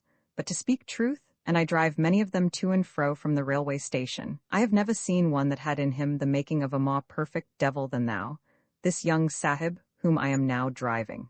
Naturally, for he was never trained to consider them in any way improper, Kim had passed the time of day with one or two frivolous ladies at upper windows in a certain street, and naturally, in the exchange of compliments, had acquitted himself well. He was about to acknowledge the driver's lost insolence, when his eye, it was growing dusk, caught a figure sitting by one of the white plaster gate pillars in the long sweep of wall. "Stop," he cried. "Stay here. I do not go to the school at once." "But what is to pay me for this coming and recoming?" said the driver petulantly. "Is the boy mad? Last time it was a dancing girl. This time it is a priest." Kim was in the road headlong, patting the dusty feet beneath the dirty yellow robe. "I have waited here a day and a half," the lama's level voice began. "Nay, I had a disciple with me. He that was my friend at the temple of the Tirthankars gave me a guide for this journey. I came from Benares in the Tirane when thy letter was given me. Yes, I am well fed. I need nothing. But why didst thou not stay with the Kulu woman, O Holy One? In what way didst thou get to Benares?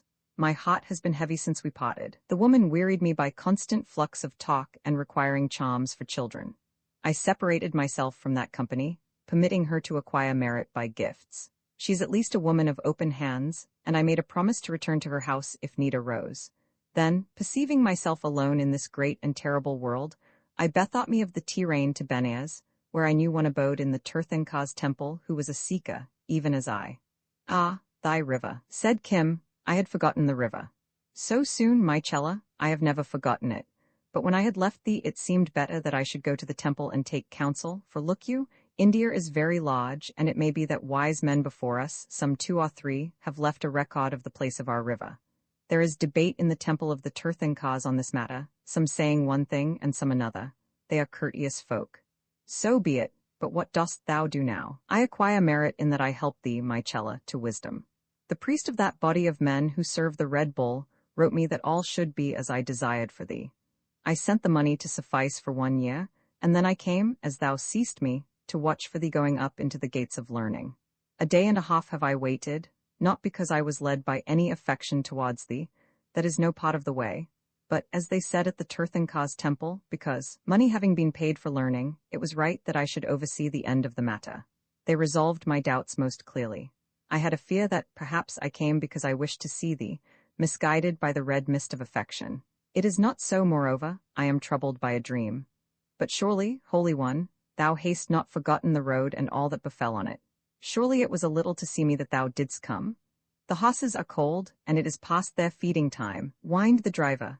Go to Jehannam and abide there with thy reputationless aunt. Kim snarled over his shoulder. I am all alone in this land, I know not where I go nor what shall befall me. My heart was in that letter I sent thee. Except for Mahbub Ali, and he is a Pathan, I have no friend save thee, Holy One. Do not altogether go away. I have considered that also, the Lama replied, in a shaking voice. It is manifest that from time to time I shall acquire merit if before that I have not found my river, by assuring myself that thy feet are set on wisdom. What they will teach thee I do not know, but the priest wrote me that no son of a sahib in all India will be better taught than thou. So from time to time, therefore, I will come again.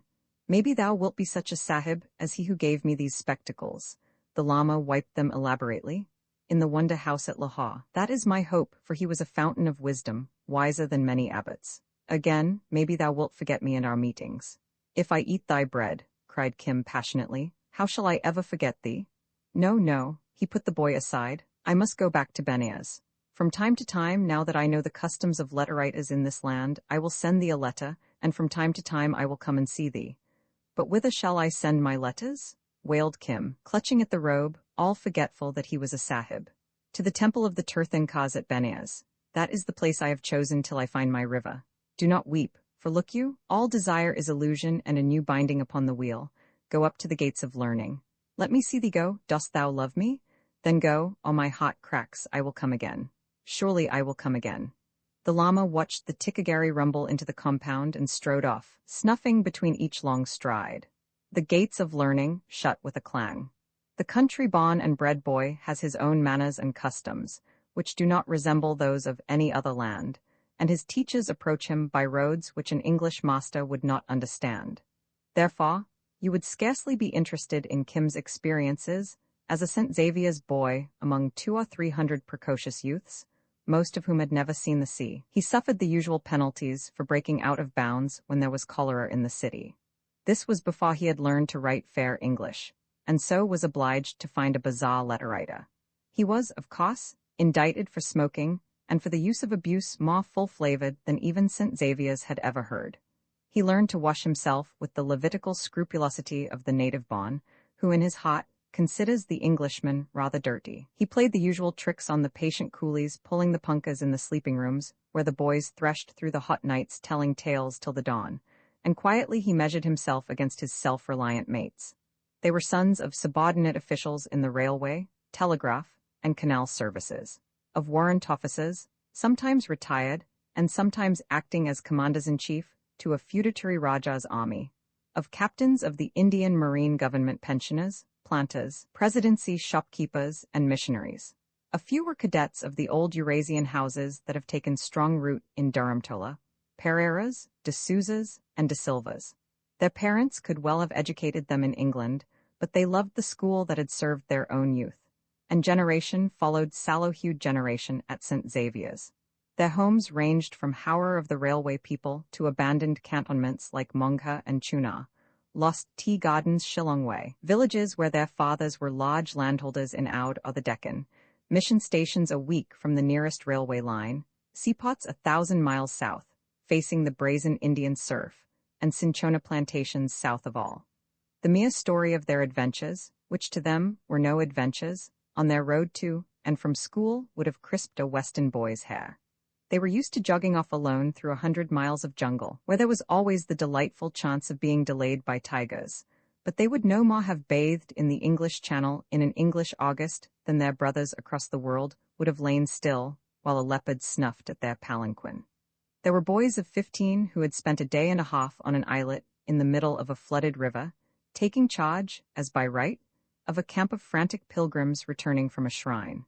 There were seniors who had requisitioned a chance-met Raja's elephant in the name of St. Francis Xavier, when the rains once blotted out the cart track that led to their father's estate, and had all but lost the huge beast in a quicksand. There was a boy who, he said, and none doubted, had helped his father to beat off with rifles from the veranda a rush of Akkas in the days when those headhunters were bold against lonely plantations. And every tale was told in the even, passionless voice of the native Bon, mixed with quaint reflections, borrowed unconsciously from native foster mothers, and turns of speech that showed they had been that instant translated from the vernacular. Kim watched, listened, and approved. This was not insipid, single-word talk of drummer boys. It dealt with a life he knew and in part understood. The atmosphere suited him, and he throve by inches. They gave him a white drill suit as the weather warmed, and he rejoiced in the newfound bodily comforts as he rejoiced to use his sharpened mind over the tasks they set him. His quickness would have delighted an English master, but at St. Xavier's they know the first rush of minds developed by sun and surroundings, as they know the half-collapse that sets in at 22 or 23. None the less he remembered to hold himself lowly. When tales were told of hot nights, Kim did not sweep the bod with his reminiscences, for St. Xavier's looks down on boys who go native altogether. One must never forget that one is a sahib, and that some day, when examinations are passed, one will command natives. Kim made a note of this, for he began to understand where examinations led. Then came the holidays from August to October, the long holidays imposed by the heat and the rains. Kim was informed that he would go north to some station in the hills behind Umballa, where Father Victor would arrange for him. "A barrack school?" said Kim, who had asked many questions and thought more. "Yes, I suppose so," said the master. "It will not do you any harm to keep you out of mischief. You can go up with young de Castro as far as Delhi." Kim considered it in every possible light. He had been diligent, even as the colonel advised. A boy's holiday was his own property, of so much the talk of his companions had advised him, and a barrack school would be torment after St. Xavier's. Moreover, this was magic worth anything else. He could write. In 3 months he had discovered how men can speak to each other without a third party, at the cost of half an anna and a little knowledge. No word had come from the llama, but there remained the road. Kim yearned for the caress of soft mud squishing up between the toes, as his mouth watered for mutton stewed with butter and cabbages, for rice speckled with strong scented cardamoms, for the saffron-tinted rice, garlic and onions, and the forbidden greasy sweetmeats of the bazaars. They would feed him raw beef on a platter at the barrack school, and he must smoke by stealth. But again, he was a sahib and was at St. Xavier's, and that pig Mahbub Ali. No, he would not test Mahbub's hospitality, and yet he thought it out alone in the dormitory, and came to the conclusion he had been unjust to Mahbub. The school was empty, nearly all the masters had gone away. Colonel Creighton's railway pass lay in his hand, and Kim puffed himself that he had not spent Colonel Creighton's or Mahbub's money in riotous living. He was still lord of 2 rupees 7 annas. His new bullock trunk marked KOH, and bedding roll lay in the empty sleeping room. "Sahibs are always tied to their baggage," said Kim, nodding at them. "You will stay here." He went out into the warm rain, smiling sinfully, and sought a certain house whose outside he had noted down some time before. "Array, dost thou know what manner of women we be in this quarter? Oh, shame! Was I born yesterday?" Kim squatted native fashion on the cushions of that upper room. "A little dice stuff and 3 yards of cloth to help out a jest. Is it much to ask? Who is she? Thou art full young, as sahibs go, for this devilry." "Oh, she is the daughter of a certain schoolmaster of a regiment in the cantonments. He has beaten me twice because I went over their wall in these clothes. Now I would go as a gardener's boy. Old men are very jealous." "That is true. Hold thy face still while I dab on the juice. Not too black, Nakin. I would not appear to her as a hubshi." 33. "Oh, love makes naught of these things. And how old is she?" 12 years, I think," said the shameless Kim. "Spread it also on the breast. It may be her father will tear my clothes off me, and if I am piebald," he laughed. The girl worked busily, dabbing a twist of cloth into a little saucer of brown dye that holds longer than any walnut juice. "Now send out and get me a cloth for the turban. Woe is me, my head is all unshaved, and he will surely knock off my turban. I am not a baba, but I will make shift. Thou wast born to be a breaker of hearts. All this disguise for one evening? Remember, the stuff does not wash away." She shook with laughter till her bracelets and anklets jingled. "But who is to pay me for this? Hanifa herself could not have given thee better stuff." "Trust in the gods, my sister," said Kim gravely, screwing his face round as the stain dried. Besides, hast thou ever helped to paint a sahib thus before? Never indeed, but a jest is not money. It is worth much more. Child, thou art beyond all dispute the most shameless son of Shaitan that I have ever known to take up a poor girl's time with this play, and then to say, is not the jest enough? Thou wilt go very far in this world. She gave the dancing girl's salutation in mockery. All one, make haste and rough cut my head. Kim shifted from foot to foot, his eyes ablaze with mirth as he thought of the fat days before him. He gave the girl 4 annas and ran down the stairs in the likeness of a low-caste Hindu boy, perfect in every detail. A cookshop was his next point of call, where he feasted in extravagance and greasy luxury. On Lucknow station platform, he watched young De Castro, all covered with prickly heat, get into a second-class compartment. Kim patronized a third, and was the life and soul of it. He explained to the company that he was assistant to a juggler who had left him behind sick with fever, and that he would pick up his master at Umballa. As the occupants of the carriage changed, he varied this tale, or adorned it with all the shoots of a budding fancy, the more rampant for being held off native speech so long. In all India, that night was no human being so joyful as Kim. At Umballa, he got out and headed eastward, plashing over the sodden fields to the village where the old soldier lived. About this time, Colonel Creighton at Simla was advised from Lucknow by wire that young O'Hara had disappeared. Mahbub Ali was in town selling horses, and to him, the colonel confided the affair one morning, cantering round Annandale racecourse. "Oh, that is nothing," said the horse dealer. "Men are like horses, at certain times they need salt, and if that salt is not in the manges they will lick it up from the earth. He has gone back to the road again for a while. The madrasa wearied him. I knew it would. Another time I will take him upon the road myself. Do not be troubled, Creighton Sahib. It is as though a polo pony, breaking loose, ran out to learn the game alone. Then he is not dead, think you? Fever might kill him. I do not fear for the boy otherwise. A monkey does not fall among trees." Next morning, on the same course, Mahbub's stallion ranged alongside the colonel. "It is as I had thought," said the horse dealer. "He has come through Umballa at least, and that he has written a letter to me, having learned in the bazaar that I was here." "Read," said the colonel, with a sigh of relief. It was absurd that a man of his position should take an interest in a little country-bred vagabond, but the colonel remembered the conversation in the train, and often in the past few months had caught himself thinking of the queer, silent, self-possessed boy. His evasion, of course, was the height of insolence, but it argued some resource and nerve. Mahbub's eyes twinkled as he reined out into the center of the cramped little plain, where none could come near unseen. "The friend of the stars, who is the friend of all the world." What is this? A name we give him in Lahore city. The friend of all the world takes leave to go to his own places. He will come back upon the appointed day. Let the box and the betting roll be sent for, and if there has been a fault, let the hand of friendship turn aside the whip of calamity. There is yet a little more, but no matter, read. Certain things are not known to those who eat with forks. It is better to eat with both hands for a while. Speak soft words to those who do not understand this, that the return may be propitious. Now the manner in which that was cast is, of course, the work of the letter-writer, but see how wisely the boy has devised the matter of it, so that no hint is given except to those who know. Is this the hand of friendship to avert the whip of calamity? Laughed the colonel. See how wise is the boy. He would go back to the road again, as I said, not knowing yet thy trade? I am not at all sure of that, the colonel muttered. He turns to me to make a peace between you. Is he not wise? He says he will return. He is but perfecting his knowledge. Think, Sahib, he has been 3 months at the school, and he has not mouthed to that bit. For my part, I rejoice. The pony learns the game. Aye, but another time he must not go alone. Why? He went alone before he came under the Colonel Sahib's protection. When he comes to the great game, he must go alone, and at peril of his head. Then, if he spits or sneezes, or sits down other than as the people do whom he watches, he may be slain.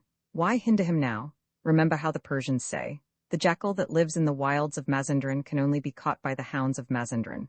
True, it is true, Mahbub Ali, and if he comes to no harm, I do not desire anything better, but it is great insolence on his part. He does not tell me, even, whither he goes, said Mahbub. He is no fool. When his time is accomplished he will come to me. It is time the healer of pearls took him in hand. He ripens too quickly, as sahibs reckon. This prophecy was fulfilled to the letter a month later. Mahbub had gone down to Umballa to bring up a fresh consignment of horses, and Kim met him on the Kalka road at dusk riding alone, begged an alms of him, was sworn at, and replied in English. There was nobody within earshot to hear Mahbub's gasp of amazement. "Oh ho, and where hast thou been?" "Up and down and up. Come under a tree, out of the wet, and tell." "I stayed for a while with an old man near Umballa, a nun with a household of my acquaintance in Umballa. With one of these I went as far as Delhi to the southward. That is a wondrous city. Then I drove a bullock for a telly 30 far coming north, but I heard of a great feast forward in Patiala, and thither went I in the company of a firework maker. It was a great feast." Kim rubbed his stomach. "I saw Rajas and elephants with gold and silver trappings, and they lit all the fireworks at once, whereby 11 men were killed, my firework maker among them, and I was blown across a tent but took no harm. Then I came back to the rail with a Sikh horseman to whom I was groomed for my bread, and so here." "Shabash," said Mahbub Ali. "But what does the Colonel Sahib say?" "I do not wish to be beaten. The hand of friendship has averted the whip of calamity, but another time, when thou takest the road it will be with me. This is too early. Late enough for me. I have learned to read and to write English a little at the madrasa. I shall soon be altogether a sahib." "Hear him?" laughed Mahbub, looking at the little drenched figure dancing in the wet. "Salam, sahib," and he saluted ironically. "Well, art tired of the road, or wilt thou come unto Umballa with me and work back with the horses?" "I come with thee, Mahbub Ali. Roman ate something I owe to the soil that grew, more to the life that fed, but most to Allah, who gave me 2 separate sides to my head. I would go without shirts or shoes, friends, tobacco, or bread sooner than for an instant lose either side of my head." "Then in God's name take blue for red," said Mahbub, alluding to the Hindu color of Kim's disreputable turban. Kim countered with the old proverb, "I will change my faith and my betting, but thou must pay for it." The Dela laughed till he nearly fell from his horse. At a shop on the outskirts of the city, the change was made, and Kim stood up, externally at least, a Mohammedan. Mahbub hired a room over against the railway station, sent for a cooked meal of the finest with the almond curd sweetmeats, balashai we call it, and fine-chopped Lucknow tobacco. "This is better than some other meat that I ate with the Sikh," said Kim, grinning as he squatted, "and assuredly they give no such victuals at my madrasa. I have a desire to hear of that same madrasa." Mahbub stuffed himself with great boluses of spiced mutton fried in fat with cabbage and golden brown onions. "But tell me first, altogether and truthfully, the manner of thy escape. For, O friend of all the world," he loosed his cracking belt, "I do not think it is often that a sahib and the son of a sahib runs away from there." "How should they? They do not know the land." "It was nothing," said Kim, and began his tale. When he came to the disguisement and the interview with the girl in the bazaar, Mahbub Ali's gravity went from him. He laughed aloud and beat his hand on his thigh. "Shabash, shabash, oh, well done, little one. What will the healer of turquoises say to this? Now, slowly, let us hear what befell afterwards step by step, omitting nothing." "Step by step then," Kim told his adventures between coughs as the full-flavored tobacco caught his lungs. "I said," growled Mahbub Ali to himself, "I said it was the pony breaking out to play polo. The fruit is ripe already, except that he must learn his distances and his pacings and his rods and his compasses. Listen now. I have turned aside the colonel's whip from thy skin, and that is no small service." "True." Kim pulled serenely. "That is true, but it is not to be thought that this running out and in is any way good. It was my holiday, Haji. I was a slave for many weeks. Why should I not run away when the school was shut? Look, too, how I, living upon my friends or working for my bread, as I did with the Sikh, have saved the Colonel Sahib a great expense." Mahbub's lips twitched under his well-pruned Mohammedan moustache. "What are a few rupees?" The Pathan threw out his open hand carelessly. "To the Colonel Sahib. He spends them for a purpose, not in any way for love of thee." "That," said Kim slowly, "I knew a very long time ago." "Who told?" "The Colonel Sahib himself, not in those many words, but plainly enough for one who is not altogether a mudhead. Yeah, he told me in the Tirane when we went down to Lucknow." "Be it so. Then I will tell thee, ma, friend of all the world, though in the telling I lend thee my head. It was forfeit to me," said Kim, with deep relish, "in Umballa, when thou didst pick me up on the hoss after the drummer boy beat me. Speak a little plainer. All the world may tell lies save thou and I, for equally is thy life forfeit to me if I chose to raise my finger here. And this is known to me also," said Kim, readjusting the live charcoal ball on the weed. "It is a very sure tie between us. Indeed, thy hold is surer even than mine, for who would miss a boy beaten to death, or, it may be, thrown into a well by the roadside? Most people here and in Simla and across the passes behind the hills would, on the other hand, say, 'What has come to Mahbub Ali, if he were found dead among his horses?'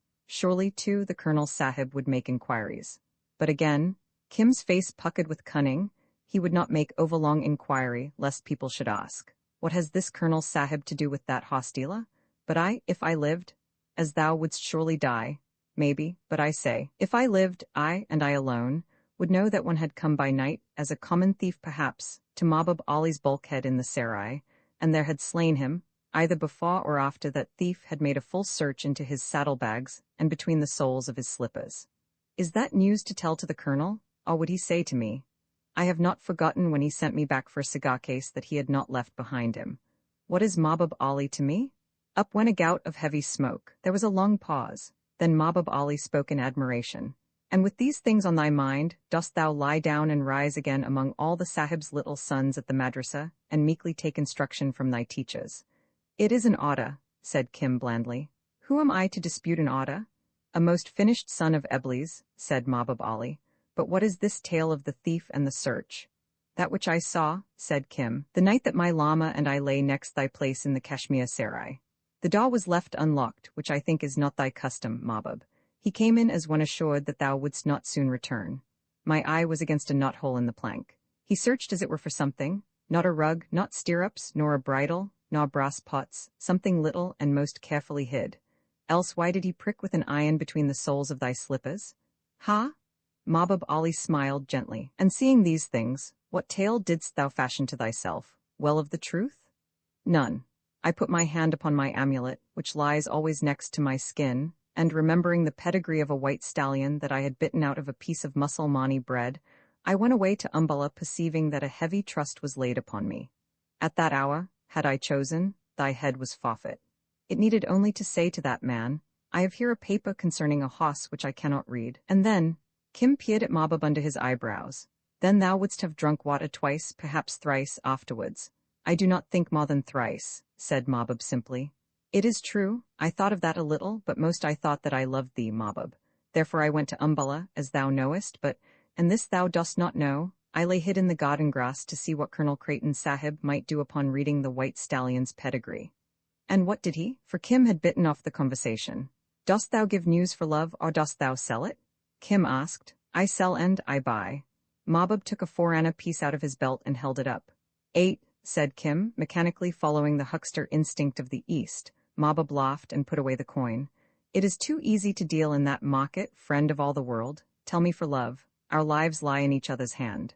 Very good. I saw the Jangilat Sahib 35 come to a big dinner. I saw him in Creighton Sahib's office. I saw the two read the white stallion's pedigree. I heard the very orders given for the opening of a great war. Ha! Mahbub nodded with deepest eyes afire. The game is well played, that war is done now, and the evil, we hope, nipped before the flower, thanks to me and thee. What didst thou later? I made the news as it were a hook to catch me victual and honor among the villages in a village whose priest drugged my Lama. But I bore away the old man's purse, and the Brahmin found nothing. So next morning he was angry. Ho, ho, and I also used the news when I fell into the hands of that white regiment with their bull. That was foolishness. Mahbub scowled. News is not meant to be thrown about like dung cakes, but used sparingly, like bang. So I think now, and moreover, it did me no sort of good. But that was very long ago. He made as to brush it all away with a thin brown hand. And since then, and especially in the nights under the punker at the madrasa, I have thought very greatly. Is it permitted to ask whither the heaven-bond's thought might have led? Said Mahbub, with an elaborate sarcasm, smoothing his scarlet beard. It is permitted, said Kim, and threw back the very tone. They say at Nuclau that no sahib must tell a black man that he has made a fault. Mahbub's hand shot into his bosom, for to call a Pathan a black man 36 is a blood insult. Then he remembered and laughed. Speak, sahib, thy black man hears. But, said Kim, I am not a sahib, and I say I made a fault to curse thee, Mahbub Ali, on that day at Umballa when I thought I was betrayed by a Pathan. I was senseless, for I was but newly caught, and I wished to kill that low-caste drummer boy. I say now, Haji, that it was well done, and I see my road all clear before me to a good service. I will stay in the madrasa till I am ripe. Well said, especially are distances and numbers and the manner of using compasses to be learned in that game. One waits in the hills above to show thee. I will learn their teaching upon a condition, that my time is given to me without question when the madrasa is shut. Ask that for me of the colonel. But why not ask the colonel in the sahib's tongue? The colonel is the servant of the government. He is sent hither and yon at a word, and must consider his own advancement. See how much I have already learned at Nuclau. Moreover, the colonel I know since 3 months only. I have known one Mahbub Ali for 6 years. So, to the madrasar I will go. At the madrasar I will learn. In the madrasar I will be a sahib. But when the madrasar is shut, then must I be free and go among my people. Otherwise I die. And who are thy people, friend of all the world? This great and beautiful land, said Kim, waving his paw round the little clay-walled room where the oil lamp in its niche burned heavily through the tobacco smoke. And further, I would see my llama again. And further, I need money. That is the need of everyone, said Mahbub ruefully. I will give thee 8 annas, for much money is not picked out of horses' hooves, and it must suffice for many days. As to all the rest I am well pleased, and no further talk is needed. Make haste to learn, and in 3 years, or it may be less, thou wilt be an aid even to me. Have I been such a hindrance till now? Said Kim with a boy's giggle. Do not give answers, Mahbub grunted. Thou art my new horseboy, go and bed among my men. They are near the north end of the station with the horses. They will beat me to the south end of the station if I come without authority. Mahbub felt in his belt, wetted his thumb on a cake of Chinese ink, and dabbed the impression on a piece of soft native paper. From Balkh to Bombay men know that rough-ridged print with the old scar running diagonally across it. That is enough to show my headman. I come in the morning. By which road? Said Kim. By the road from the city. There is but one, and then we return to Creighton Sahib. I have saved thee a beating. Allah, what is a beating when the very head is loose on the shoulders? Kim slid out quietly into the night, walked half round the house, keeping close to the walls, and headed away from the station for a mile or so. Then, fetching a wide compass, he worked back at leisure, for he needed time to invent a story if any of Mahbub's retainers asked questions. They were camped on a piece of waste ground beside the railway, and being natives, had not, of course, unloaded the 2 trucks in which Mahbub's animals stood among a consignment of country breads bought by the Bombay Tram Company. The headman, a broken-down, consumptive-looking Mohammedan, promptly challenged Kim, but was pacified at sight of Mahbub's sign manual. The Haji has of his favour given me service, said Kim testily. If this be doubted, wait till he comes in the morning. Meantime, a place by the fire followed the usual aimless babble that every low-caste native must raise on every occasion. It died down, and Kim lay out behind the little knot of Mahbub's followers, almost under the wheels of a horse truck, a borrowed blanket for covering. Now a bed among brickbats and balustrafews on a damp night, between overcrowded horses and unwashed bolties, would not appeal to many white boys, but Kim was utterly happy. Change of scene, service, and surroundings were the breath of his little nostrils, and thinking of the neat white cots of St. Xavier's all-arrow under the punkah gave him joy as keen as the repetition of the multiplication table in English. I am very old, he thought sleepily. Every month I become a year more old. I was very young, and a fool to boot, when I took Mahbub's message to Umballa. Even when I was with that white regiment I was very young and small, and had no wisdom. But now, I learn every day, and in 3 years the colonel will take me out of the madrasa, and let me go upon the road with Mahbub hunting for horses' pedigrees, or maybe I shall go by myself, or maybe I shall find the llama and go with him. Yes, that is best, to walk again as a cella with my llama when he comes back to Benares. The thoughts came more slowly and disconnectedly. He was plunging into a beautiful dreamland when his ears caught a whisper, thin and sharp, above the monotonous babble round the fire. It came from behind the iron-skinned horse-truck. He is not here, then? Where should he be but roistering in the city? Who looks for a rat in a frog-pond? Come away, he is not our man. He must not go back beyond the passes a second time, it is the order. Hire some woman to drug him. It is a few rupees only, and there is no evidence. Accept the woman, it must be more certain, and remember the price upon his head. Aye, but the police have a long arm, and we are far from the border. If it were in Peshawar now— Yes, in Peshawar, the second voice sneered. Peshawar, full of his bloodkin, full of bolt-holes and women behind whose clothes he will hide. Yes, Peshawar or Jahannam would suit us equally well. Then what is the plan? Oh, fool, have I not told it 100 times? Wait till he comes to lie down, and then one sure shot. The trucks are between us and pursuit. We have but to run back over the lines and go our way. They will not see whence the shot came. Wait here at least till the dawn. What manner of fakir art thou, to shiver at a little watching? Oh ho, thought Kim, behind close-shut eyes. Once again it is Mahbub. Indeed, a white stallion's pedigree is not a good thing to peddle to sahibs, or maybe Mahbub has been selling other news. Now what is to do, Kim? I know not where Mabub houses, and if he comes here before the dawn they will shoot him. That would be no profit for thee, Kim, and this is not a matter for the police. That would be no profit for Mabub, and he giggled almost aloud. I do not remember any lesson at Nuclau which will help me. Allah, here is Kim and yonder are they. First then, Kim must wake and go away, so that they shall not suspect. A bad dream wakes a man, thus. He threw the blanket off his face and raised himself suddenly with the terrible, bubbling, meaningless yell of the Asiatic roused by nightmare. Yalalala, Narain, the Shurel. A Shurel is the peculiarly malignant ghost of a woman who has died in childbed. She haunts lonely roads, her feet are turned backwards on the ankles, and she leads men to torment.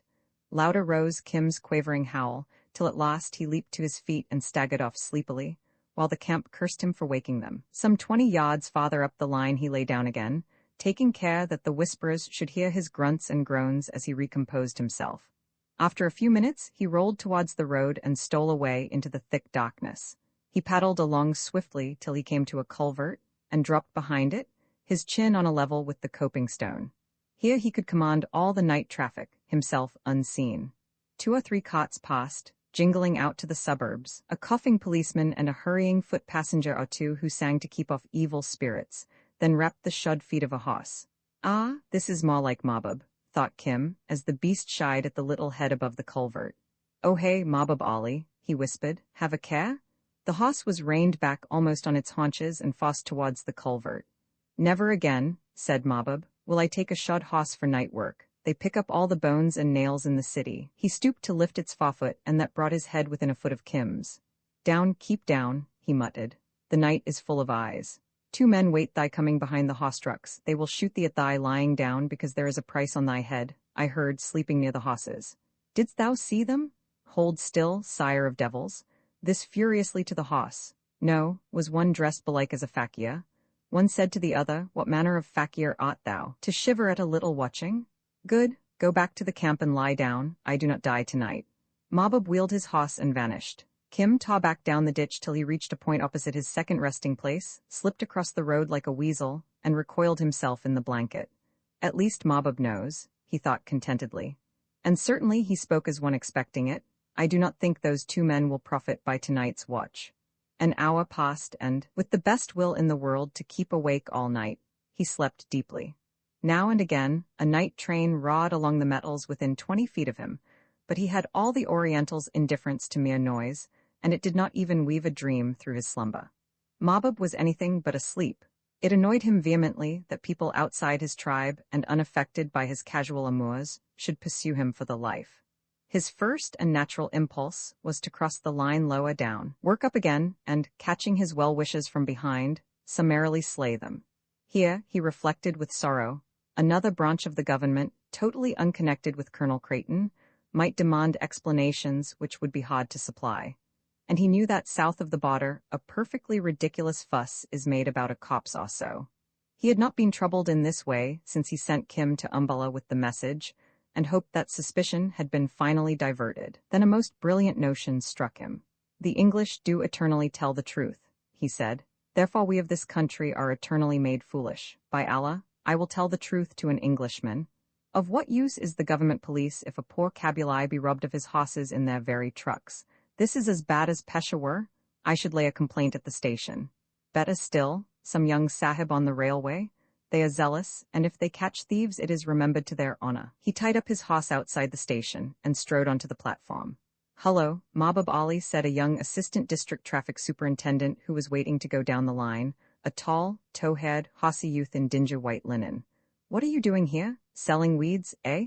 No, I am not troubled for my horses. I come to look for Lutuf Allah. I have a truckload up the line. Could anyone take them out without the railway's knowledge? Shouldn't think so, Mabub. You can claim against us if they do. I have seen 2 men crouching under the wheels of one of the trucks nearly all night. Fakirs do not steal horses, so I gave them no more thought. I would find Lutuf Allah, my partner. The deuce you did? And you didn't bother your head about it? 'Pon my word, it's just almost as well that I met you. What were they like, eh? They were only fakirs. They will no more than take a little grain, perhaps from one of the trucks. There are many up the line. The state will never miss the dole. I came here seeking for my partner, Lutuf Allah. Never mind your partner. Where are your horse trucks? a little to this side of the farthest place where they make lamps for the trains. The signal box, yes, and upon the rail nearest to the road upon the right-hand side, looking up the line thus. But as regards Lutuf Ullah, a tall man with a broken nose and a Persian greyhound, Aya, the boy had hurried off to wake up a young and enthusiastic policeman, for, as he said, the railway had suffered much from depredations in the goods yard. Mahbub Ali chuckled in his dyed beard. They will walk in their boots, making a noise, and then they will wonder why there are no fakirs. They are very clever boys, Batan Sahib and young Sahib. He waited idly for a few minutes, expecting to see them hurry up the line girt for action. A light engine slid through the station, and he caught a glimpse of young Batan in the cab. "I did that child an injustice. He is not altogether a fool," said Mahbub Ali.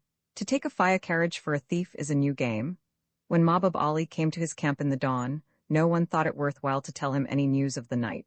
No one, at least, but one small houseboy, newly advanced to the great man's service, whom Mahbub called to his tiny tent to assist in some packing.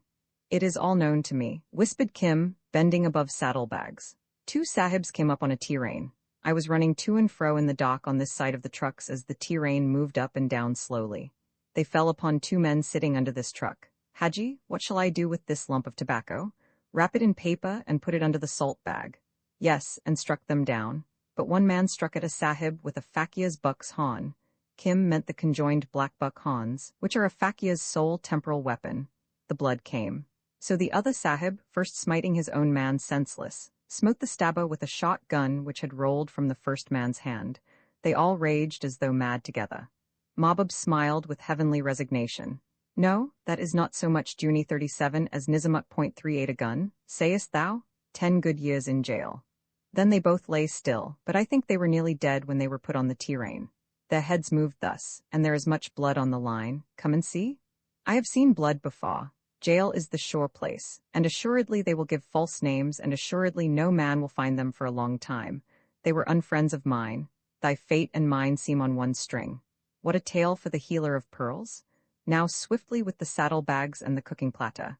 We will take out the horses and away to Simla. Swiftly, as Orientals understand speed, with long explanations, with abuse and windy talk, carelessly, amid 100 checks for little things forgotten, the untidy camp broke up and led the half-dozen stiff and fretful horses along the Kalka road in the fresh of the rain-swept dawn. Kim, regarded as Mahbub Ali's favorite by all who wished to stand well with the Pathan, was not called upon to work. They strolled on by the easiest of stages, halting every few hours at a wayside shelter. Very many sahibs travel along the Kalka road, and, as Mahbub Ali says, every young sahib must needs esteem himself a judge of a horse, and, though he be over head in debt to the moneylender, must make as if to buy. That was the reason that sahib after sahib, rolling along in a stage carriage, would stop and open talk. Some would even descend from their vehicles and feel the horse's legs, asking inane questions, or, through sheer ignorance of the vernacular, grossly insulting the imperturbable trader. When first I dealt with sahibs, and that was when Colonel Sodi Sahib was governor of Fatabazai and flooded the commissioner's camping ground for spite, Mahbub confided to Kim, as the boy filled his pipe under a tree, I did not know how greatly they were fools, and this made me wroth. As thus, and he told Kim a tale of an expression, misused in all innocence, that doubled Kim up with mirth. Now I see, however, he exhaled smoke slowly, that it is with them as with all men, in certain matters they are wise, and in others most foolish. Very foolish it is to use the wrong word to a stranger, for though the heart may be clean of offense, how is the stranger to know that? He is more like to search truth with a dagger. True talk, said Kim solemnly. Fools speak of a cat when a woman is brought to bed, for instance, I have heard them. Therefore, in one situate as thou art, it particularly behoves thee to remember this with both kinds of faces. Among sahibs, never forgetting thou art a sahib, among the folk of Hind, always remembering thou art. He paused with a puzzled smile. What am I, Mussulman, Hindu, Jain, or Buddhist? That is a hard knot. Thou art beyond question an unbeliever, and therefore thou wilt be damned. So says my law, or I think it does. But thou art also my little friend of all the world, and I love thee, so says my heart. This matter of creeds is like horseflesh. The wise man knows horses are good, that there is a profit to be made from all, and for myself, but that I am a good Sunni and hate the men of Tura. I could believe the same of all the faiths.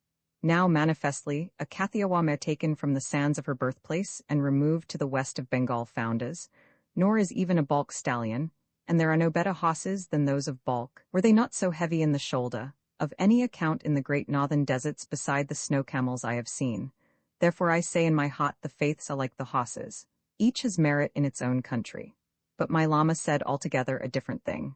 Oh, he is an old dreamer of dreams from Bodial. My heart is a little angry, friend of all the world, that thou shouldst see such worth in a man so little known. It is true, Haji, but that worth do I see, and to him my heart is drawn. And his to thine, I hear. Hearts are like horses, they come and they go against bit or spur. Shout Gul Sher Khan yonder to drive in that bay stallion's pickets more firmly. We do not want a hoss fight at every resting stage, and the dun and the black will be locked in a little. Now hear me. Is it necessary to the comfort of thy heart to see that Lama? It is one part of my bond, said Kim. If I do not see him, and if he is taken from me, I will go out of that madrasa in Nuclau and, once gone, who is to find me again? It is true, never was colt held on a lighter rope than thou. Mahbub nodded his head. Do not be afraid. Kim spoke as though he could have vanished on the moment. My Lama has said that he will come to see me at the madrasa. A beggar and his bowl in the presence of those young Sa. Not all? Kim cut in with a snort. Their eyes are blued and their nails are blackened with low-caste blood, many of them, sons of Mathiranes, brothers-in-law to the Bungi. 39 We need not follow the rest of the pedigree, but Kim made his little point clearly and without heat, chewing a piece of sugarcane the while. Friend of all the world, said Mahbub, pushing over the pipe for the boy to clean, I have met many men, women, and boys, and not a few sahibs. I have never in all my days met such an imp as thou art. And why? When I always tell thee the truth. Perhaps the very reason, for this is a world of danger to honest men. Mahbub Ali hauled himself off the ground, girt in his belt, and went over to the horses. I'll sell it? There was that in the tone that made Mahbub halt and turn. What new devilry? 8 annas, and I will tell, said Kim, grinning. It touches thy peace. Oh, Shaitan? Mahbub gave the money. Rememberest thou the little business of the thieves in the dock down yonder at Umballa? Seeing they sought my life, I have not altogether forgotten. Why? Rememberest thou the Kashmir Sarai? I will twist thy ears in a moment, Sahib. No need, Pathan. Only, the second fakir, whom the Sahibs beat senseless, was the man who came to search thy bulkhead at Lahore. I saw his face as they helped him on the engine, the very same man. Why didst thou not tell before? Oh, he will go to jail, and be safe for some years. There is no need to tell more than is necessary at any one time. Besides, I did not then need money for sweetmeats. Allah Karim, said Mahbub Ah. Wilt thou some day sell my head for a few sweetmeats if the fit takes thee? Kim will remember till he dies that long, lazy journey from Umballa, through Kalka and the Pinjore Gardens nearby, up to Simla.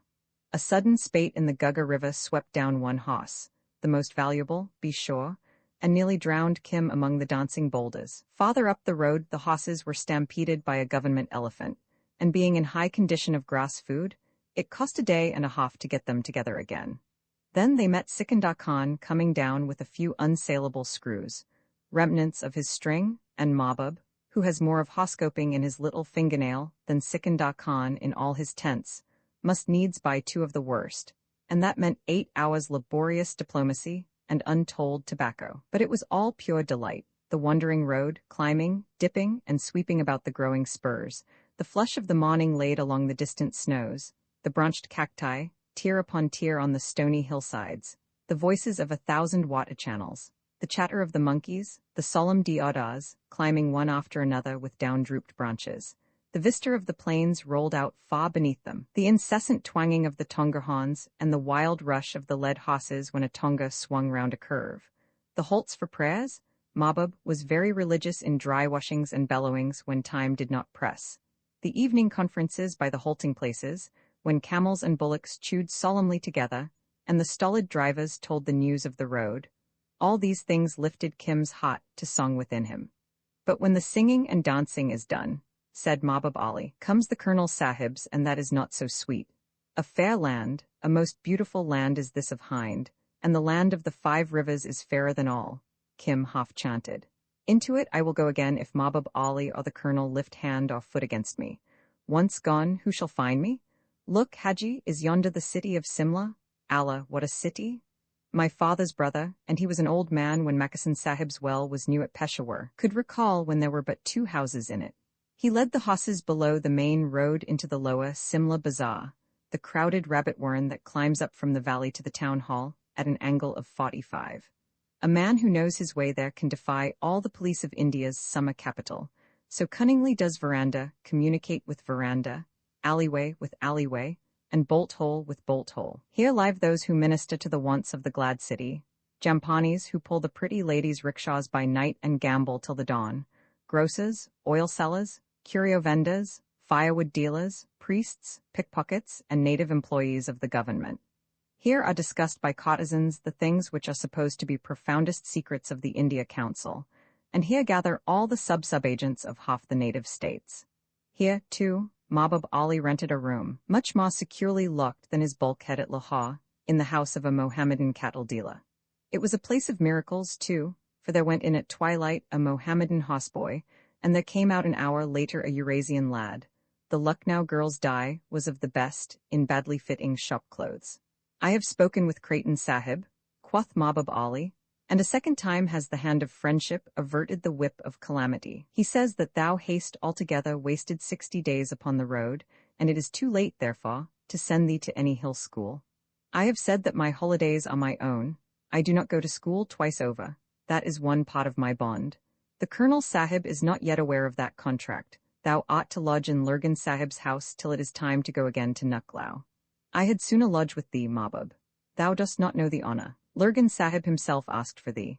Thou wilt go up the hill and along the road atop, and there thou must forget for a while that thou hast ever seen or spoken to me, Mahbub Ali, who sells horses to Creighton Sahib, whom thou dost not know. Remember this order. Kim nodded.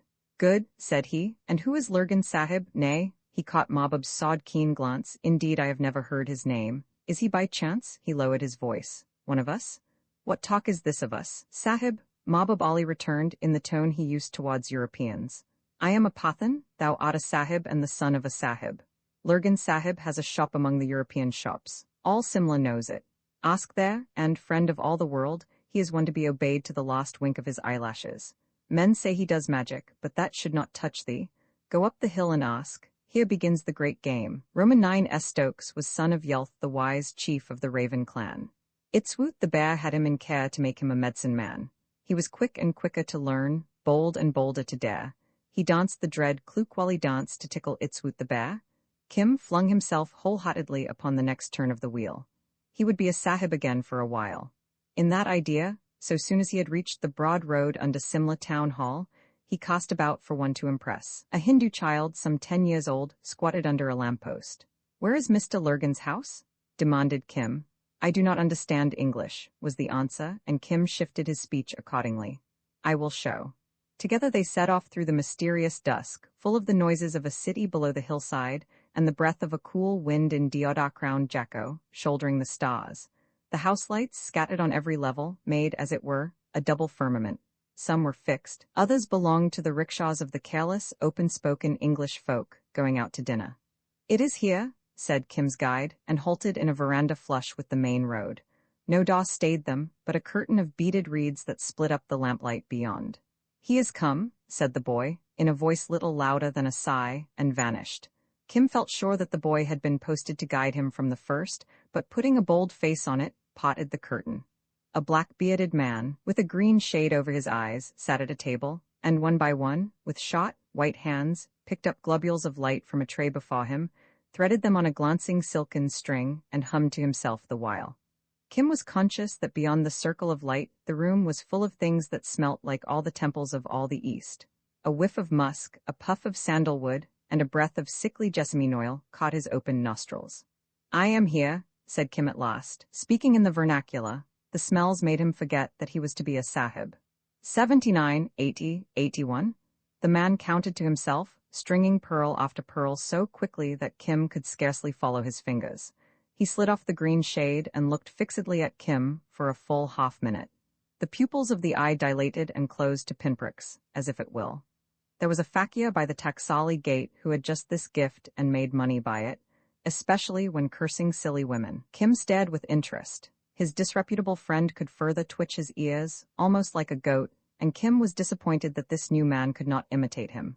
Do not be afraid, said Lurgan Sahib suddenly. Why should I fear?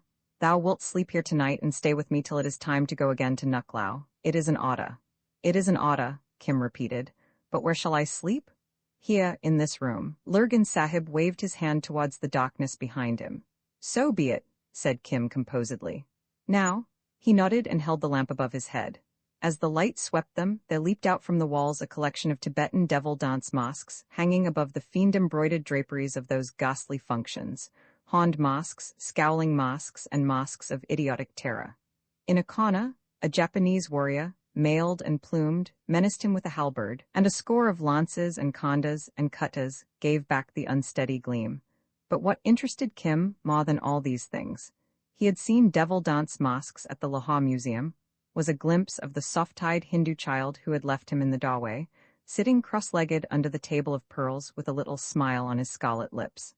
I think that Lurgan Sahib wishes to make me afraid, and I am sure that that devil's brat below the table wishes to see me afraid. This place, he said aloud, is like a wonder house. Where is my bed? Lurgan Sahib pointed to a native quilt in a corner by the loathsome masks, picked up the lamp, and left the room black. Was that Lurgan Sahib? Kim asked as he cuddled down. No answer. He could hear the Hindu boy breathing, however, and, guided by the sound, crawled across the floor and cuffed into the darkness, crying, "Give answer, devil! Is this the way to lie to a sahib?" From the darkness he fancied he could hear the echo of a chuckle. It could not be his soft-fleshed companion, because he was weeping. So Kim lifted up his voice and called aloud, "Lurgan Sahib? O Lurgan Sahib, is it an order that thy servant does not speak to me?" "It is an order." The voice came from behind him and he started. "Very good.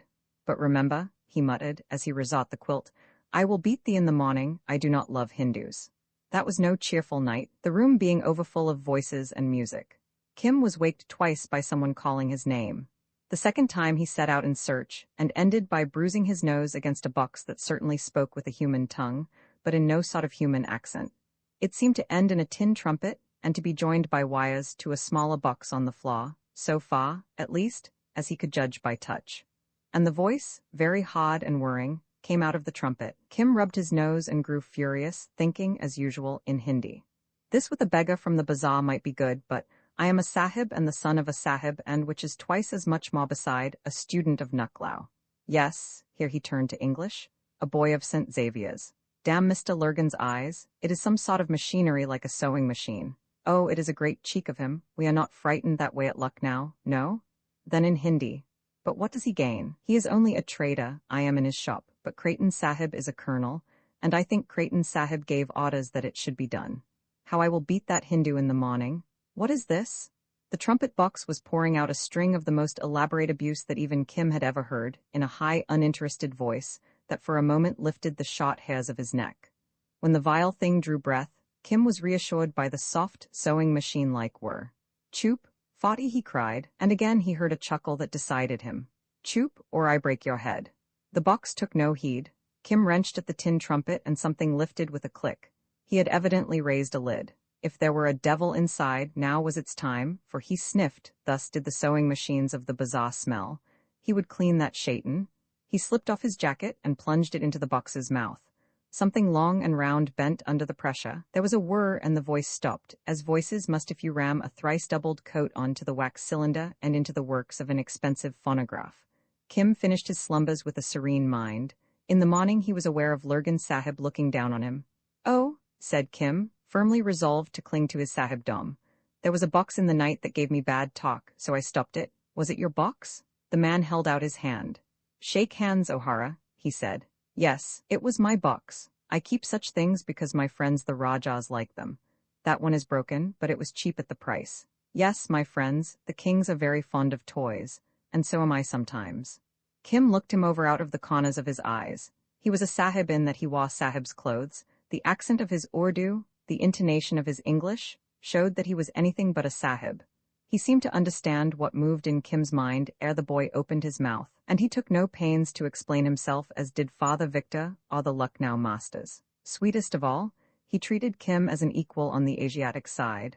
"I am sorry you cannot beat my boy this morning. He says he will kill you with a knife or poison. He is jealous, so I have put him in the corner, and I shall not speak to him today. He has just tried to kill me. You must help me with the breakfast." He is almost too jealous to trust, just now. Now a genuine, imported sahib from England would have made a great to-do over this tale. Lurgan Sahib stated it as simply as Mahbub Ali was used to record his little affairs in the north. The back veranda of the shop was built out over the sheer hillside, and they looked down into their neighbors' chimney pots, as is the custom of Simla. But even more than the purely Persian meal cooked by Lurgan Sahib with his own hands, the shop fascinated Kim. The Lahore Museum was larger, but here were more wonders: ghost daggers and prayer wheels from Tibet, turquoise and raw amber necklaces, green jade bangles, curiously packed incense sticks in jars crusted over with raw garnets, the devil masks of overnight and a wall full of peacock blue draperies, gilt figures of Buddha and little potable lacquer altars, Russian samovars with turquoises on the lid, eggshell china sets in quaint octagonal cane boxes, yellow ivory crucifixes, from Japan of all places in the world.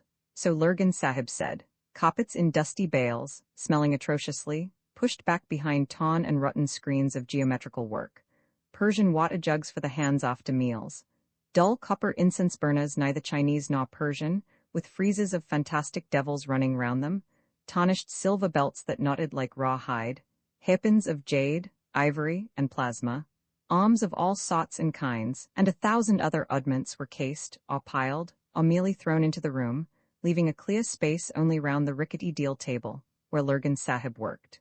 "Those things are nothing," said his host, following Kim's glance. "I buy them because they are pretty, and sometimes I sell, if I like the buyer's look. My work is on the table, some of it." It blazed in the morning light, all red and blue and green flashes, picked out with the vicious blue-white spurt of a diamond here and there. Kim opened his eyes. "Oh, they are quite well, those stones. It will not hurt them to take the sun. Besides, they are cheap. But with 6 stones it is very different." He piled Kim's plate anew. "There is no one but me can doctor a sick pearl and reblue turquoises. I grant you opals. Any fool can cure an opal. But for a sick pearl there is only me. Suppose I were to die, then there would be no one. Oh no. You cannot do anything with jewels. It will be quite enough if you understand a little about the turquoise some day." He moved to the end of the veranda to refill the heavy, porous clay water jug from the filter. "Do you want drink?" Kim nodded. Lurgan Sahib, 15 feet off, laid one hand on the jar. Next instant it stood at Kim's elbow, full to within half an inch of the brim, the white cloth only showing, by a small wrinkle, where it had slid into place. "Wah," said Kim in most utter amazement. "That is magic." Lurgan Sahib's smile showed that the compliment had gone home. "Throw it back." "It will break?" "I say, throw it back." Kim pitched it at random. It fell short and crashed into 50 pieces while the water dripped through the rough veranda boarding. "I said it would break." "All one. Look at it. Look at the largest piece." That lay with a sparkle of water in its curve as it were a star on the floor. Kim looked intently. Lurgan Sahib laid one hand gently on the nape of his neck, stroked it twice or thrice, and whispered, "Look, it shall come to life again, piece by piece. First the big piece shall join itself to 2 others on the right and the left, on the right and the left. Look." To save his life, Kim could not have turned his head. The light touch held him as in a vice, and his blood tingled pleasantly through him. There was one large piece of the jar where there had been 3, and above them the shadowy outline of the entire vessel. He could see the veranda through it, but it was thickening and darkening with each beat of his pulse. Yet the jar, how slowly the thoughts came. The jar had been smashed before his eyes. Another wave of prickling fire raced down his neck as Lurgan Sahib moved his hand. "Look, it is coming into shape," said Lurgan Sahib. So far Kim had been thinking in Hindi, but a tremor came on him, and with an effort like that of a swimmer before shocks, who hurls himself half out of the water, his mind leaped up from a darkness that was swallowing it and took refuge in the multiplication table in English. "Look, it is coming into shape," whispered Lurgan Sahib. The jar had been smashed, yes, smashed, not the native word, he would not think of that, but smashed into 50 pieces, and twice 3 was 6, and thrice 3 was 9, and 4 times 3 was 12. He clung desperately to the repetition. The shadow outline of the jar cleared like a mist after rubbing eyes. There were the broken shards, there was the spilt water drying in the sun, and through the cracks of the veranda showed, all ribbed, the white house wall below, and thrice 12 was 36? "Look, is it coming into shape?" asked Lurgan Sahib. "But it is smashed, smashed," he gasped. Lurgan Sahib had been muttering softly for the last half-minute. Kim wrenched his head aside. "Look, Deco, it is there as it was there. It is there as it was there," said Lurgan, watching Kim closely while the boy rubbed his neck. but you are the first of many who has ever seen it so. He wiped his broad forehead. Was that Ma magic? Kim asked suspiciously. The tingle had gone from his veins, he felt unusually wide awake. No, that was not magic. It was only to see if there was a flaw in a jewel. Sometimes very fine jewels will fly all to pieces if a man holds them in his hand and knows the proper way. That is why one must be careful before one sets them. Tell me, did you see the shape of the pot? For a little time, it began to grow like a flower from the ground. And then what did you do? I mean, how did you think? Oh, I knew it was broken, and so I think that was what I thought, and it was broken. Has anyone ever done that same sort of magic to you before? If it was, said Kim, do you think I should let it again? I should run away. And now you are not afraid, eh? Not now. Lurgan Sahib looked at him more closely than ever. I shall ask Mahbub Ali, not now, but some day later, he muttered. I am pleased with you, yes, and I am pleased with you. No, you are the first that ever saved himself. I wish I knew what it was that, but you are right. You should not tell that, not even to me. He turned into the dusky gloom of the shop and sat down at the table, rubbing his hands softly. A small, husky sob came from behind a pile of carpets. It was the Hindu child obediently facing towards the wall. His thin shoulders worked with grief. Ah, he is jealous, so jealous. I wonder if he will try to poison me again in my breakfast and make me cook it twice. Cubby nahin, came the broken answer. And whether he will kill this other boy? Cubby nahin. 41, what do you think he will do? He turned suddenly on Kim. Oh, I do not know. Let him go, perhaps. Why did he want to poison you? Because he is so fond of me. Suppose you were fond of someone and you saw someone come, and the man you were fond of was more pleased with him than he was with you, what would you do? Kim thought. Lurgan repeated the sentence slowly in the vernacular. I should not poison that man, said Kim reflectively, but I should beat that boy, if that boy was fond of my man, but first I would ask that boy if it were true. Ah, he thinks everyone must be fond of me. Then I think he is a fool. Hearest thou? Said Lurgan Sahib to the shaking shoulders. The Sahib's son thinks thou art a little fool. Come out, and next time thy heart is troubled, do not try white arsenic quite so openly. Surely the devil Dasim was lord of our tablecloth that day. It might have made me ill, child, and then a stranger would have guarded the jewels. Come. The child, heavy-eyed with much weeping, crept out from behind the bale and flung himself passionately at Lurgan Sahib's feet, with an extravagance of remorse that impressed even Kim. I will look into the ink pools. I will faithfully guard the jewels. Oh, my father and my mother sent him away. He indicated Kim with a backward jerk of his bare heel. Not yet, not yet. In a little while he will go away again, but now he is at school, at a new madrasa, and thou shalt be his teacher. Play the play of the jewels against him. I will keep tally. The child dried his tears at once and dashed to the back of the shop, whence he returned with a copper tray. Give me, he said to Lurgan Sahib. Let them come from thy hand, for he may say that I knew them before. Gently, gently, the man replied, and from a drawer under the table dealt a half-handful of clattering trifles into the tray. Now, said the child, waving an old newspaper, look on them as long as thou wilt, stranger. Count and, if need be, handle. One look is enough for me. He turned his back proudly. But what is the game? When thou hast counted and handled and art sure that thou canst remember them all, I cover them with this paper, and thou must tell over the tally to Lurgan Sahib. I will write mine. Oh, the instinct of competition waked in his breast. He bent over the tray. There were but 15 stones on it. That is easy, he said after a minute. The child slipped the paper over the winking jewels and scribbled in a native account book. There are under that paper 5 blue stones, 1 big, 1 smaller, and 3 small, said Kim, all in haste. There are 4 green stones and 1 with a hole in it. There is 1 yellow stone that I can see through, and 1 like a pipe stem. There are 2 red stones, and I made the count 15, but 2 I have forgotten. No, give me time. 1 was of ivory, little and brownish, and give me time. 1, 2, Lurgan Sahib counted him out up to 10. Kim shook his head. Hear my count? The child burst in, trilling with laughter. First, 2 flawed sapphires, 1 of 2 ruttes and 1 of 4 as I should judge. The 4 rutte sapphire is chipped at the edge. There is 1 Turkestan turquoise, plain with black veins, and there are 2 inscribed, 1 with a name of God in gilt, and the other being cracked across. For it came out of an old ring, I cannot read. We have now all 5 blue stones. 4 flawed emeralds there are, but 1 is drilled in 2 places, and 1 is a little carven. Their weights, said Lurgan Sahib impassively. 3, 5, 5, and 4 ruttes as I judge it. There is 1 piece of old greenish pipe amber and a cut topaz from Europe. There is 1 ruby of Burma, of 2 ruttes, without a flaw, and there is a balasruby, flawed, of 2 rupees. There is a carved ivory from China representing a rat sucking an egg, and there is lost, aha, a ball of crystal as big as a bean set on a gold leaf. He clapped his hands at the close. He is thy master, said Lurgan Sahib, smiling. Huh, he knew the names of the stones, said Kim, flushing. Try again, with common things such as he and I both know. They heaped the tray again with odds and ends gathered from the shop and even the kitchen, and every time the child won, till Kim marveled. Bind my eyes, let me feel once with my fingers, and even then I will leave the open dyed behind, he challenged. Kim stamped with vexation when the lad made his boast good. If it were men or horses, he said, I could do better. This playing with tweezers and knives and scissors is too little. Learn first, teach later, said Lurgan Sahib. Is he thy master? Truly, but how is it done? By doing it many times over till it is done perfectly, for it is worth doing. The Hindu boy, in highest feather, actually patted Kim on the back. Do not despair, he said. I myself will teach thee. And I will see that thou art well taught, said Lurgan Sahib, still speaking in the vernacular, for except my boy here, it was foolish of him to buy so much white arsenic when, if he had asked, I could have given it. Except my boy here, I have not in a long time met with one better worth teaching. And there are 10 days more ere thou canst return to Lucknow where they teach nothing, at the long price.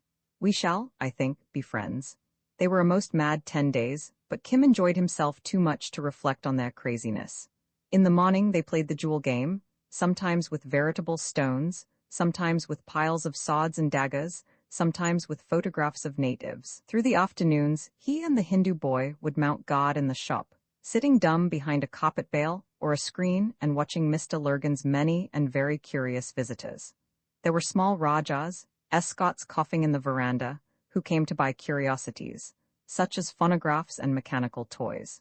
There were ladies in search of necklaces and men, it seemed to Kim, but his mind may have been vitiated by early training, in search of the ladies. Natives from independent and feudatory cots, whose ostensible business was the repair of broken necklaces, rivers of light poured out upon the table, but whose true end seemed to be to raise money for angry Maharanis or young Rajas.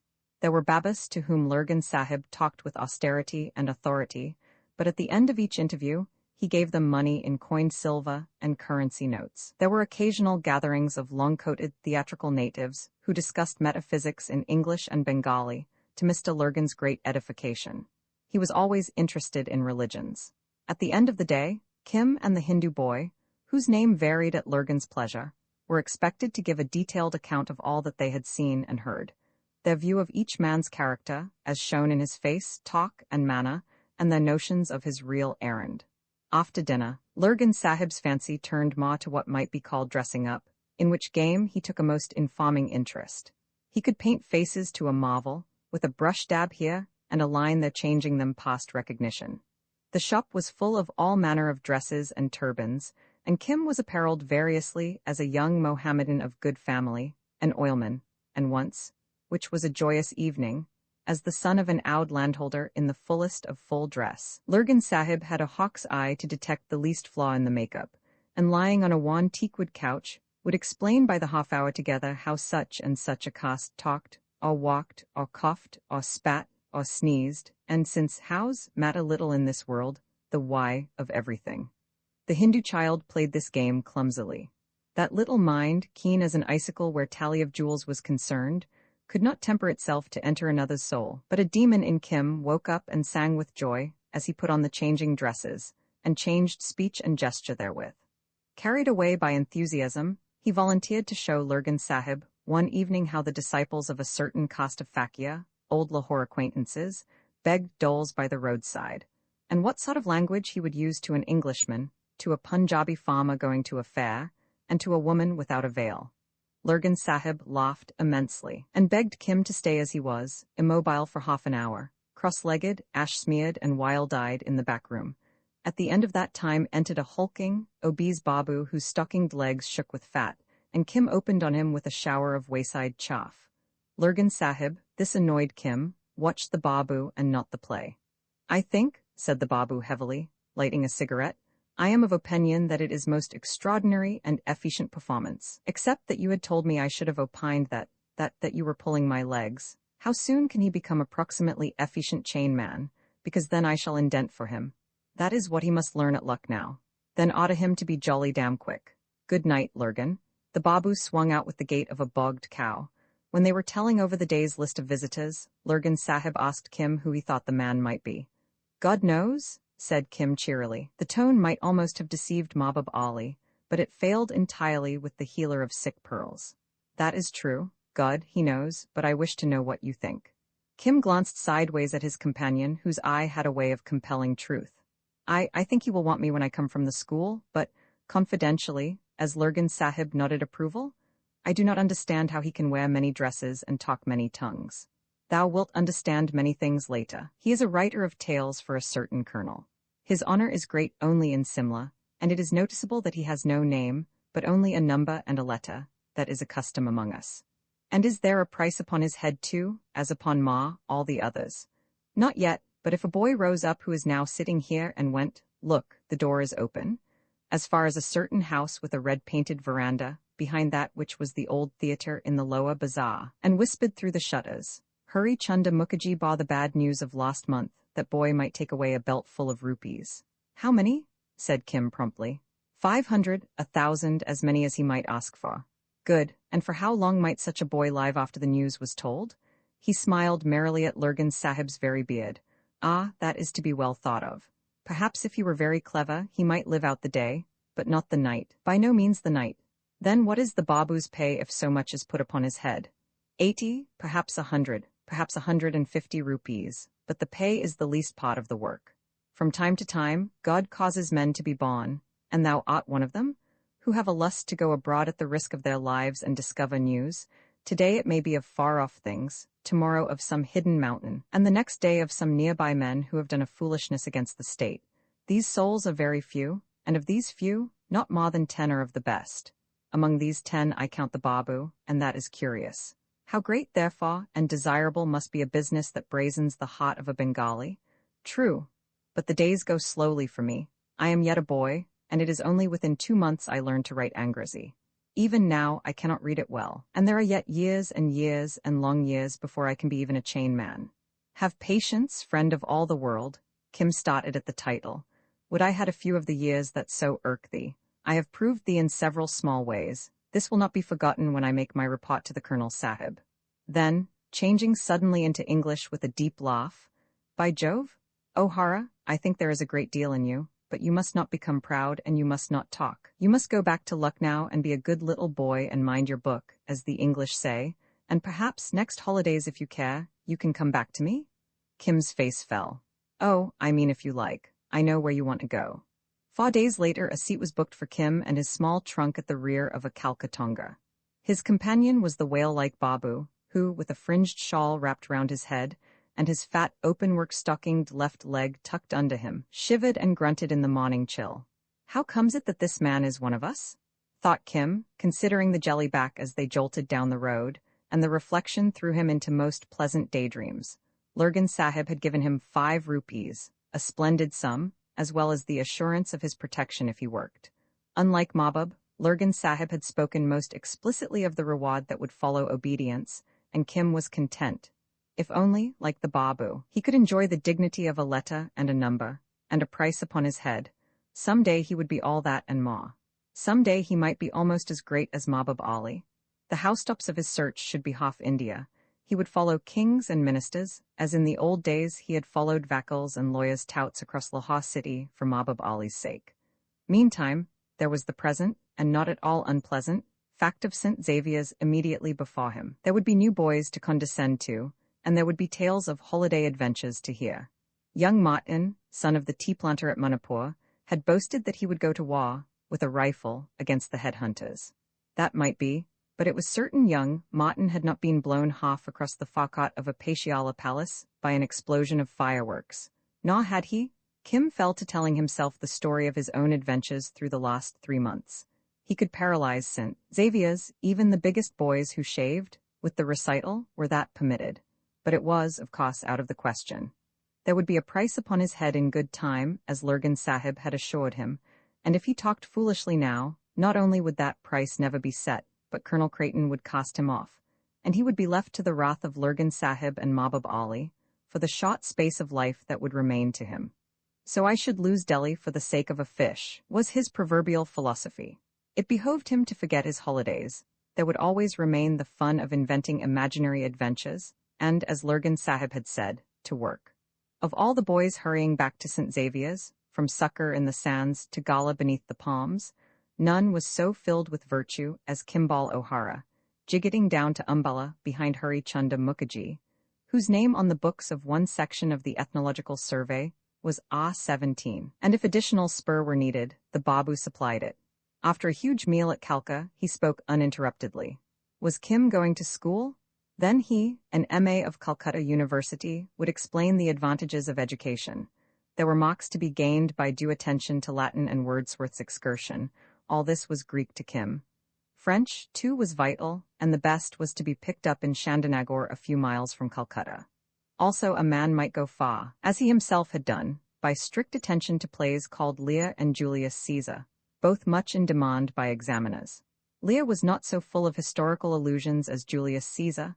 The book cost 4 annas, but could be bought second-hand in Beau Bazaar for 2.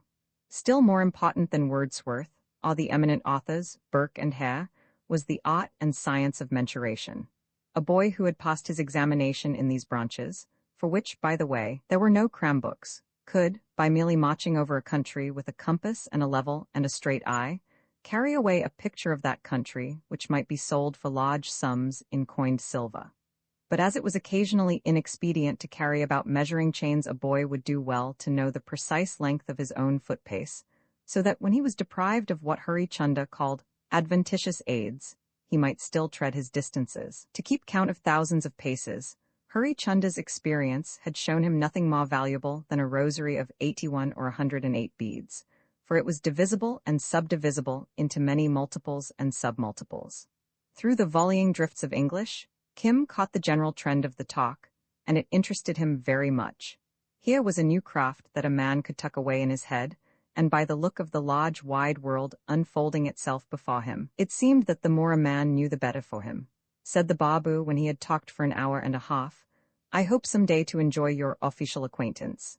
Ad interim, if I may be pardoned that expression, I shall give you this Patel box, which is highly valuable article, and cost me 2 rupees only 4 years ago." It was a cheap, heart-shaped brass thing with 3 compartments for carrying the eternal betel nut, lime, and pan leaf, but it was filled with little tabloid bottles. "That is reward of merit for your performance in character of that holy man. You see, you are so young you think you will last forever and not take care of your body. It is great nuisance to go sick in the middle of business. I am fond of drugs myself, and they are handy to cure poor people too. These are good departmental drugs, quinine and so on. I give it you for souvenir. Now goodbye. I have urgent private business here by the roadside." He slipped out noiselessly as a cat on the Umballa road, hailed a passing cart and jingled away, while Kim, tongue-tied, twiddled the brass Patel box in his hands. The record of a boy's education interests few save his parents, and, as you know, Kim was an orphan. It is written in the books of St. Xavier's in Partibus that a report of Kim's progress was forwarded at the end of each term to Colonel Creighton and to Father Victor, from whose hands duly came the money for his schooling. It is further recorded in the same books that he showed a great aptitude for mathematical studies as well as map-making, and carried away a prize, The Life of Lord Lawrence, Treacoff, 2 vols, 9 rupees, 8 annas, for proficiency therein, and the same term played in St. Xavier's 11 against the Aligha Mohammedan College, his age being 14 years and 10 months. He was also revaccinated, from which we may assume that there had been another epidemic of smallpox at Lucknow, about the same time. Pencil notes on the edge of an old muster roll record that he was punished several times for conversing with improper persons, and it seems that he was once sentenced to heavy pains for absenting himself for a day in the company of a street beggar. That was when he got over the gate and pleaded with the Lama through a whole day down the banks of the Gumti to accompany him on the road next holidays, for 1 month, for a little week. And the Lama set his face as a flint against it, averring that the time had not yet come. Kim's business, said the old man as they ate cakes together, was to get all the wisdom of the sahibs, and then he would see.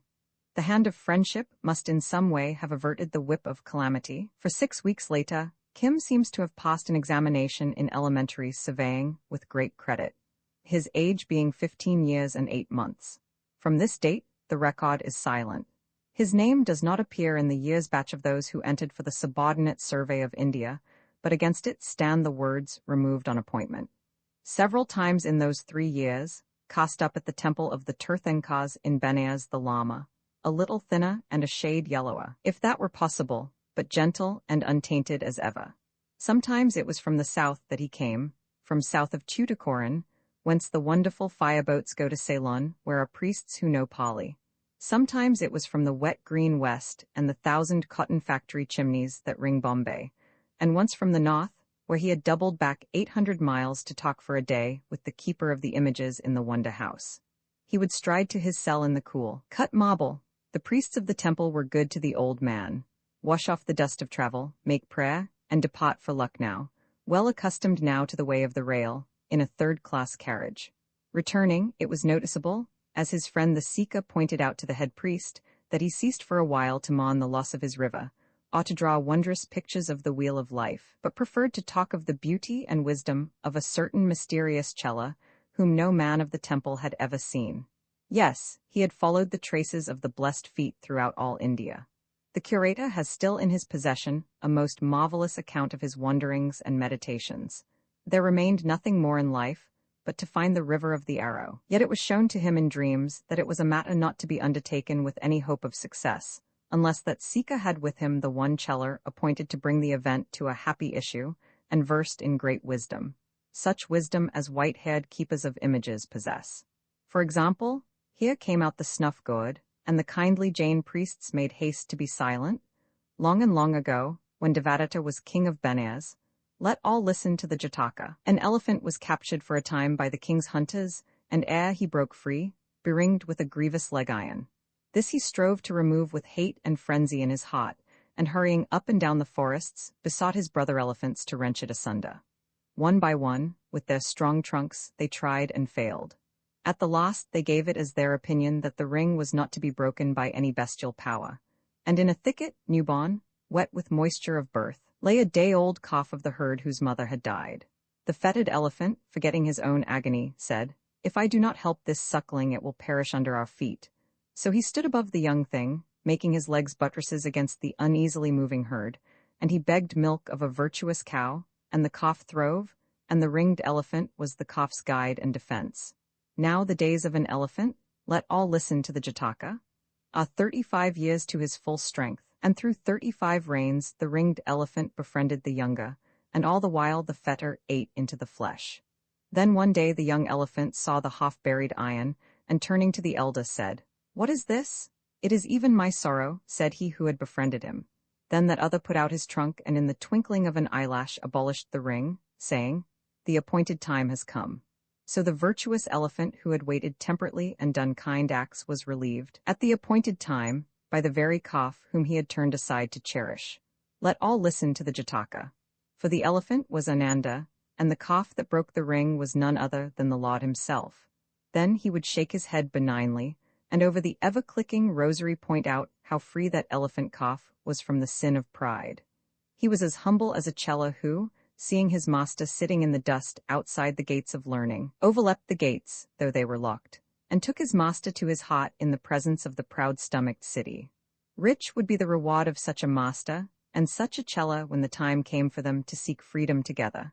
So did the Lama speak, coming and going across India, as softly as a bat.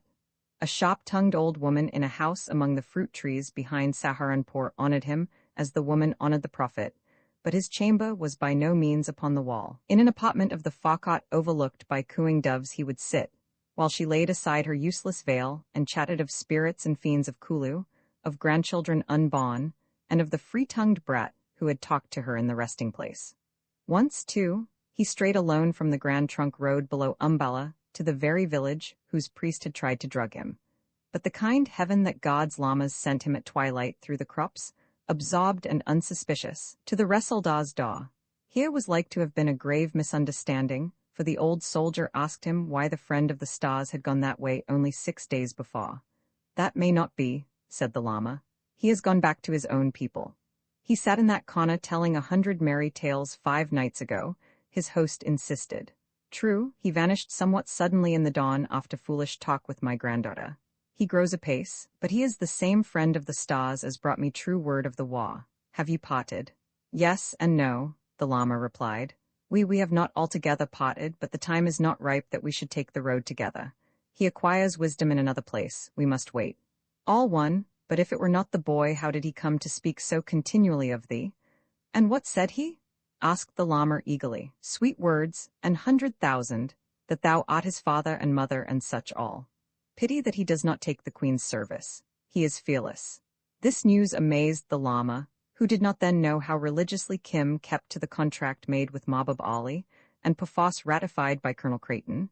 There is no holding the young pony from the game, said the horse dealer when the colonel pointed out that vagabonding over India in holiday time was absurd. If permission be refused to go and come as he chooses, he will make light of the refusal. Then who is to catch him? Colonel Sahib, only once in 1,000 years is a horse bond so well fitted for the game as this our colt, and we need men.